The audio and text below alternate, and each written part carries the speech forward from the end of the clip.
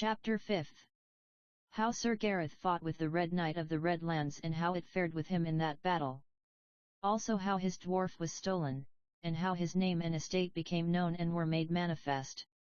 Now after Sir Gareth had received the scarf of the Lady Leoness as aforetold, he and Lynette and the dwarf returned to a certain meadow nigh to the pavilions where it had been ordained that the battle should be held. There they found that the Red Knight of the Red Lands had made himself in all ways ready for that battle. For he was now clad all in armour as red as blood, and in his hand he bore a great spear that was also altogether red, and on the tip of the spear was a red banneret that was likewise as red as blood. At that field that had been prepared for battle, there was a great concourse of people assembled, and there also the damsel Lynette took her stand at a place that had been assigned unto her, and the dwarf Axetalis was near by in attendance upon her. And there had been a marshal of the field appointed to judge of the battle that was to be fought, and as each knight came to the field, the marshal led him to where he was to take his stand, which stand was in such a place as should offer a fair course, and so that the sun should not shine into the eyes of either of the knights contestant. So when everything was duly prepared for battle, and when the knights had taken each his place, and when each knight was in all ways ready for the course to be run, the marshal cried out the call to the assault. Thereupon each knight immediately leaped his horse away from where it stood and hurtled the one against the other like a whirlwind with a great thunder of galloping hoofs. So they came together in a cloud of dust and with a terrible crashing of splintered wood. For in that encounter each knight shattered his lance into pieces, even to the hand that held it, and so violent was the blow that each gave the other that both horses staggered back as though they had struck each against a solid rock instead of against an armed rider. Then each knight voided his tottering horse, and each drew his sword, and immediately they rushed together with such eagerness that it was as though the lust of battle was the greatest joy that the world could have for them. So they fell to fighting with the utmost and most terrible fury, lashing such blows that the sound of the strokes of iron upon iron resembled the continual roaring of thunder. So they fought for so long a while that it was a wonder that any man of flesh and blood could withstand the blows that each gave and received. For ever and anon the sword would find its place, and upon such a blow some cantel of armour would maybe be hewn from the body of that knight who received the stroke. And the book that telleth of this battle saith that the side of each knight was in a while made naked in places, because that the armour had been hewn away from it. And it saith the armour of Sir Gareth was well nigh as red as was the armour of his enemy, because of the blood that dyed it that ensanguine colour. And the same history says that they were some while so amazed by the blows that they endured that either would at times seize the sword of the other for his own, for it is recorded in that history that they fought in that wise for more than 2 hours at a stretch without taking any rest from battle. But although the battle continued for that long time, yet by and by their blows waxed somewhat faint and feeble compared to what they had at first been, and each knight tottered upon his feet at times because of his weakness and loss of blood. So at last the Red Knight of the Red Lands cried out to Sir Gareth, "Sir Knight, stay thy hand and let us rest, for I see that neither of us can fight this battle to its end as we are now fighting." So said the Red Knight, and at that saying Sir Gareth held his hand and said, "So be it, Sir Knight, as you ordain." So they stinted their fighting for that while, and they sat them down to rest, each upon a bank of earth. And a page came to the Red Knight of the Red Lands and unlaced his helm, and the dwarf Axetalis did the same for Sir Gareth, and the page and the dwarf took each the helm from off the head of his master, and so they two sat where the wind might blow cold upon their faces. Then anon Sir Gareth lifted up his eyes, and he beheld where that the Lady Leoness stood at the high window of the castle aforesaid, and several of the chief folk of the castle stood with her at that time. Then Sir Gareth saluted the Lady Leoness, and when she beheld him salute her she cried out, in a very shrill and piercing voice, "Alas, Sir Knight! Fail me not! For whom have I to depend upon but thee?" So she cried out in that very shrill voice, and Sir Gareth heard her words even from that distance. Then when he heard those words his heart grew big within him once more, and his spirit waxed light, and he called out, "Sir Red Knight, let us at our battle again." Therewith each knight resumed his helm, and when each helm was laced into place, Axetalis and the page of the Red Knight leaped aside, and the two came together once more, greatly refreshed by that rest which they had enjoyed. So they fought for a great while longer, and then they had pause again for a little. Then Sir Gareth perceived that the Red Knight was panting as though his bosom would burst, and therewith he rushed at his enemy with intent for to smite him one last blow and so to end the battle. But the Red Knight was very wary, and he was expecting that assault, wherefore he quickly avoided Sir Gareth's stroke, and thereupon he himself launched an overthwart blow that smote Sir Gareth upon the hand, and upon that blow the sword of Sir Gareth fell down out of his hand into the grass of the field. Then the Red Knight leaped upon Sir Gareth, and he struck him again and yet again, and he struck him a third time a blow upon the helm, and at that third blow the brains of Sir Gareth melted within him, and he fell down upon his knees and then down to the ground, for he had not power to stand. Then the Red Knight leaped upon Sir Gareth and fell upon him with intent to hold him down so that he might finish with him, and Sir Gareth could not put him away. But when the damsel Lynette beheld how that Sir Gareth was beneath his enemy and was in danger of being slain, she shrieked out aloud in a very shrill penetrating voice, crying, "Alas, Beaumains! Do you fail your lady, and are you but a kitchen knave after all?" Now Sir Gareth heard those words, even through the swooning of his senses, and therewith it was with him as it had been twice before, for as he heard the words there came new strength into his body, and with it he heaved himself up and cast the Red Knight from him. And he leaped to his feet and rushed to where his sword lay in the grass. And he catched up his sword and sprang upon the Red Knight and smote him a very terrible blow. And Sir Gareth so smote him again and yet again. And he smote him a fourth time so woeful a blow upon the helm that the Red Knight fell down to the earth and could not rise again. Then Sir Gareth fell upon the Red Knight and held him where he was upon the ground. And he drew his misericordia and cut the thongs of the helm of the Red Knight and plucked the helm from off the Red Knight's head. And he set his misericordia to the throat of the Red Knight, and with that the Red Knight beheld death, as it were, looking him in the face. Then all they who were thereabouts came running to where the two knights lay, and they cried out aloud to Sir Gareth, saying, "Sir Knight! Sir Knight! Spare the knight our champion and slay him not." And the Red Knight said in a voice very faint and weak, "Sir Knight, spare me my life." Then Sir Gareth cried out, "I will not spare this knight unless he yield him altogether to my will." And the knight said, "I yield me." And Sir Gareth said, "Still I will not spare this knight his life unless yonder damsel crave his life at my hands." Then Lynette came forward to where Sir Gareth still held his enemy to earth, and she was weeping a very great deal. And she said, "Brave Sir Beaumains, be ye merciful as well as powerful, and spare this good worshipful knight his life." And Sir Gareth said, "So will I do at thy demand." Therewith Sir Gareth got him up upon his feet, and the Red Knight arose also, and so sore had been their battle that both knights had to be held upon their feet by those who stood near by.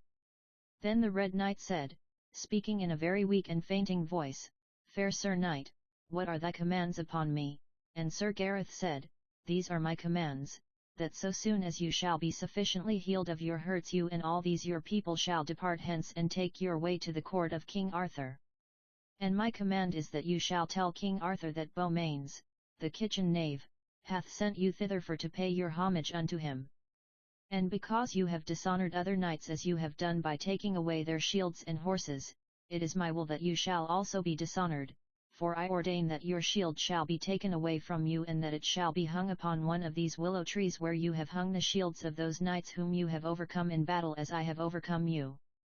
And I ordain that your horse shall be taken away from you, and that your armour shall be taken away from you, and that you shall travel to the court of King Arthur afoot, for so you have made other knights walk afoot whom you have beaten in battle as I have beaten you." Then the Red Knight bowed his head full low for shame, and he said, "This is a very hard case, but as I have measured to others so it is meted unto me, wherefore, Messire, it shall be done in all ways as you command." Then Lynette came to Sir Gareth and took him by the hand and set his hand to her lips, and she was still weeping at that time. Then Sir Gareth smiled upon her and said, "Ha! Lynette, have I done well?" And Lynette still wept, and she said, with all her weeping, "Yet, Messire." And anon she said, "I pray you, Messire, that you will go with me up to the castle of my sisters, so that you may there be cherished, and that your wounds may be looked to and searched and dressed." But to this Sir Gareth said, "Not so, Lynette, for behold I am sorely wounded and I am all foul with the blood and dust and sweat of battle, and so I will be refreshed and made clean ere I appear before that most fair lady your sister. So this night I will lie in the pavilion of this Red Knight, there to be cleansed of my hurts and to be refreshed. Then tomorrow I will come up unto my lady your sister. And so it was done as Sir Gareth would have it, for that night he lay in the pavilion of the Red Knight and he was bathed and refreshed, and a skilful leech came and dressed his hurts. And the Red Knight of the Red Lands had a guard of several knights set around about the pavilion so that the repose of Sir Gareth should not be disturbed. Now after that battle aforetold the damsel Lynette betook her way to the castle of her sister, and she entered into the castle and there was great rejoicing at her return. Then they who first met her said to her, Thy sister awiteth thee, and she is in that room in a turret where she keeps her bower. And Lynette said, I will go thither. So she went to that place and there she found the Lady Leoness, and her brother, who was Sir Gringamor, was with her. And Lynette ran to her sister and embraced her and kissed her. And she said, Save you, my sister, and give you joy that the champion whom I brought hither hath freed you from your enemy. The Lady Leoness said, Where is that knight, and why hast thou not brought him hither with thee so that I may render to him my thanks? To this Lynette made reply, Sister, he hath been sore wounded in his fight, and he is moreover so befouled with the blood and dust of battle that he would not come hither at this present, but lieth in the pavilion of the Red Knight until the morrow. Then the Lady Leoness said, I pray you tell us who is this champion who hath thus set me free from my oppressor. And Lynette said, That I know not, only this I may tell you, that at the court of King Arthur there would no knight undertake the adventure because I would not declare your name and your degree before the king's court there assembled. Then there arose a youth of whom Sir Kay made great scorn and said that he was a kitchen knave hight Beaumains, and the youth did not deny that saying. And King Arthur gave him leave to go with me and undertake this quest, and the youth did so. So we travelled together. And I was very angry because I thought that King Arthur had given me a kitchen knave for my champion instead of a good worthy knight, and so I treated Beaumains with great scorn, but ever he repaid all my scorn with very patient and courteous speeches. So he followed me hither, and now he is that champion who hath just now overthrown thine enemy. Then the Lady Leoness cried out, What matters it if this young knight is a kitchen knave? Lo! He is my champion and hath risked his life for my sake. So because he hath fought that battle for me, I will even raise him up to sit beside me, so that whatsoever honours are mine, they shall be his honours also. For if so be he is now lowly, then by me shall he be exalted above the heads of all you that are hereabouts. So said the Lady Leoness, and thereat Lynette laughed with great heartiness. And when she had ended her laughter, she said, My sister, I believe that it shall not be necessary for you to lift up this young knight. For if we should come to know who he really is, it might well be that we should discover that it is he who would exalt you rather than you would exalt him. For this champion can be no such kitchen knave as he pretends to be, but rather is he someone of great worth and of high degree. For several days I have so tried the patience of this knight that I do not believe that any one was ever so tried before. But although I so tried him very sorely, he was always passing patient and gentle with me. Think you that any kitchen knave would be so patient as that? Moreover, I have beheld this knight in this short while fight 6 battles, and always he bore himself with such haughtiness and courage that were he an old and well-seasoned knight of the Round Table of the King, he could not have proved himself to be more noble or more worthy. You yourself have beheld today how he did battle against the Red Knight, who is certes one of the greatest knights in the world, seeing that he hath never before been overcome. You have beheld how he hath suffered wounds and the danger of death. Think you then that any kitchen knave could have fought such a battle as you beheld him fight? Nay, my sister, rather this young knight is someone of a very great and high estate. Then Sir Gringamor spake, saying, Lynette speaketh very truly, my sister, and in good sooth I believe that this is no kitchen knave, but one who is sprung from the blood of right champions. Now tell me, Lynette, I pray thee, is there no one who knoweth this knight who he really is? And Lynette replied, Yea, there is one who knoweth, and that is the dwarf Axetaults. He could tell us who this knight really is, for he hath followed him for a long time everywhere he hath gone. Then Sir Gringamor bethought him for a little while, and anon he said, meseemeth it is needful that we have this dwarf, for so only shall we come to know who that knight is. Now thou and I and Lynette will go down to the place of those pavilions. And thou shalt go to the pavilion of the knight and bring the dwarf out thence, for I doubt not he will come at thy bidding. Meantime, whilst thou art finding that dwarf, I shall be hidden in some secret place, and when thou hast brought him near enough to me, I will leap out upon him and will catch him. Then we will fetch him hither, and it will go hard but we learn who this knight is. So it was done as Sir Gringamore said, for he and the damsel Lynette went to a place nigh to the place of pavilions where there was a hedge. And Sir Gringamore hid him behind the hedge, and so after he was hidden Lynette went alone to the pavilion of the Red Knight where Sir Gareth lay. Now at that time they all slept, even to the guard that surrounded the tent. And so Lynette passed through their midst and none heard her. And Lynette came to the pavilion where Sir Gareth lay, and she lifted the curtain of the door of the tent and looked within and beheld Sir Gareth where he lay sleeping upon a couch with a night light burning very faintly near by him. And she beheld where the dwarf Axetalis lay sleeping near to the door of the tent. Then Lynette entered the pavilion very softly, and she reached out and touched Axetalis upon the shoulder, and therewith he immediately awoke. And Axetalis was astonished at beholding the damsel at that place, but Lynette laid her finger upon her lips and whispered very low to him, "Say not, Axetalis, but follow me." And Axetalis did so. So the maiden brought Axetalis out of the pavilion, and he followed her in silence. And she brought him through the other pavilions, and still ever he followed her in silence, and no one stayed them in their going. So Axetalis followed Lynette, and she led him by a path that brought them out of the field where the pavilions were, and to that place nearby where Sir Gringamore lay hidden behind the hawthorn hedge. Then when Axetalis was come very close to that place, Sir Gringamore leaped out of a sudden from the thicket and catched him. And Axetalis lifted up his voice and fell to yelling very loud and shrill, but anon Sir Gringamore clapped his hand upon the mouth of the creature and silenced him. And Sir Gringamore drew his misericordia and set it at the throat of Axetalis and said to him, "Sirrah, be silent, if you would live." And at that Axetalis ceased to struggle and was perfectly silent. Then Sir Gringamore released his hand from the mouth of Axetalis, and Axetalis was afraid to utter any further outcry. So after that Sir Gringamore and Lynette brought Axetalis to the castle and into the castle. And they brought him to that place where the Lady Leoness awaited their coming. Then, when they were safely come to that place, Sir Gringamore said to Axetalis, "Sirrah dwarf, tell us who is that knight, thy master, and what is his degree?" And Axetalis cried out, "Alas, messire, harm me not." Quoth Sir Gringamore, "No harm shall befall thee, only speak as I bid thee and tell us who thy master is." Then Axetalis, trembling with fear, said, "Fair messire, the knight my master is hight Sir Gareth, and he is the son of King Lot of Orkney and the Queen Margise, the sister of King Arthur, and so it is that he is right brother of those noble worthy champions, Sir Gawain and Sir Gaheris, and he is the brother of Sir Mordred of Orkney." Now when Lynette heard the words that Axetalis spoke, she smote her hands very violently together, and she cried out in a loud and piercing voice, "Said I not so? Well did I know that this was no kitchen knave, but otherwise that he was some very noble and worthy knight.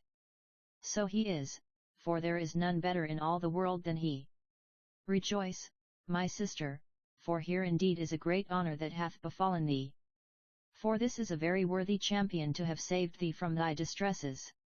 And the Lady Leoness said, "Sister, I do indeed rejoice, and that beyond all measure."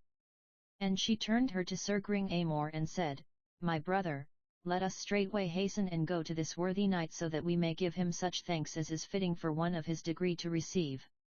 "Nay," quoth Sir Gringamore, "not so. Rather let us wait until tomorrow, and until he has altogether rested himself from this day of battle. Meantime, I will take this dwarf back whence we brought him, and tomorrow we will pay Sir Gareth all due honour." So it was as Sir Gringamore ordained. For first he took Axetalis back to the place of the pavilions, and after that they waited until the morn. And when the morn was come, Sir Gringamore and the Lady Leoness and Lynette went down to that place of the pavilions and to the pavilion of Sir Gareth, and the Lady Leoness and the damsel Lynette waited outside of the tent, and Sir Gringamore entered thereinto. And Sir Gringamore came to where Sir Gareth lay, and he saluted Sir Gareth, saying, "Save you, Sir Gareth of Orkney." Then Sir Gareth was greatly astonished, and he said, "How know you my name and my degree, Messire?" And Sir Gringamore said, "Sir, my sister the damsel Lynette, and I, catched thy dwarf last night and took him away to my sister's castle. There we compelled him to tell us who you were, and so we had knowledge of your name and your condition."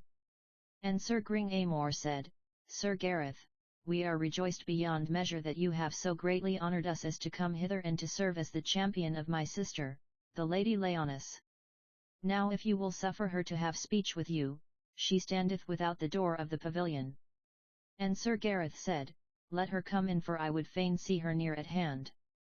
So Sir Gringamore went out of the pavilion, and immediately he returned, bringing the Lady Leoness and Lynette with him. And the Lady Leoness came and kneeled down beside the couch whereon Sir Gareth lay. And Sir Gareth saw her face nearby, and he saw that it was 10 times more beautiful than he had supposed it to be when he saw it from a distance at the upper window of the castle Dangerous as aforetold of. And Sir Gareth loved her from that moment with all his heart, and from that time forth his love never wavered from her. That day they brought Sir Gareth to the castle in a litter, and Sir Gareth abided at the castle for a fortnight, and in that time he was altogether healed of his hurts that he had got in his battle with the Red Knight. And ever Sir Gareth loved the Lady Leoness more, and ever she loved him in like manner. So they were continually together, and it was said of all that heaven had never sent to the earth 2 more beautiful young creatures than they. Then at the end of that fortnight aforesaid, Sir Gareth said, "Now it behooves me to return to the court of the king to proclaim myself to my brothers. For since I have succeeded in overthrowing the Red Knight of the Red Lands, and so of achieving this adventure, I believe I am not unworthy to proclaim myself even unto my brothers." So spake Sir Gareth, and to this the Lady Leoness replied, "Sir, it is indeed well that you return to the court of the king.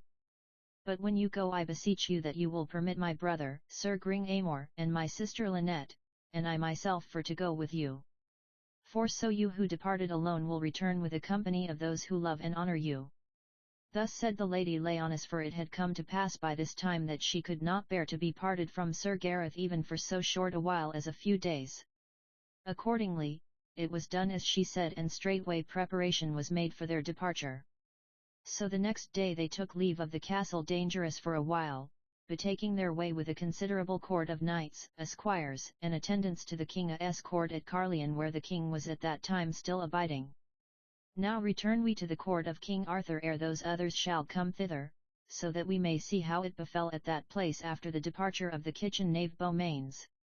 Now it hath been told how that Sir Kay departed to follow after Beaumains for to have a fall of him, and it hath been told how that Sir Kay returned to court upon a grey mule, and it hath been told how that Sir Kay was made the mock and laughing stock, all because of the misadventure that had befallen him.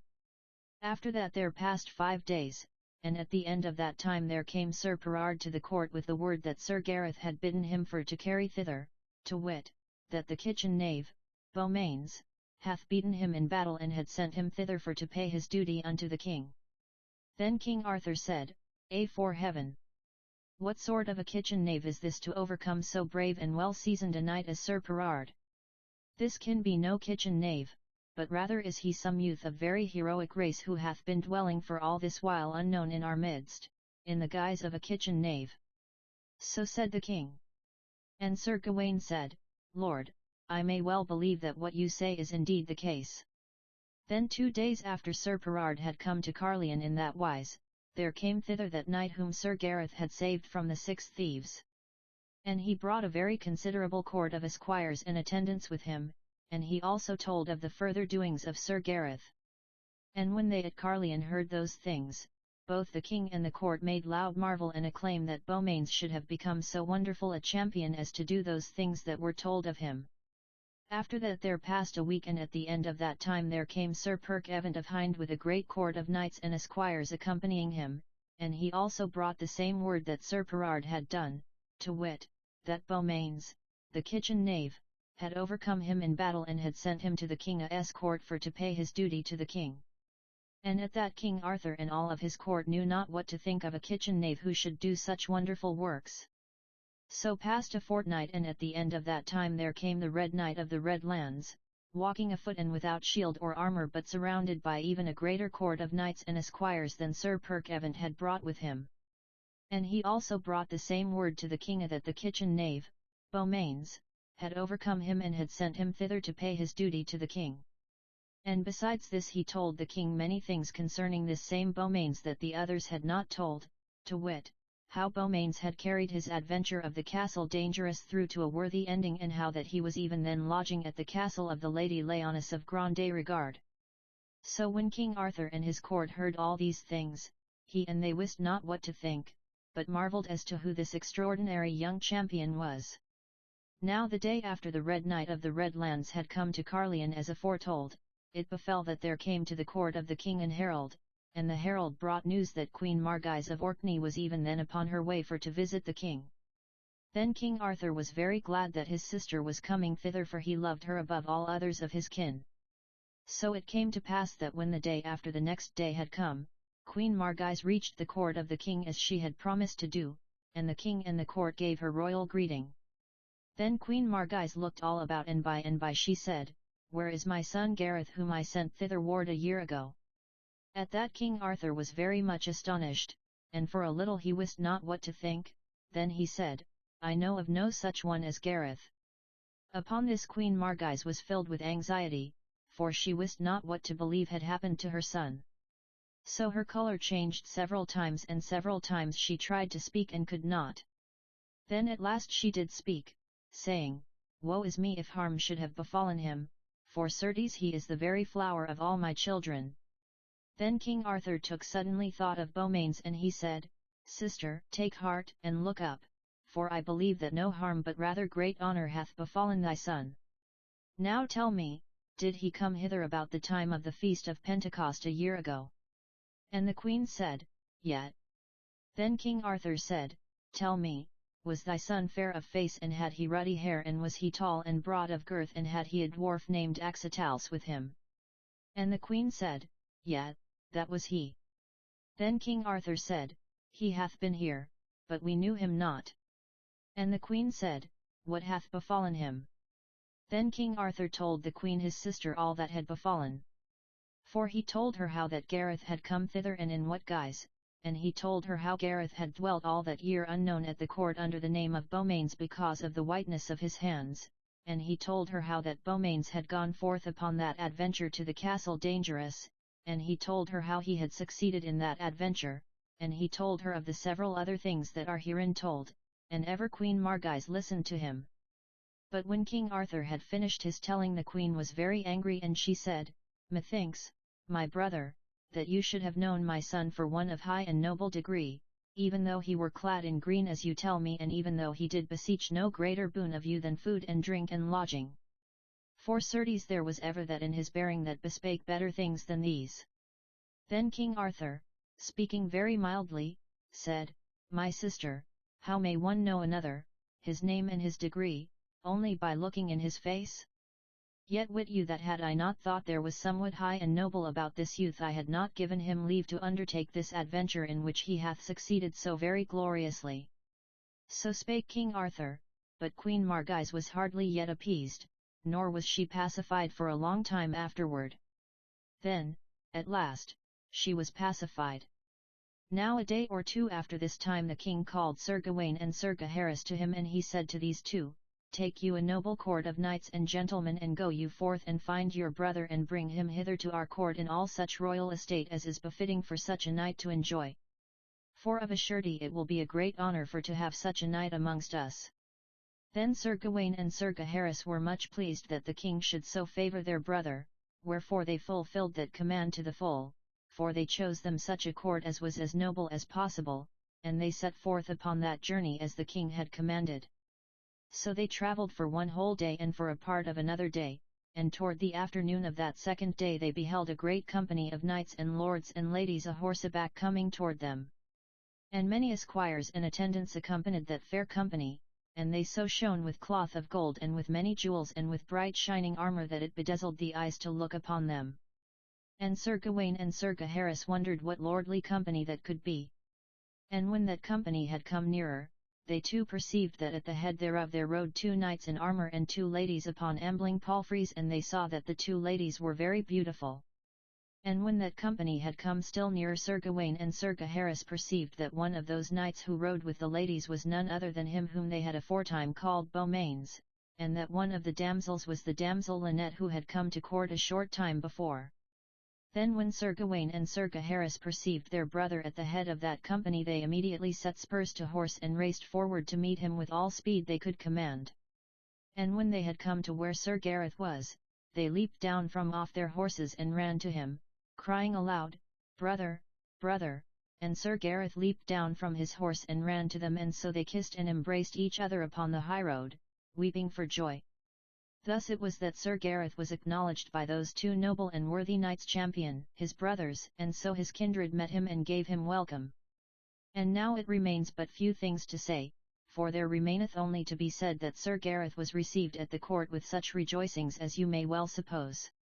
And it remaineth to be said that at that same time there suddenly appeared upon one of the seats of the Round Table near to the seat of Sir Launcelot of the Lake a name in letters of gold, and the name was this: Gareth of Orkney. For from that time Sir Gareth became a knight of the Round Table, being elected thereto in that miraculous way that was usual in the case of those who were chosen for that high and worshipful companionship. And it remaineth to be told that in a little while Sir Gareth was wedded to the Lady Leoness with great pomp and ceremony, and that thereafter he returned with her to the castle Dangerous, of which he was now the lord. And in after times Sir Gareth became one of the most famous of all the knights of the Table Round, so that much is told of him in divers books of chivalry. Yet there shall be no more told of his adventures at this place, albeit there may be more said concerning him in another book which shall follow this book. Yet it is to be said that these are the most famous adventures that befell him, and that the history of Gareth and Lynette is the one which is most often told of in stories and sung in ballads and poems. So endeth the story of Gareth of Orkney, which same was told at this place in part because it is a good worthy history to tell at any place, and in part because that time in which he did battle with and was knighted by Sir Launcelot, as aforetold, was the only time that Sir Launcelot was seen by any of the court of King Arthur until after he had accomplished the adventure of the Worm of Corbin.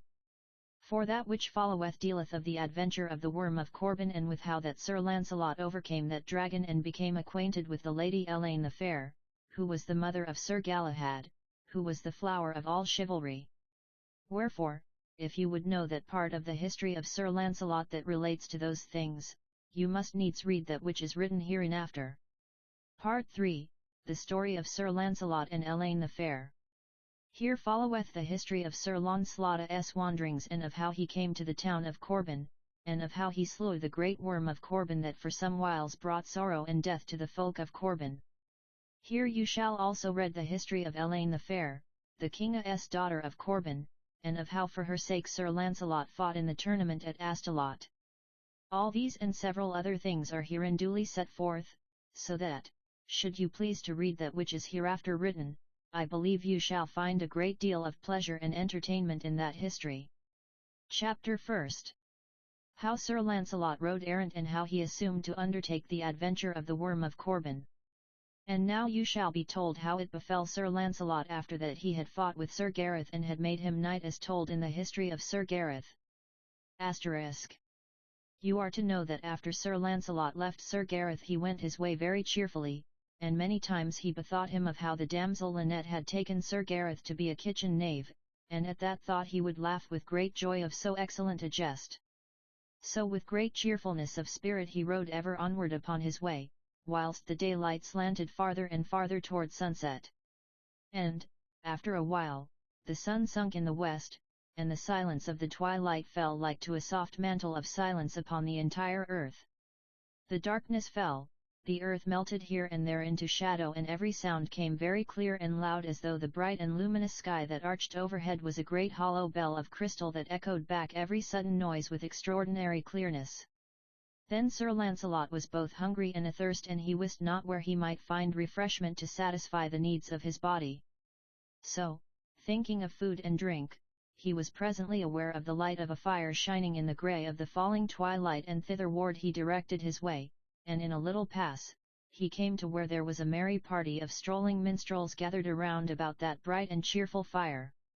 Some of these fellows were clad in blue and some in yellow and some in red and some in green and some in raiment pied of many colors. And all they were eating with great appetite a savory stew of mutton and lentils seasoned with onions and washed down with lusty draughts of ale and wine which they poured forth, ever and anon, from big round-bellied skins into horns and cups that were held to catch it. These jolly fellows, beholding Sir Launcelot coming to them through the dusk, gave him welcome with loud voices of acclaim and besought him to descend from horseback and to eat with them, and Sir Launcelot was right glad to do so.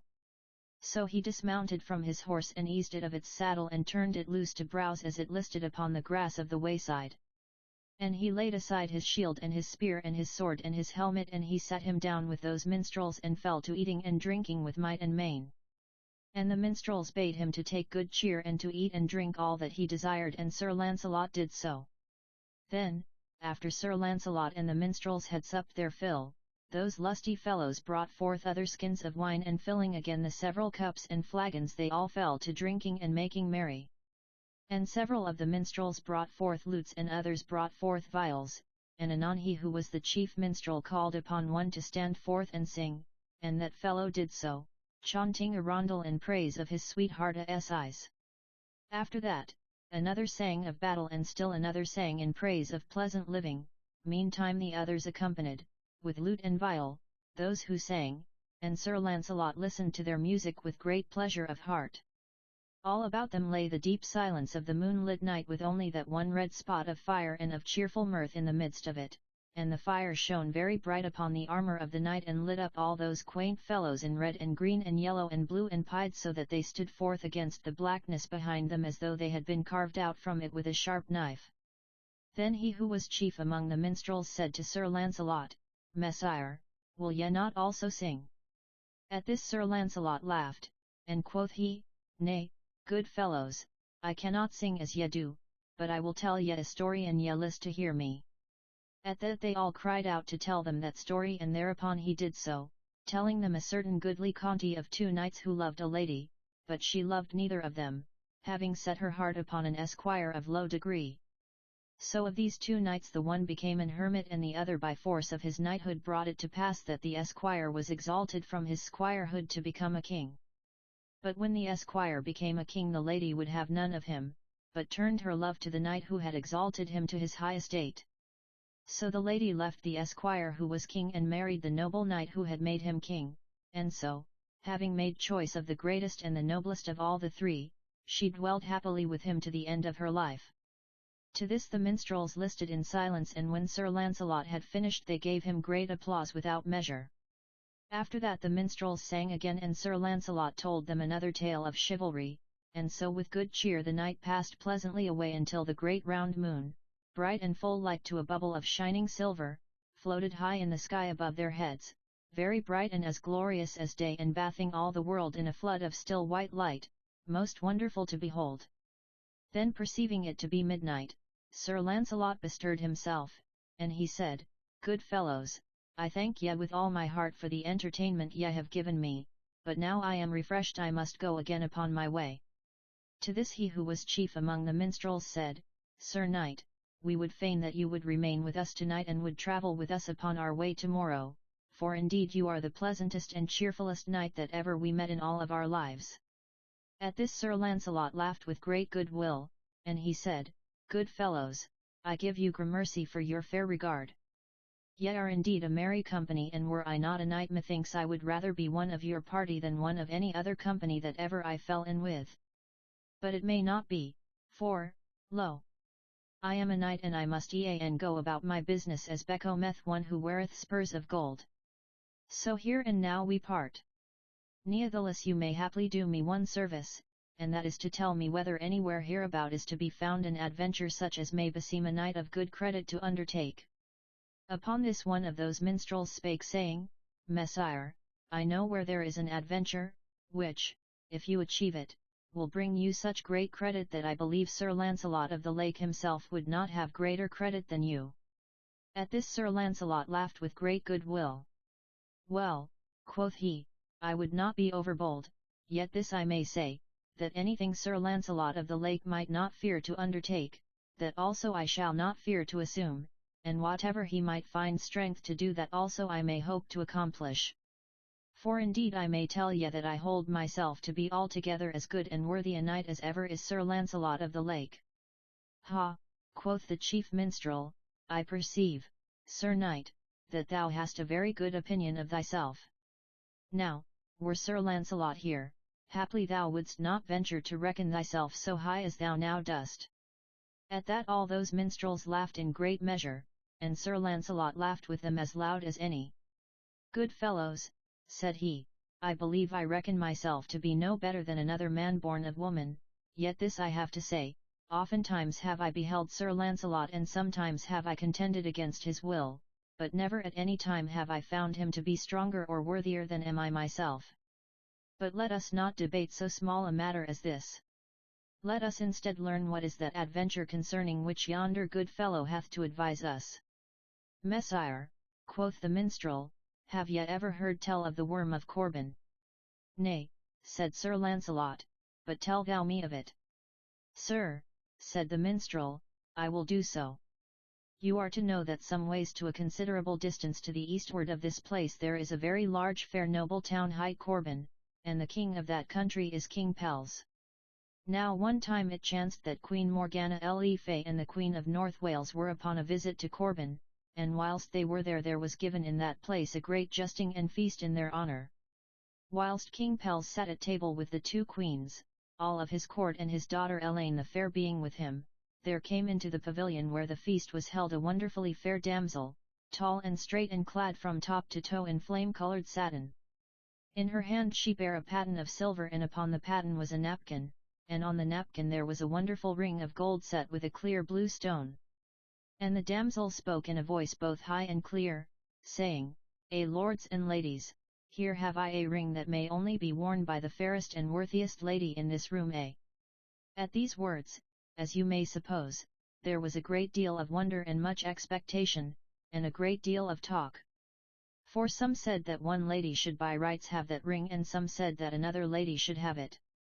Now the first to essay that ring was Queen Morgana le Fay, for she supposed that this was a mask devised by King Pels in honour of her. So she took the ring in her hand and essayed to pass it upon her finger, but lo! It would not pass the first joint thereof. At that Queen Morgana was filled with wrath, but still she dissembled her anger and sat, waiting to see what would next befall. So after Queen Morgana le Fay had thus failed to wear that ring, the Queen of North Wales said unto herself, haply King Pels may intend this ring for me. So she also took the ring and would have placed it upon her finger, but lo! It grew so large that it would not stay where it was placed, but fell off upon the table before the whole court of the king. At this many who were there laughed aloud, and thereat the Queen of North Wales was filled with anger and mortification as much as Queen Morgana le Fay had been. But she also dissembled her anger before the court and sat to watch what would befall. So after these two queens had so essayed, several others of the ladies who were there each tried to put the ring upon her finger, but no one could do so, for either it was too large, or else it was too small. Then last of all the Lady Elaine the Fair, the king's daughter, essayed the adventure of the ring, and lo! It fitted her as exactly as though it had been made for her. At this both of those two queens aforesaid were more angered than ever, for each said to herself, certes, this king hath done this to put affront upon us. So that night they communed together what they should do to punish King Pels of Corbin and the town of Corbin for that affront which they deemed themselves to have suffered. Now the next morning those two queens quitted the court, and as they and their attendants passed by the market place of the town they perceived where there lay a great flat stone that marked the centre of the town. Then Queen Morgana le Fay cried out, see ye yonder stone? Beneath that slab there shall breed a great worm, and that worm shall bring sorrow and dole to this place 10,000 times more than the shame which I suffered here yesterday. For that stone shall be enchanted so that no man may lift it. And beneath that stone the worm shall live, and ever and anon it shall come forth and seize some fair young virgin of this town and shall bear her away to its hiding place and shall there devour her for its food. So it was as the queen said, and now that worm dwelleth at Corbin beneath the stone, and ever bringeth sorrow and death to that place. And it cometh out only at night, so that the terror of the worm of Corban is greater than it would otherwise be, for no eye hath ever beheld it in its comings and its goings. So if any champion shall achieve the death of that worm, he shall be held to have done a deed worthy of Sir Launcelot of the Lake himself. Friend, said Sir Launcelot, thou sayest true, and that were indeed a most worthy quest for any knight to undertake. As for me, I am so eager to enter upon that quest that I can hardly stay my patience. With this saying, Sir Launcelot rose from where he sat, and he whistled his horse to him, and when his horse had come to where he was, he put the saddle upon its back. And he took his shield and spear in his hand and mounted upon his charger and made him ready to leave that place.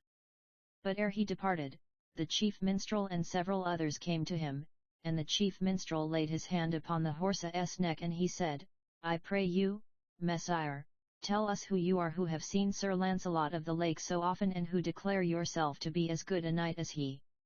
Then Sir Launcelot laughed, and he said, Good friend, I am riding errant as you behold. In these my travels I would fain withhold my name from the knowledge of men. Nevertheless, since we have eaten and drunk together, and since we have cohabited in good fellowship together, I will tell you that I myself am that very Sir Launcelot whom ye appear to hold in such high regard. Wherefore it is that I am, certes, as good as he could possibly be, let that be saying much or saying little.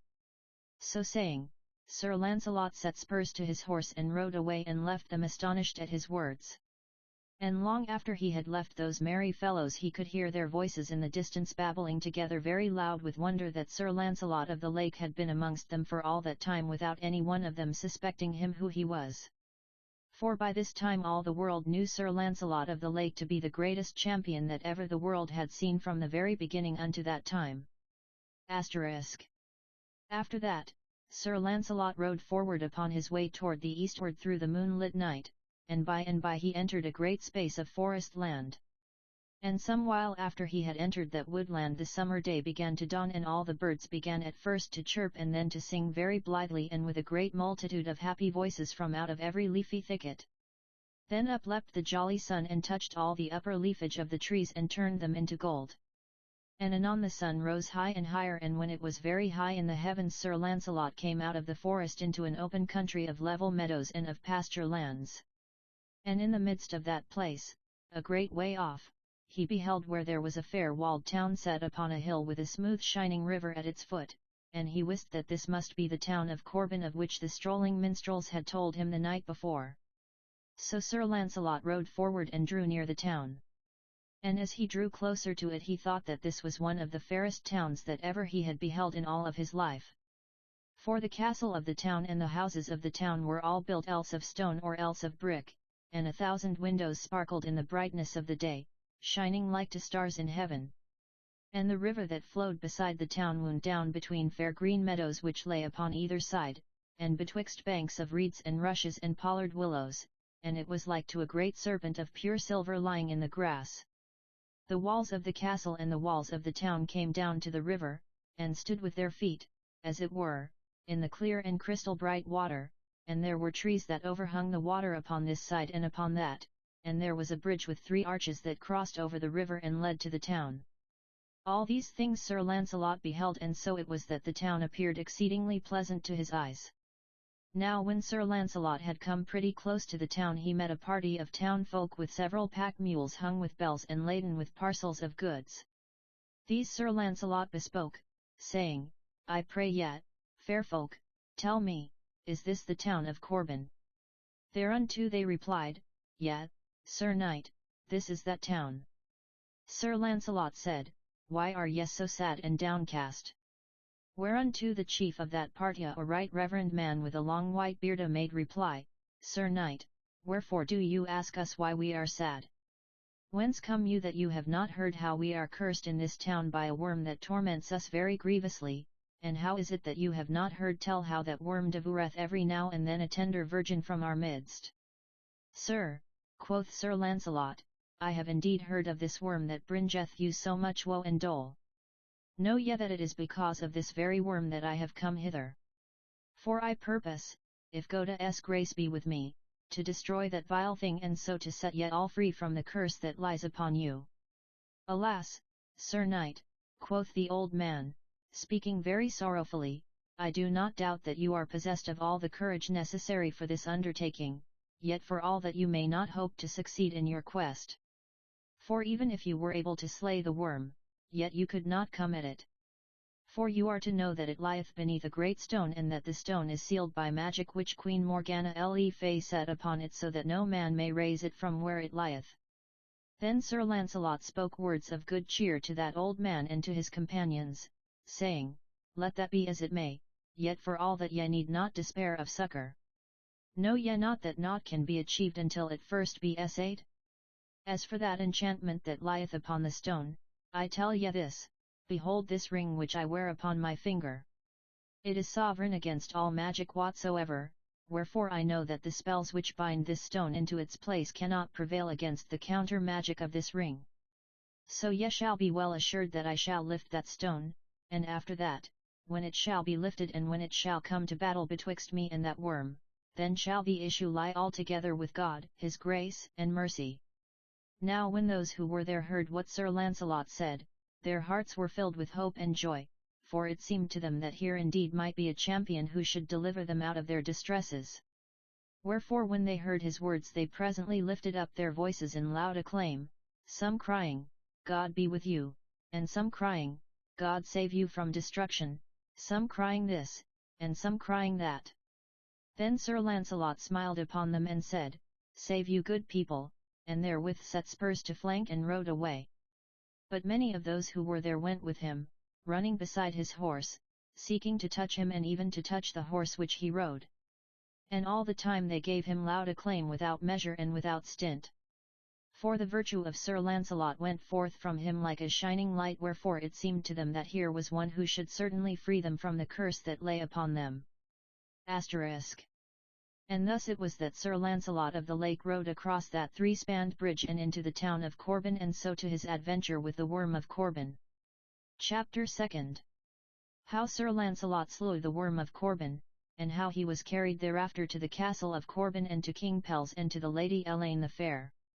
So thus it was that Sir Launcelot entered the town of Corbin to slay the dragon that lay beneath the stone.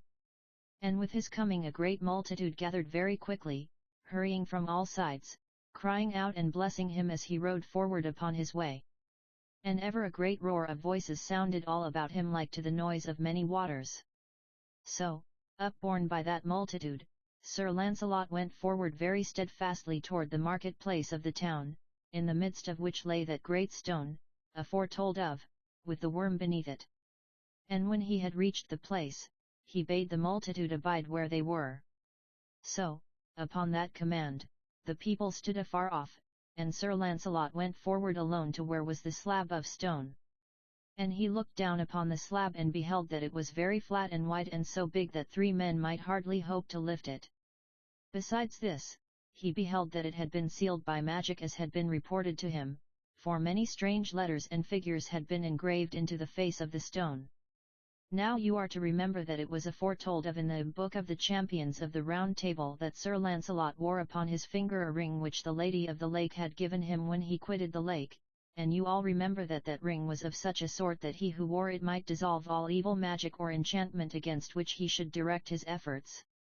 Wherefore it was that Sir Launcelot was aware, as he had already told the people outside of the walls of the town, that he might lift that stone even if another, because of the magic that was upon it, should not be able to stir it where it lay.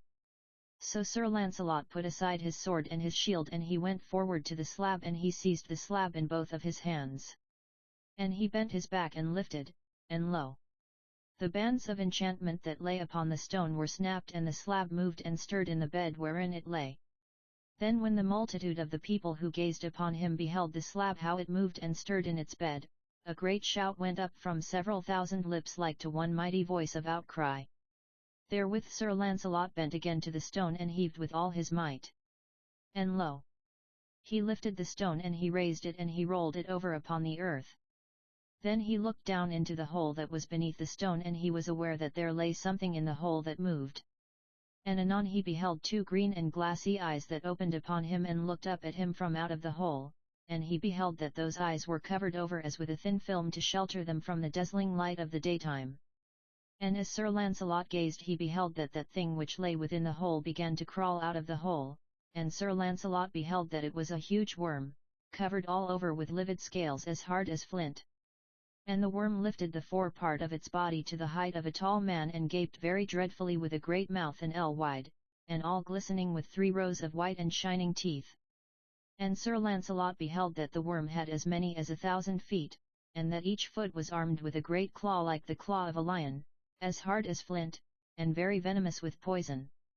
And the worm hissed at Sir Launcelot. And its breath was like the odour of death. Such was that dreadful terrible worm that lay beneath the stone at Corbin. And when the people of the town saw it thus appear before them in the broad light of day, they shrieked aloud with the terror of that which they beheld. For it was like to something that had come to life out of a dreadful dream, and it did not seem possible that such a thing should ever have been beheld by the living eyes of man. But Sir Launcelot beholding the worm in all its terror leaped to where was his sword, and he seized his sword in both hands, and he ran at the worm and lashed at it a blow so mighty that it might easily have split an oak tree. But the scales of the worm were like adamant for hardness, wherefore the stroke of the sword pierced them not but glanced aside without harming the creature. Then when the worm felt itself thus smitten, it hissed again in a manner very terrible and loud, and it reached out toward Sir Launcelot and strove to catch him into the embrace of 100 of its sharp claws. But Sir Launcelot sprang aside from the embraces of the worm, and he smote it again and again, yet could not in any wise cut through the scales that covered its body. And at every blow the worm hissed more terribly and sought to catch Sir Launcelot into its embraces. Thus for a long time Sir Launcelot avoided the worm, but, by and by it came to pass that he began to wax faint and weary with leaping from side to side, weighed down as he was with his armour. So, at last, it befell that the worm catched Sir Launcelot in the hook of one of its claws, and thereupon they who looked on at that battle beheld how in a moment it had embraced Sir Launcelot in several hundred of its claws, so that his body was well nigh hidden in that embrace. And the worm, when it so held Sir Launcelot in its embrace, tore at him with its claws and strove to bite him with its shining teeth. And anon it catched its claws in the armour of Sir Launcelot, and it tore away the epaulier upon the left side of Sir Launcelot's shoulder, and it tore away the iron boot that covered his left thigh, and it cut with its claws through the flesh of the left shoulder of Sir Launcelot and through the flesh of his thigh to the very bone, so that the blood gushed out in a crimson stream and ran down over his armour and over the claws of the worm. Then Sir Launcelot, finding himself as it were thus in the very embrace of death, put forth all his strength and tore away free from the clutches of the worm ere it was able to do him further harm. And seeing how that the case was now so ill with him, he catched the haft of his sword in both of his hands, and he rushed at the creature, and he stabbed with his sword into the gaping mouth of the creature and down into its gullet, so that the cross piece of the sword smote against the teeth of the creature's mouth. Then when the worm felt that dreadful terrible stroke driven thus into its very vitals, it roared like a bull in its torments, and it straightway rolled over upon the ground, writhing and lashing the entire length of its body, bellowing so that those who heard it felt the marrow in their bones melt for terror. But Sir Launcelot, looking down upon the lashings of the worm, beheld where there appeared to be a soft place nigh to the belly and beneath the scales of the back and sides, and therewith he rushed at the worm and plunged his sword twice and thrice into that soft spot, whereupon, lo! thick blood, as black as ink, gushed forth after those strokes. Then again Sir Launcelot pierced the worm twice and thrice in such another place, and thereafter it presently ceased to bellow in that wise and lay shuddering and writhing in death, rustling its dry scales upon the earth in its last throes of life. Then Sir Launcelot beheld that his work was done, and he stood leaning upon his sword, panting and covered all over with the blood and slime of that dreadful battle. And the people, beholding how that the worm was now slain, fell to shouting aloud beyond measure. And they came running from all sides to that place like to a flood, so that they filled the entire market-place. And they crowded around and gazed upon the worm with horror, and they gazed upon Sir Launcelot in wonder that heaven should have sent so wonderful a champion to save them out of their distresses. And ever Sir Launcelot stood there leaning upon his sword, panting and with the blood flowing down from his shoulder and his thigh, so that all that side of his body was ensanguined with shining red. So as he stood there came a party of knights riding into that place. These thrust their way through the multitude to where Sir Launcelot was in the midst of the crowd as aforesaid. When they had come to Sir Launcelot, the chief of those knights said, "Sir, art thou he who hath slain the worm?" Sir Launcelot said, "Thou seest that I am he." Then he who spoke to Sir Launcelot said, "Messire, I fear me you are sorely hurt in this battle." Quoth Sir Launcelot, "I am hurt indeed, but not more hurt than I have been several times before, and yet live as you behold me." Then those knights went and looked upon the worm where it lay, and they gazed upon it with wonder and with loathing. And they gave great praise beyond measure to the knight who had slain it. After that they sent for a litter, and they laid Sir Launcelot upon the litter and bare him away into the castle of Corbin, where King Pelles of Corbin was then holding his court in royal pomp of circumstance. And they brought Sir Launcelot to a fair chamber of the castle, where a number of attendants came to him and eased him of his armour, and led him to a bath of tepid water steeped with healing herbs. And there came a skilful leech and searched the wounds of Sir Launcelot, and spread soothing unguents upon them, and bound them up with swathings of linen. And after that they bare Sir Launcelot to a fair soft couch spread with snow-white linen, and laid him thereon, and he was greatly at ease and much comforted in body. Then after all this was done in that wise, there came King Pelles of Corbin to that place for to visit Sir Launcelot, and with him came his son, Sir Lavaine, and his daughter, the Lady Elaine the Fair. And Sir Launcelot beheld that King Pelles was a very noble haughty lord, for his beard and his hair were long and ample like to the mane of a lion, and resembled threads of gold sprinkled with threads of silver. And he was clad all in a robe of purple studded over with shining jewels, and he wore a fillet of gold about his head set with several gems of great price. Upon the right hand of King Pelles there came his son, Sir Lavinia, a very noble young knight, newly created by the bathy, and upon his left hand there came his daughter, the Lady Elaine the Fair. Then Sir Launcelot looked upon the Lady Elaine the Fair, and it seemed to him that she was the most beautiful maiden that ever he had beheld in all of his life.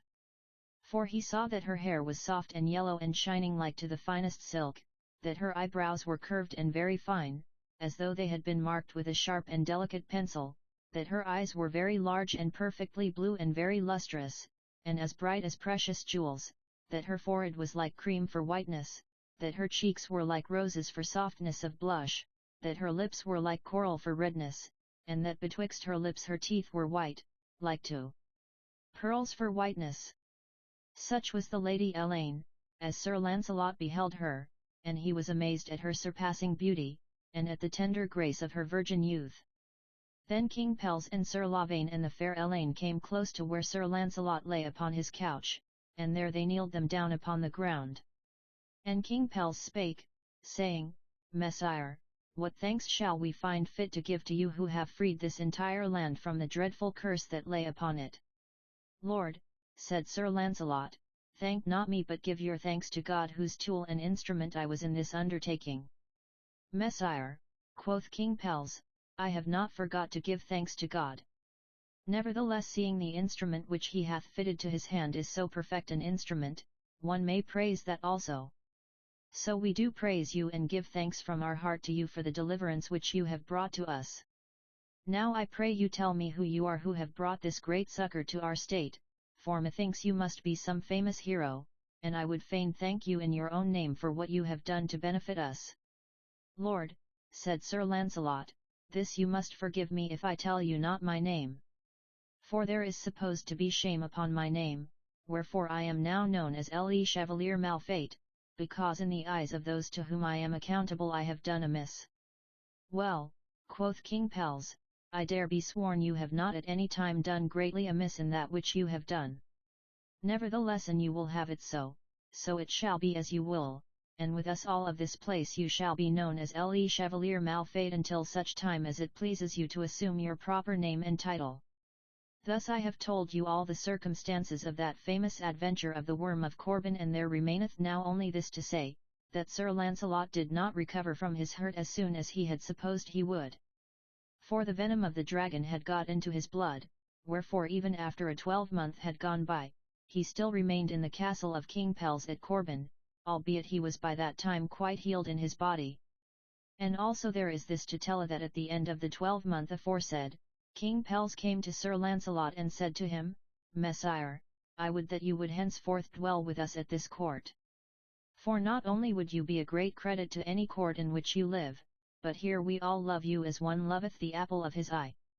Lord, said Sir Launcelot, ye cannot love me more than I love ye all who have been so good to me in the days of my sickness and disease. So I will be exceedingly rejoiced to remain with ye yet a while longer, for this is indeed a pleasant haven in which to rest in the long and toilsome journey of life, and I have nowhere else to go. Then King Pelles took Sir Launcelot into his arms and kissed him upon the brow, and so they became plighted in friendship unto one another. So Sir Launcelot remained at Corban and went not any farther errant at that time. But meantime, and for all that while, there was great wonder at the court of King Arthur whither Sir Launcelot had gone and what had become of him, that no one in all of the world heard tell aught of him. Chapter 3. How King Arthur proclaimed a tournament at Astolat, and how King Pelles of Corban went with his court thither to that place. Also how Sir Launcelot and Sir Lavaine had encounter with two knights in the highway thitherward. Now it fell upon a time that King Arthur proclaimed a great tournament to be held at Astolat, upon Lydia's day Assumption. And the king sent word of this tournament throughout all the land, both east and west and north and south. So it came about that word of the tournament was brought one day by herald to King Pelles at Corban, and when this news came to him he ordained that his court should make them ready to go to Astolat to that passage of arms, in pursuance of the word that the herald of King Arthur had brought to Corban. Then Sir Launcelot was much troubled in his mind, for he said to himself, I fear me that if I go unto Astolat with this court there may be some one there who will know me. For Sir Launcelot was still very bitterly affronted at his kinsmen because that they had chid him so greatly for the manner in which he had ridden in a cart upon that adventure to rescue Queen Guinevere as aforetold of. For the pride of Sir Launcelot was stiff and stubborn, and he could not bring himself to bend it or to break it. Neither could he bring himself to overlook such an affront as that which he had suffered from the words that Sir Lionel and Sir Ector de Mareschal said to him. Wherefore, until full justification had been rendered unto him, he was unwilling that any of his former companions should behold him or know him who he was. Yet did he not see how he could refuse to obey the behest of King Pelles, for as he was now become a knight of the court of the King of Corban he was bound to obey whatsoever that king should command him to do. Wherefore he wist not what to do in this case, and so was much troubled in mind. Now King Pelles was aware how it was with Le Chevalier Malfait, and that he was unwilling to go to the tournament at Astolat. So one day the king took Sir Launcelot aside, and he said to him, Messire, will you not also go with our court to this tournament that King Arthur hath proclaimed? To this Sir Launcelot said, Lord, I would rather that I did not go. King Pelles said, Sir Knight, far be it from me to urge you to go if it be greatly against your wishes, yet you are to know that it will be a very sad thing for all of us if you do not go with us. For it is the truth that you are, beyond all others, the foremost of our court, and its most bright and shining light, wherefore it will be sad for us if we go thither without you. Then Sir Launcelot looked very steadfastly at King Pelles, and his heart went out toward the king, and he said, Do you then desire my company so very greatly? King Pelles said, Yet. Well, said Sir Launcelot, let it be so, and I will go with you. And at that saying King Pelles was glad beyond measure. So when the time came Sir Launcelot made him ready to go with the others to Astolat, and when the day of departure arrived he went with them. Thereafter they travelled by easy stages toward Astolat, and upon the third day after their departure from Corban they came to the castle of a certain earl, which castle stood about 3 leagues or a little more from the town.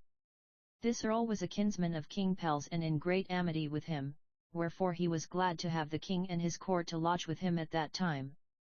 And they of Corban were also glad, for this was a very noble excellent place in which to lodge, and all the other castles and inns nigh to Astolat were at that time very full of folk. So it came about that King Pelles and his court remained several days at that place, and in all that time Sir Launcelot kept himself ever in retreat, lest some one with whom he was acquainted should chance to see him and know him who he was. To this end, and that he might conceal himself, Sir Launcelot was most often with the court of the Lady Elaine the Fair, and not often with the court of the king. Now the Lady Elaine was not very well pleased with this, for she held Sir Launcelot in great admiration above all other men, and she would fain have had him stand forth with the other knights who were there, so that his nobility might be manifested amongst them. So one day whilst they two sat together in the garden of the castle of that earl, the court of the Lady Elaine and several lords of the king's court being nearby playing at ball, the Lady Elaine spake her mind to Sir Launcelot upon this point, saying, Fair sir, will you not take part in this noble and knightly tournament the day after tomorrow? To this Sir Launcelot replied, Nay, lady. She said to him, Why will you not so, messire? Methinks with your prowess you might win yourself very great credit thereat. Then for a little Sir Launcelot was silent, and after a little he said to her, Lady, do you disremember that I call myself Le Chevalier Malfait? That name I have assumed because my friends and my kinsmen deem that I have done amiss in a certain thing. Now, since they are of that opinion, I am very greatly displeased with them, and would fain avoid them until I am justified in their sight. At this tournament there will be many of those who knew me aforetime, and I would fain avoid them if I am able to do so. Wherefore it is that I am disinclined to take part in the battle which the king hath ordained. After this they were silent for a little, and then by and by the Lady Elaine said, Sir Knight Malfait, I would I knew who you really are and who are your fellows of whom you speak. At that Sir Launcelot smiled and said, Lady, I may not tell you at this present who I am nor who they are, but only that they are very good worthy knights and gentlemen. Ay, quoth the Lady Elaine, that I may very well believe. So at that time no more was said concerning this matter, but ever the mind of the Lady Elaine rested upon that thing, to wit, that Sir Launcelot should take part in that tournament aforesaid. So at another time when they were alone together, she said, Sir Knight Malfait, I would that thou wouldst do me a great favour. Sir Launcelot said, Lady, ask whatsoever thou wilt, and if it is in my power to do that thing, and if it is according to the honour of my knighthood, then I shall assuredly do whatsoever thou dost ask of me. Sir, quoth the Lady Elaine, this is what I would fain ask of thee if I might have it. It is that thou wouldst suffer me to purvey thee a suit of strange armour, so that thy friends might not know thee therein, and that thou wouldst go to the tournament disguised in that wise. And I would that thou wouldst wear my favour at that tournament, so that I might have glory in that battle because of thee. Then Sir Launcelot sighed very deeply, and he looked steadfastly at the Lady Elaine, and he said, Lady, you know not how great a thing it is you ask of my pride, for I would fain remain unknown as I am at this present. And you know not what it is you ask of my knighthood, for wit yet it must be against my one-time friends and companions in arms that you would have me contend. So it is that if I should have success in such an affair as this, whatsoever credit I should win therein shall bring discredit unto them. Moreover, I must tell you that never in all of my life have I worn the favour of any lady, having vowed my knighthood to one who is a queen and the wife of a king. Nathless, though all this is so, yet far be it from me to refuse a boon when it is you who ask it of me. For I speak the truth, lady, when I say that I would freely lay down my life at your bidding. So in this case, maugre all that I have said, I will even do as you ask me, wherefore, if you will purvey me that armour of which you speak, I will do your will in all ways that I am able. So spake Sir Launcelot, and thereat the Lady Elaine smiled upon him in such wise and with such great loving kindness that it was as though both her joy and her great love stood revealed in the midst of that smile. Quoth she, Assuredly I shall gain great honour and glory at thy hands. For I believe that thou art indeed one of the very greatest and foremost knights in all of the world, as well as the perfect peer of all noble gentlemen. Now the earl, the lord of that castle, had a son hight Sir Tyre, who was then lying abed, ill of a flux, and the armour of Sir Tyre was at that place. So the Lady Elaine went to the earl, and she besought him to lend her that armour for the use of Sir Launcelot, and the earl listened to her and gave it to her. So she had the armour of Sir Tyre brought to Sir Launcelot, and thus the Lady Elaine purveyed him in all wise for that tournament, so that no one might know him who he was. Then, after all this had been accomplished, the Lady Elaine came to the chamber where Sir Launcelot was, and her brother Sir Lavaine was with her. And the lady bore in her hand a sleeve of flame-coloured satin very richly bedight with many pearls of great price. And she said to Sir Launcelot, I beseech you to take this sleeve, Sir Knight, and I beseech you that you wear it as a favour for my sake. Then Sir Launcelot smiled very kindly upon the Lady Elaine, and he said, Will this give you pleasure? And she said, Yet. Then Sir Launcelot smiled again and he said, "It shall be in all things as you will have it." So he took the sleeve, and he wound it about the crest of the helmet he was to wear at the tournament, and the sleeve formed a wreath of satin about the helmet like to a wreath of fire. And the pearls upon the wreath were like to drops of dew as you behold them of an early morning. Wherefore because of the brightness of that wreath and because of the pearls upon it, the favour of the Lady Elaine was of such a sort that all the world could not but see it what it was. And so Sir Launcelot accepted the favour of the Lady Elaine the fair. Then after Sir Launcelot had thus accepted that favour, Sir Lavaine spake and said, "Sir Knight Malfait, I beseech you that you will take me with you unto this tournament as your knight companion. For I believe that in your company I shall assuredly gain me great honour and much glory and renown, wherefore I ask of you that you will grant me this great courtesy." Then Sir Launcelot looked upon Sir Lavaine and smiled upon him and loved him exceedingly, and he said to Sir Lavaine, "Friend, I will gladly accept thee as my companion in arms, and I believe in very sooth that it would be hard for me to find any one whom I would be better pleased to have with me at such a time." And so it was that Sir Lavaine also had his will with Sir Launcelot. Then Sir Launcelot turned him to the Lady Elaine and said, "Lady, see you this shield and this armour of mine?" And she said, "Yea, I see them." Sir Launcelot said, "Lady, this shield is a very precious thing to me, for it and all mine armour was given to me by a very wonderful lady who is not of this world in which we mortals dwell. Since that time she gave mine armour to me I have sought ever and in all wise to use those defences as became a gentleman so that whatever mark of battle there should be upon them there should be no mark of dishonour to mar their brightness. Now I beseech you for to take this shield and that armour to your maiden bower and to hold them there in trust for me and that as sacredly as though they were your very life." Therewith Sir Launcelot gave the Lady Elaine his shield and he said, "I charge you, lady, for to let no one touch this shield or to meddle with it until I return hither to reclaim it and mine armour of you." And the Lady Elaine said, "It shall be as you say, and I shall hold this shield and this armour as sacred as my life." So these matters were all brought to settlement and the next day Sir Launcelot in the armour of Sir Tyre, and Sir Lavaine in his own armour, rode out from the castle of that earl and away from that place and so betook their way toward Astolat.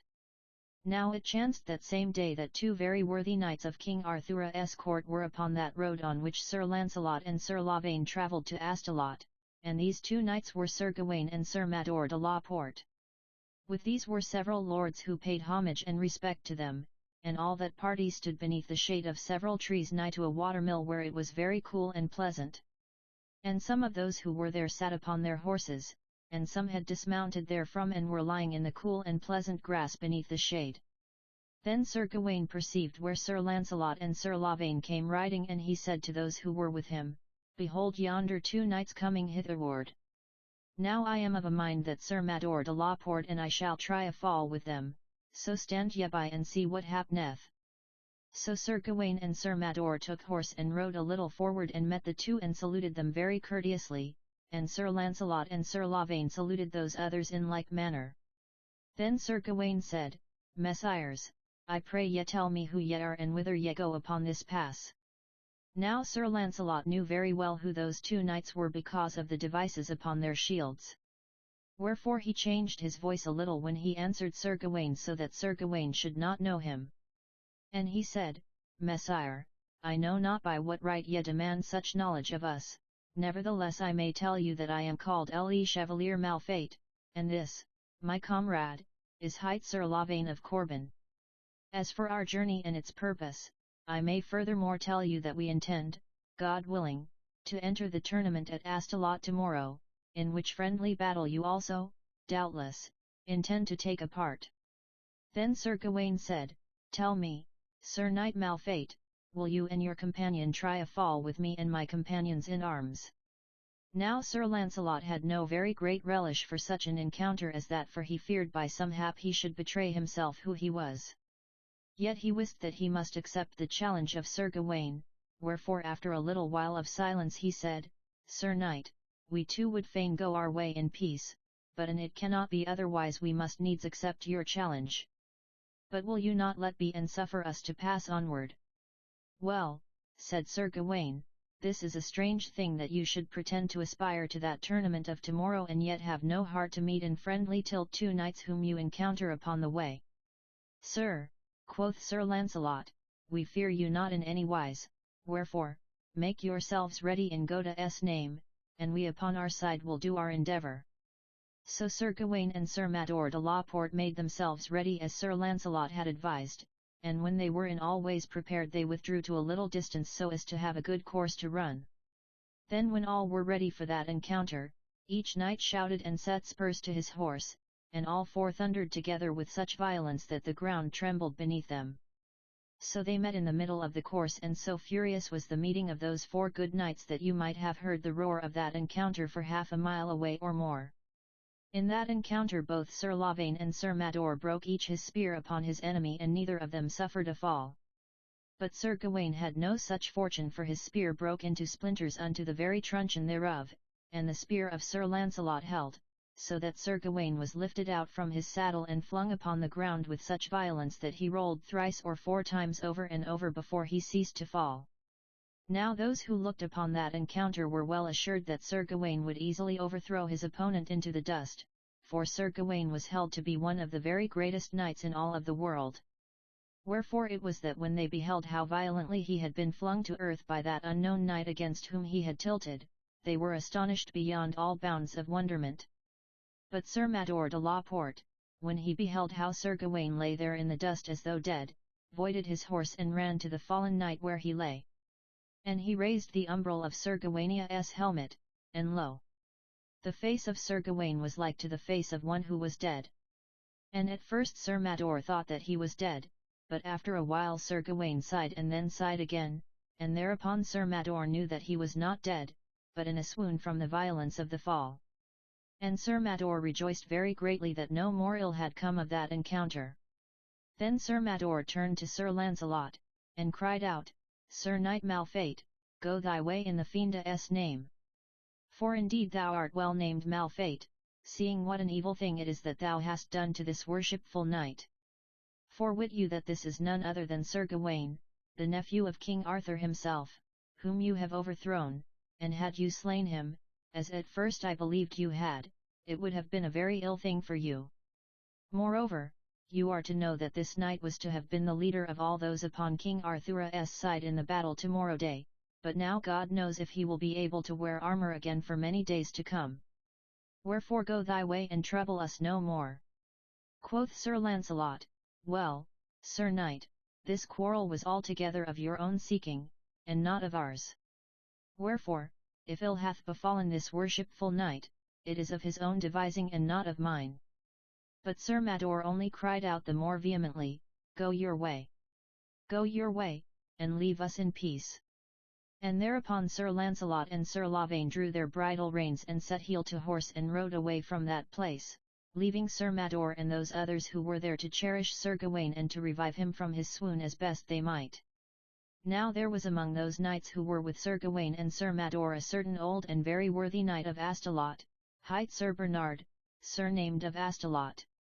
Seeing Sir Launcelot and Sir Lavaine departing in that wise, Sir Bernard hied him after them, and when he had come up with them he saluted them, and said, Messires, I pray ye tell me where it is ye lodge this night. Sir Launcelot said, Fair sir, we know not where we lodge, for we go to seek such lodging as we may find in Astolat. Sir Bernard said, You will find no lodging in Astolat this night, for all places are full. Now I pray ye that you will lodge with me, for I have a very good and comely house, and I shall be greatly honoured for to have you lodge with me. For I make my vow, Sir Knight Malfait, that never saw I such a buffet as that which you gave to Sir Gawain anon. Nor do I believe that ever Sir Launcelot of the Lake himself could have done more doughtily than you did in that encounter. Wherefore, I think that you will win you great glory tomorrow day, and that I shall have due worship if so be that ye too shall have lodged with me over this night. Then Sir Launcelot laughed, and he said to Sir Bernard, Well, Sir Knight, I give you gramercy for your courtesy, and so we will gladly take up our inn with you until the time of the tournament. Only this I demand, that we shall be privily lodged apart from any one else, for we wish it that we shall not be known until tomorrow and after this tournament shall have transpired. Messire, Quoth Sir Bernard, "It shall all be as you desire." So those three rode on their way together until they had come to Astolat and to the habitation of Sir Bernard of Astolat. Now the habitation of Sir Bernard was a very fair house over against the castle of Astolat where King Arthur and his court had taken up their inn. And there was a high terraced garden belonging to the castle of Astolat, and the garden overlooked the garden of the house of Sir Bernard. That day it chanced that King Arthur was walking back and forth in that terraced garden where the air blew cool over the plats of flowers and grass. As the king so walked he chanced to look down over the edge of the terrace into the garden of Sir Bernard's house, and at that time Sir Launcelot was walking privily in the garden for to refresh himself, and no one was with him. At that time Sir Launcelot had laid aside his armour for the sake of coolness and was walking in light raiment and bareheaded to the air, wherefore it befell that King Arthur immediately knew him who he was. Then the king was much astonished to see Sir Launcelot in that place, and he said to himself, "What does Sir Launcelot here?" And at first the king was of a mind to send word to Sir Launcelot, bidding him to come to where he was. But afterward he bethought him that mayhap Sir Launcelot would be displeased at being thus summoned to declare himself. For the king perceived that Sir Launcelot did not choose to be known to any one at that time. So King Arthur said to himself, "Well, let be. Tomorrow, I dare say, Sir Launcelot will declare himself in such a wise as shall astonish a great many knights who shall do battle against him upon yonder meadow of battle. Wherefore, let him e'en declare himself in his own fashion." Thus it was that King Arthur communed within himself. Wherefore he did not betray the presence of Sir Launcelot to anybody at that time, but kept that matter shut in his own bosom. Nevertheless, when he had come again to where was his court, he said to the knights there assembled, "Messires, I have this day beheld a certain knight who hath come hither who will I believe play his play with the best of you all at the justs tomorrow." The knights who were there said to the king, "We pray you, Lord, tell us who that knight is, so that we may pay him such regard as he is worthy of." "Nay," quoth King Arthur, "I will not tell you at this time who is that knight, but haply you will know tomorrow who he is." Then one of the knights who was there said, "Mayhap that was the knight who overthrew Sir Gawain this day in the highroad over against the town a little distance away. He calleth himself Le Chevalier Malfait, and hath for his companion a youthful knight hight Sir Lavaine, the king's son of Corban." Then King Arthur laughed, and said, "Like enough that was he." And so the king departed into his lodging, leaving all those knights much wondering who that knight could be of whom the king spoke to them. Thus it was that Sir Launcelot and Sir Lavaine came to Astolat, and now followeth the history of that famous bout at arms so far as it affected Sir Launcelot of the Lake and his companion at arms, Sir Lavaine of Corban. For in that affair at arms, as you shall presently hear tell, Sir Lavaine gained him such great glory and renown that thereafter he was regarded as one of the great heroes of chivalry, and by received that crowning honour of becoming a knight companion of the Round Table. Chapter 4. How Sir Launcelot and Sir Lavaine fought in the tournament at Astolat. How Sir Launcelot was wounded in that affair, and how Sir Lavaine brought him unto a place of safety. So it is true that in these days one may not hope ever to behold a sight like to the field of battle at Astolat upon Lydia's Day Assumption, when that tournament proclaimed by King Arthur was about to be fought before the eyes of the king. For upon that morning which was wonderfully bright and clear and warm, the entire green meadow was altogether covered over with a moving throng of people of all degrees, lords and ladies, knights and dames, esquires, burghers, yeomen, and tradesfolk, all moving, each toward some stand from whence he might view the battle that was about to take place. And here were gay attires and bright colours and the fluttering of silk and the flash and sparkle of shining baubles, and because of the sheen and sparkle of all these the whole world appeared to be quick with life and motion. Yet ever by little and little this confusion of many people pushing themselves hither and thither resolved itself to order as one by one that multitude took seat and brought itself to quietness. And so it came to pass at last that the field prepared for battle was cleared of all save a few who lingered and whom the guardians of the lists pushed back into their places. Then, all being thus brought to order, the marshal of the tourney blew his trumpet, and straightway there entered upon this side of that wide meadow and upon that side thereof the two companies of knights who were to contend the one against the other. Then, lo! How the sunlight flashed upon shining armor! How it catched the pence and bannerets so that they twinkled at tips of lances like to sparks of fire! How war horses neighed for love of battle! How armor clashed and shield plates rang as those goodly companies of knights brought themselves by degrees into array for battle! Upon the one end of the meadow there gathered the knights champion who were of the party of King Arthur, and the chiefs of that party were the King of Scots and the King of Ireland, and with them were many knights of the Round Table, much renowned both in song and battle. And the number of knights of that company were 210 in all. Upon the other end of the meadow of battle there assembled the party of those who were to withstand the party of King Arthur, and the chiefs of that company were the King of North Wales and the King of 100 Knights, and the King of Northumberland and Galaod the High Prince.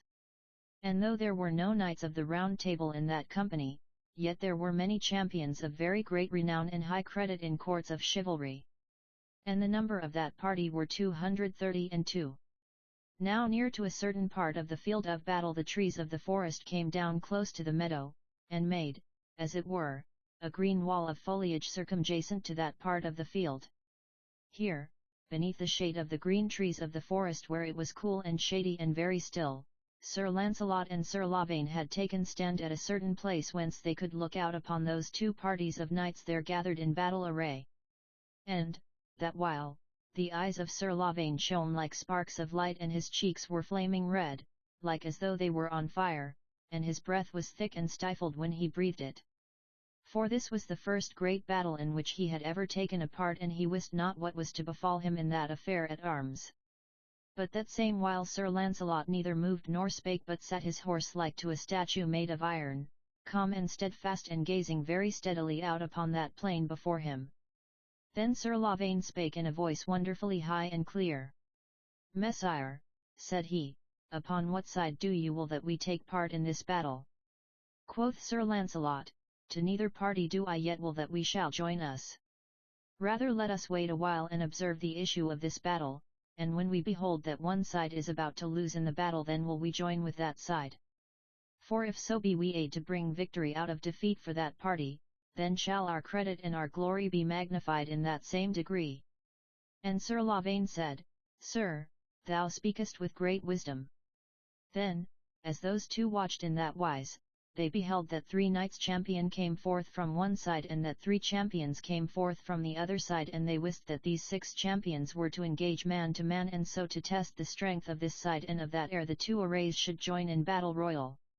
And Sir Launcelot knew these 6 champions very well, and he declared to Sir Lavaine who they were.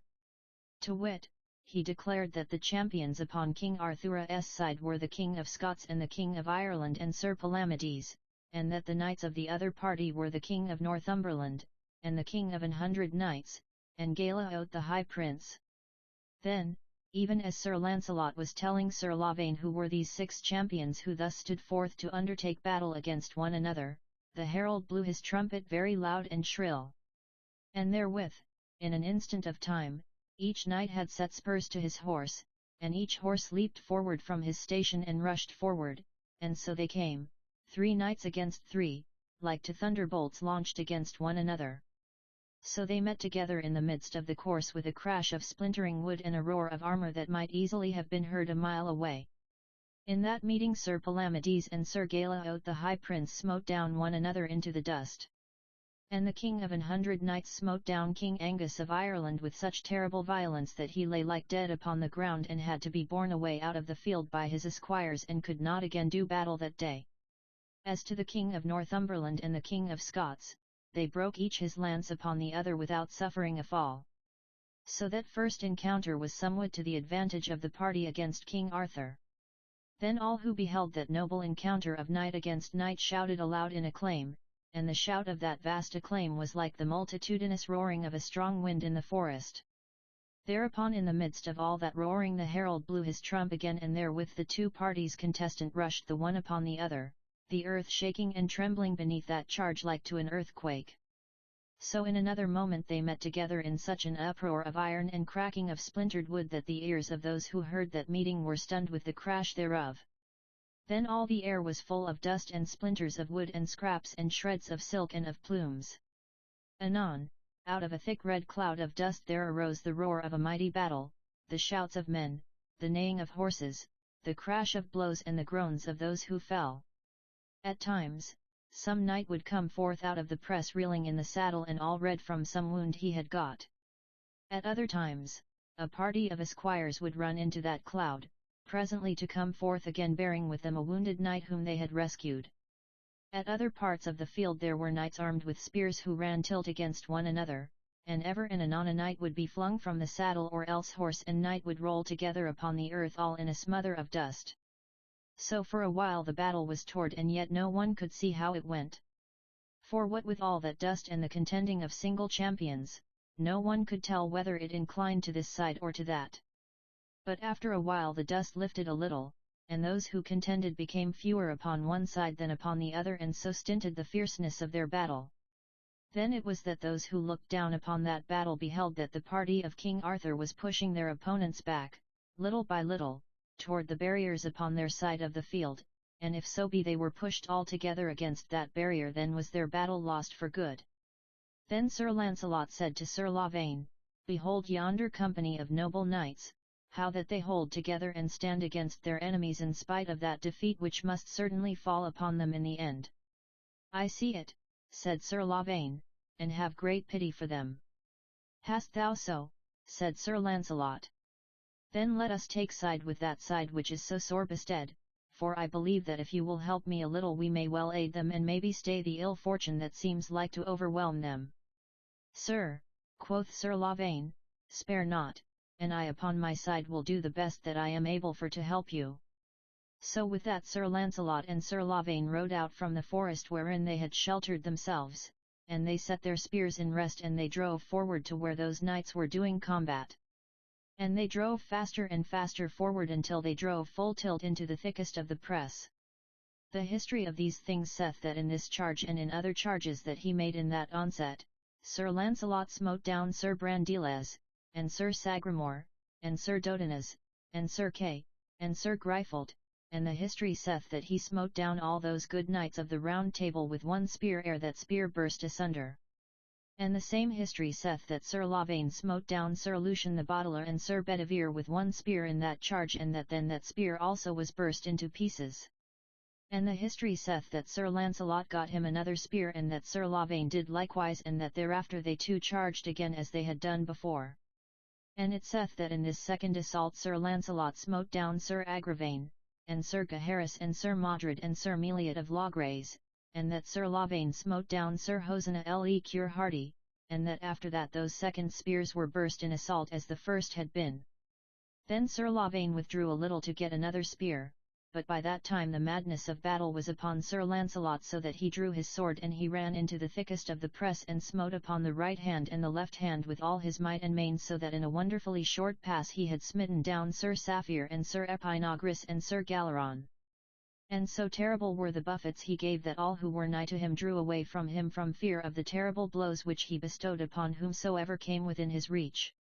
By now all who looked upon that field were aware of how terrible a battle it was that the Knight of the Red Sleeve fought against his enemies, wherefore they shouted aloud with a great voice of outcry and loud acclaim. And the Lady Elaine the Fair beheld how her champion did battle, and seeing him she could not contain the passion of her joy, but laughed and wept and trembled for that joy. And she catched King Pelles ever by the arm and cried out to him, Lord! Lord! See what our champion doeth and what my brother doeth. And King Pelles said, I see. I see, and held tight hold of the rail of the dais before him. Then King Arthur where he sat said to those about him, Behold yonder champion, what battle it is he doeth. Saw yet ever a better battle than that? And they say, Nay, never so great a battle. But when Sir Gawain beheld the flame-coloured sleeve that the champion wore about his helmet, he said to King Arthur, Yonder knight is he who cast me down yesterday into the dust of the highway over against the town. And Sir Gawain said, Because of that and because of the battle he now doeth, I would deem yonder knight to be none other than Sir Launcelot of the Lake. And yet it cannot be Sir Launcelot, for this knight weareth the sleeve of some lady as a favour upon his helmet, and all the world knoweth that Sir Launcelot would never wear the favour of any lady in such a wise as that. Meantime the battle was stayed for a little while, for at that time it seemed as though neither horse nor man could do any more for that while. Yet though the battle was stayed, nevertheless each knight braced himself for a greater battle than that which had gone before. For all knew that now indeed the time had come when either one party or the other must win that battle. So in that pause of battle Sir Launcelot and Sir Lavaine each chose him a good strong new spear of ash wood, and each drank a cup of lusty spiced wine for to refresh his strength. And, ere they began to battle afresh, Sir Bors de Ganis and Sir Ector de Maris and Sir Lionel upon the other side called together such kindred of their blood as were upon that field, to wit, Sir Blamor de Ganis, Sir Bleoberis and Sir Aladuc, Sir Golly Hayden, and Sir Belligera, all these knights being of Sir Launcelot's kin. These say to one another, if we do not overthrow yonder single knight who fights so wonderfully against us, we shall certes lose this battle. For never knight fought so unless it was Sir Launcelot. For lo! He himself is the single bulwark against us in this battle. So it was that these kinsmen of Sir Launcelot ordained it that they should join themselves together for to overthrow that knight by main strength if need be. Then anon the battle was called again, and anon each side hurled itself against the other side, well knowing that at this time it must be else to conquer or else to lose. And in that charge the kinsmen of Sir Launcelot hurled themselves against that knight of the red sleeve and against those who were by him. And Sir Bors and Sir Ector and Sir Lionel drave three at once at Sir Launcelot, and he drave against Thema one against three. But so heavy was the might of the assault of those three, that they overthrew the horse of Sir Launcelot by the weight of their 3 horses, so that the horse of Sir Launcelot and Sir Launcelot himself were cast down upon the earth beneath the feet of the horses of those who charged against him. And in that charge the spear of Sir Bors smote Sir Launcelot in the side, and the point of the spear burst through the armour of Sir Launcelot and pierced deep into his side. Therewith the head of the spear brake from the truncheon and remained thrust deep into the side of Sir Launcelot, and Sir Launcelot groaned aloud, deeming that he had got his death wound. So Sir Launcelot lay upon the ground and could not rise, and he would maybe have been beaten to death beneath the feet of the horses. But Sir Lavaine beheld how it was with him, whereat he shouted aloud with a great voice, and he and all that party rushed to the aid of Sir Launcelot. And Sir Lavaine smote down the King of Scots at one blow from out of his saddle. And he turned the horse of the King of Scots to where Sir Launcelot lay. And he stood above Sir Launcelot and defended him against the assault of all those others who were around about, and so, maugre their vehement assaults, he brought Sir Launcelot to horse again. Then Sir Launcelot was clean wad because of the passion of agony he suffered from that grievous wound he had got. Wherefore he drew his sword, and he stood up in his stirrups, and he smote right and left like a madman. And he smote down one after the other Sir Lionel and Sir Bors de Ganis, and he smote Sir Bleoberis such a buffet that he fell down to the earth in a swoon as if he had been dead. And in that time Sir Lavaine smote down Sir Bellinger, and 2 other knights of worship and renown. Then Sir Launcelot turned him about and smote Sir Blamor down from off his horse, and with that Sir Ector made at him. But Sir Launcelot was blind with his passion of battle and of pain, and he wist not who that was who came against him. Wherefore he turned upon Sir Ector, and he smote him so dreadful terrible a buffet, that the head of Sir Ector hung down low upon the neck of his horse. Then Sir Launcelot catched Sir Ector and rushed off the helm from the head of Sir Ector with intent to slay him, for at that time he was so mad that he wist not where he was or what he did. Then he beheld the face of his brother Sir Ector, and he beheld that face all white and wan from the blow he himself had struck, and he beheld his brother's cheeks all white and streaked with blood, and therewith his senses returned to him, and in that instant he wist where he was and what he did. Thereupon he cried out in a great and terrible voice, "Woe! Woe! Woe is me! What is it that I do?" And therewith he rushed away from that place where Sir Ector was, and he rushed into the thickest of the press, striking right and left like a madman in fury. And it stands recorded that all in that battle Sir Launcelot struck down 30 knights with his own hand, and that 16 of those 30 were knights of the Round Table.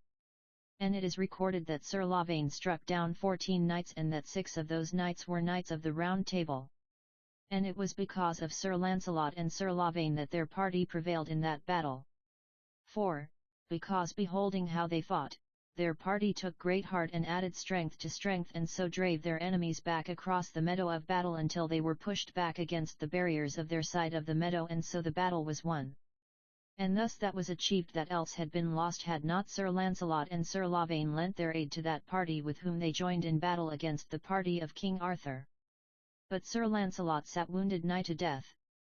Yet, he deemed that the sickness and the sweat of death was even then upon him, for an exceeding faintness overclouded his spirit.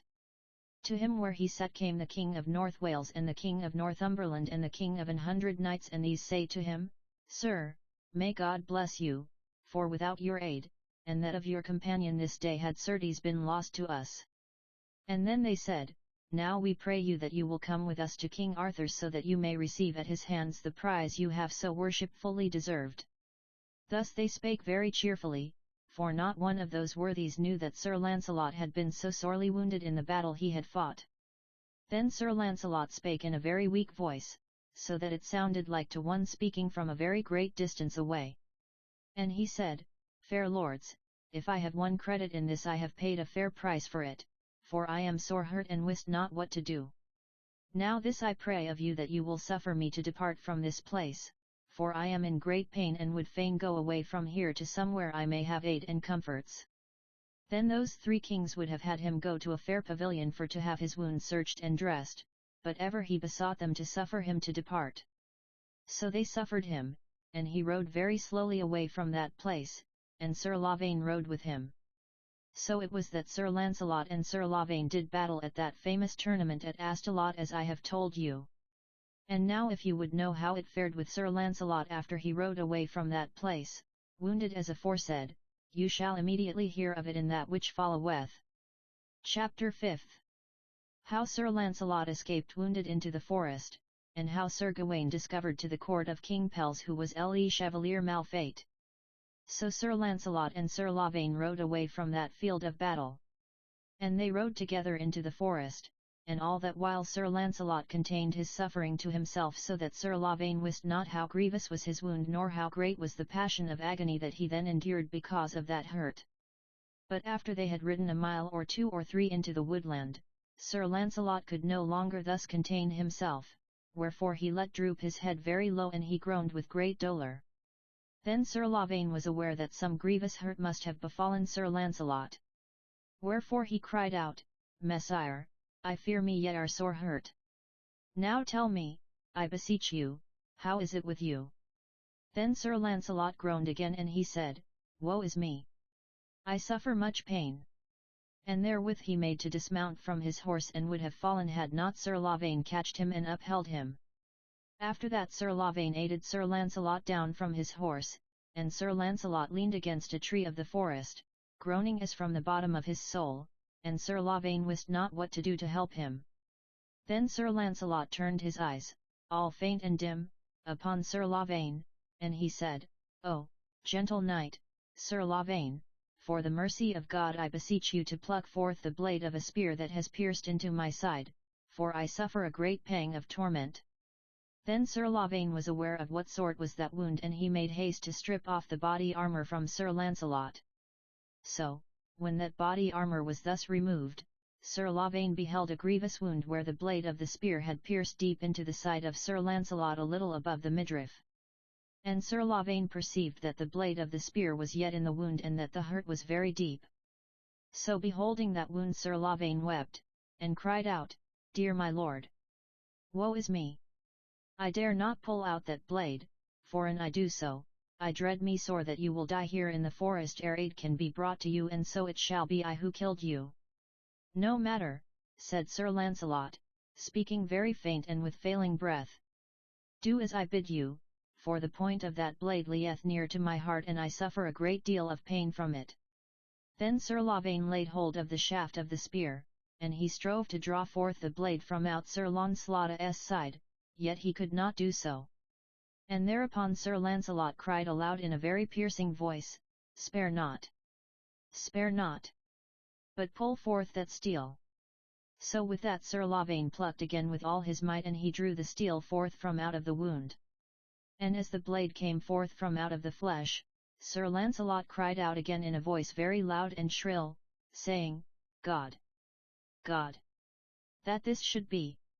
And with that a great issue of blood gushed out of the wound like a crimson fountain, and Sir Launcelot sank down upon the ground in a swoon that was like the swoon of death. Then Sir Lavaine believed that he had assuredly slain Sir Launcelot, wherefore he wept aloud with a great passion of grief, smiting his hands together and crying, "Woe is me! For I have slain my dear lord." Thereupon he kneeled down beside Sir Launcelot and fell to feeling his heart. And he perceived that the heart still beat but very faintly, and so he wist that Sir Launcelot was not dead but only in a deadly swoon. So Sir Lavaine turned Sir Launcelot where that the wind blew upon him, and after a while Sir Launcelot opened his eyes again. Then with his sight all swimming he beheld Sir Lavaine kneeling beside him weeping, and he said, speaking in a voice very weak and faint, "Lavaine, am I yet alive?" And Sir Lavaine said, "Yet, Lord." Sir Launcelot said, "Then bear me away from this place." And Sir Lavaine said, "Whither shall I take you?" Sir Launcelot said, "Listen, friend, bear me away into the forest to the westward of here. For after a while to the westward of this place you shall find a forest path that runs across your way. And you shall take that path toward the right hand, and so you will come after another while to the hut of an hermit of the forest. Bring me to that holy man, for if any one can cure me of this hurt he alone can do so." Sir Lavaine said, "Lord, how shall I take you such a journey as that, so that you shall not die?" Sir Launcelot replied, "I know not how you shall take me, but this I know, that if you take me not to that place I shall certes die here before your eyes in this forest." So Sir Lavaine, weeping, made a litter of straight young trees, and he laid his cloak upon the litter, and he bound the litter to the horses. Then he lifted Sir Launcelot and laid him upon the litter as though it were a little child whom he laid there. Thereafter he took the foremost horse by the bridle, and so, led away into the forest whither Sir Launcelot had bidden him to go. So in that wise they travelled in the forest for a great while, and by night descended, and the full moon arose all white and shining into the sky. And it rose ever higher and higher, and it shone down upon the forest woodlands, so that here it was all bright and there it was all alum with shadow, and anon Sir Lavaine, as he led the horses in that wise, would walk in that silver silent light, and anon he would be lost in those shadows. And all that while Sir Launcelot lay so still that several times Sir Lavaine thought haply he was dead. Then he would say, "Sir, art thou dead?" And ever Sir Launcelot would answer, "Not yet."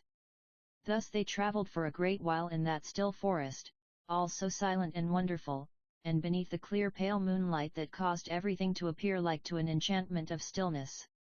So, somewhat after the middle watch of the night, Sir Lavaine beheld before him a little chapel built up against the rocks of a cliff of stone, and beneath the black and umbrageous foliage of a large oak tree. And the moonlight shone down past the oak tree and bathed all the front of that little chapel with pure white silvery light, so still and silent that the chapel appeared as in a strange and singular picture, as it were seen in a dream. Thither Sir Lavaine led the horses, bearing between them the wounded knight, whose face, as white as the moon above, was turned upward against the sky. And when Sir Lavaine had come to the door of the chapel he smote upon it with the butt of his lance, and he smote again, and therewith the door was opened, and there appeared in the doorway the figure of an aged man with a long white beard like to snow for whiteness.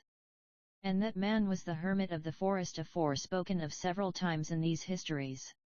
Then when that reverend hermit beheld where Sir Launcelot lay in the litter, so sorely wounded, he came to him and felt of his heart. So, perceiving him to be alive, he aided Sir Lavaine to lift the wounded man from the litter and to bear him into the hut and to lay him upon a soft and fragrant couch of leaves and moss.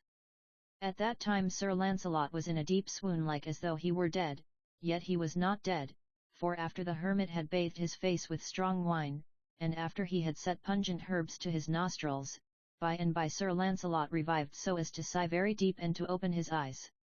And Sir Launcelot said, "Where am I? Am I still alive?"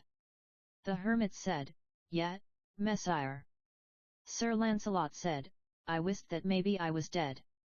Then the hermit searched Sir Launcelot's wound and bathed it and put unguents upon it and bound it about with bandages of linen, and so Sir Launcelot was put at ease.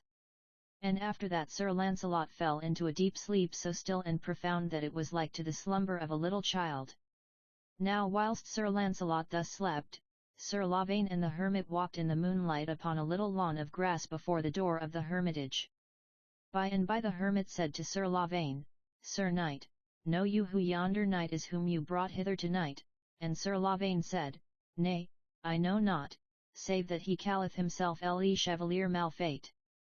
"Well," quoth the hermit, "God knows that all we who live upon his earth may easily do ill in his sight, yet I dare to say that yonder knight hath done as little ill as any of us. Sir, you must know that he is none other than Sir Launcelot of the Lake." At this Sir Lavaine cried out aloud in great wonder, saying, "What is it that you tell me? Lo! This knight hath dwelt at the court of my father, King Pelles of Corbin, for more than a year, yet no one there wist that it was Sir Launcelot of the Lake whom we entertained in our midst.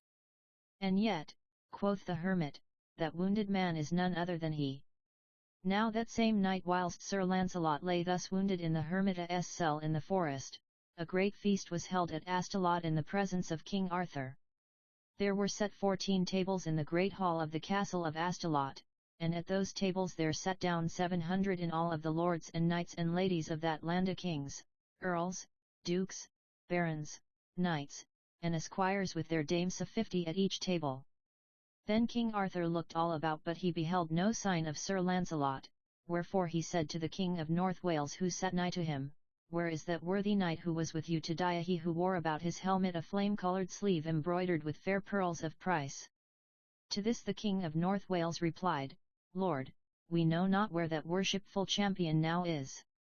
For although we besought him to come hither with us, and although we besought him to come to you so that you might award unto him the prize of battle, yet he would not. For he proclaimed himself to be wounded and craved our leave to withdraw himself, wherefore we gave him that leave, and he hied him away, and we know not whither he hath gone. Now I am right sorry for that," quoth King Arthur, "for I would rather have that knight to feast with us than any one of all those who wear spurs in this hall. And I am still more sorry to hear that so worshipful a champion as that should have met with mishap in this battle of today. Yet do I hope that wound which he suffered is not so sore, but that he will soon be well again." "Lord," quoth the King of North Wales, "may feareth that noble knight, whomsoever he may be, hath been very grievously hurt, for when he spake to us his voice was passing weak, and he appeared to suffer a great deal of pain." Then King Arthur was much grieved at what he heard, and he said, "That is sad news for me, for rather would I lose half of my kingdom than that death should befall that noble champion." So said King Arthur, yet he would not say who was that champion of the red sleeve, for he perceived that Sir Launcelot would fain conceal his name, wherefore neither would he betray it. Now King Pelles sat not far from King Arthur's high seat at the table, and the Lady Elaine the Fair sat with him, and several lords of their court were there also. These heard what was said between King Arthur and the King of North Wales, and when the Lady Elaine the Fair heard how that her champion was so sorely wounded that he was like to die, it was as though a sword of terror had been thrust into her bosom, for hearing those words she turned all as white as ashes and sank back into her chair as though she would swoon. Seeing her thus, all white and stricken, King Pelles said, "Daughter, what ails thee?" And she said, "My father, did you not hear how that the Chevalier Malfait hath been sorely wounded, and mayhap may be even now lying nigh to death?" "Yet, I did hear that," said King Pelles, "but such is the chance of battle that every good knight is called upon to face." Then the Lady Elaine cried out, "Father! Father! I am sorely afraid that great ill hath befallen that noble knight. Now I pray thee, let us go hence." King Pelles said, "Whither shall we go?" She said, "Haply, my brother, Sir Lavaine, will bring him to the castle of the Earl our kinsman, wherefore I pray you, sir, let us make haste thither and see if that be so." And King Pelles said, "It shall be as you will have it." So King Pelles besought leave of King Arthur to quit that feast, and King Arthur gave him leave, and King Pelles withdrew with the Lady Elaine and all of his court from that company. Yet when they returned to the castle of the Earl, Sir Launcelot was not there, for, as hath been told, he lay at that time in the hermit's cell in the forest with his soul hanging in the scales betwixt life and death. But King Arthur ever bore in mind how it was Sir Launcelot had been wounded, wherefore, when that feast was over, he took Sir Gawain aside, and he said to him, "Sir, I would that you would seek out that knight of the red sleeve where he is and bring him aid and succor. Sir Gawain said, Lord, I pray you tell me, know you who is that knight? Methinks he should be Sir Launcelot of the Lake, for I know of no other than he who could do so nobly in battle as that champion did today. And yet, he cannot be Sir Launcelot, for you wist very well that Sir Launcelot would not wear the favour of any lady in such a wise as he wore the sleeve about his helm today. So I know not who that knight can be. Well, said King Arthur, when you have succoured him then you will know who he is. So Sir Gawain withdrew from the court to seek that wounded champion.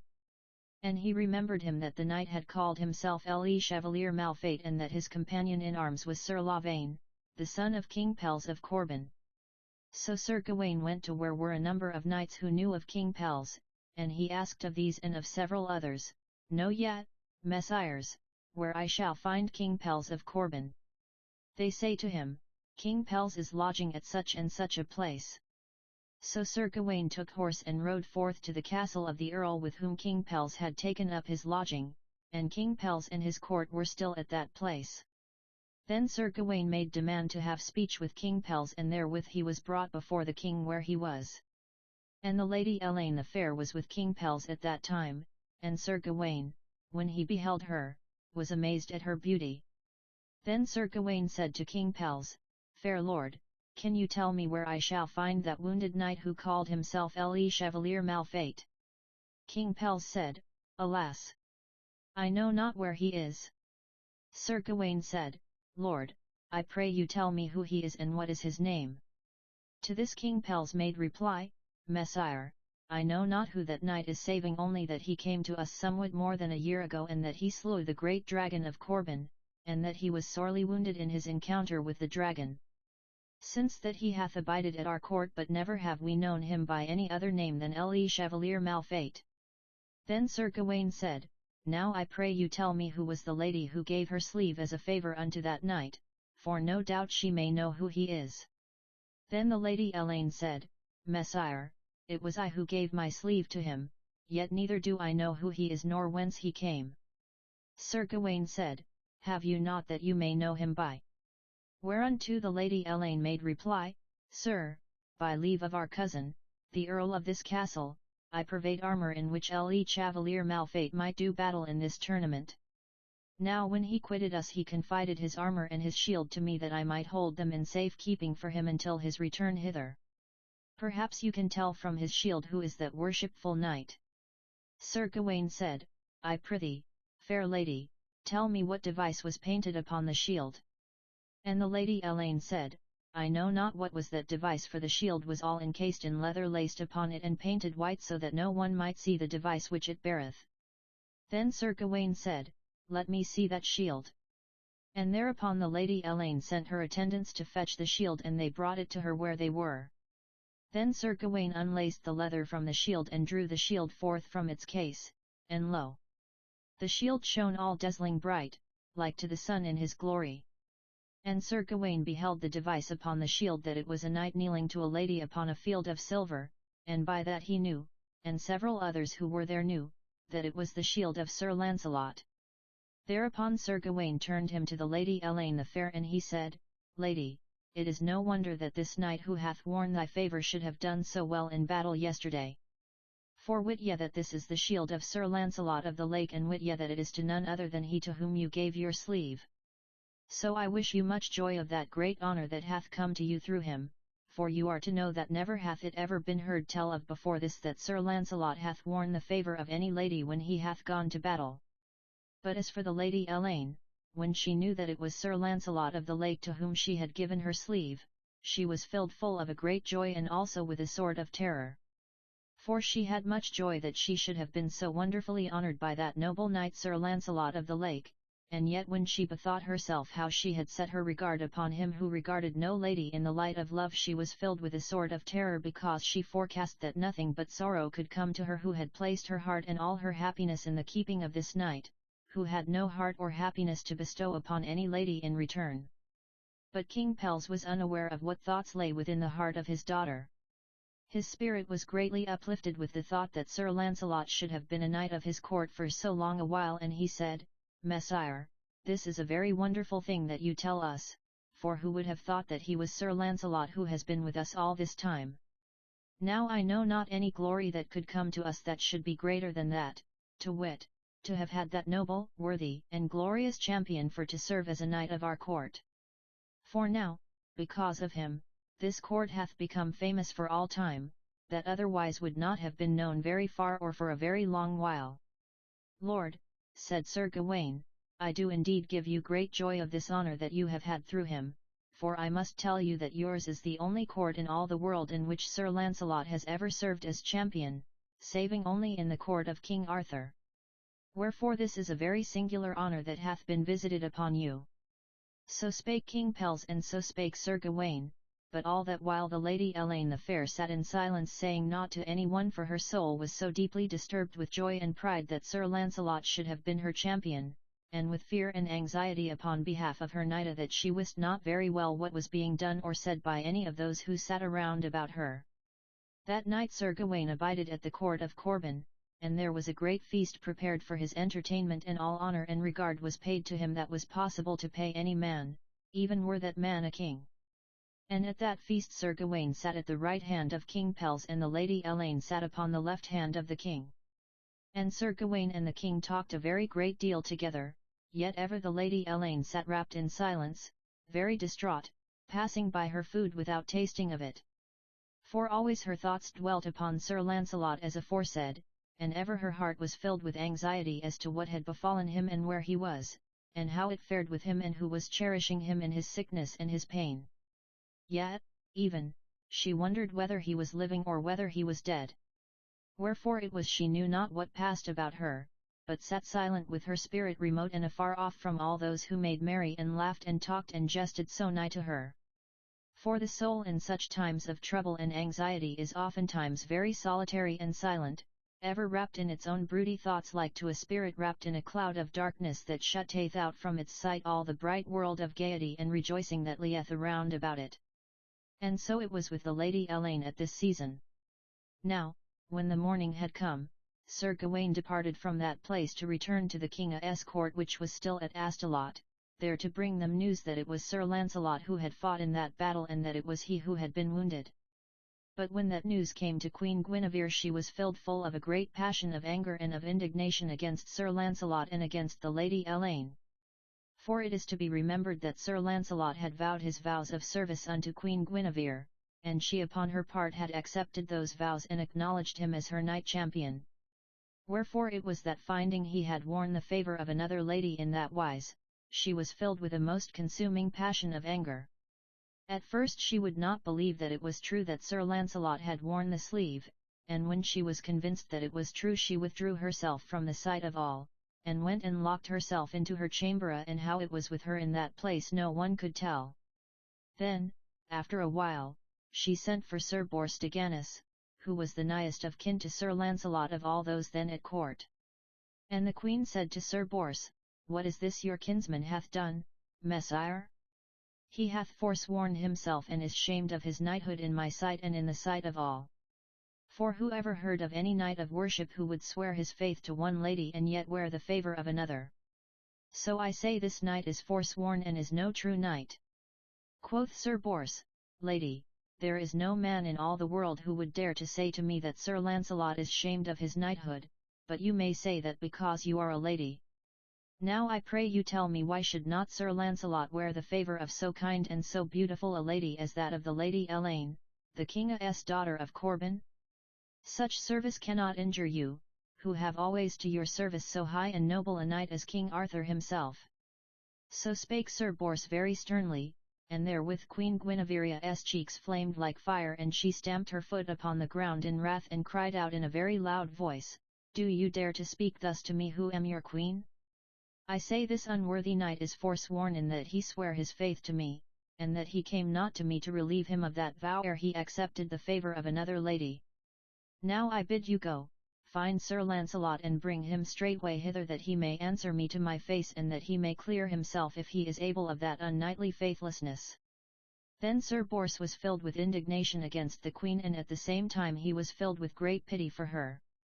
For many things came into his mind at that time, wherefore he did not choose to look into the Queen's face, but only bowed low before her and said, Lady, it shall be as you command. I shall straightway go seek my kinsman and will bring your commands to him that he shall come and present himself before you. So forthwith Sir Bors departed from the court to seek Sir Launcelot. But after he had left her the queen went into her privy closet and fast locked herself in. And she wept amain, and as she wept she communed in solitude with her soul, saying, My soul! My soul! Is it anger thou feelest or is it aught else than anger? Chapter 6. How the Lady Elaine went to seek Sir Launcelot and how Sir Launcelot afterwards returned to the court of King Arthur. Now ever the Lady Elaine the Fair, as aforesaid, took great grief beyond all measure concerning the fate of Sir Launcelot. For he lay wounded she knew not where and she knew not whether he were healing or dying. So upon a day she came to her father, King Pelles, where he was, and she had been weeping a great deal yet, even whilst she spoke to her father she began weeping afresh. So, still weeping, she said, Sire, I pray thee let me go and seek for this noble champion, Sir Launcelot of the Lake, where he lieth wounded, for me feareth he hath been so grievously hurt that he may even now be upon the edge of death. Then King Pelles said, My daughter, what is this thou wouldst do? Wouldst thou, a young damsel, go thyself errant in search of this wounded knight? And the Lady Elaine said, Yet. The king, her father said, This may not be. Then the Lady Elaine wept all the more and with such passion that it was as though her heart would break. And therewith she kneeled down before her father and cried most vehemently, Sire, let me go. Else I believe I shall become distracted with my fears lest he be dying of his wounds. Then King Pelles was very sorry for the Lady Elaine and he lifted her up and embraced her in his arms and kissed her upon the face. And King Pelles sought to comfort her, wiping away the tears from her face. And he said, My daughter, weep not so. She said, Lord, I cannot help it. Then he said, My daughter, weep no more, for it shall be as thou wouldst have it. Go now and go to S name upon this quest, if so be it will ease thy heart to do so, and I will send safe escort with thee. So it was that the Lady Elaine the Fair went upon that quest in search of Sir Launcelot, and her father purveyed for her such an escort as he had said. For he sent with her a company of 7 worthy and noble knights with their esquires and attendants, and 7 damsels of her court also went with her. These betook their way to Astolat, for it seemed to the Lady Elaine that there they might best hope to have news of the wounded knight. And when they had come to Astolat she took up her inn at that place, and sent forth several to make diligent inquiry if any news might be heard of the wounded knight. So those whom she sent made inquiry upon all sides, and upon a certain day, they found a wood chopper who had come out of the forest with a cartload of wooden faggots. This woodman brought news of Sir Launcelot and of Sir Lavaine, for he declared that he had seen them when they had entered the forest after the tournament. So her agents brought the wood chopper to where the Lady Elaine was, and she said to him, What knowest thou, good fellow? To this the woodman made reply, Lady, I will tell you all. One day whiles I was in the forest I heard the sound of voices talking together, and greatly wondering what those voices were, I made my way privily to that place where I heard them speaking. There I beheld a half-armed knight who lay upon the ground all bathed in his own blood, and another knight, armed at all points, stood beside this knight, and the hands of the second knight were all red with blood. So methought that the armed knight had haply slain his fellow there in the woodlands in foul wise, for so it appeared to be. So whilst I stood there I heard that knight who lay on the ground complaining very grievously that he was hurt nigh to death, and I heard him entreat that knight who was armed that he should bear him to the westward and so by a forest path to the cabin of a certain hermit that dwelleth in those parts. Therewith I went away from that place as privily as I had come thither, for methought that maybe some ill deed had been done at that place and that so I should be punished if I meddled in it, wherefore I went away and left those 2 knights in that wise. Then the Lady Elaine the Fair asked that woodman if one of those horses was white and the other piebald, and he said, Yet, as white as milk and piebald with white and black. And the lady said, Then that must be they. So that same day she and her company made them ready and they rode away from Astolat and so came into the forest toward the westward.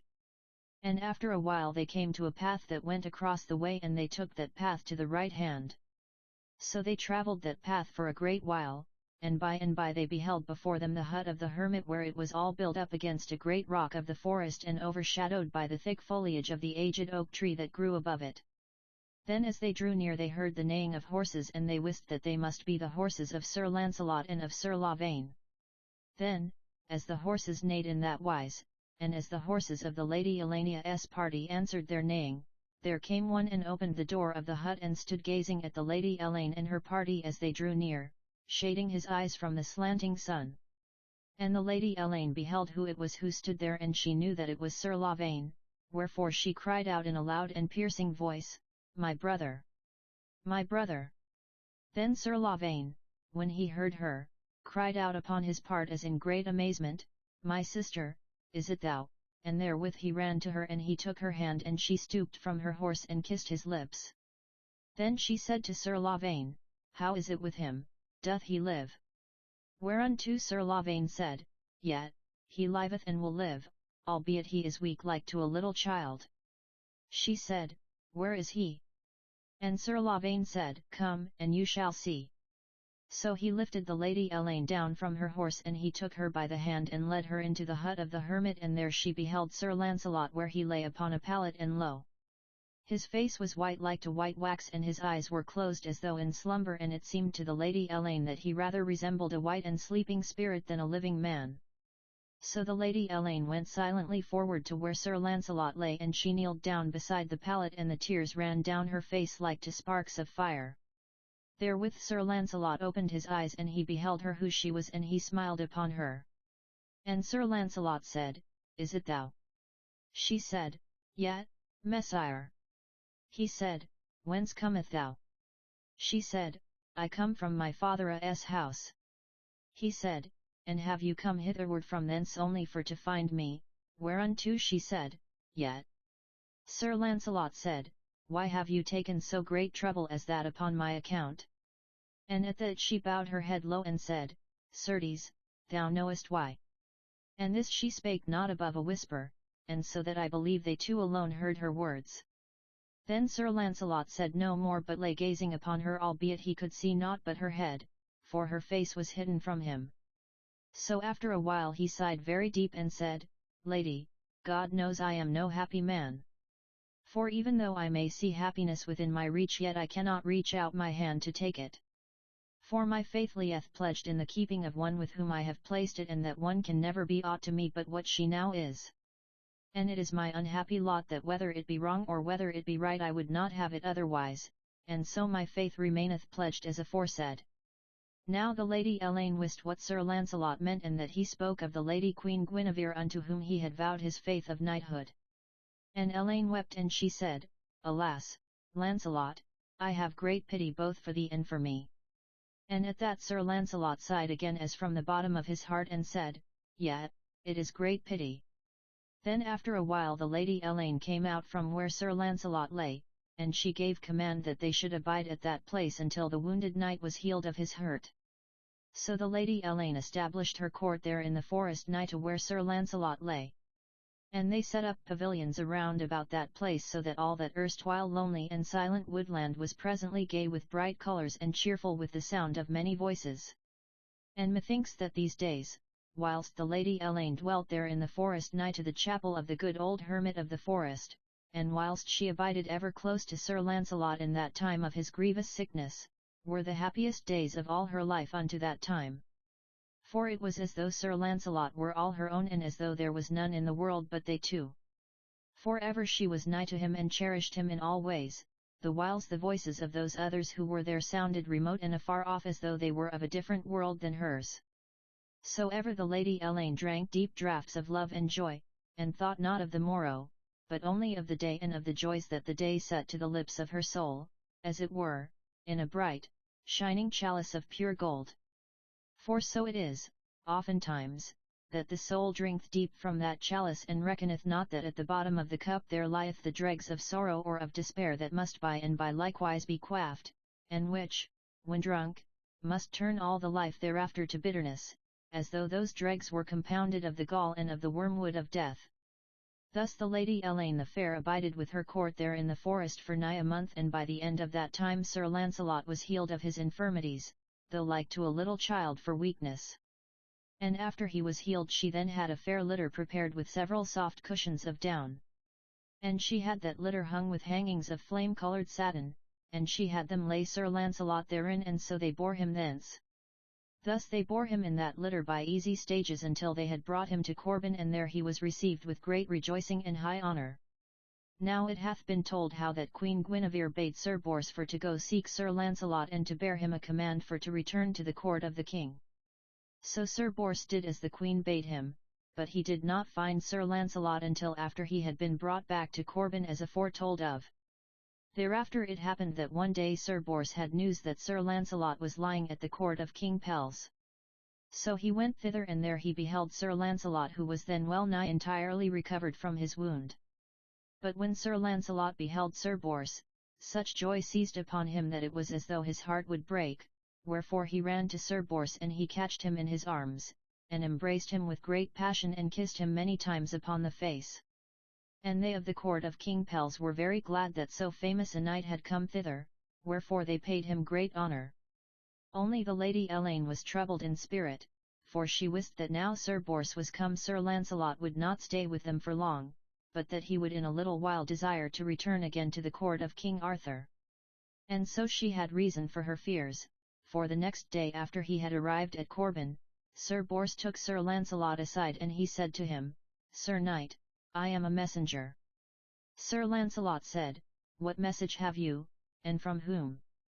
Sir Bors said, "I bear a message from Queen Guinevere, and it is that you return immediately to the court of King Arthur, and that you present yourself to her and pay your duty to her as of old." Then after Sir Bors had thus spoken, Sir Launcelot turned him away and stood at a window with his back to Sir Bors. And then after a considerable while he said, "Sir, do you not know that my duty lieth here?" Sir Bors said, "That I believe full well. Nor can I find fault with you if you remain here in spite of the message I bring you. That which I am here for is not to command you to come to Camelot, but only to give you the commands of another."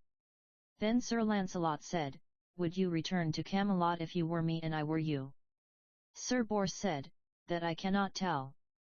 Then after another while Sir Launcelot cried out, "Nay, I will not go, for though my heart lieth there and not here, yet I hold the happiness of another in my hand and I cannot cast it away." Then, quoth Sir Bors, "I will return and tell them at the court of the king that your honour binds you here." And Sir Launcelot said, "Do so." And then he said, "There is but one favour I beseech of you, Messire." Sir Bors said, "What is that?" Sir Launcelot said, "It is this, I pray you of your courtesy that you will depart immediately from this place, for the sight of you bringeth to me such great desire to behold my kinsmen and my friends once more that I believe that I shall not be able to contain myself because of that desire if you remain here any longer." And Sir Bors said, "I will go within the hour." So that very hour Sir Bors betook himself away from Corbin and returned to the court of King Arthur, and when he had come there he delivered his message to the queen, and thereat she was like one whose heart had been broken. For when she received that news from Sir Launcelot she withdrew into her bower, and no one saw her for a long time thereafter. Now after Sir Bors had departed from Corbin in that wise, Sir Launcelot was very heavy and sad, and though several days went by, yet was he not less sad at the end of that time, but still walked like one in a dream with his thoughts a great way off. And all this the Lady Elaine observed, and her spirit was troubled because of the sadness of Sir Launcelot. So one day she sent for Sir Launcelot to come to her bower, and when Sir Launcelot had come thither she said to him, "Launcelot, I know what is in thy heart." Sir Launcelot said, "What is there in my heart?" She said, "It is in thy heart that thou wouldst fain return to the court of King Arthur." "Lady," said Sir Launcelot, "it matters not what may be my inclination at this present, for above all those inclinations it is my will that I remain at this place." Then Elaine looked very steadfastly at him and she smiled, but there was as it were despair in her face even though she smiled. And after a little she said, "Not so, Messire, for I cannot bear to see you dwell with us thus in sadness. Wherefore, this command I lay upon you, that you leave this court and that you return to the court of King Arthur, which same is the place where you do rightly belong." Then Sir Launcelot turned away from her, for he wist that there was joy in his face at the thought of returning to his kinsmen and his friends once more, and he would not have her see that joy. Then after a while, and with his back turned, he said, speaking as with a smothered voice, "Lady, if that be your command I must needs obey, but if I do obey you it shall be only to go for a little while and then to return after that while." So for a little no more was said, but the Lady Elaine ever gazed upon Sir Launcelot where he stood with his back to her, and after a while she said, "Ah, Launcelot! Launcelot!" Upon that Sir Launcelot turned him about and cried out, "Elaine, bid me stay and I will stay." But she said, "Nay, I bid thee not, I bid thee go." Then Sir Launcelot went from that place with his head bowed down upon his bosom, and after he had gone she wept in great measure, for it was as though she had cut off her hope of happiness with her own hand, as though it had been a part of her body. So the next day Sir Launcelot took horse and departed from Corban, betaking his way toward Camelot, where was the court of King Arthur, and though he thought a very great deal of the Lady Elaine, yet he could not but look forward with joy in coming back again to the court of the king and of beholding the queen and his knights companions once more. Now when Sir Launcelot reached Camelot the news of his coming spread like fire throughout the entire place, and everywhere was heard the noise of loud rejoicing and acclaim. But Sir Launcelot spake to nobody but came straight to where Queen Guinevere was, and he stood before the queen and his face was very gloomy, and he said to her, "Lady, here am I." Then Queen Guinevere gazed at him with great coldness, and she said to him, "Sir Knight, what brings thee hither?" Sir Launcelot said, "Lady, it is thy command that brings me. For alas! I find it to be thus with me, that thy word hath power to bring me to thee, whether it be from glory or from happiness or from peace or from prosperity. Yet, all these things would I sacrifice at thy behest." Then Queen Guinevere gazed upon Sir Launcelot for a long while, and her soul was tossed and troubled with a great ferment of passion, and yet she wist not whether that passion was of indignation or of grief or of anger or of something else that was not like any of these. And first her face had been very white when he stood before her, and anon it flamed red like to fire, and she said, "Sir Knight, one time I sent my word to thee by a messenger and thou heeded him not. Now it matters not that thou comest, for thy coming and thy going are henceforth of no moment to me." Then Sir Launcelot's heart was filled to bursting with bitterness and despair, and he cried out aloud, "Lady, thou beholdest me a miserable man. For I have left all my duty and all my service and all my hope of peace and happiness and have come to thee. Hast thou not then some word of kindness for me?" But the queen only hardened her heart and would not answer. Then Sir Launcelot cried out in great despair, "Alas! What is there then left for me? Lo! I have cast away from me all my hope of peace, and now even thy friendship is withdrawn from me. Nothing then is left to me, and my life is dead." Then Queen Guinevere's eyes flashed like fire, and she cried out, "Sir Knight, you speak I know not what. Now I bid you tell me, Thesa, is it true that you wore as a favour the sleeve of the Lady Elaine the Fair at the tournament of Astolat?" Sir Launcelot said, "Yes, it is true."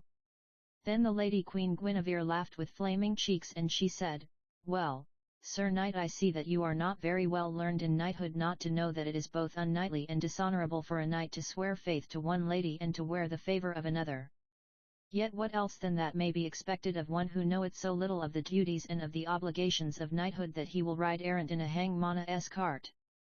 So spake Queen Guinevere in haste, not knowing what she said, her words being driven onwards by her passion as feathers are blown by a tempest over which they have no control.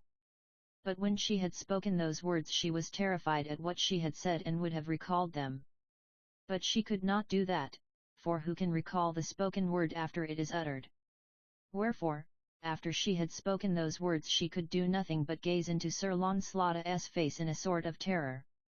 And as she thus gazed she beheld that his face became red and redder until it became all empurpled as though the veins of his head would burst. And she beheld that his eyes started as though from his head and that they became shot with blood. And she beheld that he clutched at his throat as though he were choking. And he strove to speak, but at first he could not, and then he cried out in a harsh and choking voice, "Say you so?"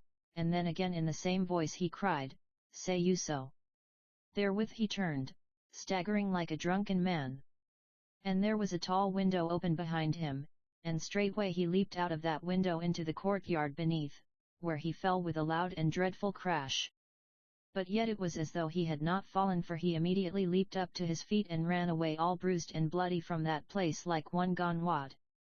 Then Queen Guinevere shrieked aloud with a great passion of terror and remorse.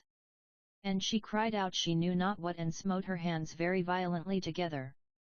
Thereat several came running to her, and to them she cried out in a voice of vehement passion, "Go you, run with might and main, and fetch Sir Launcelot hither to me again." So those ran with all dispatch, but they could not find Sir Launcelot. For immediately after leaving the Queen as aforesaid, he had leaped upon his horse and had thundered away with all speed, and no one knew whither he had betaken himself. Now the word of all this was talked about the court of the king almost as soon as it had happened, for all the court was loud with the noise of it. Thereat, when the kinsmen of Sir Launcelot had heard what had passed, they were filled with great indignation at the manner in which he had been treated, and most of all Sir Bors was indignant, for he said to himself, "Lo! This lady first sends me to seek my kinsman and to bring him to her, and when he cometh at her bidding, then she treats him with contumely altogether unworthy for a knight to endure. What then must Sir Launcelot think of me, who was her foolish messenger to fetch him hither?" But Queen Guinevere, not knowing of the indignation of the kinsmen of Sir Launcelot, sent for 3 of them to come to her, and these 3 were Sir Ector and Sir Lionel and Sir Bors de Ganis. When these 3 had come to her, they found her weeping, and when they stood before her she said, "Messires, I have done amiss." To this they said nothing, lest from anger they should say too much.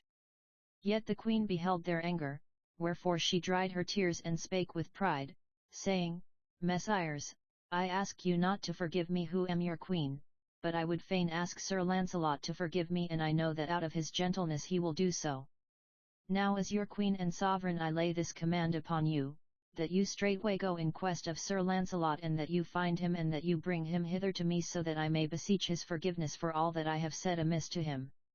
So spake Queen Guinevere, and those knights who were there, though they were very angry with her, yet they could not but obey the command which she laid upon them. So began the quest of Sir Launcelot, concerning which a very great deal hath been both written and said.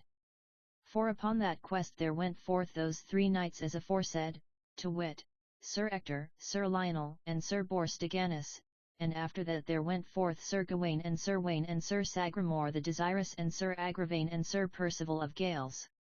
All these undertook the quest of Sir Launcelot, and in that quest several adventures happened to them. Yet of all those adventures little of anything shall here be said, saving only that which shall concern those adventures that befell Sir Wayne and Sir Percival and Sir Gawain, of which more anon. And now there followeth the story of the madness of Sir Launcelot, and of how he returned in a very strange manner to the Lady Elaine the Fair, and of how she was made happy by that return. Part 4, The Madness of Sir Launcelot. Here follows the story of how Sir Launcelot went mad from grief, and of how he roamed the woods as a wild man of the woods. Also many other adventures that befell him are herein told, wherefore I hope that you may have pleasure in reading that which is here written for your entertainment. Chapter 1. How Sir Launcelot became a madman of the forest, and how he was brought to the castle of Sir Bliant. Now when Sir Launcelot had quitted the presence of Queen Guinevere as aforetold, and having leaped to horse as aforetold, he rode very furiously away, he wist not whither and cared not. And he raced like a whirlwind, striving, as it were, to escape from himself and his own despair. Thus he drove onward until he reached the shades of the forest, and he rode through the forest, rending the branches with his body, until his horse was all a lather of sweat. So he pursued his way till night descended upon him, and still he drove ever forward, he knew not whitherward. And he travelled in that wise all that night until about the dawning of the day, what time he came to that part of the woodland where was the hut of the hermit of the forest, and there he beheld the chapel and the cell of the hermit. Here Sir Launcelot leaped down from his horse, and he burst very violently into the dwelling place of that good man, so that the hermit was amazed at his coming. And Sir Launcelot cried out in a loud and violent voice, "God save you, and therewith he fell forward and lay with his face upon the floor. Then the hermit ran to him and he lifted up his head and looked in his face and he beheld that Sir Launcelot was in a fit. So the hermit eased Sir Launcelot of his armour and he loosed the jerkin and the shirt at his throat so that his throat was bare. And he lifted Sir Launcelot and brought him to his own cot and he laid him down thereon and there Sir Launcelot lay for the entire day. But toward the sloping of the afternoon the sick man opened his eyes and he aroused and sat up and gazed about him, and he said, "Where am I?" The hermit said, "Thou art with me," and he further said, "What aileth thee, Sir Launcelot?" But to this Sir Launcelot answered naught but ever looked about him as though not knowing who he was or where he was, for he was like to one who is bedazed by a heavy blow he hath received. Then by and by Sir Launcelot said, "I know not what it is that hath happened." Thus he spake because his brains were bewildered by the passion through which he had passed, for even at that time the madness which afterward gat hold of him had begun to ferment in his brains so that he wist not very well what he said or did. Then the hermit knew that some great trouble had befallen Sir Launcelot, and he thought that maybe if Sir Launcelot would eat he would perhaps be refreshed and might maybe recover his mind once more. So the good man said, "Messire, will you not eat?" And Sir Launcelot said, "Yet, give me to eat." So the hermit brought bread and milk and honey and fruit and he set those things before Sir Launcelot. And Sir Launcelot fell upon those things and ate of them very fiercely and voraciously, devouring them more like a savage than a worshipful and worthy knight. Then after Sir Launcelot had thus eaten he said, "I am aweary," and therewith he arose and ungirded his armour, and laid it aside, piece by piece, even to the very last piece thereof. Then when he was thus eased of his armour, he flung himself down in his jerkin and hose upon the hermit's pallet and therewith in a moment had fallen into a slumber so deep that it was like the sleep of death. And as he slept thus the hermit sat beside the pallet whereon Sir Launcelot lay. And he gazed very steadfastly upon Sir Launcelot, and was greatly grieved to see him in that condition. Now it happened that about the middle of the night the hermit fell asleep where he sat and shortly after that Sir Launcelot awoke and was aware how the old man slept. And Sir Launcelot took of a sudden a great fear of the hermit he wist not wherefore, so that the only thought in his mind was to escape from the hermit. Wherefore he arose and went very softly and in his bare feet out from that place, doing this so silently that he did not awaken the hermit from his sleep. Thus Sir Launcelot came outside the hermit's hut, and after he had thus escaped therefrom, he took of a sudden great fear lest the hermit should awake and pursue him for to bring him back to the hut again. So straightway he turned him and sped away into the forest with great speed, like as though he were a wild animal pursued by the hunter.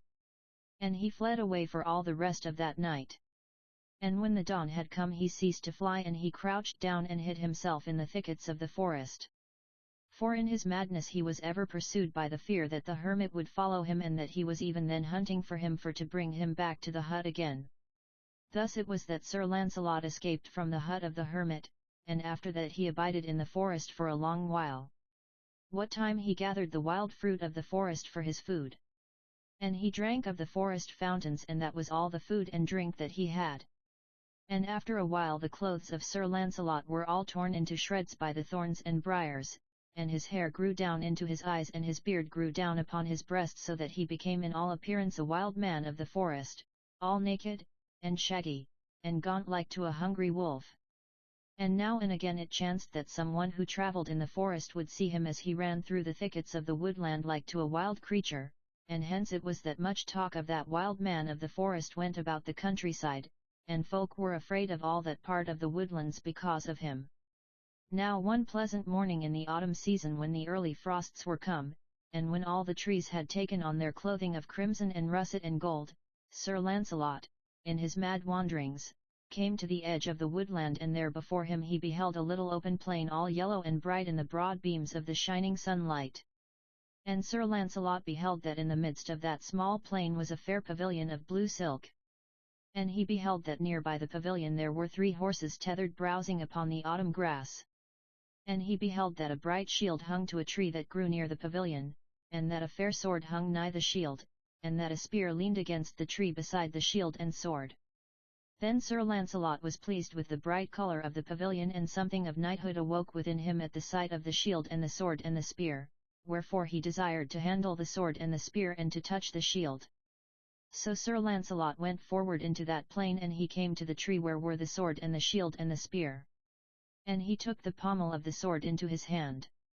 Thereupon a great desire for battle came upon him, and he straightway catched the pommel of the sword in both his hands, and he drew the blade forth from the sheath. And he whirled the sword about his head, and he smote the shield, and he smote it again and again, striking great dents into it with the blade of the sword, and the sound of those blows made such a din and uproar that it was as though 10 men were fighting in that place. Therewith, at all that sudden din and uproar, there came running out of that pavilion a misshapen dwarf, very broad of shoulder and strong of limb. And when that dwarf beheld a madman smiting the shield in that wise, he ran at him with intent to take the sword away from him. But Sir Launcelot beheld the dwarf coming in that wise, and straightway he dropped the sword which he held, and he catched the dwarf by the shoulders, and he flung him so violently down upon the earth that the neck of the dwarf was well nigh broken by that fall. Then the dwarf was overwhelmed with the terror of Sir Launcelot, wherefore he did not dare to arise from the ground whereon he had fallen, but lay there calling out for help in a loud voice of outcry. Thereupon, there immediately came forth from out of the pavilion a noble knight clad all in scarlet and wrapped in a scarlet cloak trimmed with miniver. And that knight was Sir Bliant, whose castle stood not more than 4 or 5 leagues from that place. For at such pleasant season of the year, Sir Bliant was wont to ride forth with his lady, and ever when he chose he would have a pavilion set up in some such pleasant place as this little glade. And sometimes Sir Bliant and his lady would lodge in that pavilion overnight, as was the case at this time. So Sir Bliant came forth out of the pavilion as aforesaid, and he beheld the dwarf lying upon the ground. And he beheld that Sir Launcelot had catched up the sword again, and that he stood above the dwarf, making play with his sword as though there were many enemies thereabouts, and Sir Bliant wist that he whom he beheld must be the madman of the forest of whom folk talk so much. Then Sir Bliant pitied that madman a very great deal, and he spake very mildly to him, saying, "Good man, put down that sword, for meseems thou art in greater need of food and of warm clothes and of nourishing and comforting than of playing with a sharp sword in that wise." But ever Sir Launcelot waved the sword this way and that, crying out in a great loud voice, "Keep thou away, or I will slay thee." Then Sir Bliant perceived that there was great danger in having to do unarmed with that madman, wherefore he called upon his dwarf to arise and come to him, and therewith he withdrew into the pavilion with intent to arm himself and so to take away that sword from Sir Launcelot by force. So the dwarf, who by that time had arisen from where he lay, went into the pavilion to where Sir Bliant was, and he aided Sir Bliant to don his armour, and so Sir Bliant armed himself from head to foot. When he was thus armed he took sword in hand and went forth from out of the pavilion prepared to deal with the madman in such wise as was necessary to take that dangerous sword from him. For even if it must be that he had to slay that madman, Sir Bliant wist that he must not leave him thus with a sharp sword in his hand. So Sir Bliant came out of the pavilion armed at all points. But when Sir Launcelot beheld him coming forth thus armed as for battle, the love of battle awoke to full life in his heart, wherefore he shouted aloud. And he rushed at Sir Bliant, and he struck Sir Bliant upon the helm so fierce and terrible a buffet that nor guard nor armour could withstand that stroke.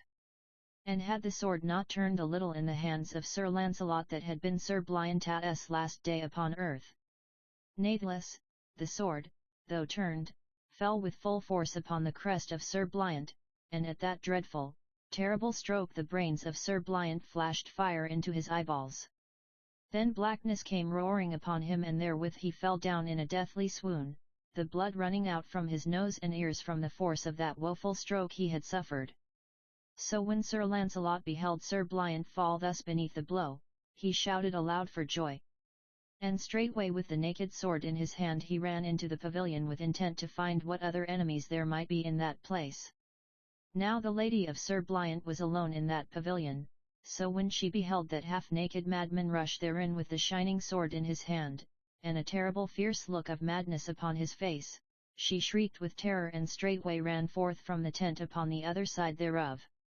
So Sir Launcelot stood and gazed all about him, waving his sword from side to side, but could behold no enemies such as he might assault.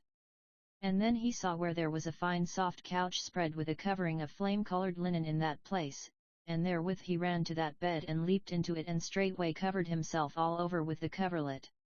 When the lady of Sir Bliant ran in that wise out of the pavilion as aforesaid, she beheld where her lord, Sir Bliant, lay stretched out upon the ground, and she beheld the dwarf bending over him, removing the helm from his head. And beholding that sight she shrieked more than ever and ran frantically to where that stricken knight lay. Therewith, beholding his face all white as milk and streaked with blood, she thought that he had certes been killed by that madman, whereupon she flung herself down upon his body, crying aloud in a most piercing voice, "My lord! My lord! Assuredly thou art dead." "Not so, lady," said the dwarf, "he is not dead, but a swoon." And even as the dwarf spoke, Sir Bliant sighed very deeply and opened his eyes. And he said, "Where is that madman who struck me anon? Never in all my life felt I such a buffet as that which he gave me." The dwarf said, "Lord, that madman ran but now into the pavilion and drove your lady out thence." "Go, sirrah," said Sir Bliant, "and see what he is at in the pavilion." So the dwarf went very fearfully to the door of the pavilion and peeped within, and he beheld where Sir Launcelot lay sleeping upon the couch.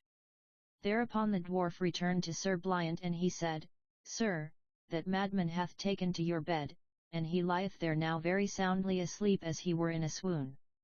And then the dwarf said, "Give me leave to take this sword and go thither and I will slay him where he lieth. For only so may we hope to save ourselves from the madness of his frenzy when he shall awake." But Sir Bliant pitied the madman and he said, "Let be and harm him not, for I misdoubt this madman is not what he seemeth to be." And he said, "Help me to arise, for my head swimmeth." So the lady and the dwarf helped Sir Bliant to his feet and in a little while he was able to stand and to walk. And anon Sir Bliant went into the pavilion, and he went to where Sir Launcelot lay and he stood and looked down upon him.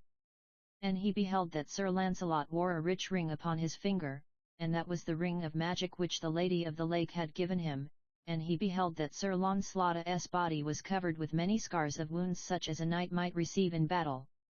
So seeing these things, Sir Bliant said, "This is no common madman, but some great champion who has fallen into misfortune, for I behold that he weareth a ring such as only a knight of great credit might wear, and I behold that he beareth many honourable scars of battle."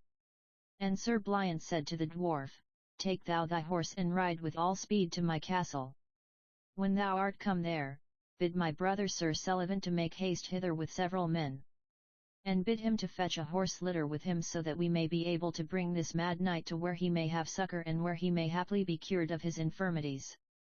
So the dwarf did as Sir Bliant commanded him, he took horse and rode with all speed to the castle of Sir Bliant, and there he gave Sir Bliant's word to Sir Sullivan.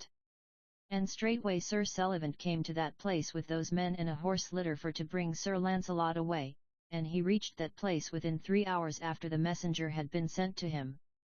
So Sir Sullivan and Sir Bliant and those men lifted Sir Launcelot as he lay in his bed, and they laid him on the litter and Sir Launcelot did not awake. And they took him away from that place and still he did not awake, for all that while he lay in a deep slumber that was like to a swoon. Thus they brought him to the castle of Sir Bliant without his ever arousing from that swoon-like sleep. After that they fetched the barber of the castle and the barber trimmed the hair and the beard of Sir Launcelot and they put fresh decent clothes upon him, and all that time Sir Launcelot did not awake but lay ever in that swoon-like sleep. Now when they of that castle beheld Sir Launcelot as he lay after he had been thus clothed and clipped, and when they beheld how noble and comely was his appearance, they said, "Certes, this is indeed some noble and haughty champion of high estate, though who he may be we know not." So they all took great pity for Sir Launcelot, but yet they feared his frenzy when he should awake.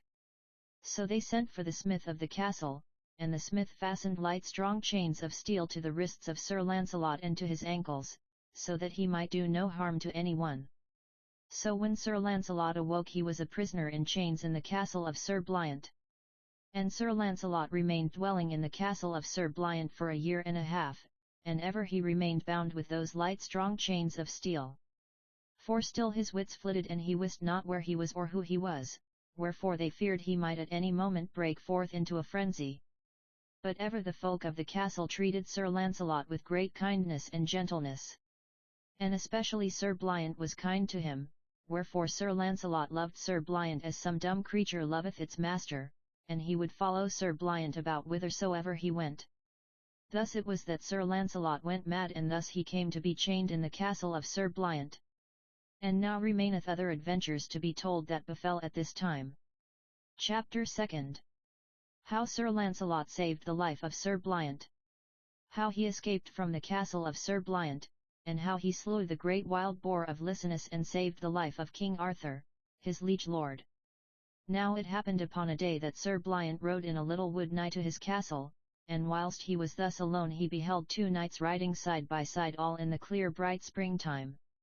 As these drew nigh to him, Sir Bliant was aware from the devices upon their shields that one of them was Sir Bruce Sans Pity and that the other was Sir Bertollet his brother, which same, you are to know, were Sir Bliant's bitter enemies.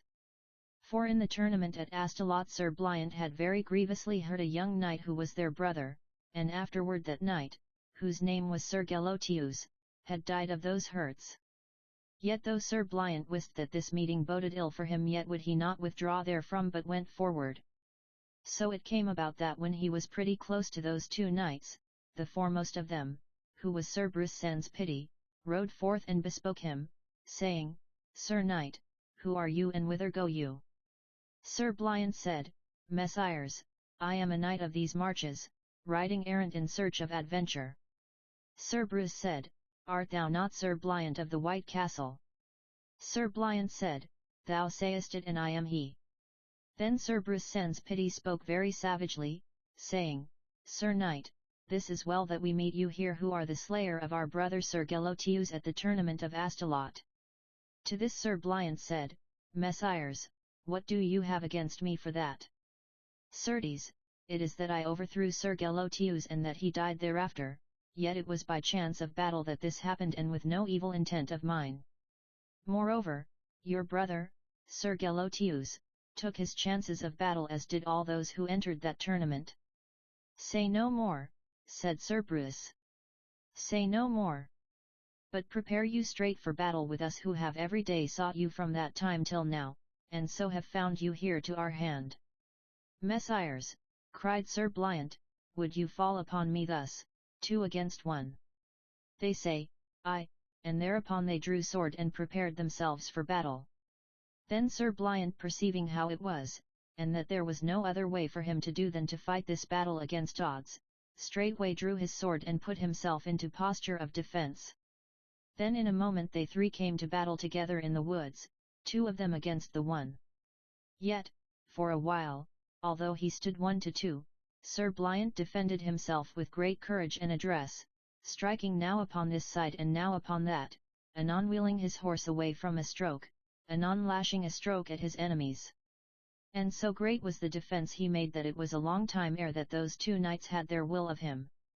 But one knight could not hope to fight thus a continued battle against 2 who were his equals, wherefore it befell that in a little while Sir Bliant was wounded here and there, and in another place, and then, in a little while longer it came about that, what with weariness and what from the loss of blood, he was aware that he must die in that battle alone in the woodlands unless he saved himself from his enemies. Therewith a great despair fell upon him, and with it he put his horse straight at Sir Bruce as though to strike him a buffet. Then as Sir Bruce drew aside to avoid that stroke, Sir Bliant drave his horse very fiercely against Sir Bruce's horse, so that Sir Bruce's horse well nigh fell to the ground with his rider upon his back. Therewith Sir Bliant thrust past his enemy and quickly fled away toward his castle with all the speed that he could drive his horse to make. Now at first those two knights were astonished at the sudden escape of their enemy.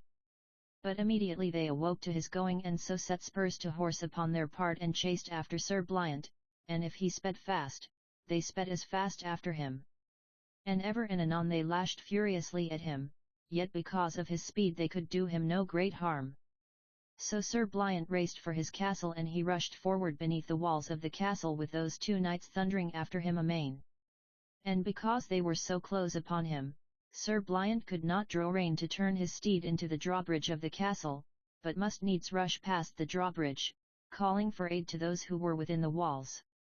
Now at that time Sir Launcelot lay, chained as was aforetold, in a certain window of the castle where the sun shone down strong and warm upon him, and Sir Launcelot slumbered there in the sunlight.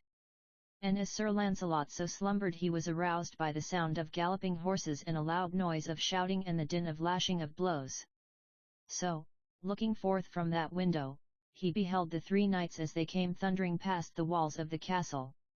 And Sir Launcelot beheld that the one knight who was pursued by the two knights was his master, Sir Bliant, and he beheld that Sir Bliant was much put to it to save his life, for he was all covered over with blood and, whilst anon he would wheel his horse and strike right and left, yet anon he would wheel again and flee for his life, and Sir Launcelot beheld that Sir Bliant reeled in his saddle under every blow that his enemies lashed at him. Meanwhile, in the castle was a great shouting and calling to arms, wherefore it came to Sir Launcelot to know that Sir Bliant was being slain.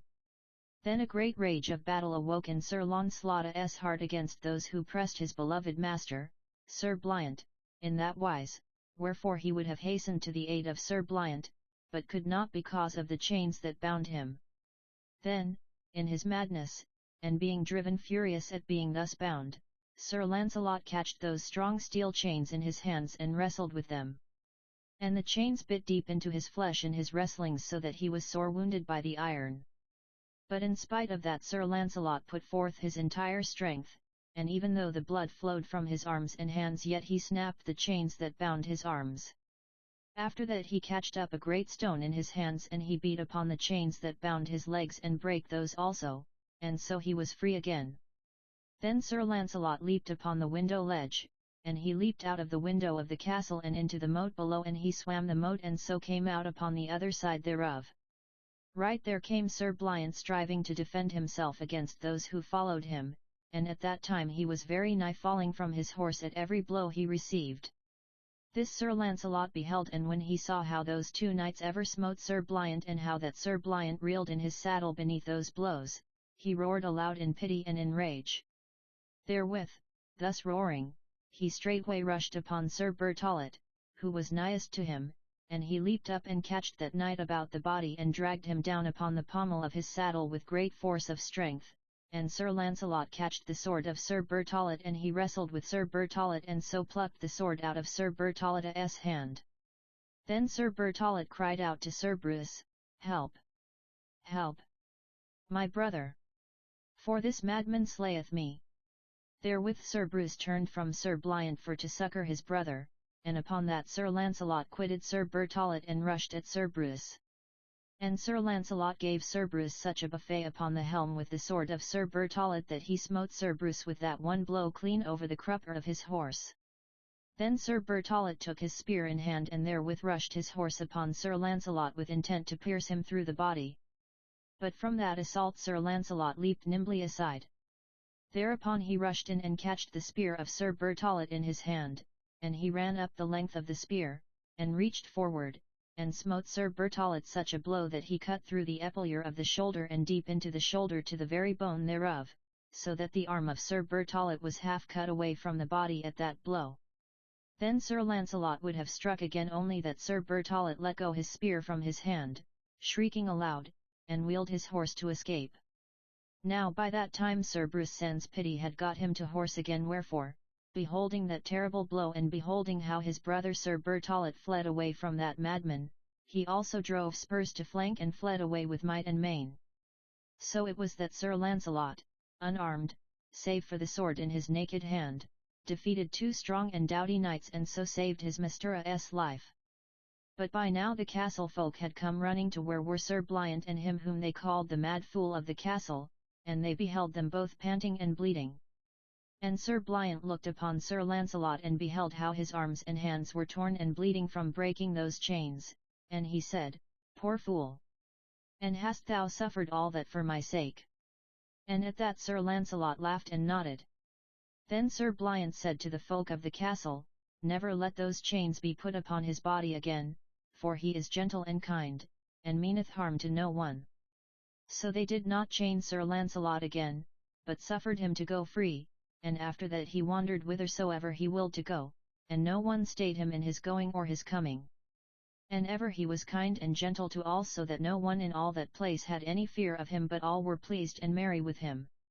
Yet ever there lay within the heart of Sir Launcelot some remembrance that told him that he was too worthy to content himself with being a mad fool in a lord's castle, wherefore it was always in his will to escape from the castle of Sir Bliant if he was able to do so. So now, being unchained, it happened one night when none observed him, that he dropped privily from the wall of the castle into the moat thereof, and swam the moat to the other side. And after he had thus escaped into the night he ran on without stopping until he had reached the forest, and there he roamed once more altogether wild as he had been aforetime. For the remnant of his knighthood said to him that it would be better for him to die alone there in the woodlands than to dwell in shame in a lord's castle. Now at that time there was a great wild boar in those parts that was the terror of all men, and this boar was called the Boar of Licinus, taking its name from that part of the forest which was called the Forest of Licinus. So word of this great wild boar, and news of its ravages came to the ears of King Arthur, whereupon the king ordained that a day should be set apart for a hunt in which the beast should be slain and the countryside set free from the ravages thereof. Thus it befell that upon a time Sir Launcelot, where he lived in his madness alone in the forest, was aware of the baying of hounds and the shouting of voices sounding ever nearer and nearer to where he was. Anon the baying of the hounds approached him very near indeed, and presently there came a great cracking and rending of the bushes and the small trees. Thereupon as he gazed, there burst out of the forest that great savage wild boar of Licinus. And lo! The jowl of that boar was all white with the foam that was churned by his tusks, and the huge tusks of the boar gleamed white in the midst of the foam. And the bristles of that great beast were like sharp wires of steel, and they too were all flecked with the foam that had fallen from the jowl of the beast. And the eyes of the wild boar gleamed like to two coals of fire, and it roared like to a devil as it fled, rending, through the forest. And ever the hounds pursued the boar, hanging upon its flanks but not daring to grapple with it in its flight, because of the terror that surrounded it. Then when Sir Launcelot beheld that sight the love of the chase flamed up within his heart, and thereupon he shouted aloud and fell to running beside the dogs after the boar, tearing his way through the briars and thorns and thickets, even as the boar and the hounds burst through them. And so Sir Launcelot and the dogs chased the boar for a great while, until at last the beast came to bay, with his back set against a great crag of stone, and there the dogs surrounded it, yelling and baying. And ever Sir Launcelot shouted them on to the assault, yet not one of the hounds dared to grapple with the wild beast because of the terror of its appearance. So as Sir Launcelot and the dogs joined in assault about the boar, there came the sound of a horseman riding with speed and winding his horn. Then in a moment there came King Arthur himself, bursting out of the forest alone, for he had outridden all his court and was the first of all upon the field. Then King Arthur, beholding the boar where he stood at bay, set his lance in rest with intent to charge the beast and to pierce him through the body. But the boar, all fierce and mad with the chase it had suffered, did not wait that charge of the king but himself charged the horseman. And at that charge King Arthur's horse was affrighted, with the terror of the beast, and flung suddenly aside so that the lance of King Arthur failed of its aim. Therewith the boar ran up under the point of the lance, and he catched the horse of the king with his tusks and ripped the horse so that both horse and rider fell to the ground, King Arthur beneath the wounded animal, so that he could not free his leg to rise from his fall. Then it would have been ill indeed with King Arthur but for that forest madman. For beholding the fall of the king, Sir Launcelot ran straightway to him. And he seized the sword of the king and plucked it forth from its sheath. Therewith he leaped at the boar and lashed at it a mighty buffet, and as he did so his foot slipped in the blood of the horse which there lay upon the ground, and he fell flat with the force of that blow which he purposed should destroy the boar. Thereupon the boar, finding himself thus attacked by another, turned upon that other, and ere Sir Launcelot could arise from his fall it was upon him. And the boar ripped Sir Launcelot with its tusks through the flesh of the thigh, even to the hip bone.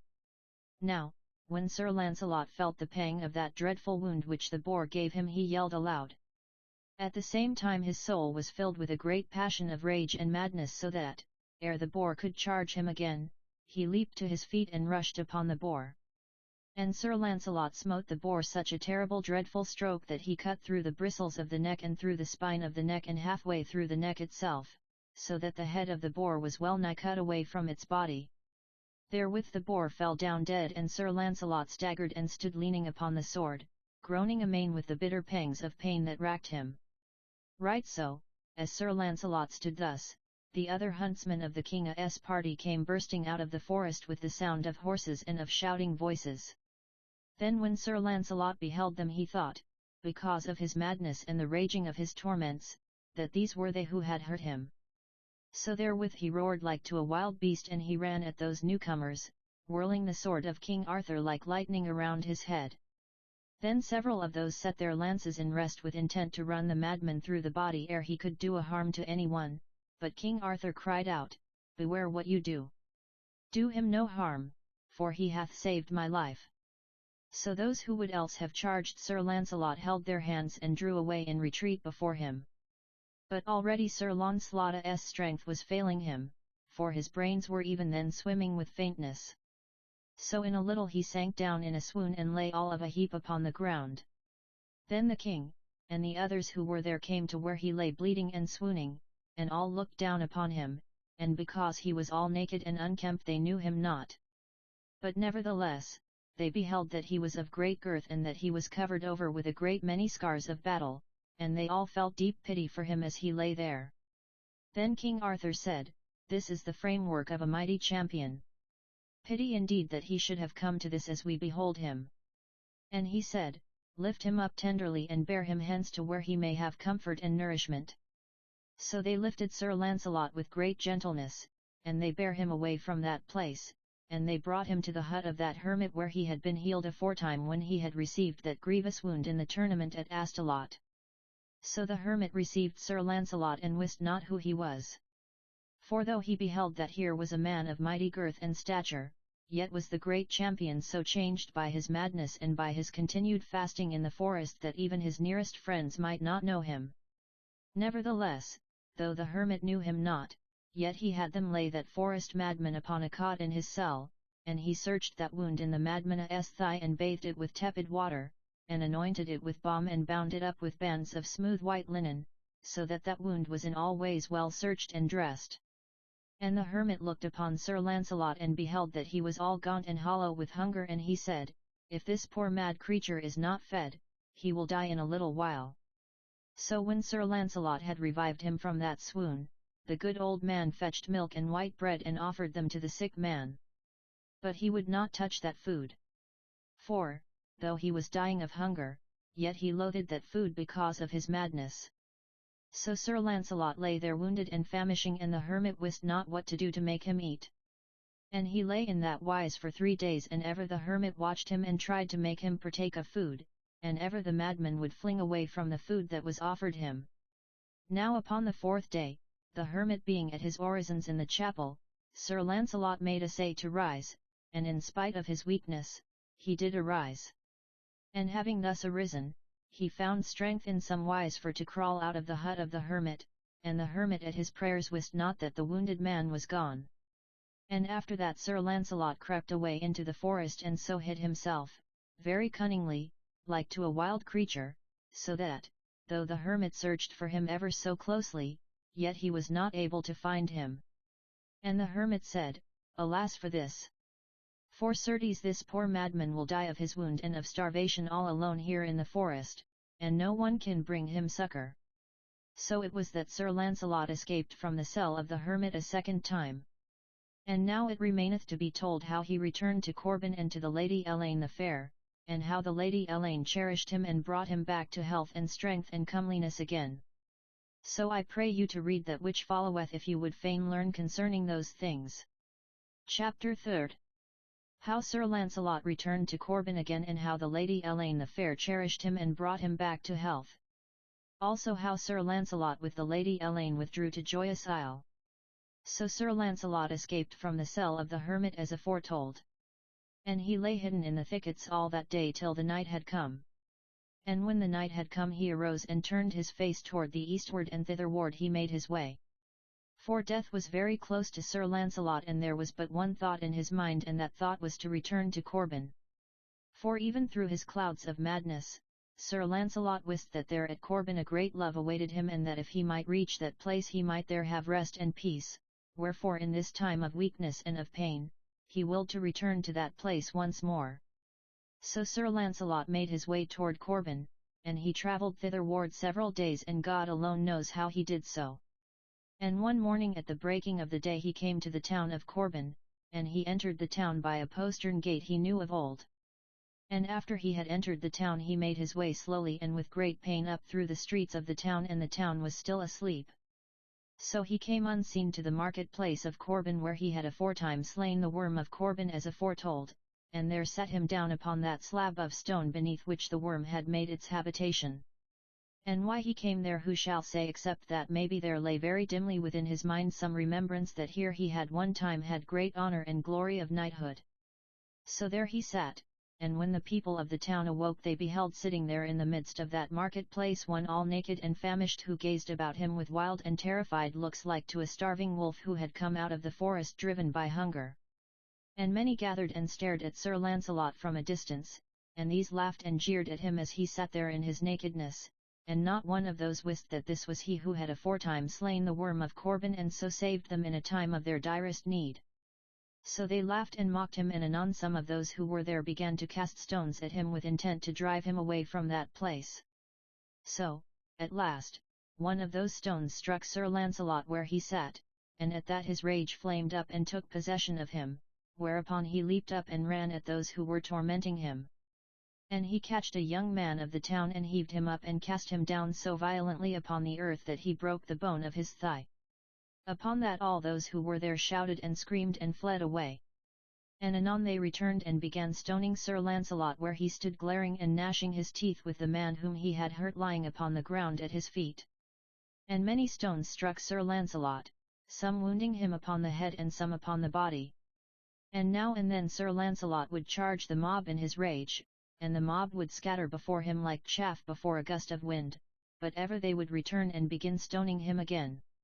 So stoning Sir Launcelot, and so Sir Launcelot charging the mob, the people drove him out of the market-place.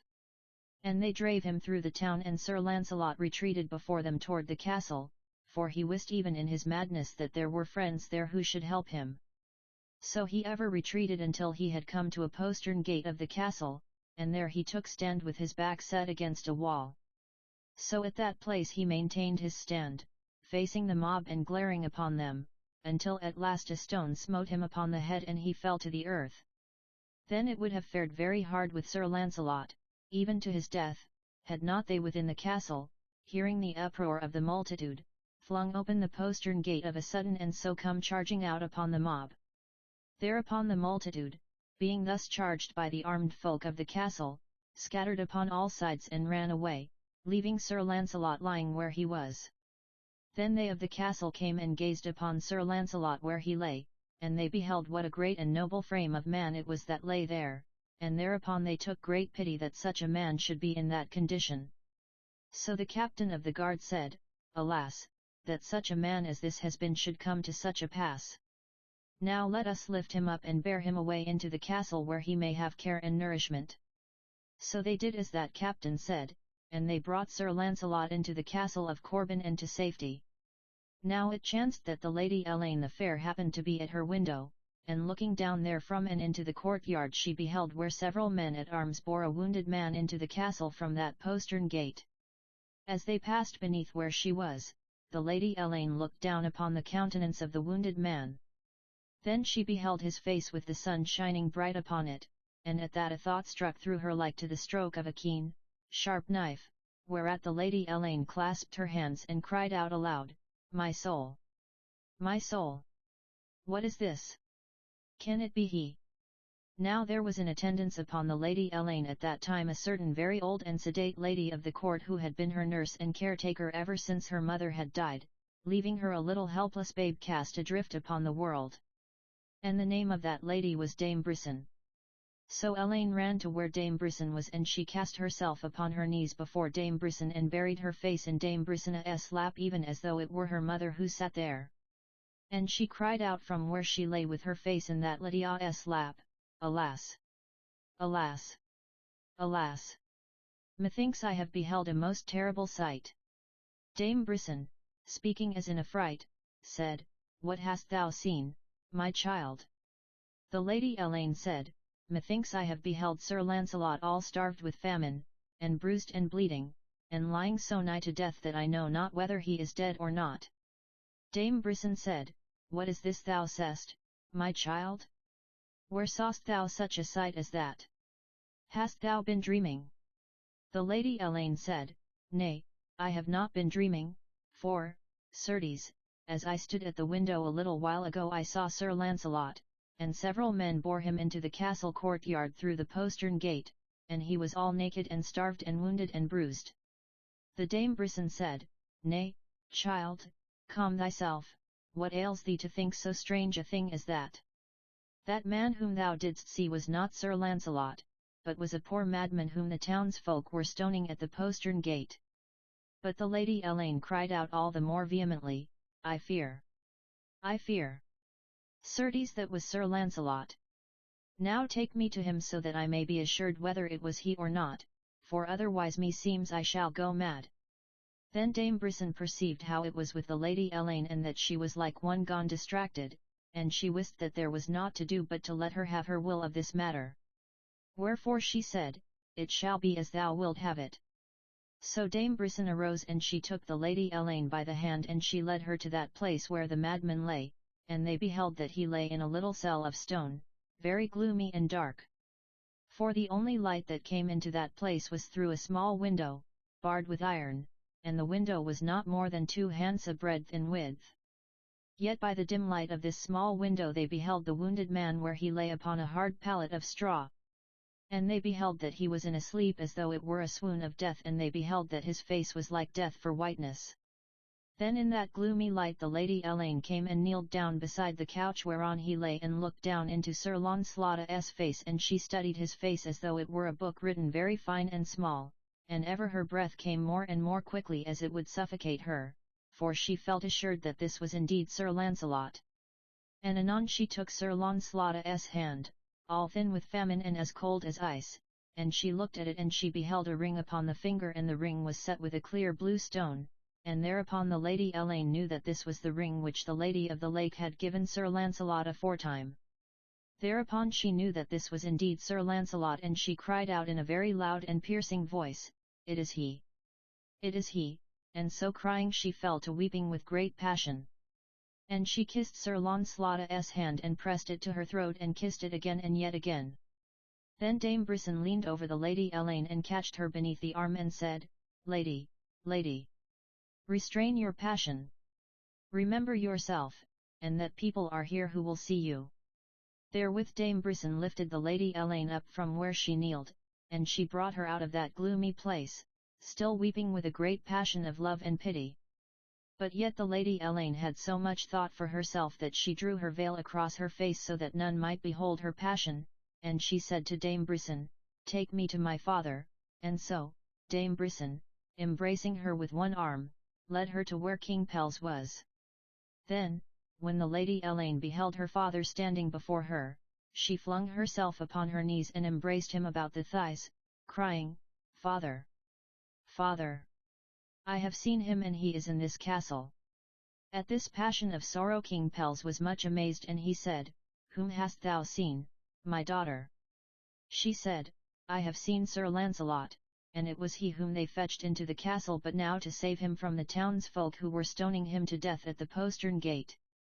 Then King Pelles was amazed beyond measure, and he said, Can such a thing be true? How knowest thou it was he? She said, I know him by many signs, for I knew him by my love for him, and I knew him by his face, and I knew him by the ring set with a blue stone which he weareth upon his finger. Then King Pelles lifted up the Lady Elaine where she kneeled at his feet, and he said, Daughter, stay thy weeping, and I will go and examine into this. So he did as he said, and he went to the cell, and he looked long upon Sir Launcelot as he lay there. And he looked at the ring which the wounded man wore upon his finger.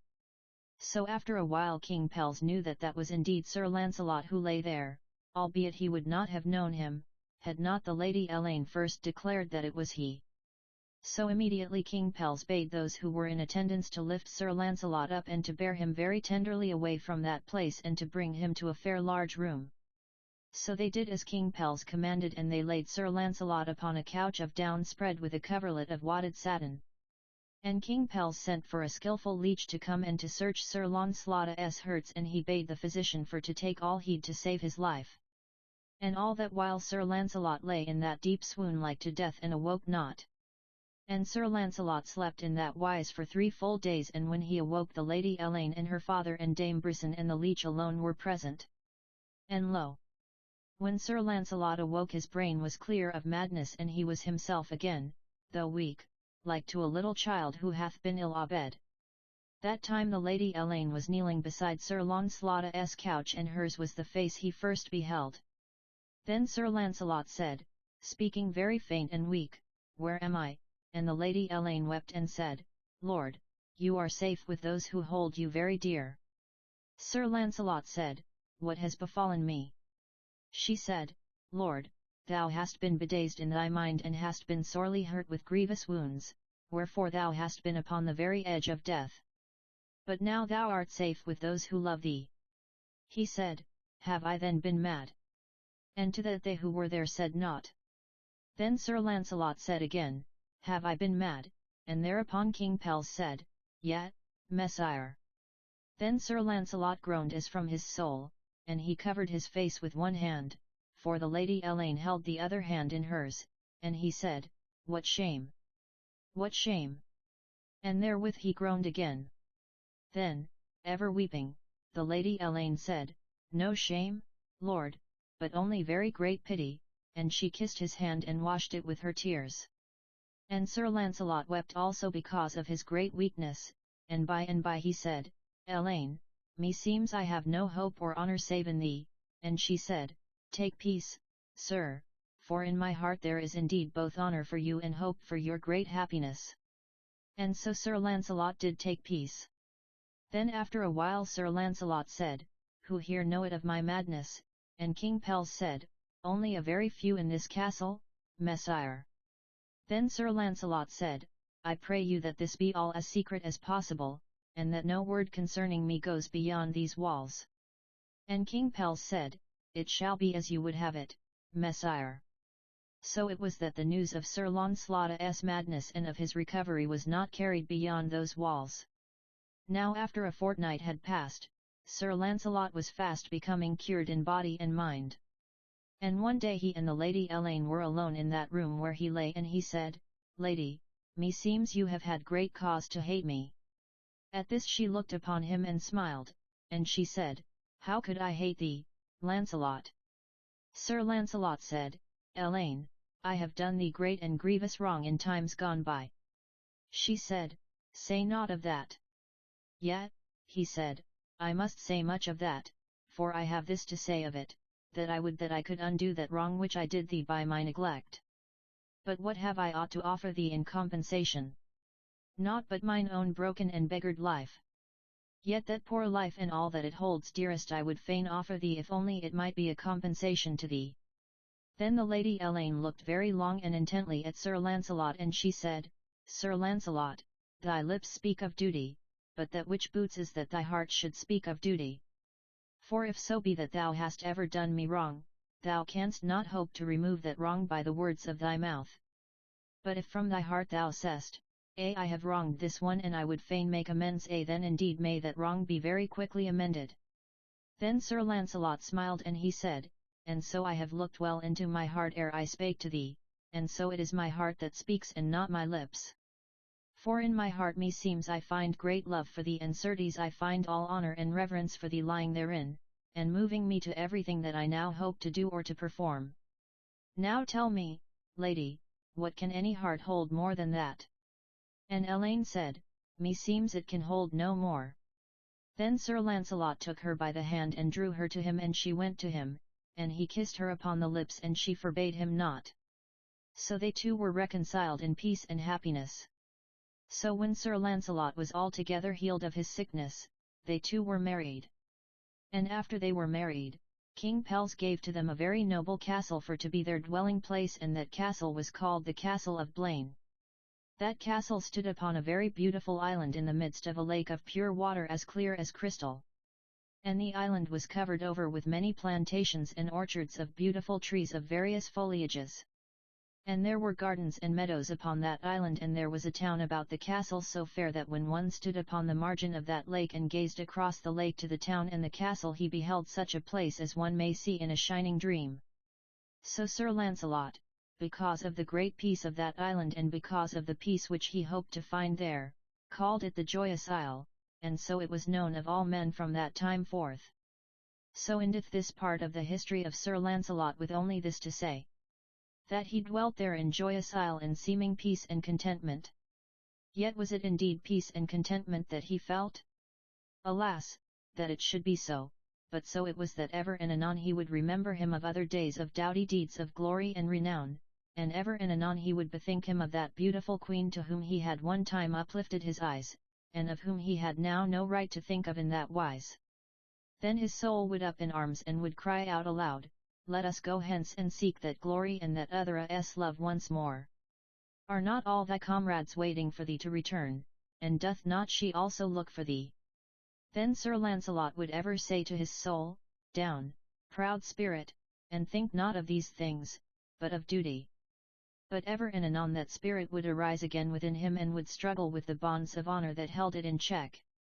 And ever Sir Launcelot would say, "That which remaineth for me is my duty and my peace of soul." For indeed it is so that the will of a man is but a poor weak defence against the thoughts that arise within a stubborn heart.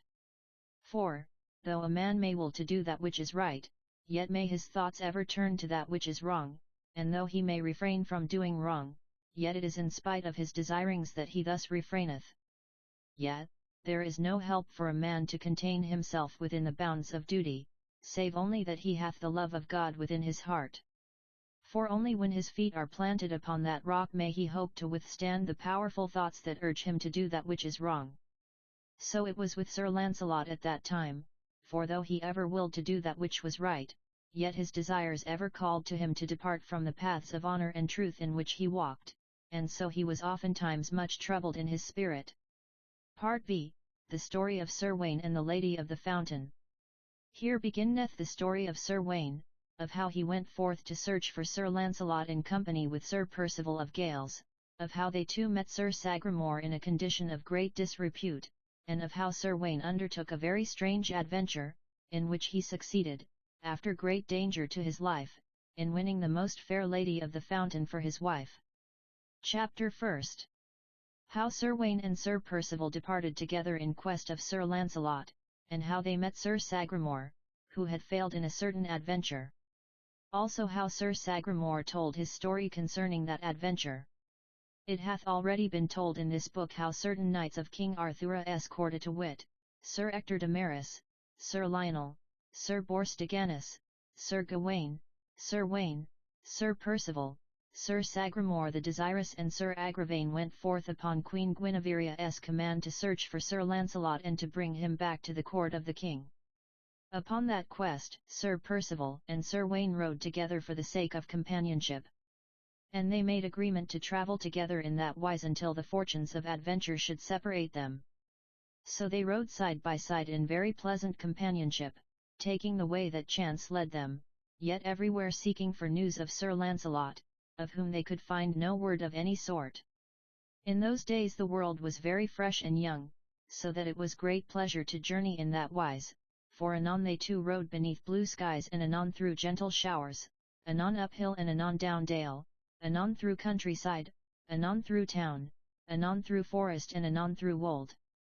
Yet, in those days, when the world was young, all things of life were so gay and joyous that it was little wonder that good knights like those twain took delight in being abroad in that wise, for so they might breathe more freely, out in the wider expanses of Goda's world, and so the spirit within them might expand to a greater joy of life than would be possible in court or in Lydia's bower.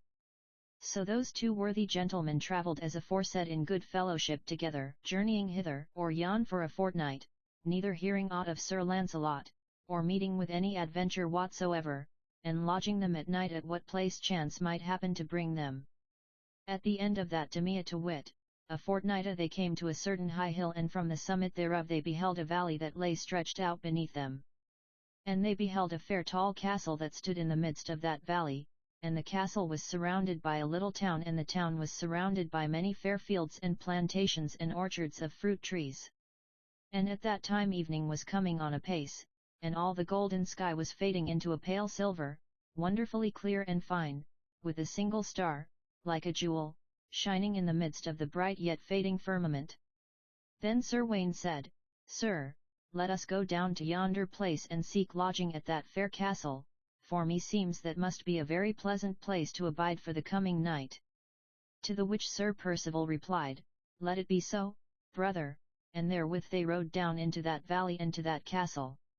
And when they had reached the castle, Sir Percival blew his bugle horn very loud and clear, and straightway there came several of the attendants of the castle who bade them welcome and led them within the gateway thereof. There, when they had arrived, came the major of the castle, and requested them that they would tell what was their name and their degree, and when the two knights had announced these there was great rejoicing that two such famous champions had come thitherward. So several ran and took their horses in charge, and others came and assisted them to dismount, and others again led them into the castle, and thence brought them each to a fair chamber, well bedight and with a very cheerful outlook. Then came other attendants and assisted each knight to disarm and to disrobe, and after that they brought each to a bath of tepid water. Thereafter, when they had bathed and dried themselves with fair linen towels, very soft and fragrant with lavender, these same attendants brought them rich robes of silk and garments of silk, and they dressed them and were at great ease and comfort. For thus it was that good knights of old were received in such castles and halls wheresoever they chose to abide in that adventurous wise.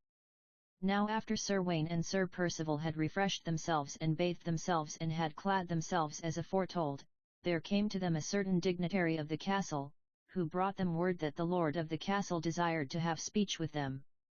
So they too went down with that attendant, and he brought them to the great hall of the castle where was the lord thereof, standing to give them welcome.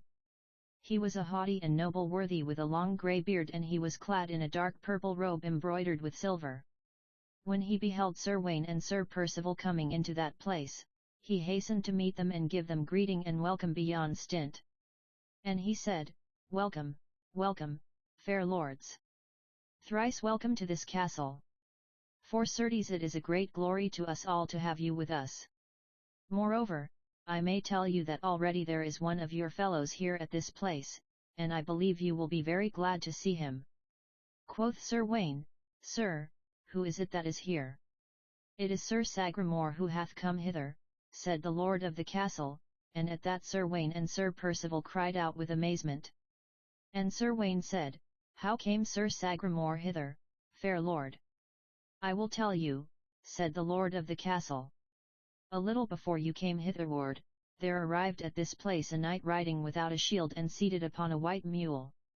This knight requested rest and refreshment for the night, and upon our asking him his name and degree, he at first refused to tell, for shame of his condition, yet afterward he declared that he was Sir Sagramore of King Arthur's court, and a knight of the Round Table. He also declared that he had met with a sad mischance and had lost his shield and his war horse, wherefore he was travelling in that wise as I have told you. Sir, quoth Sir Gawain, this is a very strange thing I hear, that Sir Sagramore should be travelling in that unknightly wise. Wit you that as Sir Sagramore is a knight of the Round Table, this matter concerns both Sir Percival and myself very closely. Now I pray you for to let me have speech with him, so that I may know why it is that he hath travelled in that wise and without his knightly shield. It shall be as you command, Messire, said the lord of the castle, and so I will straightway send a messenger to Sir Sagramore with word that you would have speech with him. So the lord of the castle sent the messenger as he said, and anon there came Sir Sagramore to where they were.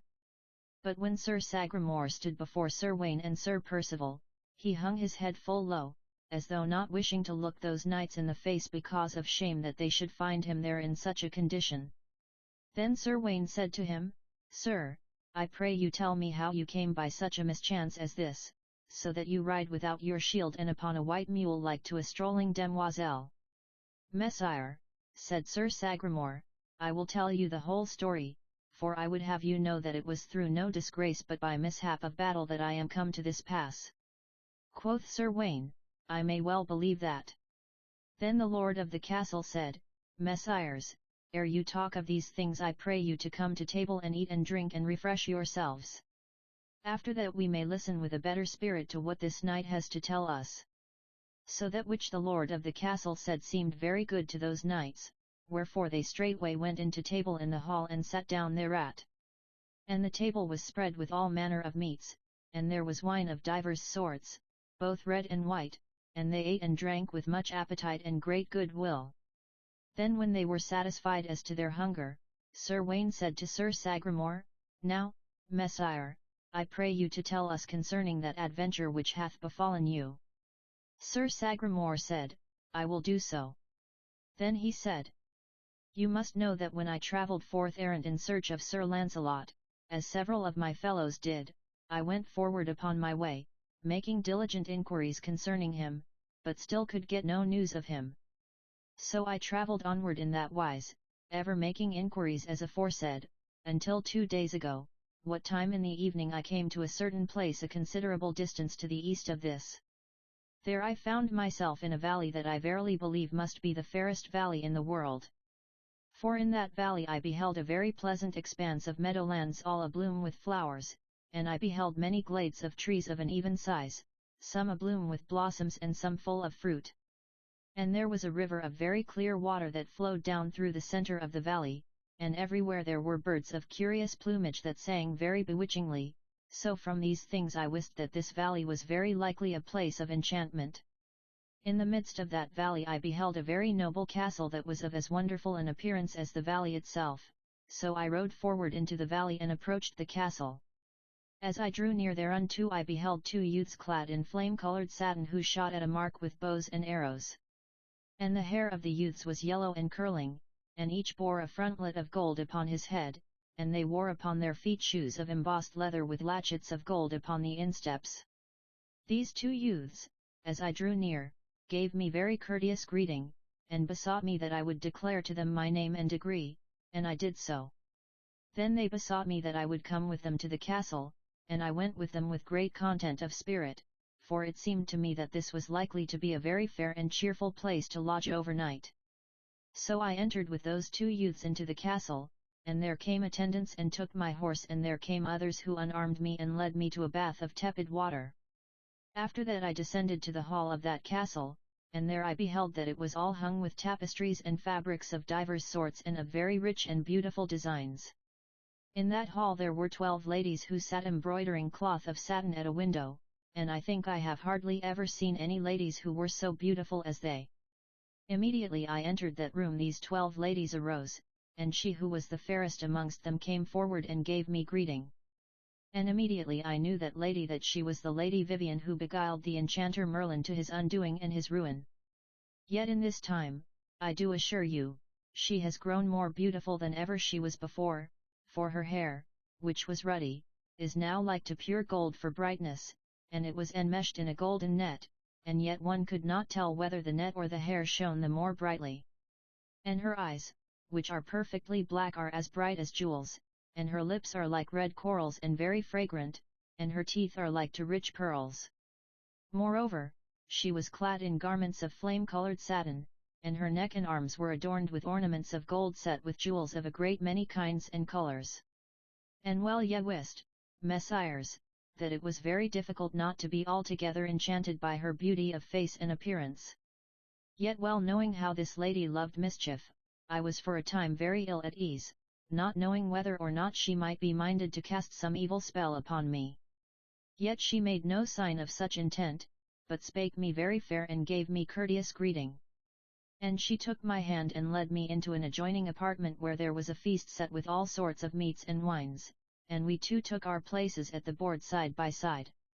And as we feasted so together, there came some who sang and others who made sweet music, and I felt such great pleasure as I have hardly ever felt in all of my life before. Meanwhile, as we sat at the table, the Lady Vivian conversed with me upon such matters as she deemed would be of entertainment to me. And she inquired of many lords and ladies at the court of the king and spake well of them all. Then after a considerable while she inquired of me whether it would be pleasant to me to tell her upon what errand I was bound, and so I told her I was errant in search of Sir Launcelot. "Ah, quoth she, if thou wert in search of adventure, I could bring you to one that would be well worth undertaking. I said to her, "A lady, though I am errant upon a certain business, yet I am very ready to stay my affairs for a while if so be I may meet with an adventure that may bring me any credit. At that the Lady Vivian laughed, and she said, Sir Sagramore, I know not what credit you may obtain in this adventure, but I will tell you what you are to do to enter into it. Tomorrow I will ordain that one of the youths who brought you hither shall conduct you to a certain path that leads through the forest that lies beyond this valley.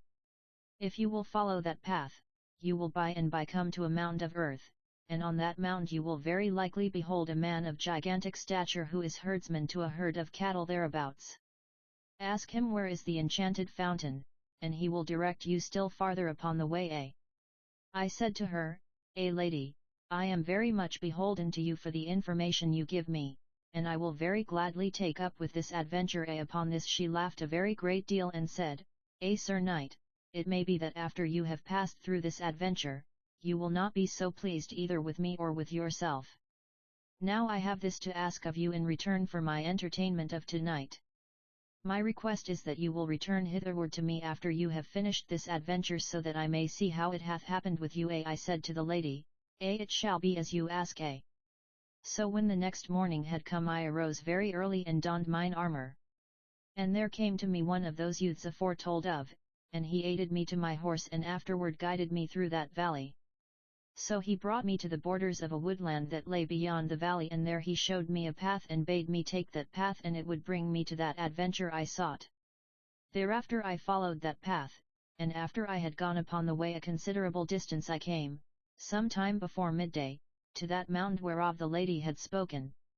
On the top of the mound there sat a man of gigantic size and so hideously ugly that I never beheld his like in all of my life before that time.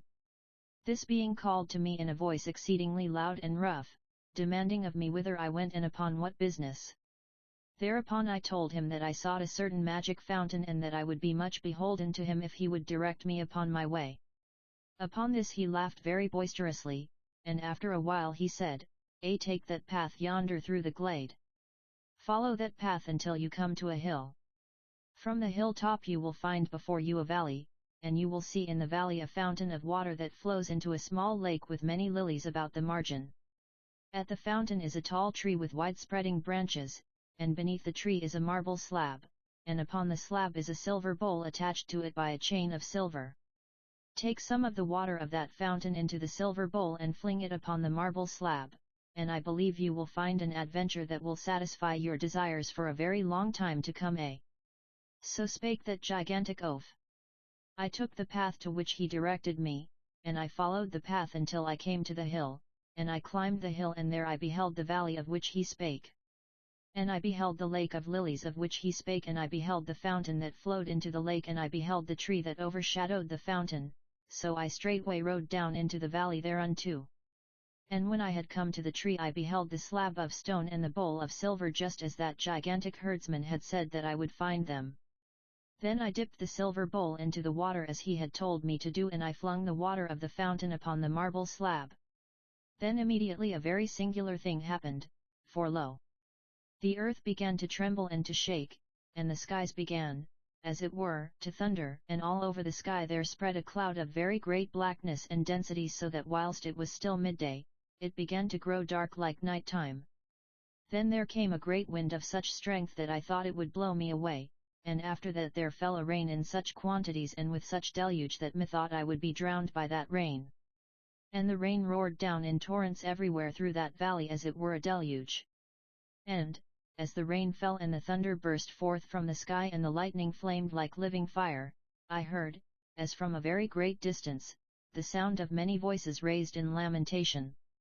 Then, by and by, the storm passed and the clouds disappeared and the sun came forth with extraordinary brightness. Then lo! There happened another singular thing, for presently there came a great multitude of birds flying through the air, and they lodged in that tree above the fountain, and they sang with such exquisite melody that methought that my heart would break with the joy of their singing. Now whilst I sat there listening to those birds, I beheld where, a great way off, there came a horseman riding with extraordinary rapidity across the plain, and as he drew nigh I beheld that he was a knight seated upon a black horse and clad all in black armour. This knight came riding very violently toward where I was, and he called out in a very fierce loud voice, Sir Knight, wherefore did you meddle with my fountain? Know that you have brought a great deluge upon this land, and for that I am come hither to punish you. Now defend yourself from my anger, for it is very great. Therewith he made ready to assail me, and I upon my part immediately put myself into a posture of defence, and dressed my shield and my spear, and took post upon the meadow close to the fountain. After that I ran a tilt against that knight and he ran against me, and he cast me out of my saddle with such violence that methinks I have never before felt a buffet like to that which I then received. Having thus cast me down, he paid no more heed to me than if I had been a billet of wood, but he took from me my shield and he laid it upon the saddle of my horse and he took my horse by the rein and rode away from that place, leaving me still lying upon the ground. And in departing he said not one single word to me. And indeed I do think, messires, that I was never so abashed in all my life before. Then I remembered how that I had pledged myself to return to the Lady Vivian, and at that I was more ashamed than ever. So, in obedience to that promise, I had to make my way back whence I came on foot. When I passed by where was that mound, the gigantic creature who sat thereon made great mock of me. And when I reached the castle, the Lady Vivian looked at me out of a window and laughed at me beyond measure. And when I requested admission to the castle, she denied me entrance thereunto, and when I besought her for to lend me a horse to ride upon my way, she gave me instead a white mule for to bear me thence. So I returned hitherward upon a white mule without any shield, and thus I have confessed everything to you to the last word. Such was the story of Sir Sagramore, and thereunto all those who were there listened with great attention and with much amazement. Then Sir Gawain spake, saying, That was a very great shame that was put upon you, messire, and I take it so greatly to heart that had I suffered it in my own person methinks I could not feel much greater shame than I do. For that which hath befallen you is, as it were, a despite put upon all of us who are knights of the Round Table. Wherefore, being a fellow of that company, your despite is my despite also. As for that mischievous Lady Vivian, methinks that she is at the bottom of all this coil, and I am much misled if this hath not all been devised by her to bring shame upon you who are a knight of King Arthur's court and of the Round Table. Quoth Sir Percival, That may very well be so, messire. Then Sir Gawain said, Well, messires, as for me, I am of no mind to sit down quietly under this affront. Sir, said Sir Sagramore, what would you do? I would do this, said Sir Gawain. I would go upon that same quest in which you have failed, and if I succeed therein, then will the shame of your mischance be wiped away from us all. Thus spake Sir Gawain with great feeling, for you are to know that those noble knights of the Round Table were so closely knit into brotherly fellowship that whatsoever ill thing befell to the injury of one was in that same measure an injury to all, and that whatsoever quarrel was taken up by one of that company, was a quarrel appertaining to all. Wherefore it was the injury that had been done to Sir Sagramore was also an injury done to Sir Gawain, and so it was that Sir Gawain felt himself called upon to undertake that adventure in which Sir Sagramore had failed as aforesaid. Then Sir Gawain said, Now I prithee tell me where that path is that may bring me to this adventure and tomorrow I will part from you and will myself enter upon it. Meantime, do you both resume your quest of Sir Launcelot, and if I should not prosper in this undertaking, I will return hither and leave report of my happenings. Wherefore at this place you may, at any time, easily hear what hath befallen me if you will come hither. So Sir Sagramore gave Sir Gawain such directions for that adventure as were necessary, and after that they all went to bed to rest them after their travails of the day. And when the next morning had come and while the dew still lay upon the grass, shining like to a thin veil of fine, bright silver spread over the level meadow lands, Sir Gawain arose all in the freshness of the early daytime and busked him whilst the rest of the castle still lay fast asleep. And he donned his armour and went down and aroused the sleeping groom and gave command that his horse should be brought to him, and after the groom had apparelled his horse he mounted and rode forth upon that way which Sir Sagramore had advised him would lead him toward the castle of the Lady Vivian. And now if you would know how Sir Gawain prospered in that undertaking which he had assumed, I pray you to read further in this history and you shall hear how it befell with him. Chapter 2. How Sir Gawain undertook that adventure in which Sir Sagramore had failed, and how it sped with him thereafter. Thus it was that Sir Gawain departed upon that adventure whilst Sir Percival and Sir Sagramore were still asleep, and no one wist of his going saving only the groom. After he wended his way from that place until he had come to the woodlands, and he entered the woodlands and travelled therein for a long while, breaking his fast with the charcoal burners whom he found there at a curious place. About the middle of the morning he came to a high hill, and when he had climbed this hill he beheld before him a very strangely beautiful valley, and he beheld that in the midst of the valley there stood a wonderful castle, and he wist that this must be the castle of the Lady Vivian of which Sir Sagramore had aforetold of. And Sir Gawain was astonished at the wonderful appearance of that castle and the valley in which it stood. For this castle was bright and shining as though of polished stone, and the roofs thereof were of bright red tile variegated with dark green tiles and black tiles, laid in sundry figures and patterns very strange to behold. And the valley in which the castle stood was spread out with fair lawns and gardens and meadowlands and plantations of comely trees.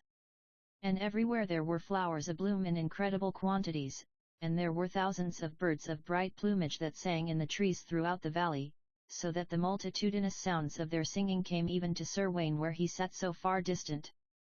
And ever those birds flitted like bright sparks of colour hither and thither through the foliage of the trees, and Sir Gawain had never beheld their like before in all of his life.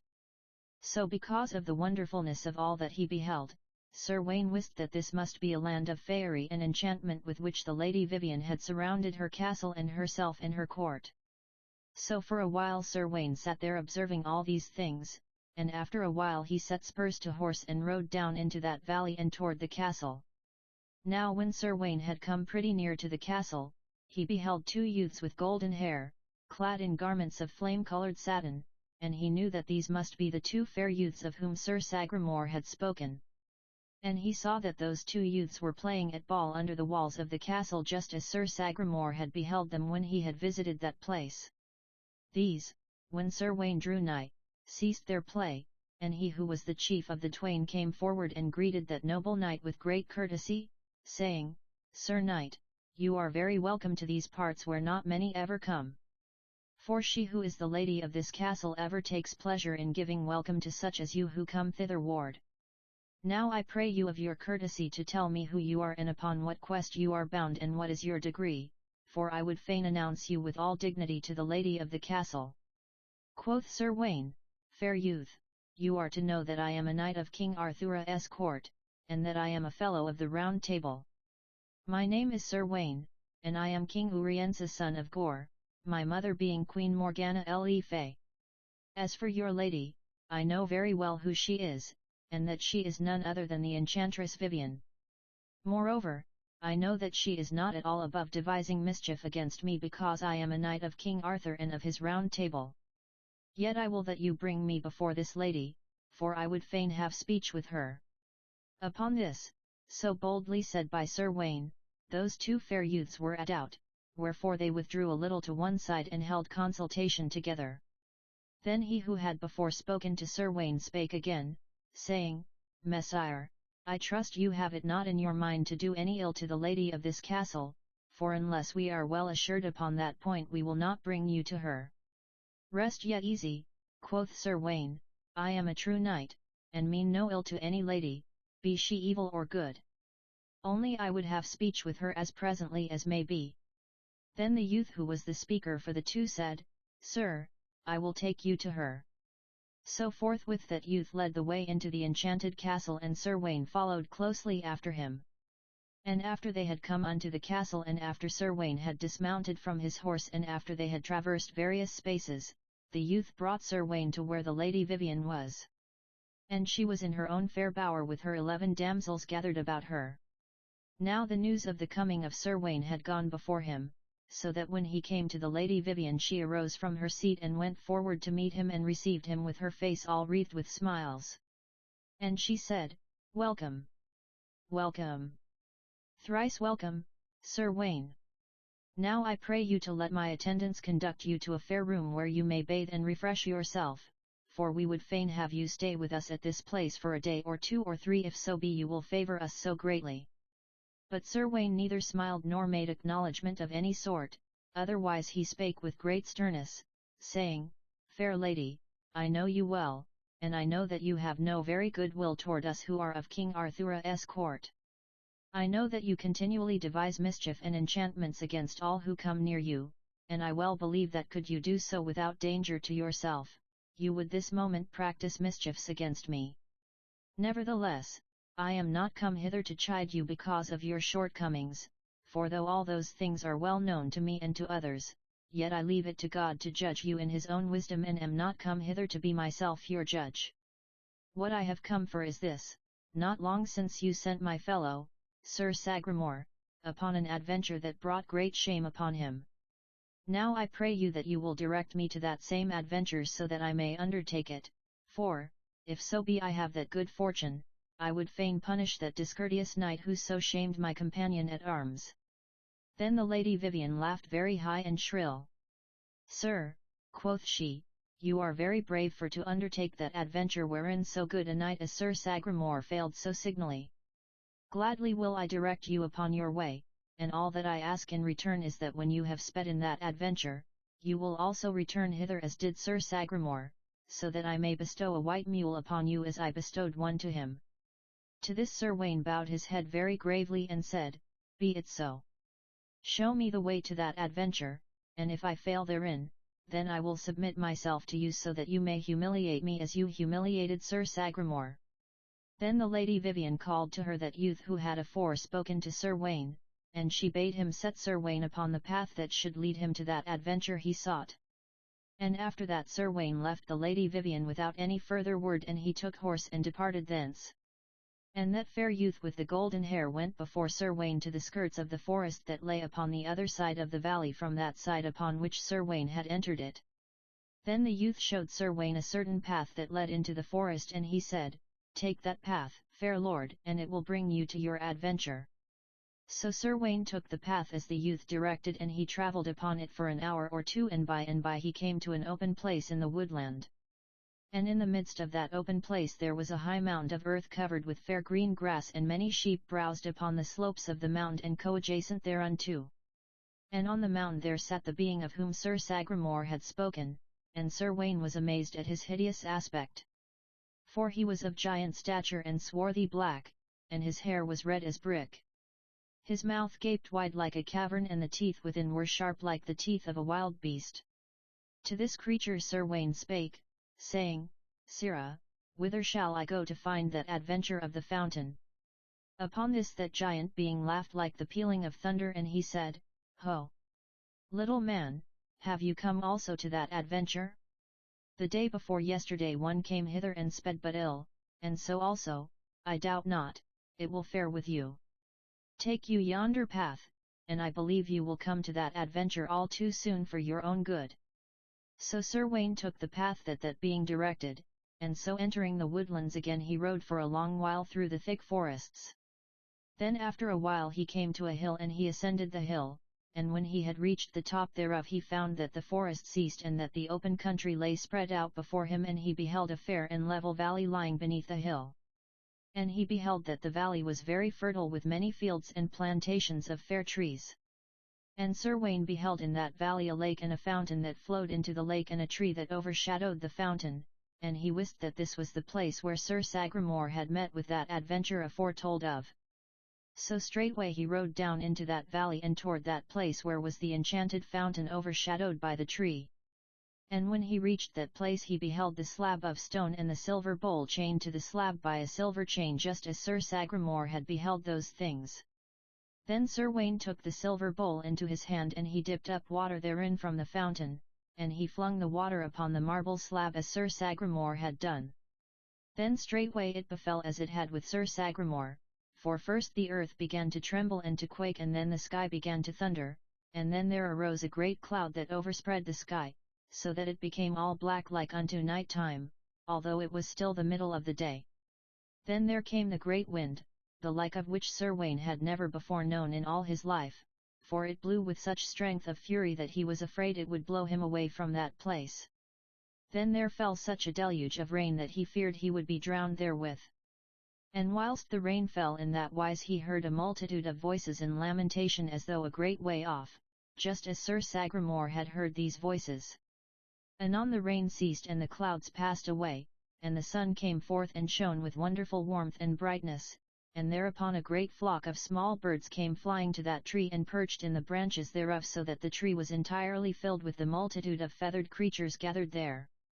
And that multitude of birds began to sing in such a wise, that when Sir Gawain listened to that singing he wist not whether he were in paradise or upon earth, so sweet and piercing was the melody of their singing. And all these things befell with Sir Gawain as they had befallen aforetime with Sir Sagramore. Now, whilst Sir Gawain stood listening in that wise, all bewitched by the singing of those birds, he was aware of one who came riding very rapidly toward him across the plain. And as that rider drew nigh unto Sir Gawain, he beheld that he was a knight clad all in black armour and seated upon a great charger which was entirely black and which was hung with trappings as black as any raven. And the knight bore a shield which was altogether black and without any device whatsoever. And he was of a very terrible appearance, being huge of form and violent and fierce in his advance.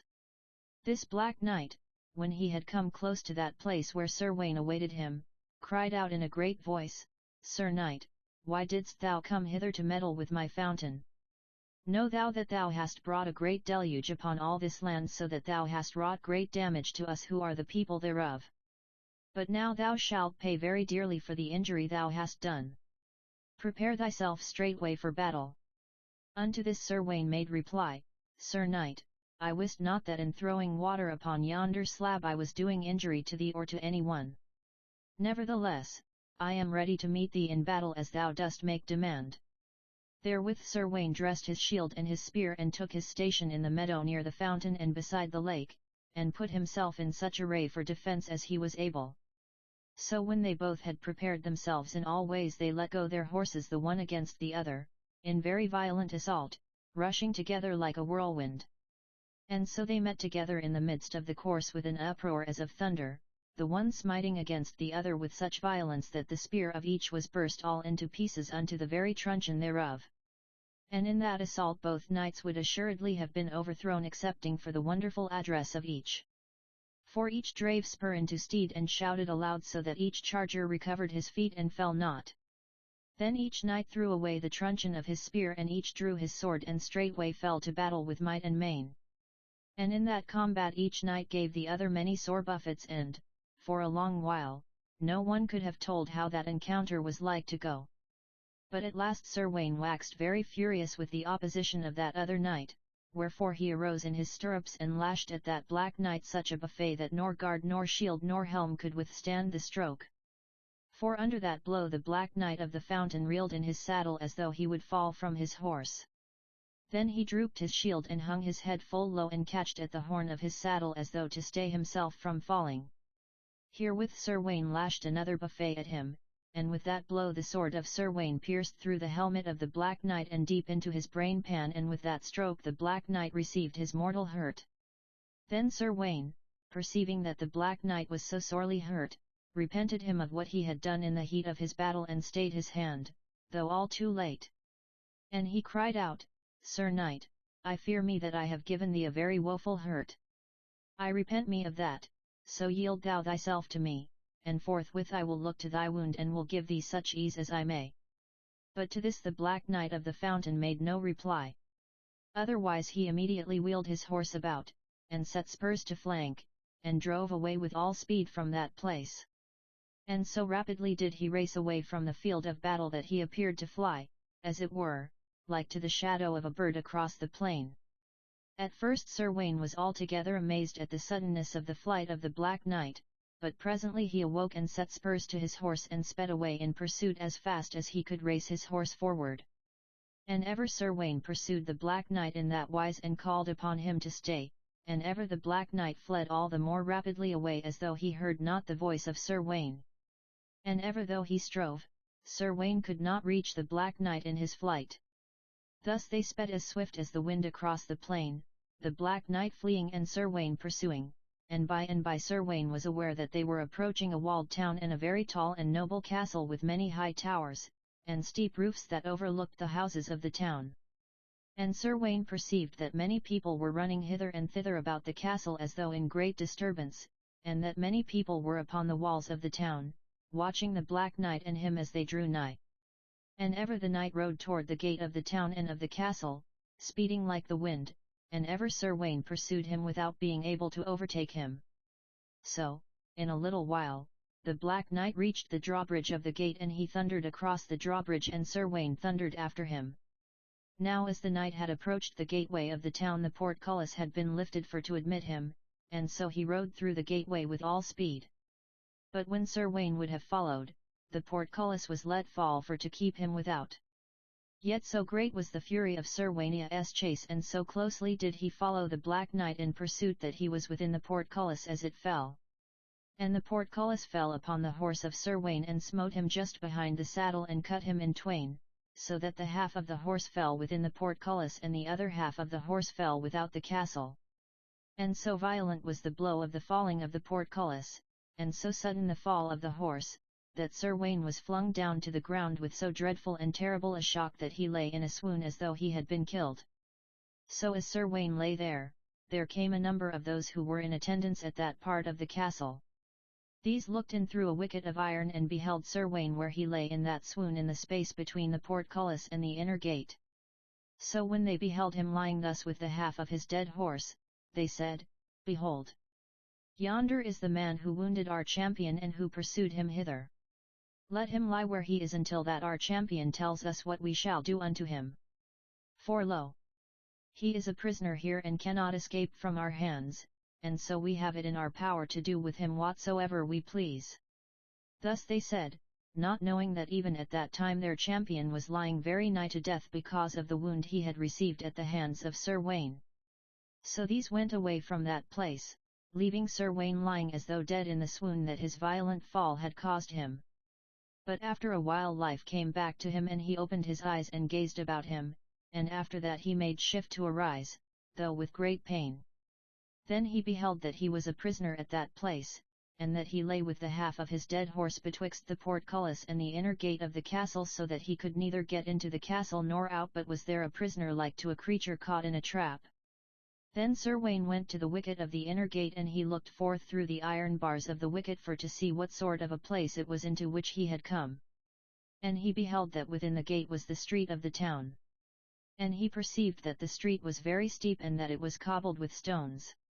And he beheld that the houses of the town that stood upon either side of the street were built either of brick or else of stone, and that they were fair and tall with overhanging gables and with shining windows of glass and roofs of bright red tiles. And he beheld that there were many booths and stores with fair fabrics and merchandise displayed for sale. And he saw that there were many people in the street but that all they were moving in one direction as though in great agitation. And as he stood, so gazing, he was aware of a great sound of lamentation that arose from all parts of the town, wherefore he thought that maybe the knight whom he had chased thither must now be lying nigh to death. At that he was much grieved, for not only was that a very noble and valorous knight, but his death would certes put Sir Gawain himself into great jeopardy as soon as the people of the castle should come to deal with him in that place where he was now a prisoner.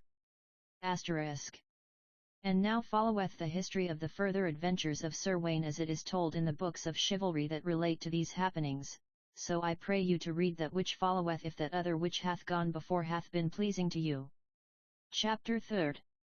How a damsel, hight Elos, who was in service with the Lady Lisoli of the Fountain, brought succour to Sir Gawain in his captivity. So Sir Gawain stood gazing out of the wicket of the gate as aforetold, and he wist not what to do to save his life, for he knew he could do naught but wait there until those who had to deal with him might come to slay him. Now, as he stood thuswise in great trouble of spirit, he was aware of a damsel who came thitherward. And as that damsel approached, Sir Gawain perceived that she was very comely of appearance, and that she had yellow curling hair, and it seemed to Sir Gawain that he had hardly ever beheld a damsel more fair than she who approached his place of captivity. This damsel came close to the wicket where Sir Gawain stood, and she gazed upon his face, and her own face was pitiful and kind, and neither angry nor scornful. Then Sir Gawain, beholding that her face was kind, said to her, Damsel, why do you come to gaze thus upon a poor captive who is waiting for his death? To this the damsel made reply, Alas, Sir Knight, I come hither because I take great pity that a noble champion such as you appear to be should be in so sad a case as this. For certes the people of this castle will come to slay you in a very little while. Damsel, said Sir Gawain, thy pity is a great comfort to me, but it would be a still greater comfort if thou couldst help me to escape from this place. To this the damsel made no reply. But presently she said, Tell me, Sir Knight, why did you do so grievous a hurt to our knight champion who was the defender of this land against those who would meddle with the fountain to bring a deluge upon our land? Wit you that because of the woeful buffets you gave him he lieth so near to death that he is like to die in a few hours? Damsel, said Sir Gawain, to tell you the very truth, I meant not to bring an injury upon this land, neither did I mean to visit so grievous a hurt as I did upon that good worthy knight your champion. But first I entered upon this adventure because a fellow of mine failed in it and because I deemed that it behooved me to redeem with mine own hand the honour he had lost to your champion. As for the hurts which he suffered at my hand, awit you that when a knight fights in battle with another knight, as I fought of late with your champion, that one knoweth not how hard he smites until the mischief is done. So it was with me, and when I smote in the heat and the passion of battle. Then, when I perceived that I had hurt him so sorely, I pursued your knight with intent to help him whom I had so sadly hurt. But ever your knight champion fled away from me, so that at last I pursued him in anger, wherefore I rushed into this place without thinking, and so am caught here a helpless prisoner. Then the damsel said, Sir Knight, I pray you tell me what is your name and your degree. To the which Sir Gawain made reply, My name is Sir Gawain and I am King Urience's son of Gore, and my mother is Queen Morgana, surnamed Fay. Now when the damsel heard this announcement of the name and the degree of Sir Gawain, she made great admiration, crying out, Is it then possible that so famous a knight as thou art, and one so renowned in all the world both of chivalry and of common history, shouldst be caught a prisoner in this wise? And she regarded Sir Gawain through the aperture of the gate with very great wonder, and by she regarded him with still greater pity. Then after a little, she said, Sir Knight Gawain, I take great sorrow that so worthy a knight as thou art shouldst suffer harm. Now I am of a great mind for to help thee if thou wilt do my bidding in all things that I shall ordain for thee to do. For if I release thee from thy captivity, there are several things I would have thee do upon my commandment. Lady, said Sir Gawain, I believe that you mean me well, and I believe that you would not lay any command upon me that would be contrary to my knightly honour or my integrity as a right knight of royal blood to fulfill. And the damsel said, Take no thought that I intend ill faith against thee, Sir Gawain, for instead I am of a mind to be thy friend in this affair if so be thou wilt put thy trust in me. Then Sir Gawain said, Lady, I yield myself to your will, and if you will set me free from this captivity I will do whatsoever you ordain for me to perform. But tell me, how mean ye for to bring me forth from this peril unless you may get the keys of this gate from the porter thereof? Sir, said the damsel, I cannot get those keys, but I have another way than that to set you free. For wit you that though locks and bars be strong, yet the power of enchantment is still stronger than they. With this the damsel drew from her bosom a locket that hung there by a chain of gold, and she opened the locket and she brought forth therefrom a ring set with a clear red stone like to a pure ruby, bright as shining and very brilliant. And she said, See you this ring? And Sir Gawain said, Yet. Well, Messire, said she, this is a very wonderful ring, for it hath had many potent spells set upon it by the magician Merlin, who gave it in days gone by to my father, King Magnus of Leograns. So my father gave it to me, and it is the most precious thing of all my possessions. For the property of this ring is of such a sort that if you turn the stone inward upon your hand so as to hide it within your palm, then you shall become invisible, and if you turn the stone out upon your hand again, then you shall become visible as you were before. Take this ring, Sir Gawain, and when you have made yourself invisible by means of it, then you shall escape from your enemies. After you have so escaped, come you to the garden of this castle and I will be there. Do you come and lay your hand upon my shoulder, and then I will know you are there. After that I will then conduct you to a certain apartment where you shall be privily lodged until this present danger hath passed. Therewith speaking, the damsel gave the ring to Sir Gawain and he took it, giving her thanks beyond measure for her kindness to him. And immediately he set the ring upon his finger and turned the stone inward so as to hide it in his palm. Then lo! As soon as he had done that he became immediately invisible to the eyes. Then the damsel Elos fled away from that place, lest those who would come to slay Sir Gawain should find her there talking to him. So, shortly after she had gone, there came a great party of armed men with intent to slay Sir Gawain, and some of these were armed and all bore swords and guise arms. These came to the gate and flung it open, and rushed into the space between it and the portcullis with a great tumult, for they expected to find Sir Gawain there and to slay him. But lo!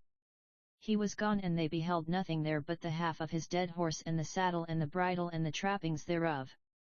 For there was neither sight nor sign of him anywhere to be seen. At that they were all amazed beyond measure to find their prisoner gone, for they wist not how he could have escaped from that place. So they raised a great tumult and some cried out to hurry hither and others to hurry thither, and in the tumult and confusion Sir Gawain passed out from their midst and none of them were aware of his going. After that Sir Gawain went away from that place and into the town within the walls. And he came to the castle of the town and no one saw him in his going. And he entered the castle and the people of the castle saw him not. So, invisible to all, Sir Gawain went to the privy garden of the castle, and he perceived that that was a very pleasant place, with many shady trees and with plats of flowers and with fountains and long straight walks where the lady of the castle might take her pleasure when she chose to be out of doors. And Sir Gawain entered that garden and he perceived that there were several damsels therein and that all they were very sorrowful and downcast because that the knight champion of that place had been slain, and several of them wept. But amongst these damsels was the damsel Elos, and she alone of all who were there was cheerful and bore a smiling countenance. Then Sir Gawain went to her and laid his hand upon her shoulder as she had bidden him to do, and thereupon she knew that he was there though she could not see him. So straightway she arose and went forth from out of the garden and Sir Gawain followed her. After that the damsel led Sir Gawain to a certain part of the castle and up a long flight of steps and so brought him to an apartment that was immediately beneath the eaves of a certain part of the tower of the castle. And Sir Gawain beheld that here was a large and noble apartment hung with woven hangings representing pictures of battle and of court, and he beheld that the floor was spread with finely woven fabrics of divers sorts. And he saw that there were several large windows that overlooked the streets of the town and a fair prospect beyond. And the breeze blew into those windows very softly and pleasantly, and great flocks of pigeons flew about in the air with noisy and clapping flight, and numbers of other pigeons strutted on the tiles of the roof and bridled and cooed to each other in the red sunlight of the waning day. So this was a very pleasant place in which to dwell. And the damsel said to Sir Gawain, "Here shall you abide until my further purpose is ripe." Then the damsel Elos brought an ewer full of tepid water and she poured the water into a basin, and the ewer and the basin were both of them of silver. And the damsel held the basin and Sir Gawain bathed his hands and his face, and after that she gave him a large napkin of fine white linen and he dried his hands and his face thereon. So, when he was thus refreshed she brought him food and drink, and Sir Gawain ate and drank with much appetite and was greatly uplifted in spirit. And by that time the evening was come. Now all this while Sir Gawain was greatly astonished that the damsel should be so kind to him, wherefore he said, "Damsel, why art thou so kind to me?" To this she made reply, "Messire, I have a purpose in all this, that by and in good season I will unfold to thee." Then Sir Gawain said to her, "I pray you, fair damsel, tell me now the mystery of that fountain and of the knight who guarded it. For I am very curious to know why there came that quaking of the earth and that thundering and rain when I cast water upon the slab beside the fountain." "Sir," said Elos, "I will tell you that mystery." And so she did, as followeth. "You are to know," quoth she, "that some while ago there was appointed a joust at a place not very distant from this. And to that joust there went the lady of this castle who is hight the Lady Lisoli. Thither also went the Lady Vivian, of whom thou either knowest or hast heard tell, for she is one of the greatest and most mischievous enchantresses in all of the world. At that justing there was one knight who distinguished himself above all others, and he was Sir Sagrin surnamed Cur de Fer. For that noble knight won the battle of the joust, overthrowing all who came against him without once suffering defeat himself. So to him was awarded the prize of battle, which prize was a fillet of gold. This fillet the victor had the right to bestow upon the lady whom he deemed the fairest of all who were there. Now the Lady Vivian thought that she would be chosen by whomsoever won that prize, for that day she had put on all the enchantments of beauty that she possessed. Nevertheless, and in spite of these charms, Sir Sagrin bestowed the prize of beauty, not upon the Lady Vivian, but upon the Lady Lisoli, who is the Countess of this castle where we are. Now when the Lady Vivian saw that she was passed over by Sir Sagrin, she took great affront with Lady Lisoli who had been chosen, and vowed vengeance upon her. So afterward by her enchantments she had that slab of stone laid by the fountain, and she ordained that whensoever any one should cast the water of the fountain upon the slab, then there would come a great deluge to this land. Thereafter she established herself not very far distant from this valley of the fountain, and whenever a knight cometh by her castle, that night she sets upon the adventure of the fountain. Meantime Sir Sagrin had offered himself as champion of the fountain, undertaking to defend it if the Lady Lisoli would upon her part consent to wed him and make him lord of this domain. To this the lady was constrained to say yet. So it was ordained that if Sir Sagrin would defend the fountain without fail or default for the space of a year and a day, after that time she would give herself and all her domain to him as the lord thereof. So Sir Sagrin hath ever since defended the fountain with great honour until today, when you overcame him in battle, and pursued him hither wounded unto death. Had he defended a fortnight longer, he had won his suit with the Lady Lisoli and would have been lord of this land. But now he will tomorrow awake in paradise. This, Sir Wayne, is the story of the mystery of the fountain, and now I tell thee I know not who will defend it unless haply it is thou who wilt do so. Fair damsel, quoth Sir Wayne, how may I look to defend the fountain who will immediately be slain if it be known that I am here? To this the damsel laughed and said, Sir Wayne, all that may come about if fortune be with me in these matters I am about to undertake. Now by this time the darkness being come, the damsel lit 2 tapers of perfumed wax, and thereafter she conducted Sir Wayne into another apartment. There he beheld a couch, very soft and comfortable and spread with a coverlet of crimson satin. And the damsel Eloise said, Sir Wayne, doubtless thou art aweary. If that be so, here thou mayst rest thyself and be at ease. And therewith she set down the candles of wax upon a table and quitted the room, and Sir Wayne was left alone. And Sir Wayne was very weary, wherefore he laid aside his armour and disrobed himself and laid himself down upon that fair soft bed with great joy of comfort. And straightway thereafter he fell asleep as though he were a little weary child. Now about the 12th hour of the night, and whilst Sir Wayne lay thus asleep, he became aware of a great disturbance, of the sound of weeping and a great outcry of lamentation that filled the entire silence of the night. Anon came the damsel Eloise, and she said, Sir Wayne, the knight Sir Sagrin is dead whom thou wounded yesterday, and now they are bearing him to the church. Come and see.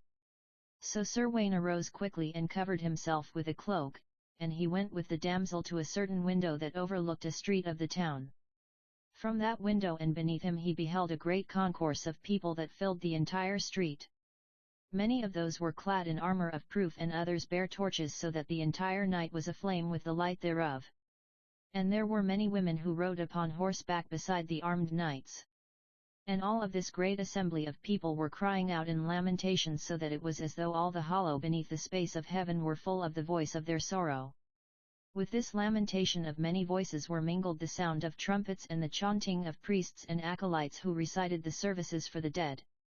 In the midst of all the press there was a bier, and over the bier there had been spread a veil of white linen, and upon the bier there lay stretched the knight champion of that place with his hands crossed upon his sword.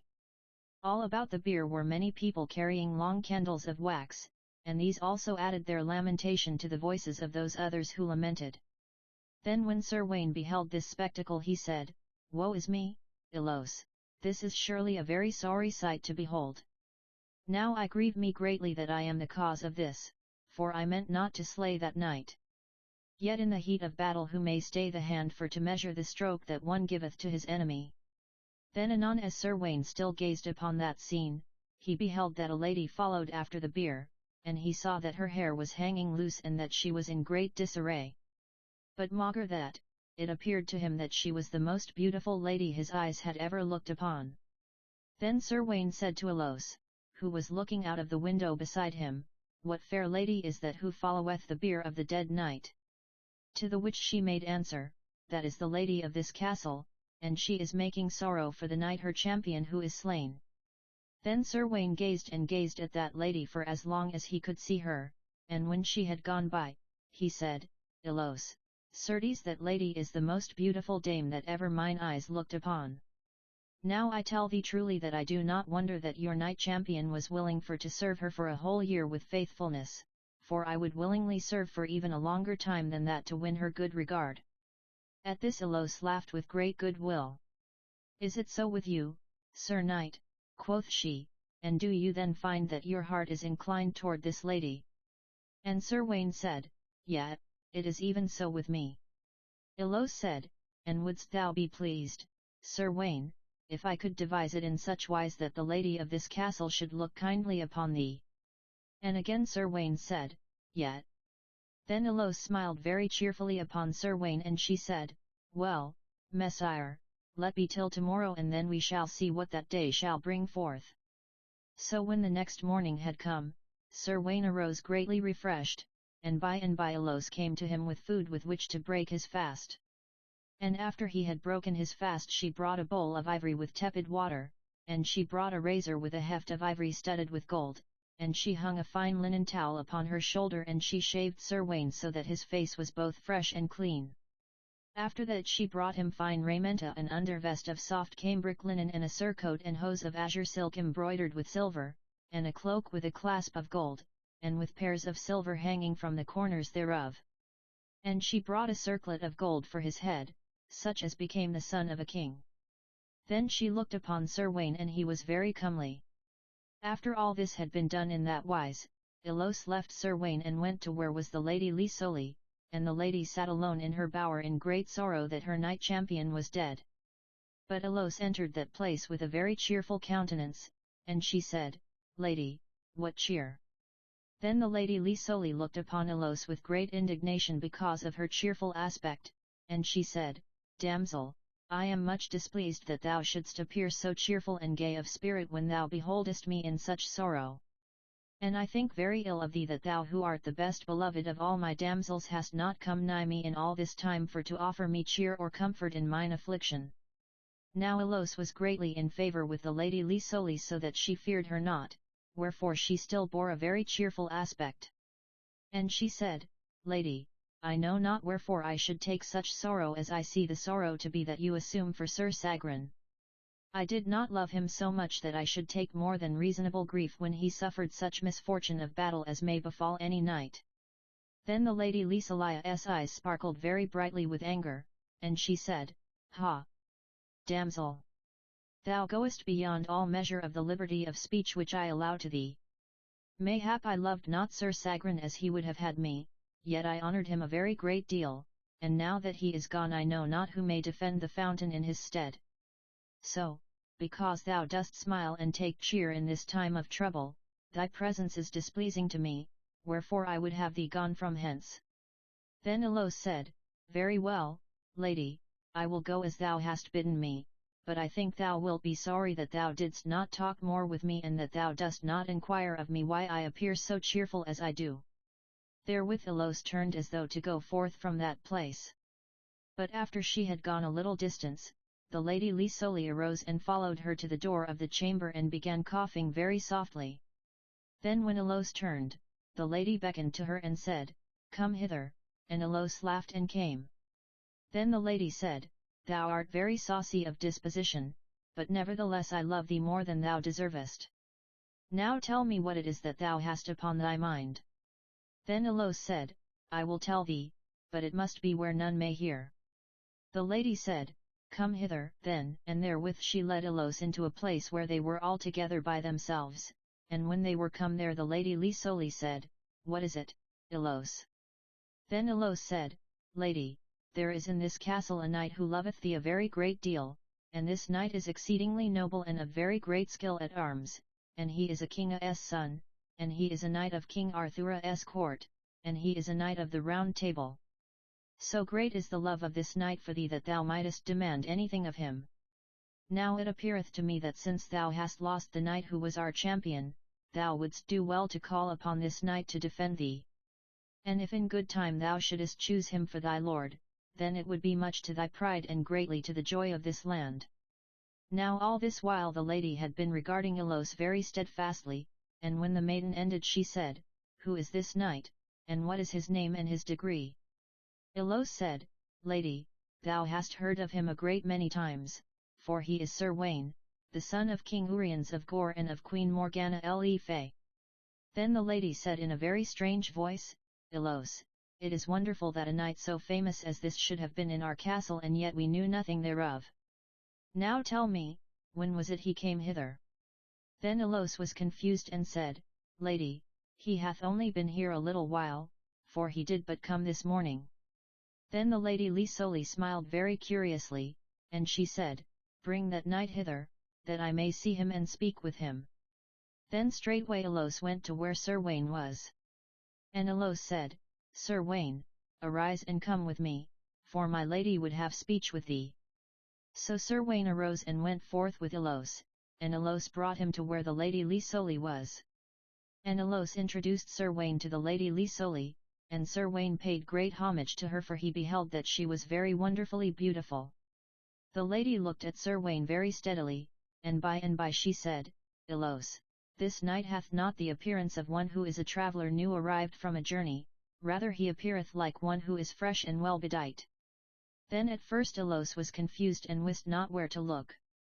Then presently the lady said, Illos, I believe this was the knight who slew Sir Sagran.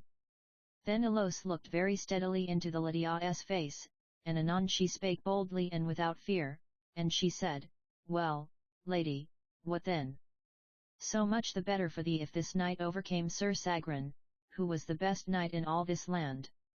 For if this knight overcame Sir Sagran, then is he better than Sir Sagran, and so he is better to be the defender of the fountain. Then the lady said, Say no more, but go ye both away until I meditate upon this for a while. And thereupon Illos and Sir Gawain quitted the apartment of the lady and went away to another part of the castle. After that they waited for word to come to them from the lady of the castle, yet no word came for a long while. But when the evening had come, the chatelaine sent a very courteous message to Sir Gawain that it would pleasure her to have him sup with her. So Sir Gawain went upon that command, and the lady received him very graciously and made place for him beside her at the table, and they sat and ate and drank together and talked of many things of court and field. And ever as they talked together the lady Lisoli regarded Sir Gawain very closely, and she perceived that he was very noble and haughty of appearance, and she wist that he was greater champion than she had ever beheld before. Then, by and by, she said of a sudden to Sir Gawain, Messire, dost thou not think thou didst very ill to come hitherward to the destruction of our peace? Then Sir Gawain spake very boldly, saying, Lady, I am very sorry to have caused thee grief, but I did only as any knight adventurer would do, taking my chance of battle and of death with him as he took his chance with me. Yet now that the chance of war hath brought me hither, I cannot repent me of anything that hath befallen me. For that chance hath brought me into thy presence and hath made me acquainted with thee. Then the lady said, Well, Messire, what am I to do now that thou hast slain the knight champion of this place? To the which Sir Gawain made reply, Lady, if thou wilt take me for thy champion, I will serve thee very faithfully and will ask no guerdon from thee. For I know of no greater joy that could befall me than to be thy chosen champion. Then the lady Lisoli smiled and said, Sir Gawain, thou speakest very well, and I believe that thy deeds are every whit as trustworthy as thy words. So I will accept thee as my champion to do combat in my behalf and to protect my fountain and myself for a year and a day. If by the end of that time thou hast proved thyself to be entirely faithful, then I will consider anything else that thou mayst have to say to me. Asterisk. So Sir Gawain abided at that place and he defended the fountain so well that no one came thither to assail it who was not overthrown, and from all whom he thus overthrew, Sir Gawain took horse and shield and sent them away from that place afoot. And Sir Gawain dwelt in the valley of the fountain for nigh a year, and in that time he and the Lady Lisoli of the Fountain were betrothed to one another with intent to be wedded when the year was ended. And ever Sir Gawain loved the Lady of the Fountain more and more, and ever she loved him more and more. Yet oftentimes Sir Gawain bethought him of the king's court and of his friends thereat, and at those times he would long for them with a very great passion of desire. So it befell upon a day that Sir Gawain and the Lady Lisoli were in the garden of the castle, and Sir Gawain sat sunk in deep and silent thought concerning those friends and that court. And meanwhile the lady watched him askance. Then by and by she said, "What is it that lieth upon thy mind, Messire, that causeth thee to take so much thought to thyself?" Then Sir Gawain aroused himself and said, "Lady, it is that I think much of my friends and companions of the court of King Arthur. For now nigh to a year hath passed, and in all of that time I have heard no single word of any of them." Then the Lady Lisoli said, "Gawain, art thou discontent with us at this place?" He said, "Nay, lady, thou knowest I am very well content, and more than well content to be thus forever with thee. Yet ne'theless I would that I might have word of my companions, for I know not how it fareth with them. And furthermore, I would fain know whether they who went in quest of Sir Launcelot with me have yet heard anything of that noble and worthy champion." Then the Lady Lisoli said, "Ah, Gawain, I fear me that thou thinkest so much of thy friends that thou wilt, in a little while, be discontent to remain with us any longer." To which Sir Gawain said, "Lady, thou knowest very well that that could never be." And she said, "Art thou sure of that?" "Yet," quoth Sir Gawain, "I am well assured of it." Then the Lady of the Fountain said, "Gawain, I have it in my mind that thou shalt go and visit thy friends at the court of the great king. For after thou hast seen them and hast satisfied thyself, I believe that thou wilt be better content to be here. So I lay it as my command upon thee that thou shalt go to Camelot, and have converse once again with thy friends and companions. Yet I would not have thee remain too long away from us, wherefore I lay it as a further injunction upon thee that thou shalt return hither as soon as possible, for we can ill spare our champion who is so dear to us." Chapter 4. How Sir Gawain returned to the court of King Arthur, and how he forgot the Lady Lisoli and his duty to the fountain.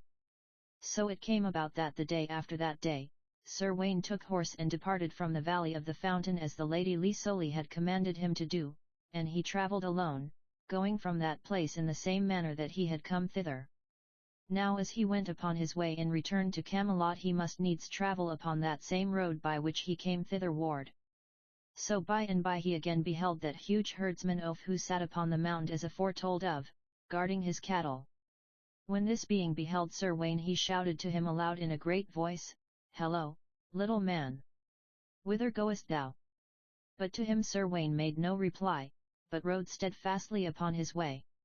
Anon, and about the hour of noon, he came to within sight of that wonderful valley wherein stood the enchanted castle of the Lady Vivian. And Sir Gawain rode down into the valley and toward the castle, and as he drew nigh they of the castle were aware of his coming from afar. So it was that as Sir Gawain came nigh to the castle there issued forth a multitude of people, who approached him singing and making joy and giving him great voice of welcome. For ever they cried aloud, "Welcome, O noble champion! Welcome! And welcome still again!"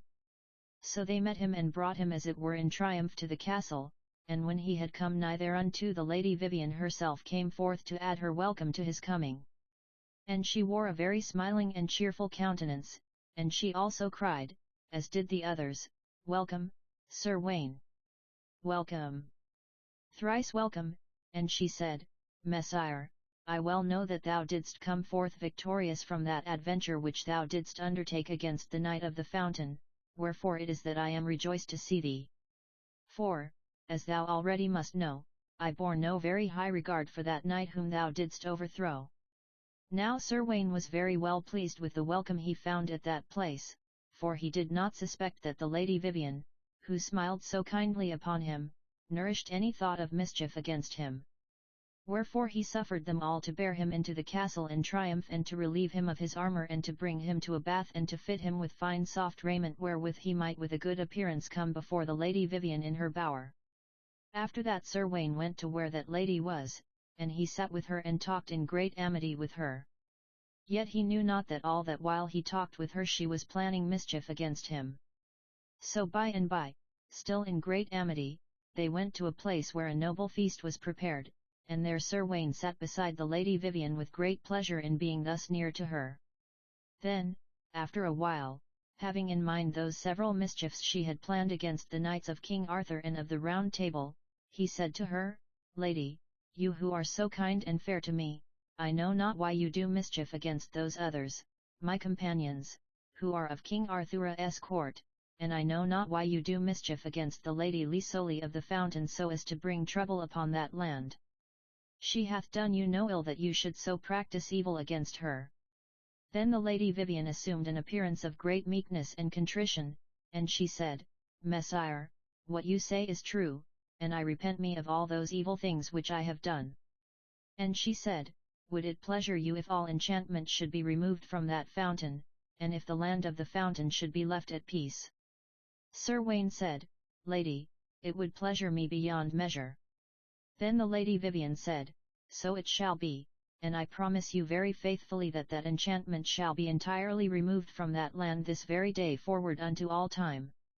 Then she looked upon Sir Gawain and smiled upon him in such wise that he was bewitched with her smiling, and she said, Sir Gawain, let there be peace betwixt us from this time forth for I, and he said, Lady, God knows I bear you no ill will and so there is peace betwixt us. Then the Lady Vivien said, Sir, I would that thou wouldst accept a pledge of peace from me. And he said, What is that pledge? Quoth she, I will show thee. Thereupon saying, she smote her hands together, and in answer there came a fair young page clad in cloth of gold and with long, curling ringlets of golden hair hanging down upon his shoulders. To this youth the lady gave sundry commands, and he departed, returning anon bearing in his hands a paten of gold, and upon the paten was a fair white napkin of fine linen, and upon the napkin a ring of gold very cunningly wrought, and inset with a bright shining yellow stone. These the fair young page brought to the Lady Vivien, kneeling upon one knee, and she took the ring from the paten and gave it to Sir Gawain, saying, Sir, behold this ring. This I give to thee to wear as a pledge of the amity that lieth betwixt us. Therewith Sir Gawain took the ring and set it upon his finger. Now that ring was enchanted with very potent spells. For it was a ring of forgetfulness, so that whosoever wore it, that person would forget whatever the Lady Vivien would have him disremember. So when Sir Gawain set the ring upon his finger, that moment he forgot all about the Lady of the Fountain.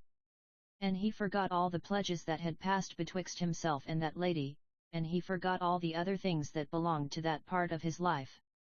But all else he remembered, to wit, how he had undertaken that adventure of the fountain, and how he had overthrown the knight champion of the fountain and all other parts of his life. Then Sir Gawain looked at the Lady Vivien very strangely, like to one who is newly awakened from a sleep, and he said, What is it we were speaking of anon? And at that the Lady Vivien laughed and said, Sir, it matters not. Sir Gawain said, Meseems I have had a dream, but I cannot remember what it was, and then the Lady Vivien laughed again and said, Neither does it matter what was thy dream. And she said, It only matters that we are friends, and that thou wearest my pledge of amity upon thy hand.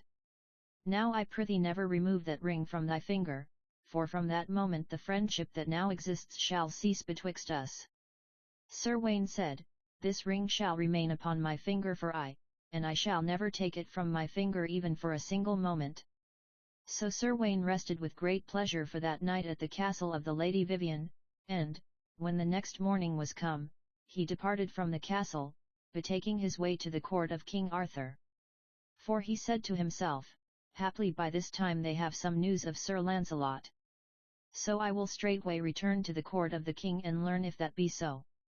Now Sir Gawain, because he had forgotten all about his life at the Valley of the Fountain, had no thought that he had been gone from that court for a longer time than a fortnight, wherefore when he was come amongst his friends again and when he found that well nigh a year had passed, he knew not what to think. How is this, he said, and what hath befallen me? Surely there was something that was like to a dream that I cannot remember. What is it that hath happened to me? I know not what it is. So Sir Gawain was ashamed that he should not be able to remember what had happened to him for the year that had passed, wherefore he held his peace and said nothing concerning the matter. But ever Sir Gawain feared lest he should betray to his friends that he had forgotten a whole year of his life. So it was he said to himself, after that I have rested a little here at the court of the king I will set forth again in quest of news of Sir Launcelot.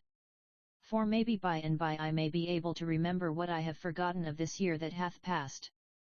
But Sir Gawain did not immediately depart from the court, and so it chanced upon a certain day, the weather being very pleasant, King Arthur went afield with certain of his court and Sir Gawain was one of those. That time it was early summer weather, and the breezes were soft and balmy, and full of the odour of growing things. So when the heat of the day was come the king ordained that a pavilion should be erected at a certain spot that pleased him very well, and he and the queen and their courts sat in that pavilion at a fair feast which the attendants of the court had prepared for them. Now whilst they so sat, there came of a sudden a bustle and a sound of several voices talking without, and anon there came into the pavilion a damsel very fair of face and with curling yellow hair. And the damsel was clad in garments of yellow silk and she wore a frontlet of gold upon her head, and she wore shoes of variegated leather with latchets of gold upon her feet. And she was further adorned with necklaces of gold and with armlets of gold, wherefore they who sat there were astonished at the beauty of the damsel and at the suddenness of her coming. Now you are to know that maiden was the damsel Immerse, and yet Sir Gawain knew her not because of the ring of forgetfulness which he wore. Then King Arthur arose where he sat, and he said, Fair demoiselle, whence come you and what would you here? Tell us, I pray, who are you who cometh hither like to a fair vision from a dream? Yet ever the damsel stood within the door of the pavilion, and because of the dazzling brightness of the sunlight whence she had come she could not at first see very well within the shadow of the tent. So she said, I pray you tell me, is Sir Gawain at this place? To that King Arthur, much wondering, said, Yet, lady, yonder he sits, and thereupon the damsel Immerse beheld Sir Gawain where he was. Then Immerse entered farther into the pavilion and came to where Sir Gawain sat. Her eyes shone very bright with anger, and she said, Sir Gawain, I denounce thee as a false knight and a traitor. Then Sir Gawain looked upon the damsel with great astonishment, and said, Who art thou, lady, who dost accuse me of being false? Upon that the damsel cried out in a very shrill voice, Thou knowest very well who I am. But ever Sir Gawain looked very steadily at her and almost he remembered her, but he could not quite remember her because of that ring which he wore. Wherefore he said, Nay, I know thee not. Then Immerse smiled upon Sir Gawain very bitterly, and she said, Thou didst not forget me when thou didst lay in peril of thy life in the castle of the fountain, but now that thou art enjoying thyself with thy fellows, it pleases thee to forget so poor an one as I, who preserved thy life for thee. But that I could forgive thee if the need were to forgive it, yet I cannot forgive thee that thou hast also forgotten that dear lady, my mistress, unto whom thou didst pledge thy faith, and unto whom thou art bound in fealty. Messire, thou hast a very short memory. Then Sir Gawain cried out in an exceedingly bitter voice like one in great pain, Lady, why say ye these things to me? I know you not. Then Immerse came very close to Sir Gawain and she took his hand, and she said, Do you not know me now? He said, Nay, I know thee not. Upon that the damsel raised her right hand with her glove in it, and she smote Sir Gawain upon the face with the glove so that the mark of her glove lay upon his cheek. And Sir Gawain made no defence against her assault, but ever he gazed very steadfastly at her, and he said very bitterly, Lady, if thou wert a knight, thou wouldst not dare to do that to me, for either thou wouldst pay for that blow with thy life, or else I would wipe out the disgrace thereof with mine own blood. But Immerse laughed, and she went out from that pavilion and mounted her horse and rode away, leaving Sir Gawain with his head bowed full low upon his breast as though he had been struck a mortal blow. Then after the damsel had gone, King Arthur said, Gawain, who was that lady? And at that Sir Gawain lifted his head and cried out with great vehemence, Sire, I know her not, nor can I remember that I have ever seen her before. At that King Arthur was silent and all those who were there looked askance at Sir Gawain and whispered together concerning those things that had happened.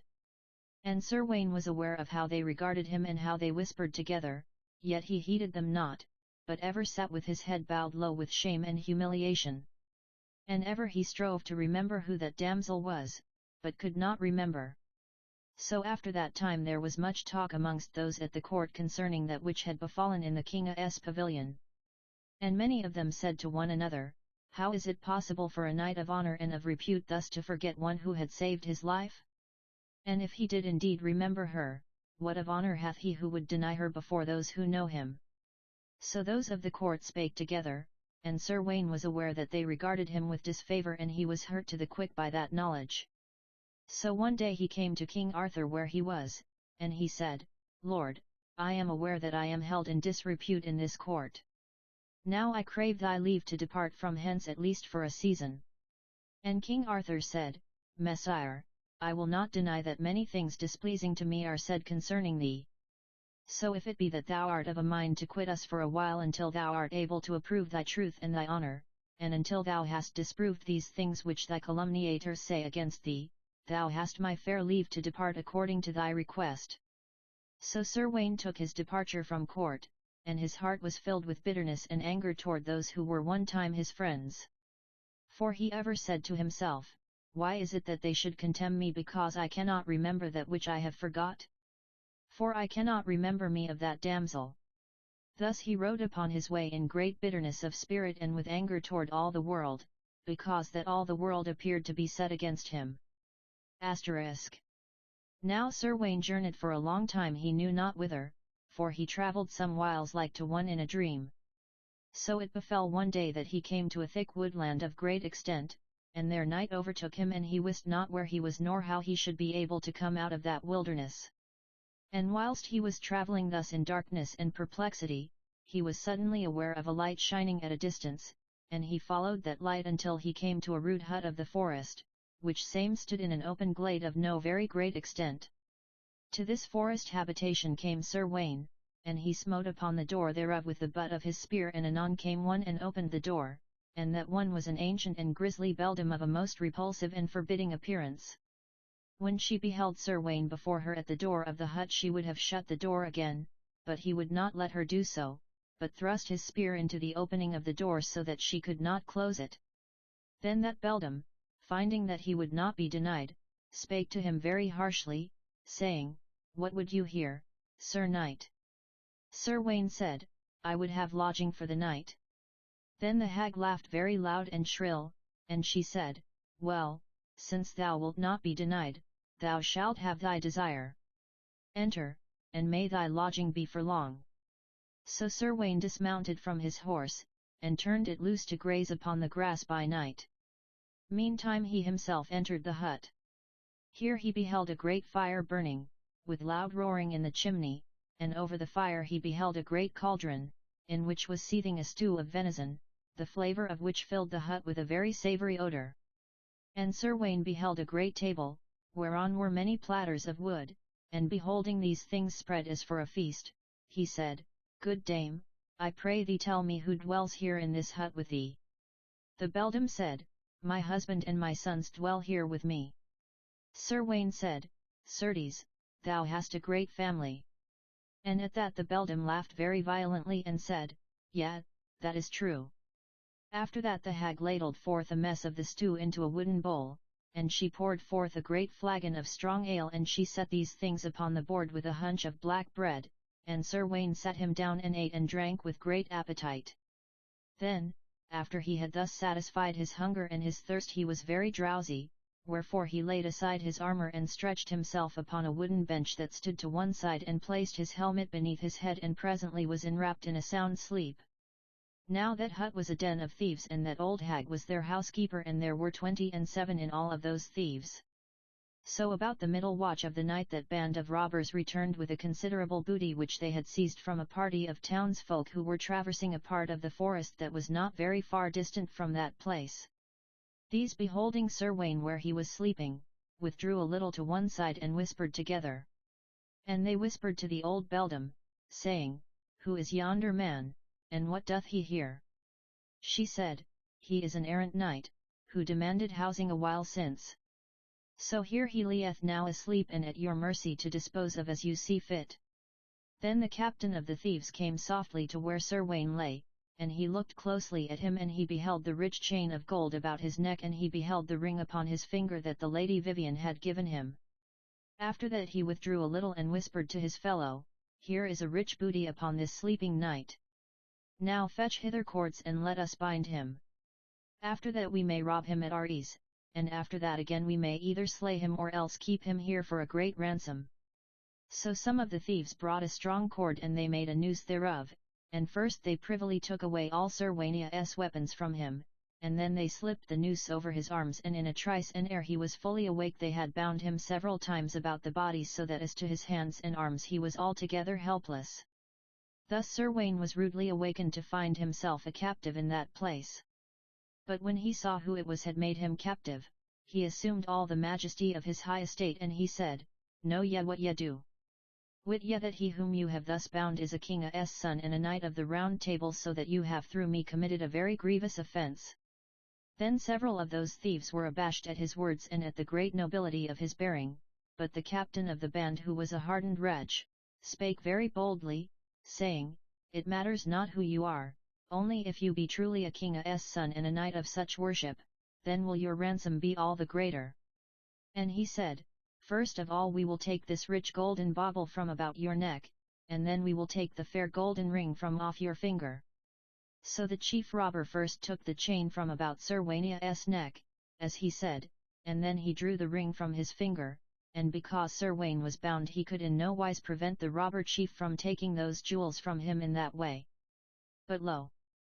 When the robber had plucked the ring from the finger of Sir Launcelot, then in an instant the magic of forgetfulness departed from him, and he remembered upon that instant all that had befallen him in the valley of the fountain.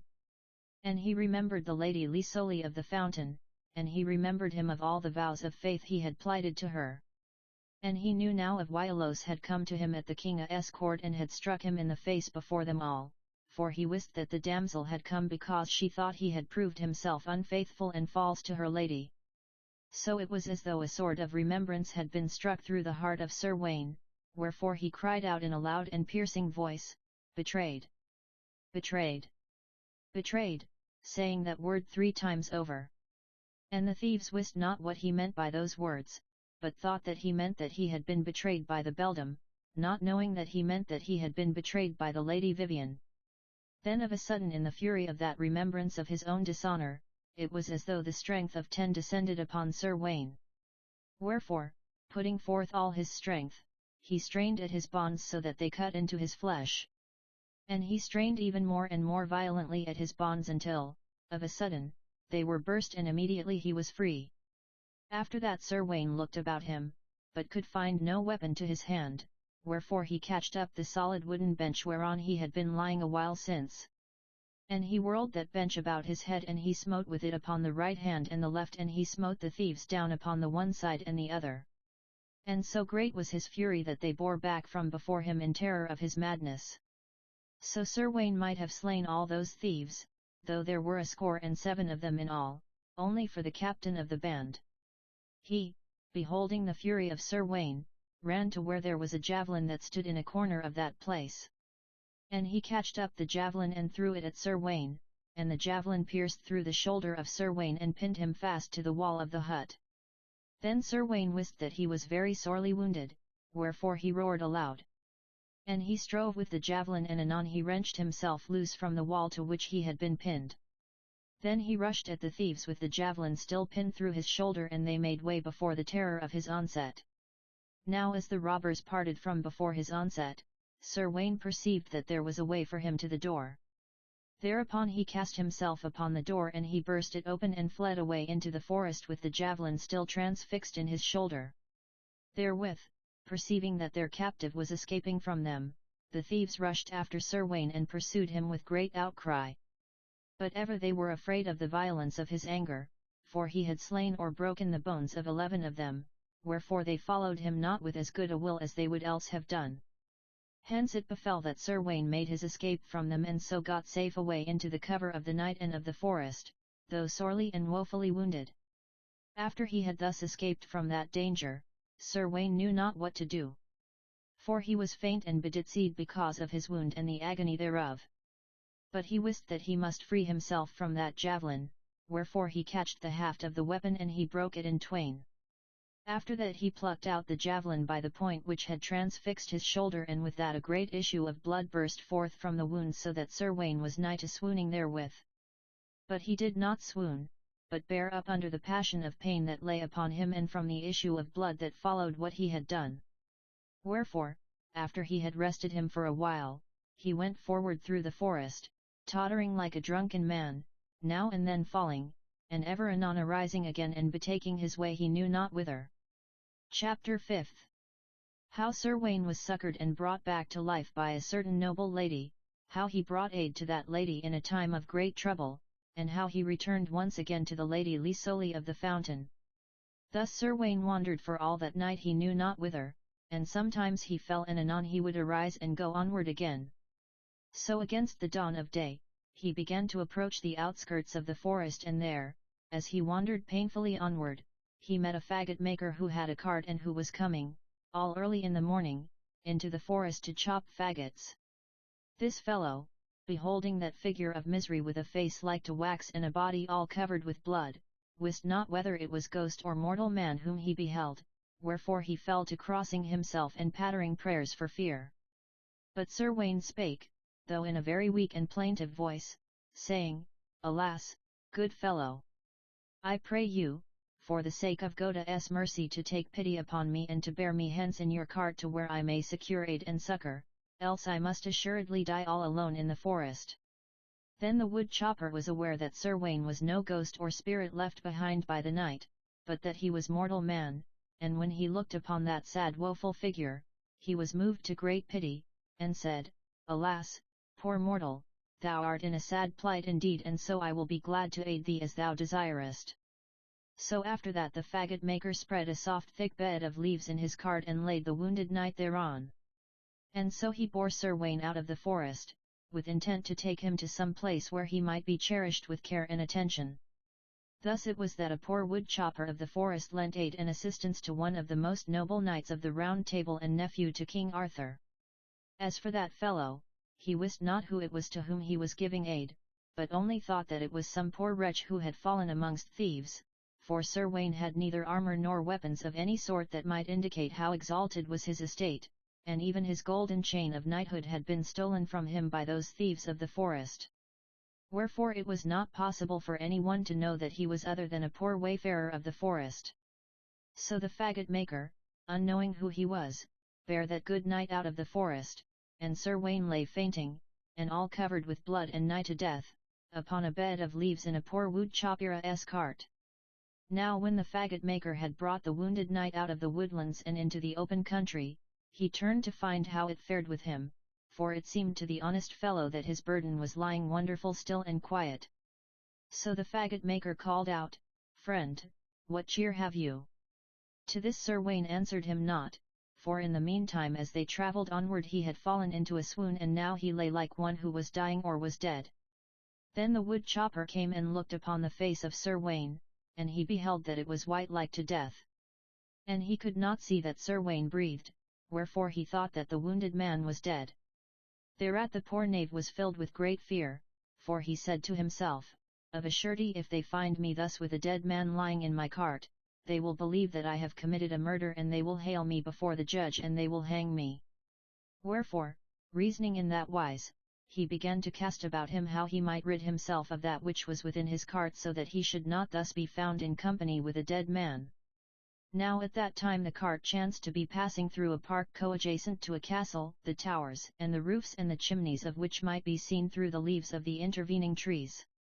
And at that place there was a little lake of water with many flags and sweet rushes growing around about the margin thereof, and this was a very secret, quiet place, for no one was nigh at that still early hour of day. So here perceiving that no one could see what he would do, the faggot maker stopped his cart and lifted Sir Gawain out thereof, and still he thought that the wounded man was dead. After that the wood chopper laid Sir Gawain down very gently upon a soft bed of moss under the shadow of an oak tree and beside the margin of the lake. Having thus got rid of his burden in that wise, he then went away and left the wounded knight lying alone in that place. Now that part of the park where Sir Gawain lay was a very favourite spot of the lady of the castle, who was wont to take the air and to walk with her court of damsels beside the lake. So it befell that morning, it being a very pleasant and cheerful day, that she walked thither with those maidens in attendance upon her. So coming to that place, she perceived from afar where Sir Gawain lay beneath the oak tree in the centre of the park. And when she saw him she said, "Who is yonder man and what does he do here?" Then one of the damsels went more near to where Sir Gawain lay, and she looked closely upon him, and anon she said, "Lady, I believe this man is dead, for he is all covered with blood, and I do not see him move or breathe." The lady said, "See if that be so," and therewith the damsel went closer to Sir Gawain and reached forth and she laid her hand upon his bosom. Then she was aware that his heart beat, but only a little, and she knew that there was life in him. So she said, "Nay, he is not dead, but in a swoon that is like to death." Then the lady came and also looked upon Sir Gawain, and she was moved with pity to behold that great and noble frame of a man lying there in that way. Wherefore she said, "I am of a mind to save this man." So after that she and her court retired to her castle, and when she was come there she took a very precious casket of ointment from a cabinet and gave it to that damsel who had touched Sir Gawain. To her she said, "Take this ointment, damsel, to where that man lieth in a swoon. For wit you, this is a very potent oil to heal all manner of sickness and weakness even if one be upon the edge of death. Pour a little of this ointment upon the bosom of that man above his heart. Then rub it well with thy hand, and by he will revive. Take thou also yonder horse and some decent raiment fit for such a well-appearing man to wear, and let the horse be nigh to him when he awakens. Then do thou observe him from secret place, and bring me word of what he doeth." So the damsel did all as the lady had commanded her to do. She took the horse, and the raiment and the precious balm and went to where Sir Gawain lay in that deathly swoon. But when she came to anoint him with the ointment, she poured not a little upon him, nor did she rub with her hand the bosom of him who lay there, otherwise she poured the whole of the balm upon Sir Gawain's bosom, and then she went away to a little distance and hid herself to observe what he would do. So in a little she saw that the wounded man began to bestir himself and move his arms this way and that. Anon he uplifted himself from where he lay and gazed all about him, and so, being revived, remembered all that he had aforetime forgotten. Then he groaned with great travail of soul, for the memory of his dishonour came upon him and he still suffered a grievous pain from that sore wound in his shoulder. Then anon he beheld the horse nearby and the garments that were beside the horse, and he thought that maybe those things had been placed there for his use, though who had been so kind to him he knew not. So he arose with great pain and he took the clothes from the horse and he went to the lake and bathed himself. After that he put on the clothes and mounted upon the horse with intent to depart from that place. Then the maiden, who had beheld all that he did, came forth from the thicket where she had been hidden and whence she had observed him, and when Sir Gawain saw her he said, "Maiden, was it thou who purveyed me with this horse and with these garments?" She said, "Nay, it was the lady to whom this place belongs." Sir Gawain said, "Who is that lady?" And the maiden replied, "She is the widow of a very powerful lord, and she hath saved thy life this day. For she sent me with an ointment with which I bathed thee, and which gave thee strength to arise again. And she sent thee that horse and those clothes which thou hast put on." Sir Gawain said, "Certes, she is most kind and charitable in her heart. Perhaps some time I may do her a service that will be equal to this service which she hath rendered to me." Now the maiden did not suspect who it was with whom she spake, for his face was white like milk, and very haggard and wild with pain and weakness, so that his countenance showed none of that nobility that belonged to him. And, as aforesaid, he had no armour, for the thieves had taken away his armour and he had left it behind him in the hut whence he had escaped. So the maiden had no cause to think that he was one of great worship whom she beheld, so she said, "Good fellow, my lady hath need enough of aid, but I do not believe that thou art one who may help her in her trouble." "Why dost thou think that?" quoth Sir Gawain. "Thou shouldst not judge of my ability from what thou seest, for I may be other than what I appear to be." Then the damsel was greatly astonished at the dignity of manner with which he spoke, for he spoke as one having authority and very calmly and haughtily. So she began to misdoubt that this was some one else than she had first thought him to be, wherefore she said, I pray you, sir, tell me who you are. To the which he replied, I am Sir Wayne of King Arthur's court and of his round table, son to King Uriens of Gore and of the Lady Queen Morgana surnamed Le Fay. At this proclamation the damsel was greatly astonished, wherefore she cried out aloud, Is it indeed possible that this is so, and that so famous and so remarkable a knight should have come to such a pass as that in which you were found? And the damsel said, Now the lady of this castle will be very highly honoured when she comes to know that she hath lent succour to so noble and haughty a champion as you proclaim yourself to be. Let us go to her so that you may tell her the story of your misfortunes. And Sir Wayne said, So be it, and let us go. So they both departed from that place, and as they wended their way thence Sir Wayne said, Now tell me, damsel, what is the need of help that thy lady hath, and concerning which thou didst speak to me anon? The damsel said, I will tell thee. The lady of this castle is a widow, and at the death of her husband she had 2 very noble castles and 2 great estates belonging to those castles. Those castles and that land her lord bequeathed to her to have and to hold for her own. Now after she was thus left a widow, it befell that a certain very proud and haughty lord who was her neighbour, desired to make her his wife, but she would not listen to his suit, having great love for that worthy knight her husband who was dead. So she refused the knight who desired to wed her, and at that he was very angry. After that he came with a great array of armed men, and he despoiled her of one of her estates by force.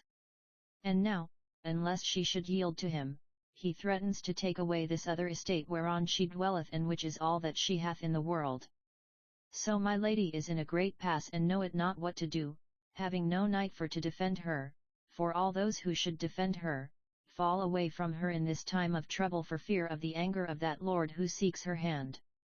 Certes, this is a sad story which thou tellest me, said Sir Wayne, and indeed I will do what I may to help thy lady, who hath been so kind to me. Thus talking together, they two approached the castle, and the lady of the castle, beholding them coming from a distance, was greatly surprised to see the damsel conversing in that wise with the wounded man whom she had been sent to succour. Then when they were come to her, the lady said to the damsel, Didst thou use that balm as I told thee to do? And the damsel said, Yet. The lady said, How much didst thou use thereof? And the damsel said, I used it all. Then the lady, when she heard how that the damsel had poured all of that balm at one time upon Sir Wayne, was much affronted and very angry with her, and she said, What is this that thou hast done? I cannot easily forgive thee this, for thou hast wasted several score pounds worth of the precious ointment upon a stranger whom we know not and who hath no appearance of worship. Unto her the maiden made reply, Lady, be not offended at this, for wit you that this stranger is of far greater worth than all the balm you could pour upon him. At these words the lady was much surprised, wherefore she said, Who is he that is of such great worth as thou sayest? And the damsel replied, Lady, this is none other than Sir Wayne, Knight of the Round Table and nephew of King Arthur. Then the lady of the castle cried out with astonishment and said, Is this true that I hear? And Sir Wayne said, Yet, lady. Then the lady of the castle came to Sir Wayne and took him by the hand, and said, Welcome, welcome, Sir Wayne. Now this is a great honour that hath befallen us at this place to have given aid and succour to a knight so famous in chivalry as thou art. Lady, quoth Sir Wayne, you do me honour beyond my worth, and so you put me under still greater obligations than I rested under afore this. Now I am most desirous of repaying you in some measure for all the kindness that you have visited upon me, wherefore, if it be sooth as I have been informed by this maiden that you have need of such a knight champion at this place, then do I offer myself as such a champion, trusting that I may be of aid to you and so repay to you in some measure those favours which you have bestowed upon me. At this the lady was rejoiced beyond all measure, and she said, Messire, I accept thy offer of championship with all gratitude and with much pride, for indeed I believe it would not be possible to find in all of the world a champion as haughty and as puissant as thou art. So it came about that Sir Wayne abided at the castle of that widowed chatelaine for a long time, and until he was altogether healed of his wound. And every day he grew more strong and sturdy of body and more noble of appearance, so that all they of the castle took great pride in having him there as their champion. Now it befell upon a day that there came to this castle that evil-minded lord of whom the damsel had spoken to Sir Gawain, and this lord brought with him 6 other knights, and all these 7 knights pitched their pavilions before the castle gates. And they mocked at those in the castle and dared any one to come forth therefrom, for they knew not, as you may believe, that Sir Gawain was there as the champion of the castle. So when Sir Gawain heard how that knight mocked at the people of the castle, he was very wroth, wherefore he quickly made him ready, and donned a suit of rich armour that the lady had provided for him. And he mounted upon his horse, and so being in all wise prepared, he gave command to uplift the portcullis and to let fall the drawbridge. Then he rode forth from the castle, his horse's hoofs smiting the planks of the drawbridge with a noise like to thunder as he rode. And all of the people of the castle crowded out upon the walls, and when they beheld him ride past in that wise, they shouted with a loud voice because that such a champion was to defend the rights of their lady Chatelaine. But when the knight and his companions who had come against the lady of the castle beheld that one champion ride forth in defence thereof, he was greatly surprised, and wist not what to think. So presently he rode forward to meet Sir Gawain, and he said to him, Sir, what knight art thou? Sir Gawain said, I am the champion of the lady of this castle, and I come forth with intent to do battle in her behalf. Then that lord said, What is thy estate? To the which, Sir Gawain, speaking with great pride and haughtiness, made reply, It matters not that I tell thee at this present, but I may assure thee of this, that mine is a higher estate and a greater credit than thine own. Then the knight said, Wouldst thou fight against us who are 7? And Sir Gawain said, Yet, verily. And the knight said, Thou art very foolish, but be it so. So Sir Gawain withdrew himself a little, and made himself ready in all wise for battle. Meantime that knight who had bespoken him withdrew to his party, and he said to a knight who was the champion of his party, Go thou forth against yon fellow. And the champion of that party did so. Now that knight was the greatest and most powerful knight in all the country in which he dwelt. And he was very huge of girth and thick of limb, and so great had been his success at arms that he made sure that he could easily be able to overthrow his opponent. Wherefore he made him ready very proudly and took his station with great confidence. And when he was in all wise prepared, he shouted aloud and launched his horse against the horse of Sir Gawain with full expectation that he would overthrow his enemy. So they two rushed together like thunder and so met in the very middle of the course with such a crash of encounter that those who heard it stood appalled at the sound. But in that encounter the spear of the champion of that wicked lord's party broke all into splinters, but the spear of Sir Gawain held so that the other was cast to earth with such force that he lay stunned and altogether devoid of life and motion. Then when the other knights of that party beheld how their champion had been overthrown so violently to earth, all they were greatly amazed at the result of that encounter, for as was said, there was no knight in all of that region who was so strong as that champion. Then they were filled with rage, and dropping their lances in rest, they all rushed upon Sir Gawain together, with intent to overthrow him by force of numbers and might of metal, and afterward to slay him when he was unhorsed. But Sir Gawain did not give them their will, but wheeled his horse with great address and dexterity and in such a wise as to separate those who thus came upon him in a body. Then suddenly he wheeled about again, and ere they were prepared for attack, he smote down one knight and then another, so that only 3 of those who assailed him were left. With that the others were filled with a great terror of the woeful buffets that Sir Gawain struck, wherefore, without further combat, they all 3 turned and fled. But ever Sir Gawain pursued them with great fury, and he came nigh to one who was fleeing and smote him down from his horse. And he came nigh to another and smote him down also. Then last of all he overtook that lord who was the enemy of that lady, and he smote him so sorely with his sword that he would have fallen from his horse had not Sir Gawain catched him ere he fell. Then Sir Gawain plucked that knight out of his saddle and he laid him across the bow of his own saddle. So after having overthrown all those 7 knights in that wise, he rode back again into the castle bearing that wicked lord lying across his saddle bow. Now when those who stood upon the castle walls beheld what wonderful battle their champion did, they were amazed beyond measure at his prowess, and they shouted aloud for joy at the victory of their champion over their enemies. So Sir Gawain rode into the castle, in the midst of all that shouting and loud acclaim.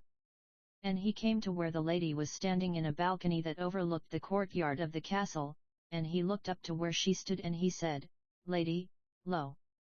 I have brought you back your enemy in payment for that blessed balm with which you brought me back to life." Then the lady of the castle knew not what to do for joy. Wherefore she came down from where she was and catched Sir Gawain by the hand and kissed it repeatedly. And she called upon Sir Gawain as her saviour, but Sir Gawain withdrew his hand in great confusion, and said, "Lady, do not do so, for wit you I am a man who hath done a dishonourable thing. And though I did that ill thing unwittingly, yet I am at a end because of that which I did." Then the lady said, "Sir, I will not believe that you were ever dishonourable, and I would that you would remain always in this castle." Then Sir Gawain smiled and said, "I thank you for that wish. But it may not be, for now that I have done my service in your behalf and have brought your enemy to you to deal with at your pleasure, tomorrow I must depart upon my way once more." Then Sir Gawain delivered the captive knight from the pommel of his saddle into the hands of the lady, and afterward that wicked knight was bound with many securities and hostages to good behaviour, and so he tormented that lady no more from that time forth unto the end of her life.